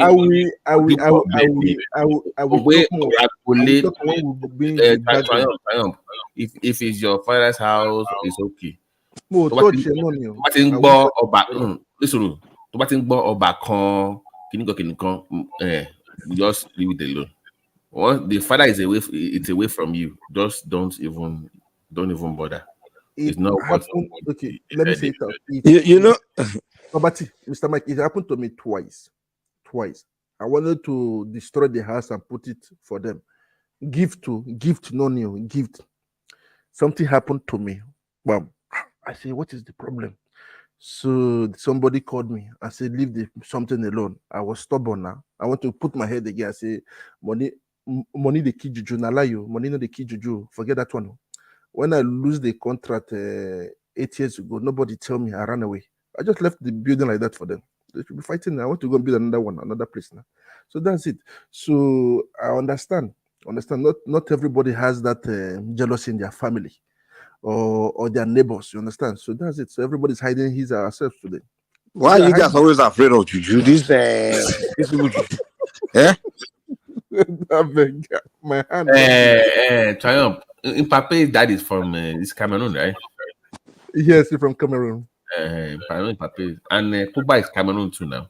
Abi? No, Pogba is from Guinea. No, it's from somewhere. The father abandoned him. Guinea, something like that. Because they went to his village. He cannot even. I don't blame. He did not. He built a very fine house for his mother's family. He did not do anything for his father's family. They are living in a hut. I saw the video now, documented in the whole France. People were insulting him. He cannot even take care of his own father's house. He was thinking about it, but he said that it is his mother that brought him up. The mother's family did everything for him. So I understand. So he's doing payback. You understand? So that's it. So maybe it's time for him to resign. That's what they are telling him. You understand? It's time for him to resign. So Pogba is already like 35 or something. Maybe he can go to Saudi Arabia and just. No, Pogba is 30. Now the guy just stopped. I think he's not for 4 years. He's 30. He'll be 34, and for him to get a club, then it will be very hard for him. Yeah, that's the end of your prime. Now, once you enter 34, you only have like 1 year to play. But when you have people like Ronaldo and Messi, they make those one that take care of their body. It's only Ronaldo. Even Messi got 34. Messi is done. I saw what's this called? This guy, this Brazilian guy, what's he called? Neymar. He had pot belly now. I was shocked. Yeah. That The one, Brazilians don't laugh. that one just stole money from PSG, Jari. Always forming injury every 5 minutes. You know, anytime the sister has a birthday, he used to go. You understand? One thing is that is in the sorry to see you. In Brazilian games, with the moment they clock that 30 years, they start getting enough fat. They don't pass that. I don't know why. Even I was Mr. Trump, when they were covering that case and when that lady accused Neymar of raping her, and they were covering the guy loves event. money. The guy loves money. No, I'm trying to tell you what happened now. Like when they were covering what happened that night, they said Neymar was drunk, intoxicated, that they had to send someone to the lady to escort him to the room. And I'm like, so this guy's a footballer and he's getting intoxicated. So I'm like, I see why these Brazilian guys they don't last. Look at that. Look at Ronaldo. Look at Ronaldo. Even Ronaldinho. All of them by 30 they are done. The original one, no, not Portuguese one. Yeah. They're Lima or whatever. If that one took care of his body, it would have been better than the Portuguese Ronaldo because it was better when it was really good. Though. Yeah, it was 29. It was done. Like you don't fast. Like now. Let me tell you one thing I respect about Mbappe. I like him for he goes to parties now. The father leads him to go to, but he never drinks alcoholic, no smokes. He only drinks water. In parties, he drinks water. That's why Ronaldo career lasted that long now. Mbappe doesn't drink alcohol. He doesn't. He said that he wants to be the next Ronaldo. That's what he's saying. That's his dream. And Ronaldo said that what he been on. So he admires. He said that his role model is Ronaldo. He said it out now. He's Ronaldo now. Ronaldo likes him. Understand? So they advise him now to go to Barcelona or Real Madrid. So he's leaving this year, before the end of this year. So that's it. So where is he going? He wants to win that best footballer of the year now. He's gonna have to leave France to do that, man. He has to go to either Premier League You cannot win it here. One thing they give it. He can't go to Premier League. He has to go to Spanish La Liga. That's the only way. That's the Real Madrid. No, the thing is, this is the deal. If he wants to win the La Liga easily, he has to go to where the next best player is playing. So Erling Haaland and Mbappe are considered the two best players in the world. So he has to come to Premier League and be a rival to Erling Haaland. He needs to come play in either Arsenal or Liverpool. Well, I don't think Liverpool will still be good after the coach leaves because the coach is leaving this year. So he needs to come compete against Erling Haaland in Premier League, man. No. He has to go to Spanish club. He has to go. He has better. I think he should go to Premiership, no Spanish. No. Let's see.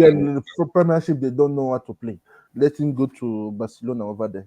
Barcelona or Real Madrid. Either the two games, they're going to be the best. Even you have Rodrigo and you have Vinicius now. Vinicius for Real Madrid.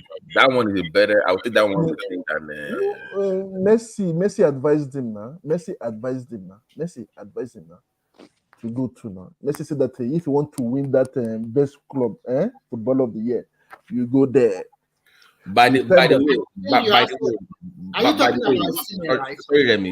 way, where should Victor Osimhen go? Is he Arsenal or Chelsea? You can see that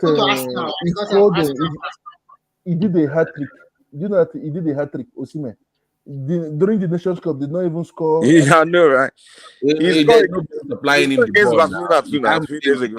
Now. We don't have midfielders in Nigerian football team. Can you blame the guy? You cannot blame him now. You are playing defensive football. Actually, the reason why Nigeria was playing so well was because the guy was in the field. The moment they took Osimhen out, the game our guys couldn't even play well. I could see the big difference. You know, I'm a big Arsenal fan, so I prefer for the also for Arsenal. I prefer Remy. I prefer to have Victor Boniface. That's who I want to also to trade for from Leverkusen. That's the guy. I think he's better than Osimhen in my opinion. I think when he is all round up better. He's bigger, he's stronger, he's fat. Osimhen is a good finisher with a good midfielder. Always complaining. He's an opportunist, just like Osimhen is the best player in the Super League right now. He's the best player. No, Mike, he has a very low conversion. Like, are you kidding me? Yeah, no. Go and Do you look know at that Osimhen is top best players in the world, top 10 best players in the world? No, I know. No, for a central striker, I follow Serie A closely. Go and look at the top goal scorer. You will see his own. It's number 7 right now in scoring. No. That's because he has missed so many games now. What are you talking about? No. I mean conversion in attempts. Do you watch the last season? The last 2 seasons? I did. I'm saying attempts to goal ratio. So he gets more attempts, but he misses too much for a striker. Yes. Look at the stats now. I'm not making it. You are looking at him from your Super Eagles setup. No. For even at club, his conversion ratio it was good though, but he could have scored more. He has a poor conversion ratio. What are you talking about? Yeah. I mean, conversion means per 90 minutes. I understand you. His conversion rate is more than 1 or 2 you are talking about. No. This isn't good. No. You scoring and your conversion rate. Unfortunately, this season he has been in and out of the team. I think what you are saying, Beverty, is that he's shot on target. How many entered? Yeah, like he has a very low conversion ratio. Like he has opportunities, but he misses too much for the. This season he has not been in the top form. To be frank, this season he has not been so super. Even last year, it was like 27%. You're getting it wrong, though, man. That's how they even rank you. How many shots do you put on targets? That's how they rank you. You can't say because most of the shots on target didn't enter means it sucks. No, most strikers don't even get shots on targets. But that's how they rank you. Like, how many shots you get on target? They don't care how many enter. If that guy, that's how they rank. That's how they know a good striker. They look how many shots you shoot on target. So his conversion ratio. The goal is luck. Because the keepers can be so good.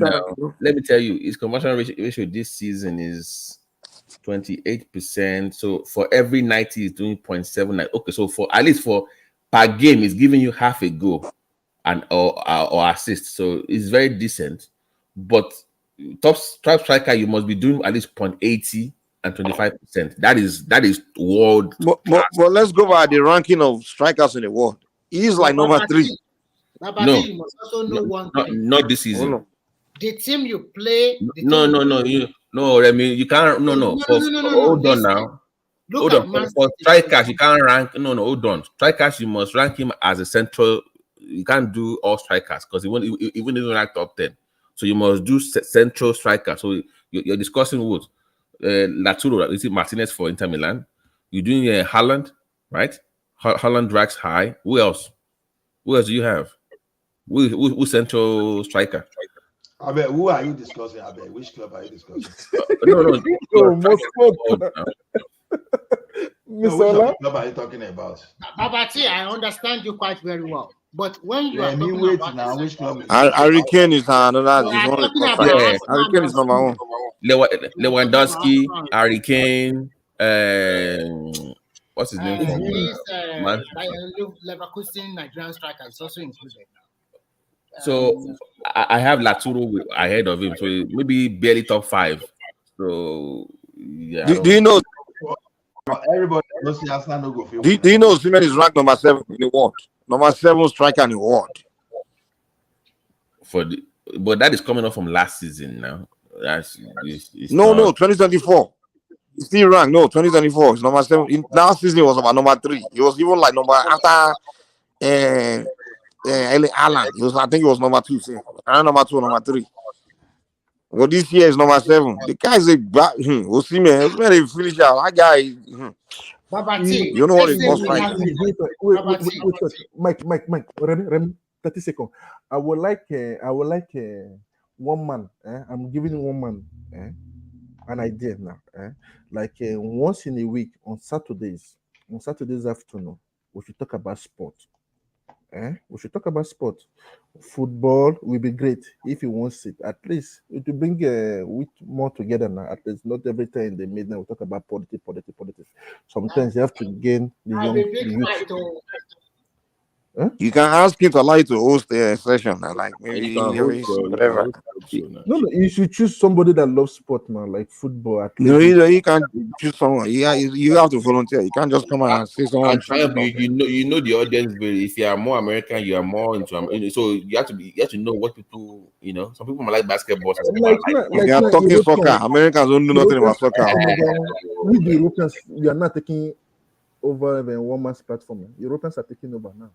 It's no more America. Hey, like Mr. Todd, do you know that most Americans, like probably 90% of Americans, don't know who Messi, don't know who Ronaldo is, or Mbappe, or this guy. No, I'm telling you, they don't know them. It's only us that are immigrants that know these people.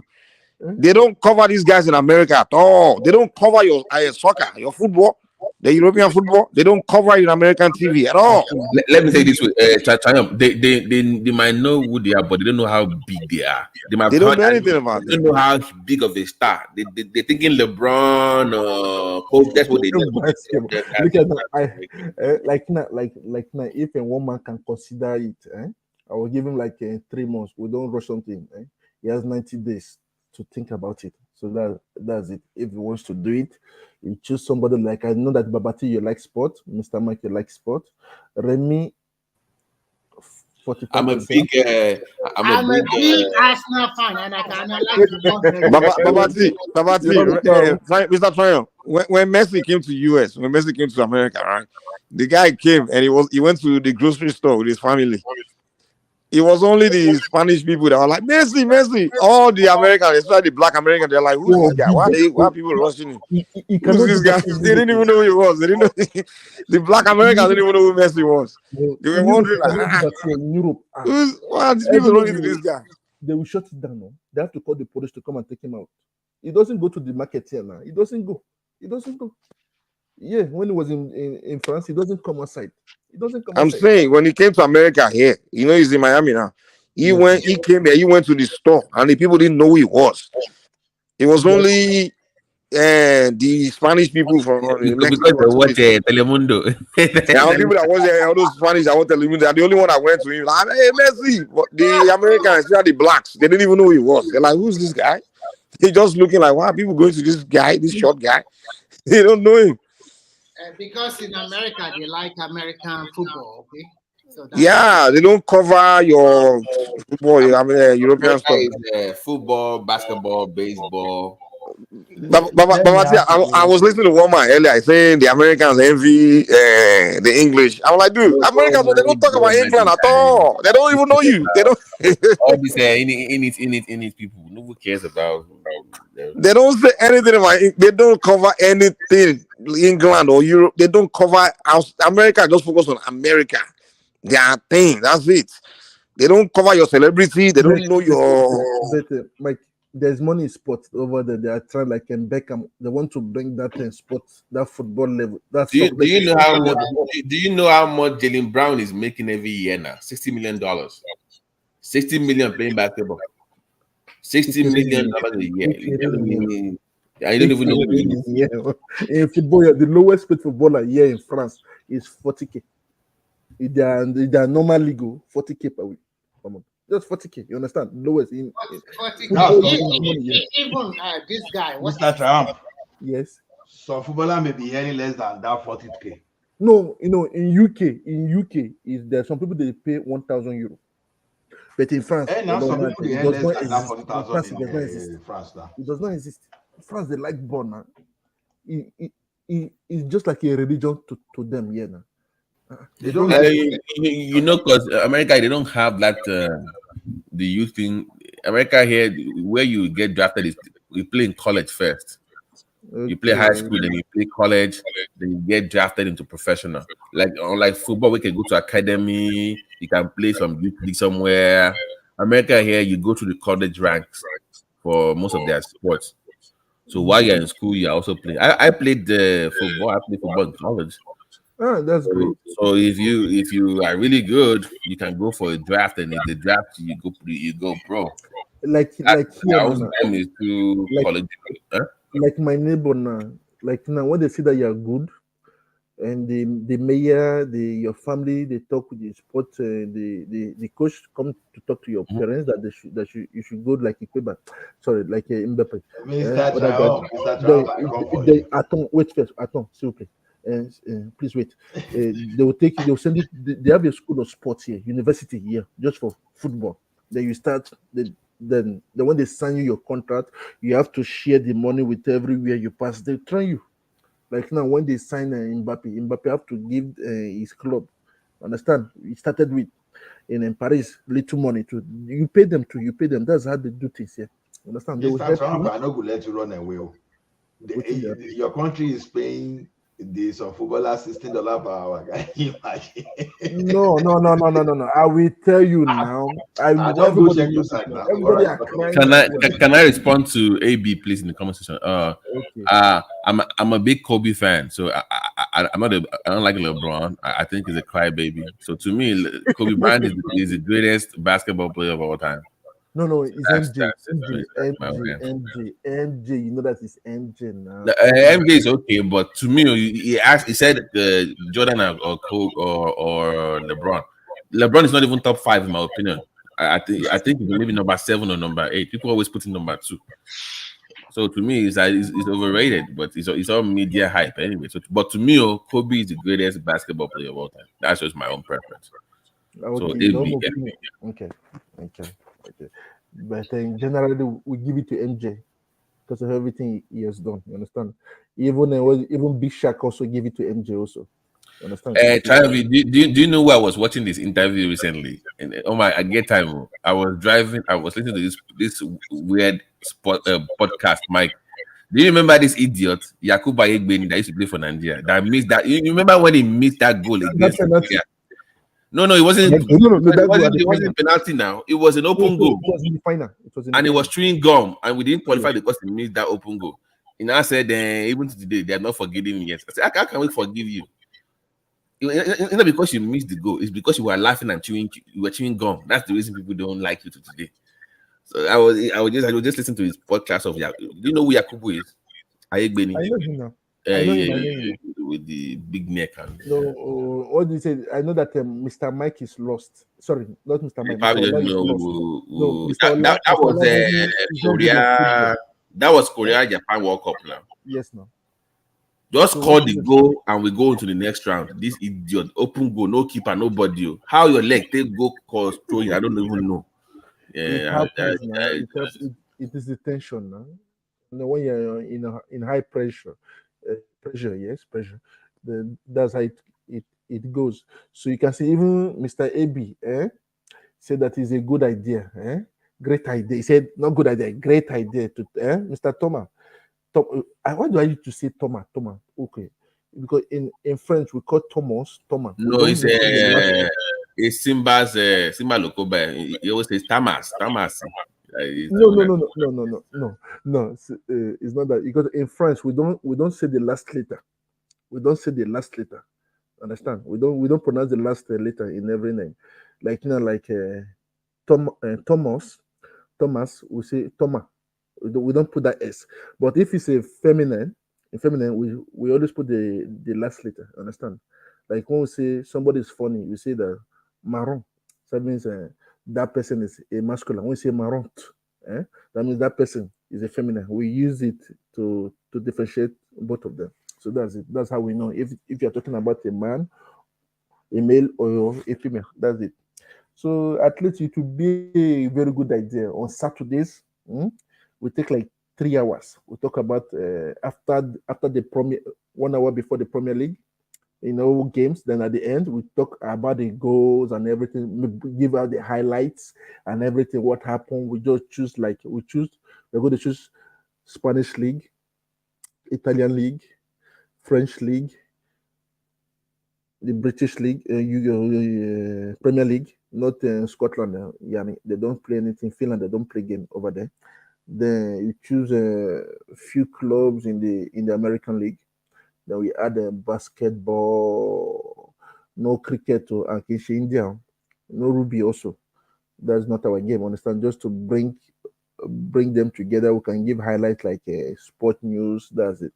just to make everybody happy. Understand? Just to say it out. What maybe we're going to do it live to make people to comment that knows about them, and that's it. At least it's going to be great.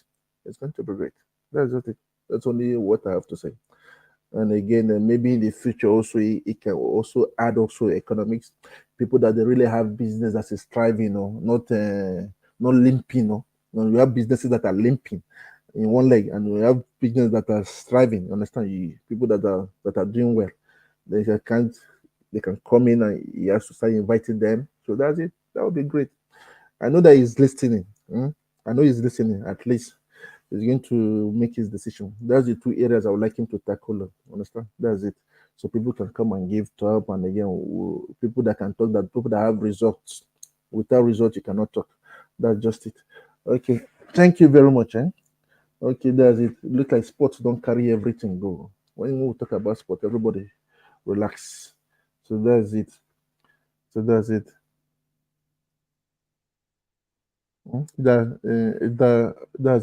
So, Mr. Mike, what do you want to say? Are you sleeping? Babati, are you guys sleeping? Mr. Ola, are you sleeping? Bishop Otilo, Mr. Dewale, I know that both of them are sleeping. Kolata is sleeping now. You put us to sleep now.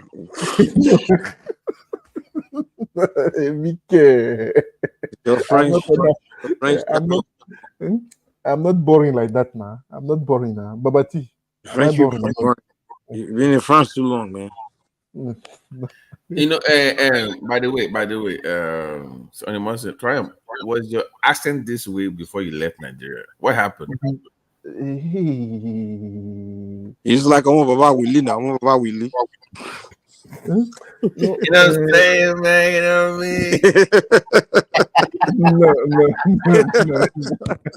mean? He went to France with Baba Willie. Now he can't change.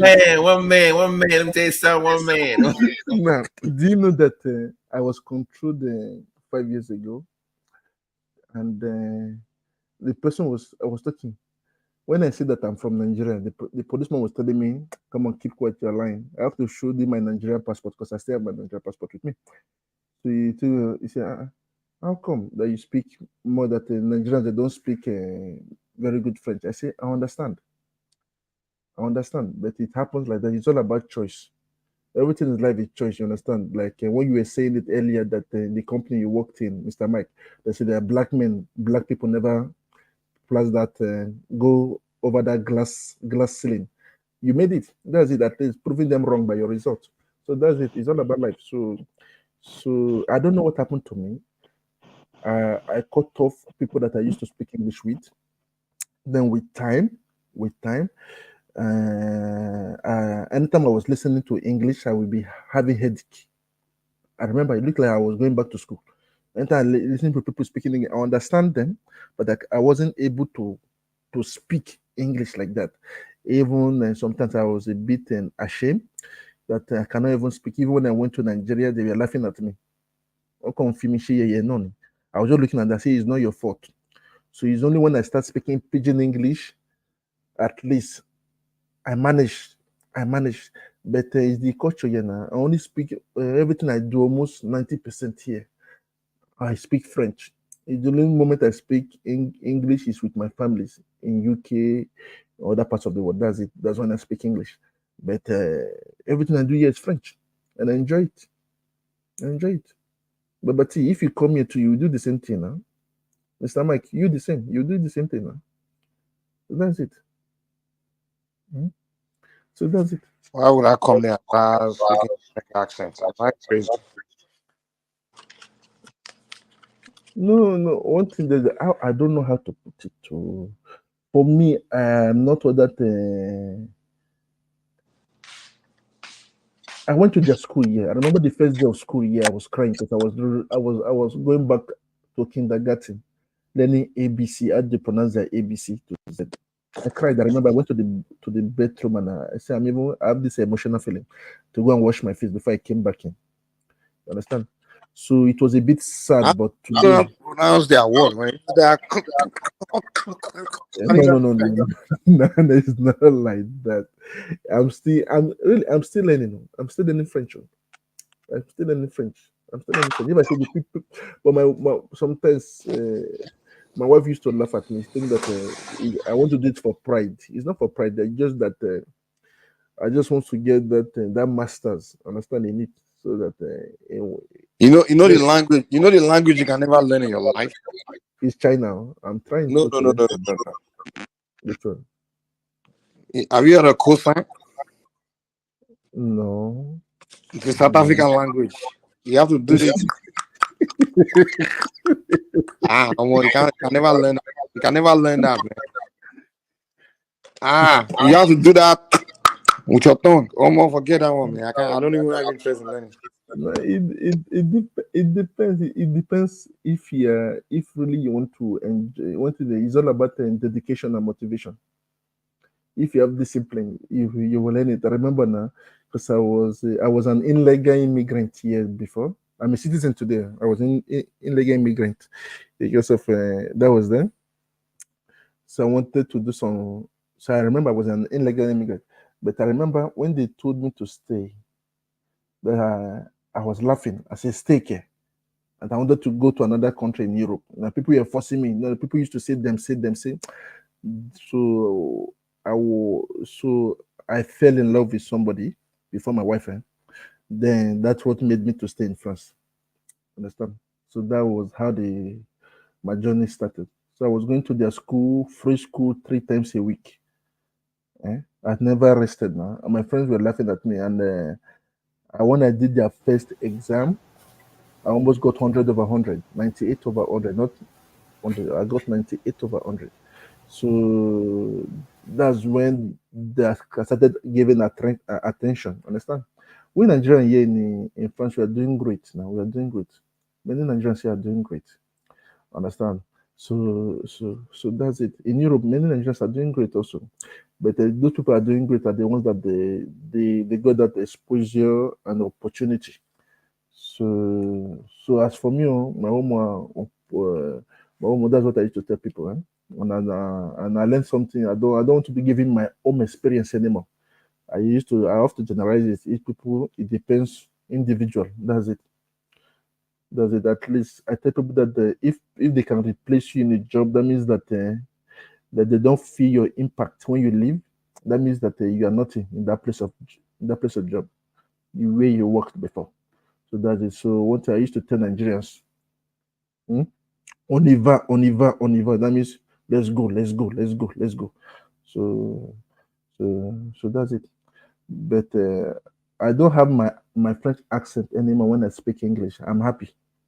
I'm doing progress now. Within 6 months from now, I'll be speaking clear English. Very good English. That's it. I'm preparing now. So Babati, you see, when you speak, I know that you are from Nigeria. I know when I see Nigerians speak on air, I know that they are Nigerian. They don't have that accent. Even you, Mr. Mike. Triumph, we know that, but what I'm saying is that but when you speak, I don't know. I doubt if you're Nigerian. That's different. I'm in Nigeria. I speak, I'm Nigerian, but because when I first mentioned the platform, I thought you were from Togo. I know that many people thought I'm like, are you Beninois or Togolese? That's what I thought because your accent was. No, I'm in Nigerian. But those my Ivorian friends. Those guys from Ivory Coast, Congo.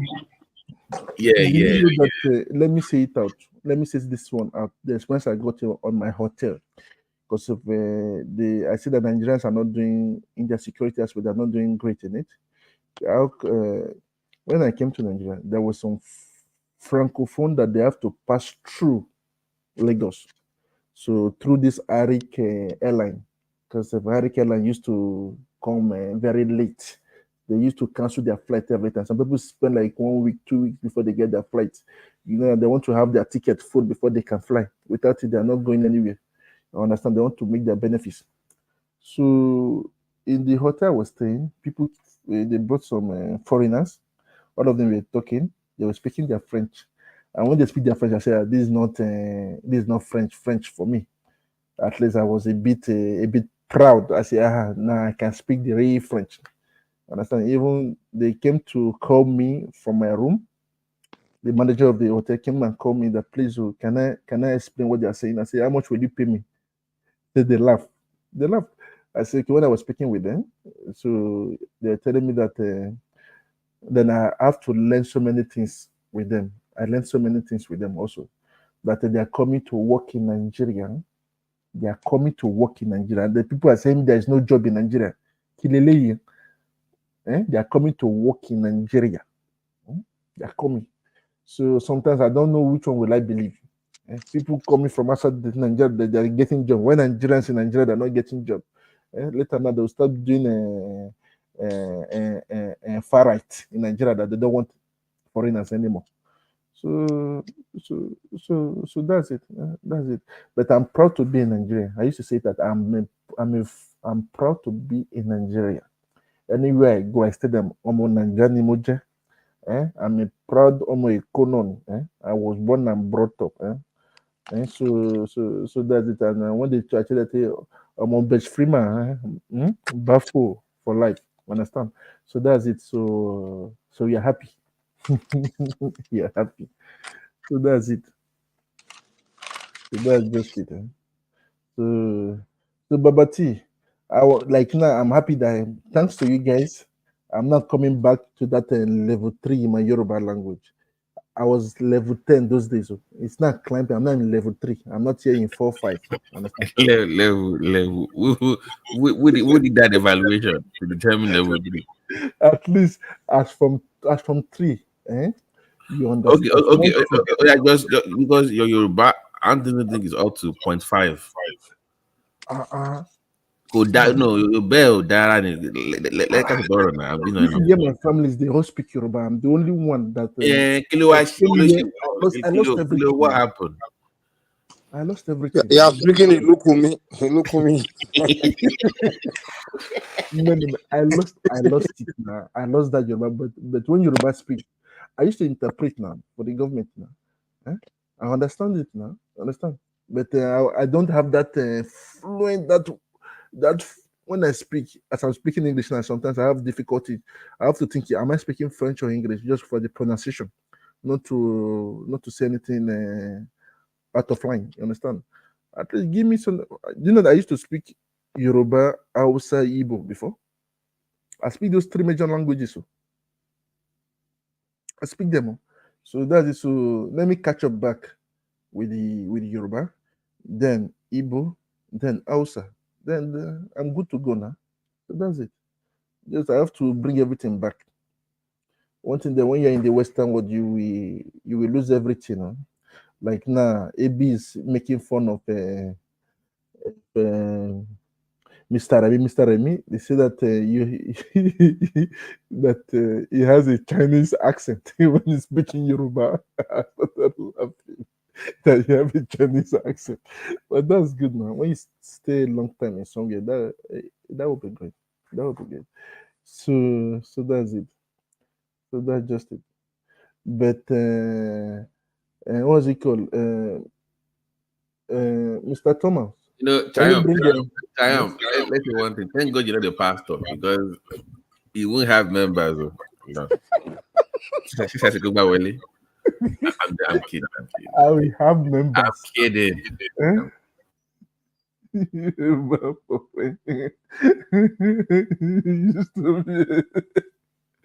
I'm not a snitch, Abu. I'm not a snitch.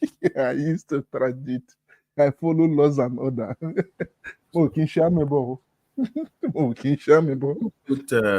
was trying to send. Okay, thanks. I think one man just sent the link for Kandu and Prince Daddy. Come up, man. You're a Kobe fan.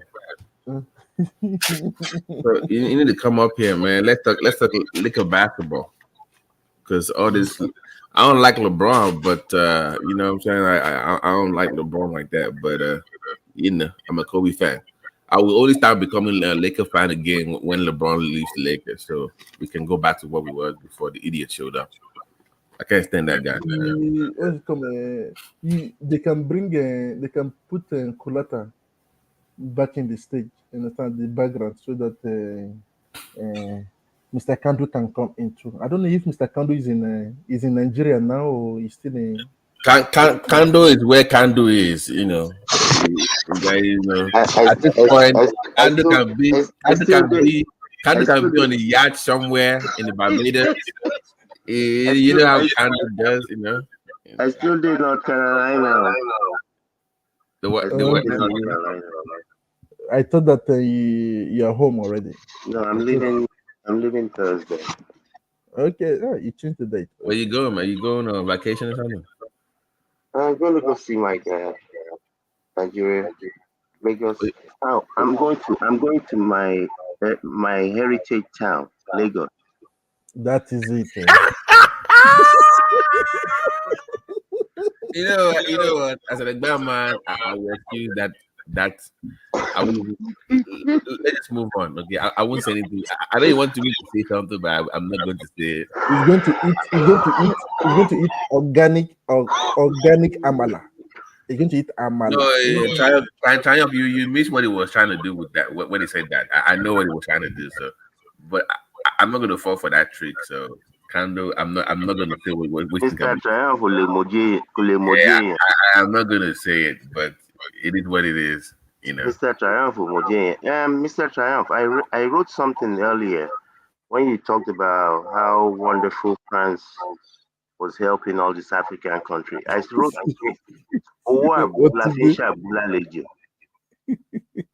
France is Owabu. It is the East African countries' money that they are using to help them. At least we don't need to go back there though. At least they're doing something for them now. They're helping them. But at least it is not only France that is taking. Even Russia now is taking their. China is taking their mineral resources now. So you see, it's not only France anymore. So people should. We cannot say, oh, just because other people are doing something, then it's okay. That's the issue, though. Do you know that they want to start spending and using I don't know if it's going to work. I know France is going to fight for it. They want to start using spending instead of the dollar. They want to start spending yuan in Africa. I say it won't work. It won't work. It won't work. The dollar will still remain. Didn't Gaddafi propose one African currency at some point? No, they want to do it now. Gaddafi, remember when he was proposing that one African currency backed up by gold? Me, I can never, Gaddafi is a criminal. I don't care whatever the guy did. Gaddafi is a criminal. You see, all this one eye man that is always the king among blind people. I understand. Yeah, he wanted to be Mr. Pan-Africanist. He did not turn himself to, unlike your Nigerian people, that once they get power, all of them will want to generate or they generate electricity. Yeah, at least Abia State have woken up. Other states will start waking up too now. Yeah, but you see, you won't have to show the example now. No, but look. Yeah, they've woken up. What you should have done, you see, there's a opportunity cost. When you don't do what you're supposed to do when you're supposed to do it, the cost is enormous, and you can't take it back. You can't take it back. I mean, yeah, everybody's celebrating Abia State now. Like, I don't know if it's Abati that said it the other day. Those projects, how many governors have come in the last 15 years or even more than that? And they just allow the thing to lay fallow. Because they want to do we celebrate incompetence. Every governor goes and open gather. They build one small gather. Okay. Then the whole planet stand here. Let me be the devil's advocate for once. Can you say 10 things good about Nigeria? 10 good things about Nigeria. I used to believe. You see, well, let me preference that by saying this. When I came to America some decades ago, I had girlfriends that wanted to marry me to become an American. I didn't want to become an American. I told people I'm not interested. I'm a Nigerian. If I ever die, I plan to die in Lagos. That was my stand. And the whole project I wanted to go and do was to go and do a fish farm in Nigeria so that I could feed people at low cost and make money. But the people was the thing that I used to hold on to. You know, the people, the average people. But those average people have now been bastardized. You know, all this saw already Nobia because of the things that these people have done. Okay, say something. I want to bring the I list. don't. I'm trying to tell you. I don't even know what one. It used to be the people. I used to say the people are good. The government might be bad, but the people are good. Other than that, I don't. I can't point to anything. Honestly. Nigerians who over 200 million. I said the people as a group. Okay, as a apart group. from the people. Aside from the people, there is nothing.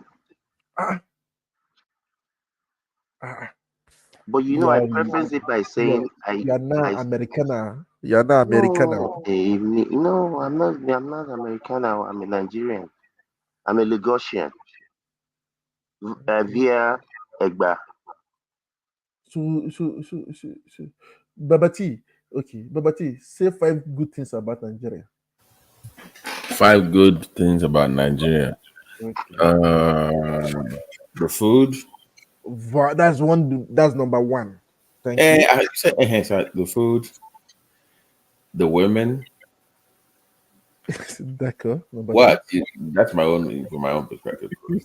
Okay. Business opportunities if you look in the right direction. Okay. So untapped. Or, culture as a whole. I mean, especially from the Southwest. I mean, so the culture itself, and that's the 4, right? 5. Just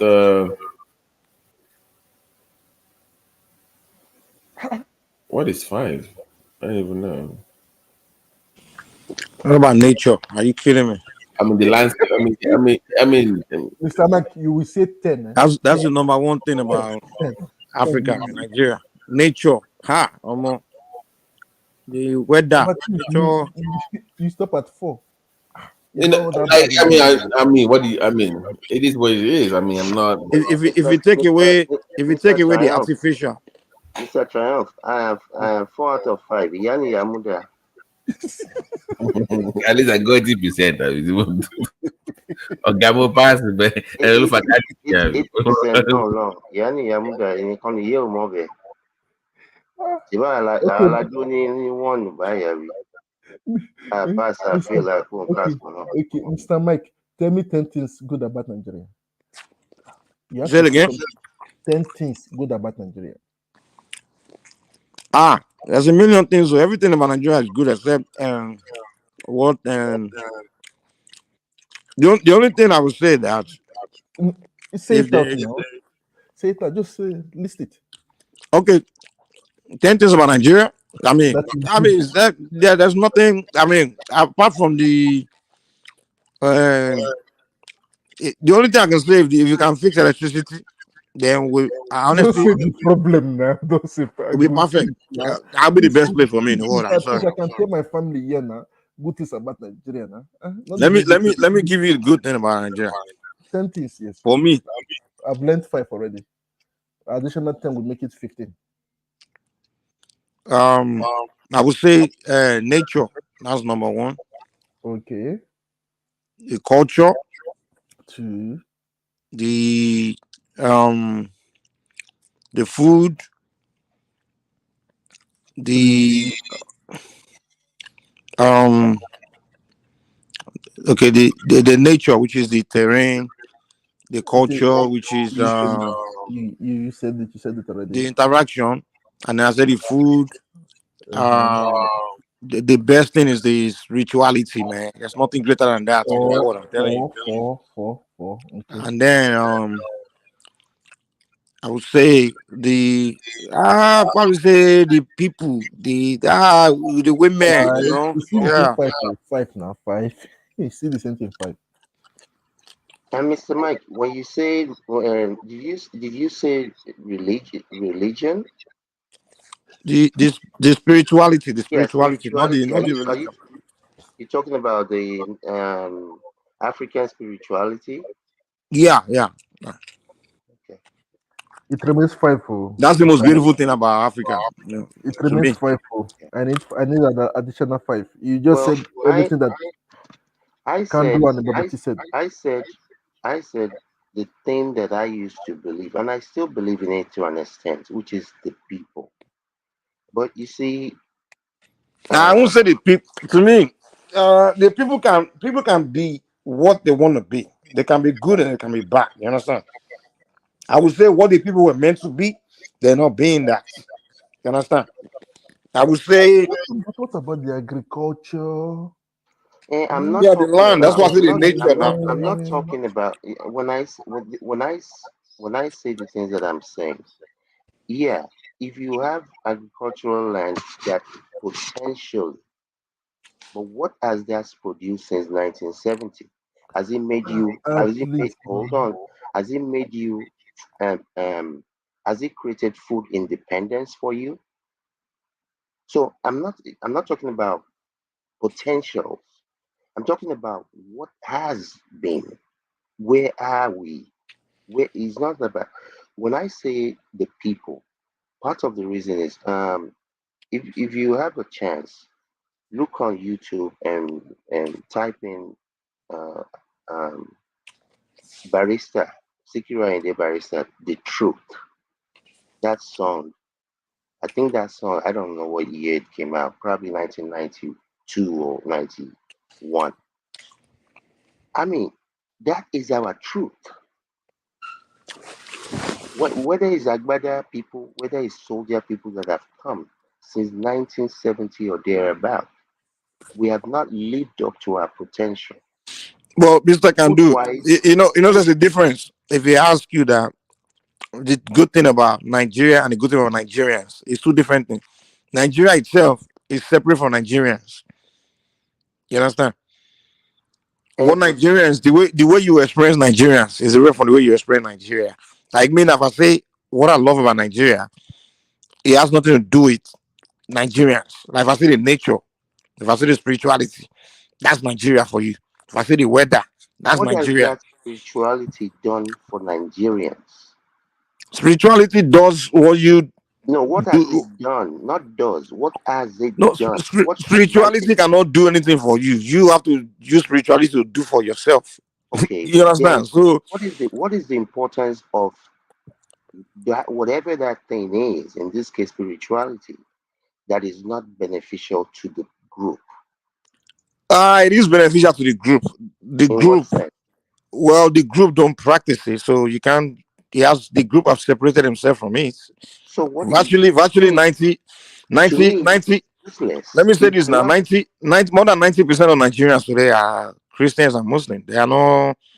They don't practice their ancient ways. They don't practice their ways anymore. So whatever issue you are dealing with, you have to go. You have to, if you want to blame it on the spirituality religion, then it's got to be the religion that most of the people practice, so which what I'm is saying is if you okay, yeah, I think the question was, can you say 5 good things?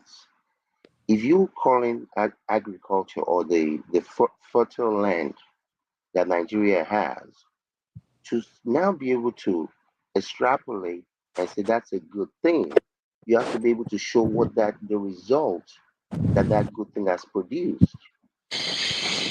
To just okay. say, Let me oh, ask we you have this. fertile land, it was like Mr. Kayam said, they have crude oil in France and in England. What's the point of crude oil that you have that you're not using? Okay, if they ask you, name one thing you like about Ferrari, and you say you like it because you can go fast, right? And then inside of the Ferrari, the driver that's driving you, they start to be driving it very slow. It doesn't destroy the fact that Ferrari is fast. Ferrari is a fast car. So if you ask me, what do I like about Ferrari? I would tell you that I like Ferrari because it's a fast car. Even though the person that's driving the Ferrari in front of me is not driving it fast. Now, if you ask me, what do I like about the driver of the Ferrari? I'm not going to say because he drives fast. I'll say I don't like him because he drives slow. So, if the Nigerians are not utilizing what's in Nigeria for good, then you can't blame Nigeria for it. You have to blame the Nigerians. So, if the Nigerians, if you say, like you ask me a question, you say, what is good about the spirituality? And I tell you, that it is good. And you say, what has it done for you? I'm like, no, the spirituality is not going to do the work for you. You have to use it to do good for yourself, for your own good. So if you don't use it for your own good, you don't blame the spirituality. You blame yourself. I agree with what you're saying, and I get the point you're driving at. But my point is this: if you say spirituality, okay, to me, I get the point. Just that because the people did not utilize it doesn't mean that it's not there. But in this case, the question was, and I think still is, what do you like about this thing? And to me, you have to be able to now take that like and equate that to in this case, the people. So we talked about spirituality, we talked about agriculture or the fertile land. The land has not been utilized properly to feed the people. There's hunger in the land. So to me, I cannot point to that. I cannot point to even the Christian and Muslim religion because there are so many people killing themselves behind those things. The pastors are charlatans. So it's like, you know, okay, I didn't count those as my favorite too. As no, my I know. I'm just saying. Okay, I was just okay. going down the list. So to Okay, me, okay, but Mr. Kando, do you know that? Do you know that? Even one thing I love about Nigeria, the entertainment industry. Even our Nollywood is bigger than Hollywood. Are you I aware of don't it? care about entertainment. That's not an important thing at all to me. I don't really care. Oh, everybody in the world, I'm not saying that no one else should care about that. I just Okay, don't. do you know It's that? not. Do you know that Nigeria is the first Africa to win a Nobel Prize in the world in Africa? Nigeria is the first. Congratulations. What do you want? You want a cookie? No, at least something good nice our pride No, now. that's look. I'm not saying that literature is not important and this is not important and that is not important. What I Do you want also is do you know what that are you And let me share something with you and see what you think. Do you know what something I just sometimes think about Nigeria, and I want like someday there will be a rocket launching from Nigeria, and the countdown for that rocket launch into space will be in Yoruba. and why don't we make it in And it's like Egba language, not it'd be just like Yoruba? it'd be like Eta AGO can.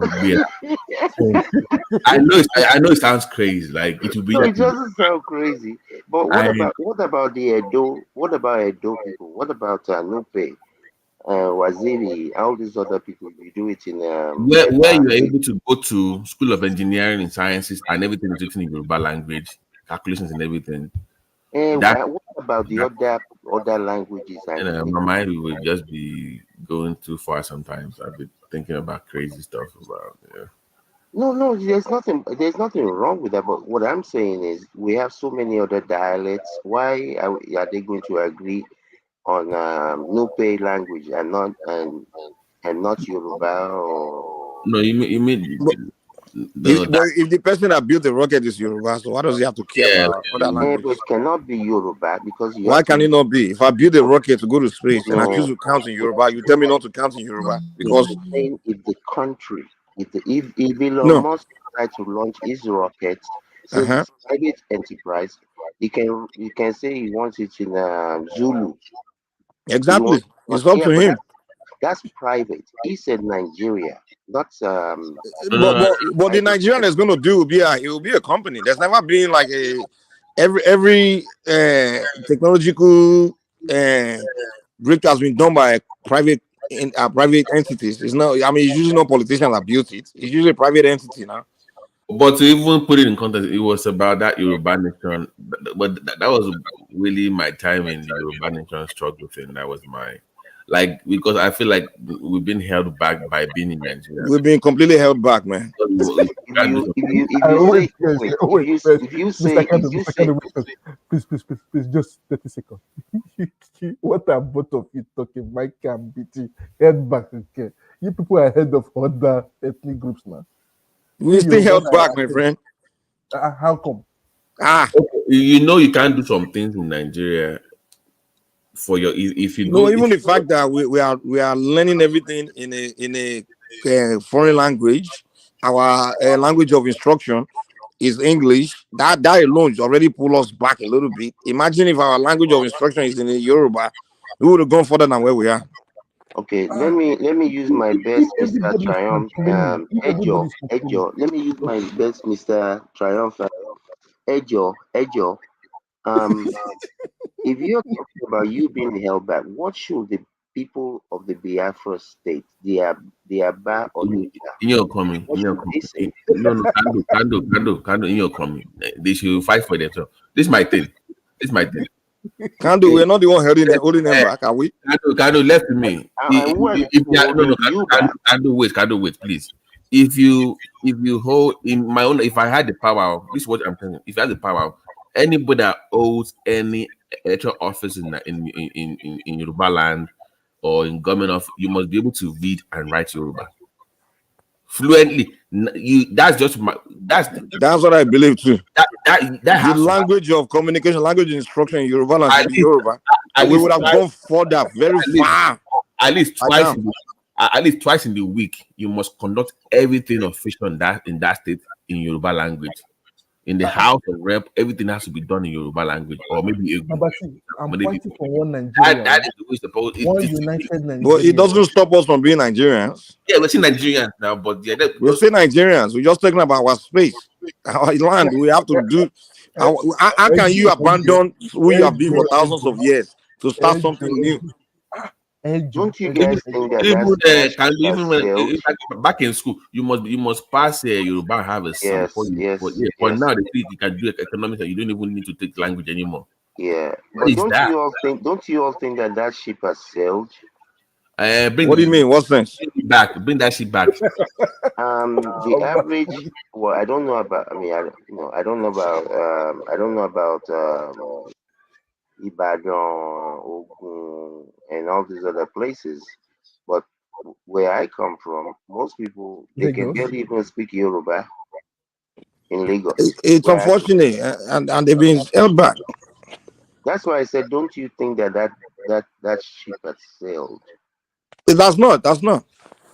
Some people, you can't say most people. Some people are no longer speaking Yoruba. I didn't say most people. I didn't even use most or some. I said I'm just looking at the general. Well, majority of people in Yoruba land, the first language is Yoruba. Do they speak Yoruba or do they let speak? Let me you know where I'm coming from. Please give me 1 minute. There's this thing in Nigeria we don't maybe pay attention to. People, for you to be considered Nigerian, unfortunately, it's like you always have to betray your own people to be seen as a true Nigerian. Exactly. Look at the way it's good. You call you a tribalist. Yes, it must really be Nigeria. Look at the way it's giving it to them. Like you have to literally go against your on some issue. Nigeria. I thought you are for one united Nigeria. You're always fighting for. We can be united, but doesn't mean I have to abandon who I am to be united. I feel like be Nigerian now. Why do I have? Do I have to not be a Yoruba person to be Nigerian? Are you kidding me? So if you're like an OBJ, calling your people, look at OBJ, he's in Nigeria. Yeah, I'm short of words this morning. I agree with what you guys are saying in the sense that. Well, hold on. No, let me say why. When the Japanese launch their rockets, they don't say it in English. When the Chinese launch their rockets, whatever they say is in Mandarin. It's not in English. So if what they're saying is, if let's say Adenuga or whoever comes up with an Illinois company, Elon Musk kind of company, when they do that launch, it can be in Yoruba. If a For guy in what? Kano, We have if a a guy in universal Kano language comes up then. with the same thing, We have a he can universal when they language do in their Nigeria. launch, it can be in whatever language. What That's about what I English? said. What about English? English English is is not. our. Why are you No, fighting for English, Mr. Triumph? Why are you it's fighting not for the easy. English language? It's easy to unite the whole Nigeria now. Everybody can speak English now. It's just the accent that is different. In French, Yeah, we can speak English. You can also speak broken English. You can speak, but it doesn't mean I have to become English. Nigeria must not break. And Mr. Triumph, when You they people say Amina, Mr. I say Nigeria will not Mr. break. Nobody Triumph, said that, Mr. me. Triumph, Mr. Triumph, Yes. you see when that launch is being done and they're speaking it in Egba, real serious Egba language. No, don't do that. Translation. Come on. You know we have what is called Yoruba Jumolo. Don't let's not do the you come on, don't do that. Come on now. You know we have a common Yoruba that we use together, that we all use. So don't do the back the book, you know. Come on now. Even if that is done, all I'm saying is I'm just a like bit when the shocked. Chinese launch, The 5th they of actually March. all the 5th of March. countdown is done in Mandarin, but they translate. There's also people translating in English and all I'm that. just saying for the company in Yoruba land that is launching it. I mean, it's a thing of pride. Imagine launching something into space and they are playing, and we have a space and we have a ship. I mean, it's something like come on, they play Yoruba music where you launch something into space and it's all Yoruba original song playing in the background. And come on, it's attainable. It's attainable. Okay, Babati. What's it called? AB replied you on the comment chat. He said that we Yorubas are not held back.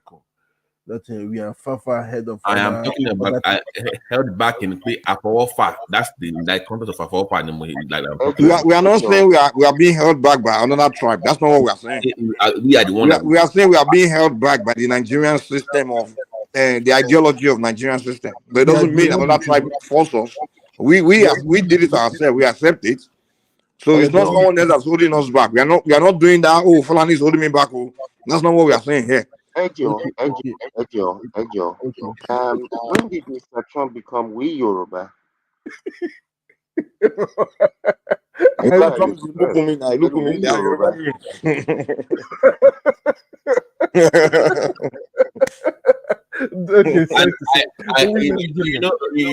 Can do on Twitter. I was following when they launched the Blue Line in Lagos. On the Blue Line they make the announcements in two languages. They do the English and they do the Yoruba.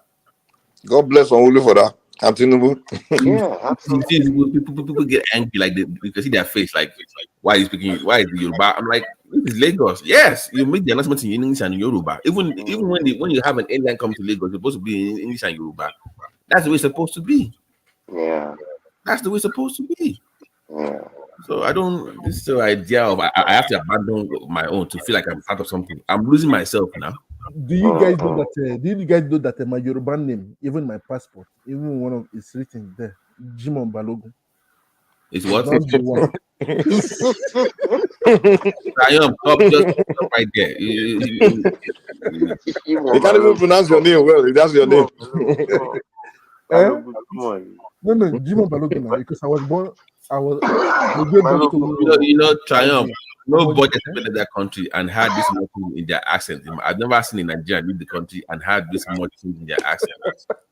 There's no way you're a Nigerian. Maybe you are born in Togo or Benin your first 4 or 5 years. That's what I'm thinking. No. I don't think really. Even my northern name, I have a northern name now. They call me Ibrahim. Understand? But when in the Yoruba land where I live, understand? They call me Jimo Balogun. That's it. Jimo, I looked at them. They call me that. No wonder you are so. If you guys go and type it, you will not get my picture. No wonder you are Mr. Nigeria must survive by force or by fire. Onijimo Balogun. Chayo, Onijimo Ajoruko Yoruba. I need to move on. What I know more. No.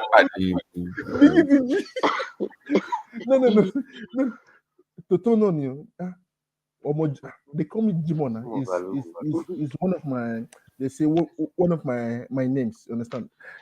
In French, we say first name. Understand? Not last name. They call me Jimo. Understand? It's written there now. Jimo Balogun Ibrahim. They just read it. I'm in Wazobia now. You sound like what do they even call this thing?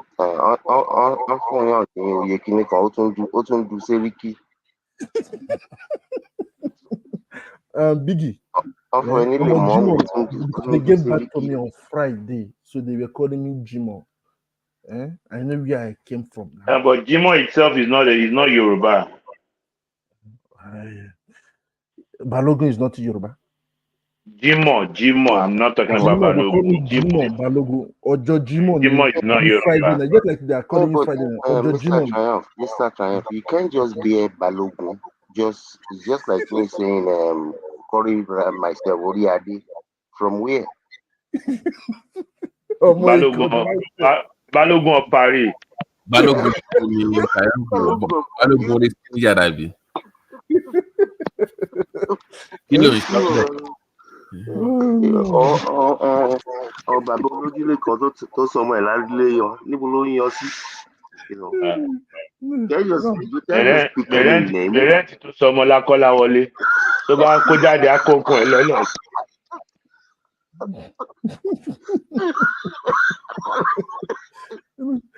What's it called? I remember when my parents hopeful day. Ta ló sọ yẹn lọ bí ló sọ yẹn bẹ̀rẹ̀ tó sọ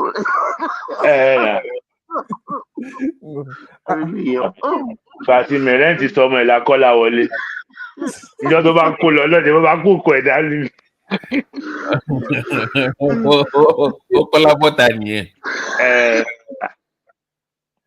I was speaking to someone the day before yesterday. I said there was this song of Agbenga Adeboye I was listening to. Well, not song, but one of his. It was like that God should call on Mamu. Wow, you've been renting a house for 30 years, and now they call you chief tenant. Oye buruku.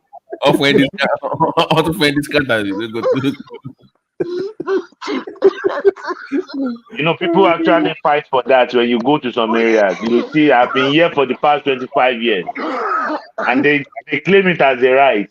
They have a name for it. No, they have a name for it in Nigeria. I've forgotten the name. Benga is a stupid man. They have a name for that you will be the one collecting the rent for on behalf of the landlord. I'll send you, Babati. I'll send you the link to that Benga piece. It's unbelievable. He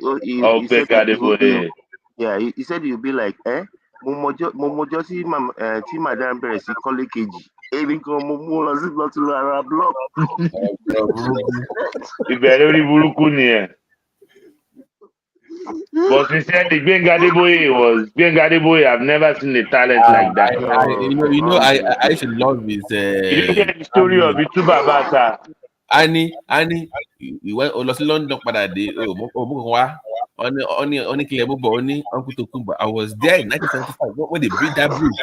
That London, I was there.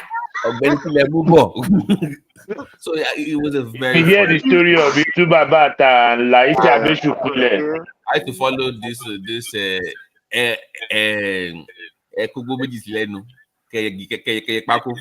Itu Babata, that's Itu Babata. I like the other one better. I don't know if you all remember the one. Laisi Abeshukule. That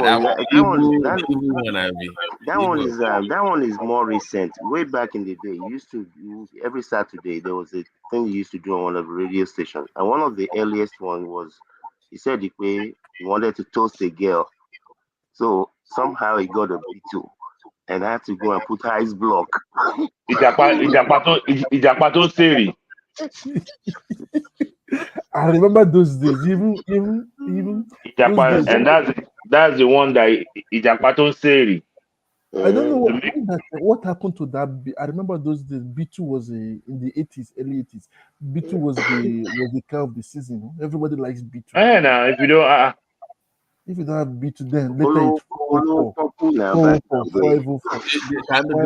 Do you remember one of these Gbenga Adeboye that he said, "Baba Laisi ni ọmọ tó ń tọ́jú chief wọn ló ń fẹ́ wọn yìí." Láìsí àbísùkú ṣẹ̀kẹ̀rẹ̀ Komaro Bay. Oni èmi àti àìṣe bẹ̀rẹ̀ ni ó ní ṣífù ó ń fi ó sì fa epo láti inú ọkọ̀ ọ̀gọ́ sí kan àbípò ní lọ́bọ́lẹ̀ ní torchlight. Olúwa máa Olóhùn sọ pé Ọlọ́run ọmọ kù ṣẹ́. iná bọ́lẹ̀ ní torchlight. Ó ní kẹsì máa wà wò ó bóde ń bá ṣe rédíò Ọlọ́run oníṣẹ́ àrà. Bàbá ẹjọ́ ẹ dáríjì mí kíìfù má jẹ́ tàn ẹ́ láàrin èmi àti ẹ ìjà ṣẹ̀ṣẹ̀ bẹ̀rẹ̀.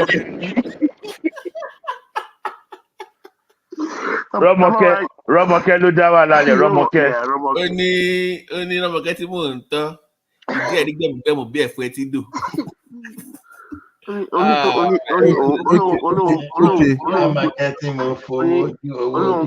Òun gbórí sáyẹ̀ báyìí bó ṣe bẹ̀rẹ̀ sí sùn lọ rí. Orí burúkú ni bá kú.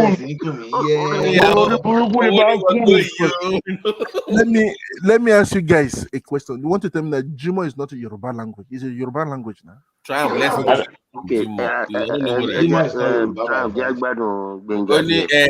Kando wọ́n ní kí àwọn ọmọ kékeré pé kọ́mù wá ní ikọ̀ West Africa. Geography of West Africa. Africa fẹ́. Wọ́n ti gbá yìí.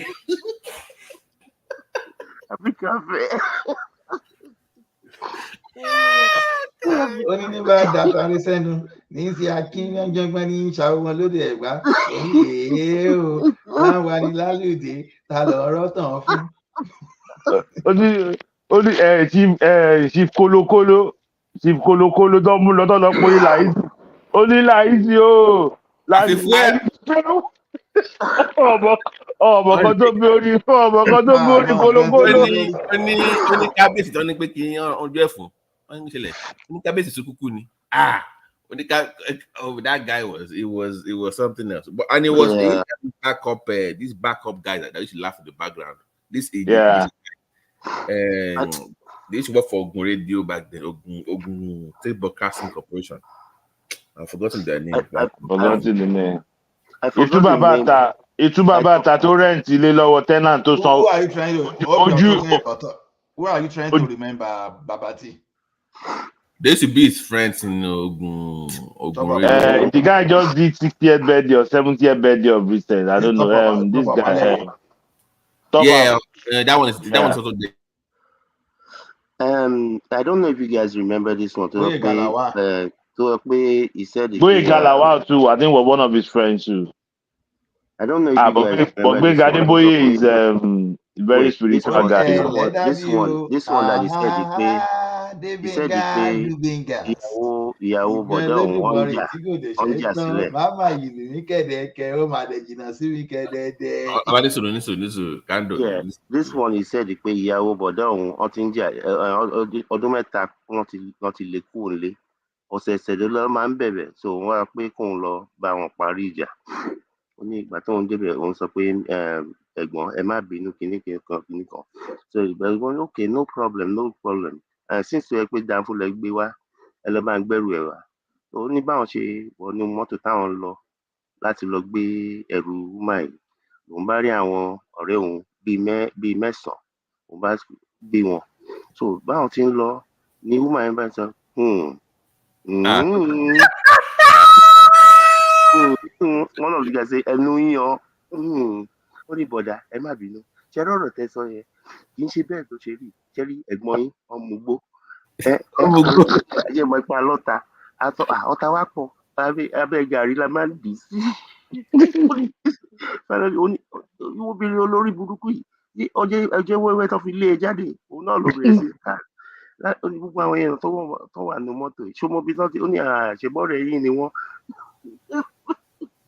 That is stupid. Ìtúbà bàtà tó ní kán sin láńlọ́ọ̀dù òun lóye ẹ̀ ọpẹ́lọpẹ́ ọlọ́pàá wọ́n ti ń kọrin ìdágbére fún àtúnláyà wọ́n ti gbé láńlọ́ọ̀dù sínú kòtò.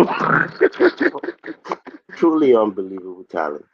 Truly unbelievable. You can't look at oníkàwọn ayé bá òun dá sí láńlọ́ọ̀dù kọ́lé ojúlé mẹ́jọ òun rẹ́ǹtì ojúlé mẹ́wàá òun rẹ́ǹtì mẹ́jọ òun dẹ̀ sanwó 25 years ó ní ẹjọ́ ta ló nílé. Truly unbelievable. Do you remember the one that he was selling Ogunko to Wuko? Okay. Àtọ̀sẹ̀ tó kọjá tí mo ti dé ló yẹ kí n ti máa ṣe. But that one, you know, àwọn tèmi ní London àti wọ́n fi Mercedes kí mi. Wọ́n fi jọ́t kí mi. Caterpillar nìkan ni wọ́n yọ́lẹ̀ tí wọ́n gbé wá. Ọlọ́run á pàdé náà rẹ̀ wọ́n lára. You know it too well. Because he said, let me remember. He said, "Ikwa uko ni kolada ni sele ni ko fini." Let me mean abiko dokuwo.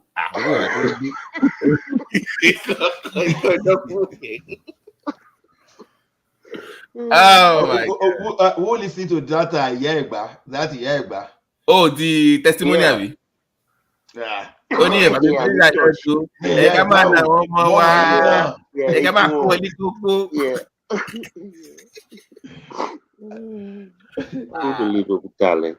Èyí tó sọ pé Obama ti yọra ẹlẹ́nu Obama ti mú ìjóògùn kan ní abẹ́ bẹ́ẹ̀dì mi kó wá àti bọ́tùsẹ̀ Michael yẹn kó ṣáná sí kó wá máa sọ pé ọ̀tún bẹ́ fún òsì bẹ́ fún òsì bósì. You guys are.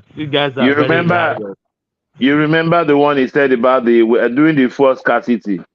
Làwọn precious people yìí bá dé fin move back ilé epo ìtúbà bàtà àlàyé mi gbẹngùlù dúró sẹ́gbẹ̀ẹ́ mi o àwọn ọlọ́pàá ẹ̀fà epo tó wà nú mọ́tò operation sweep yẹn kúrò epo tó yẹ̀jẹ̀ gbèdé kò gbọ́dọ̀ mísì méjì tó wà nú ẹ̀ o ẹ bá mi dà fàlàyé mi gbẹngùlù àlàyé mi gbẹngùlù rẹ́dí láti gbà o.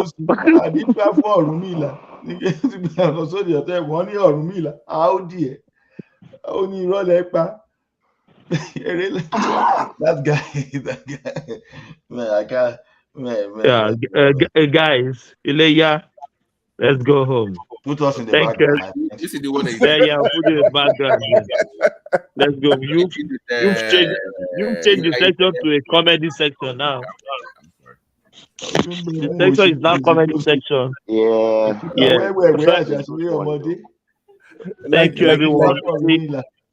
Yeah, thank you.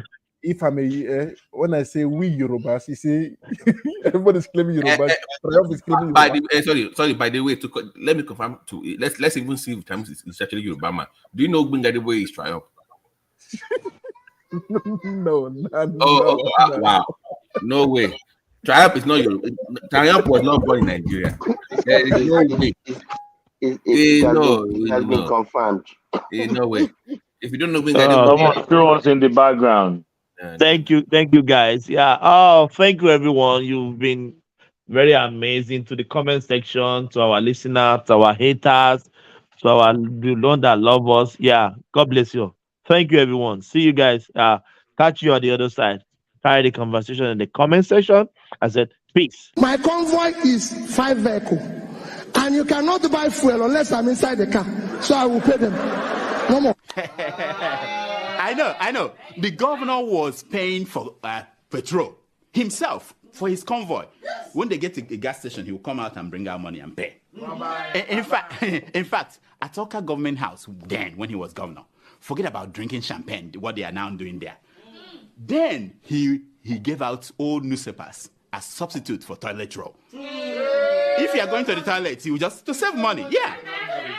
He was going to run somewhere. He said he's going for interview for job. Peter, can't you give him a job? Peter, can't you do this? The boy doesn't even have. I said, none of my children have car. I was the only person who is governor and bank chairman, not to them. Isn't that mesmerizing? But I know that Peter B. I know that he's a smart man. You know?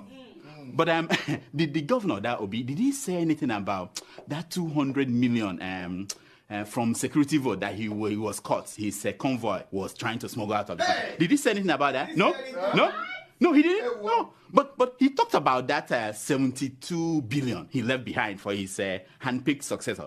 Because when you hear that Peter B left 75 billion, If anybody doubts it, call me. I know where the money is. I kept it. Did he talk about? Yeah, he did. Yeah, he did. I know. The man that he's now fighting, you know? Remember? Yes, no. I know. Of course. Did he talk about, what is it called again? The liabilities he left behind. Did he talk about that? No? Like signed contracts that were not paid for. Did he talk about? No? Like thousands of workers that he hired during the last weeks of his administration without provision for their pay in the budget. Did he talk? No? But definitely he must have talked about the millions and millions he was dashing out to schools, churches, town hall, traditional. Yeah. At the end of the administration, he was just giving out money without appropriation. He talked about that, huh? Of course. Of course. Okay, one last thing. Did P2B finally explain how bodies of Biafran activists ended up floating on Anambra River when he was governor? Did he explain that? No, he didn't? Why? It must be an omission. It is the turn on the Southwest. The Southwest has never been president before. But we've had Olusegun Obasanjo. No, Olusegun Obasanjo is an Igbo man. He came from Anambra State. His father is an Igbo man. Do you have evidence to this, sir? My friend, it is he who should come out and say, no, he's not an Igbo man. Everyone knows that it's not a hidden fact. I'm going to be president of this country, whether you like it or not. And I will preside over the affairs of this country, including presiding over you. I think you must start adjusting to that reality. The sooner you do that, the less chest pains you'll have when that reality comes. Recovery, because we've been through... Oh, where's Governor Peter Obi? Has run away. You should go and bring him for me. I need to talk to him about a few of those. Go and bring him.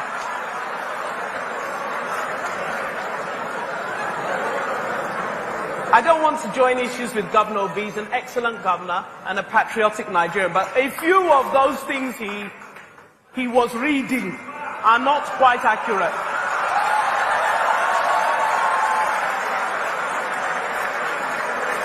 Thank you. Don't run, sir. Thank you very much for retrieving Pastor Obi for me, Governor Obi. So thank you very much. So I'm going to spend a few minutes talking about the Nigerian economy and answer the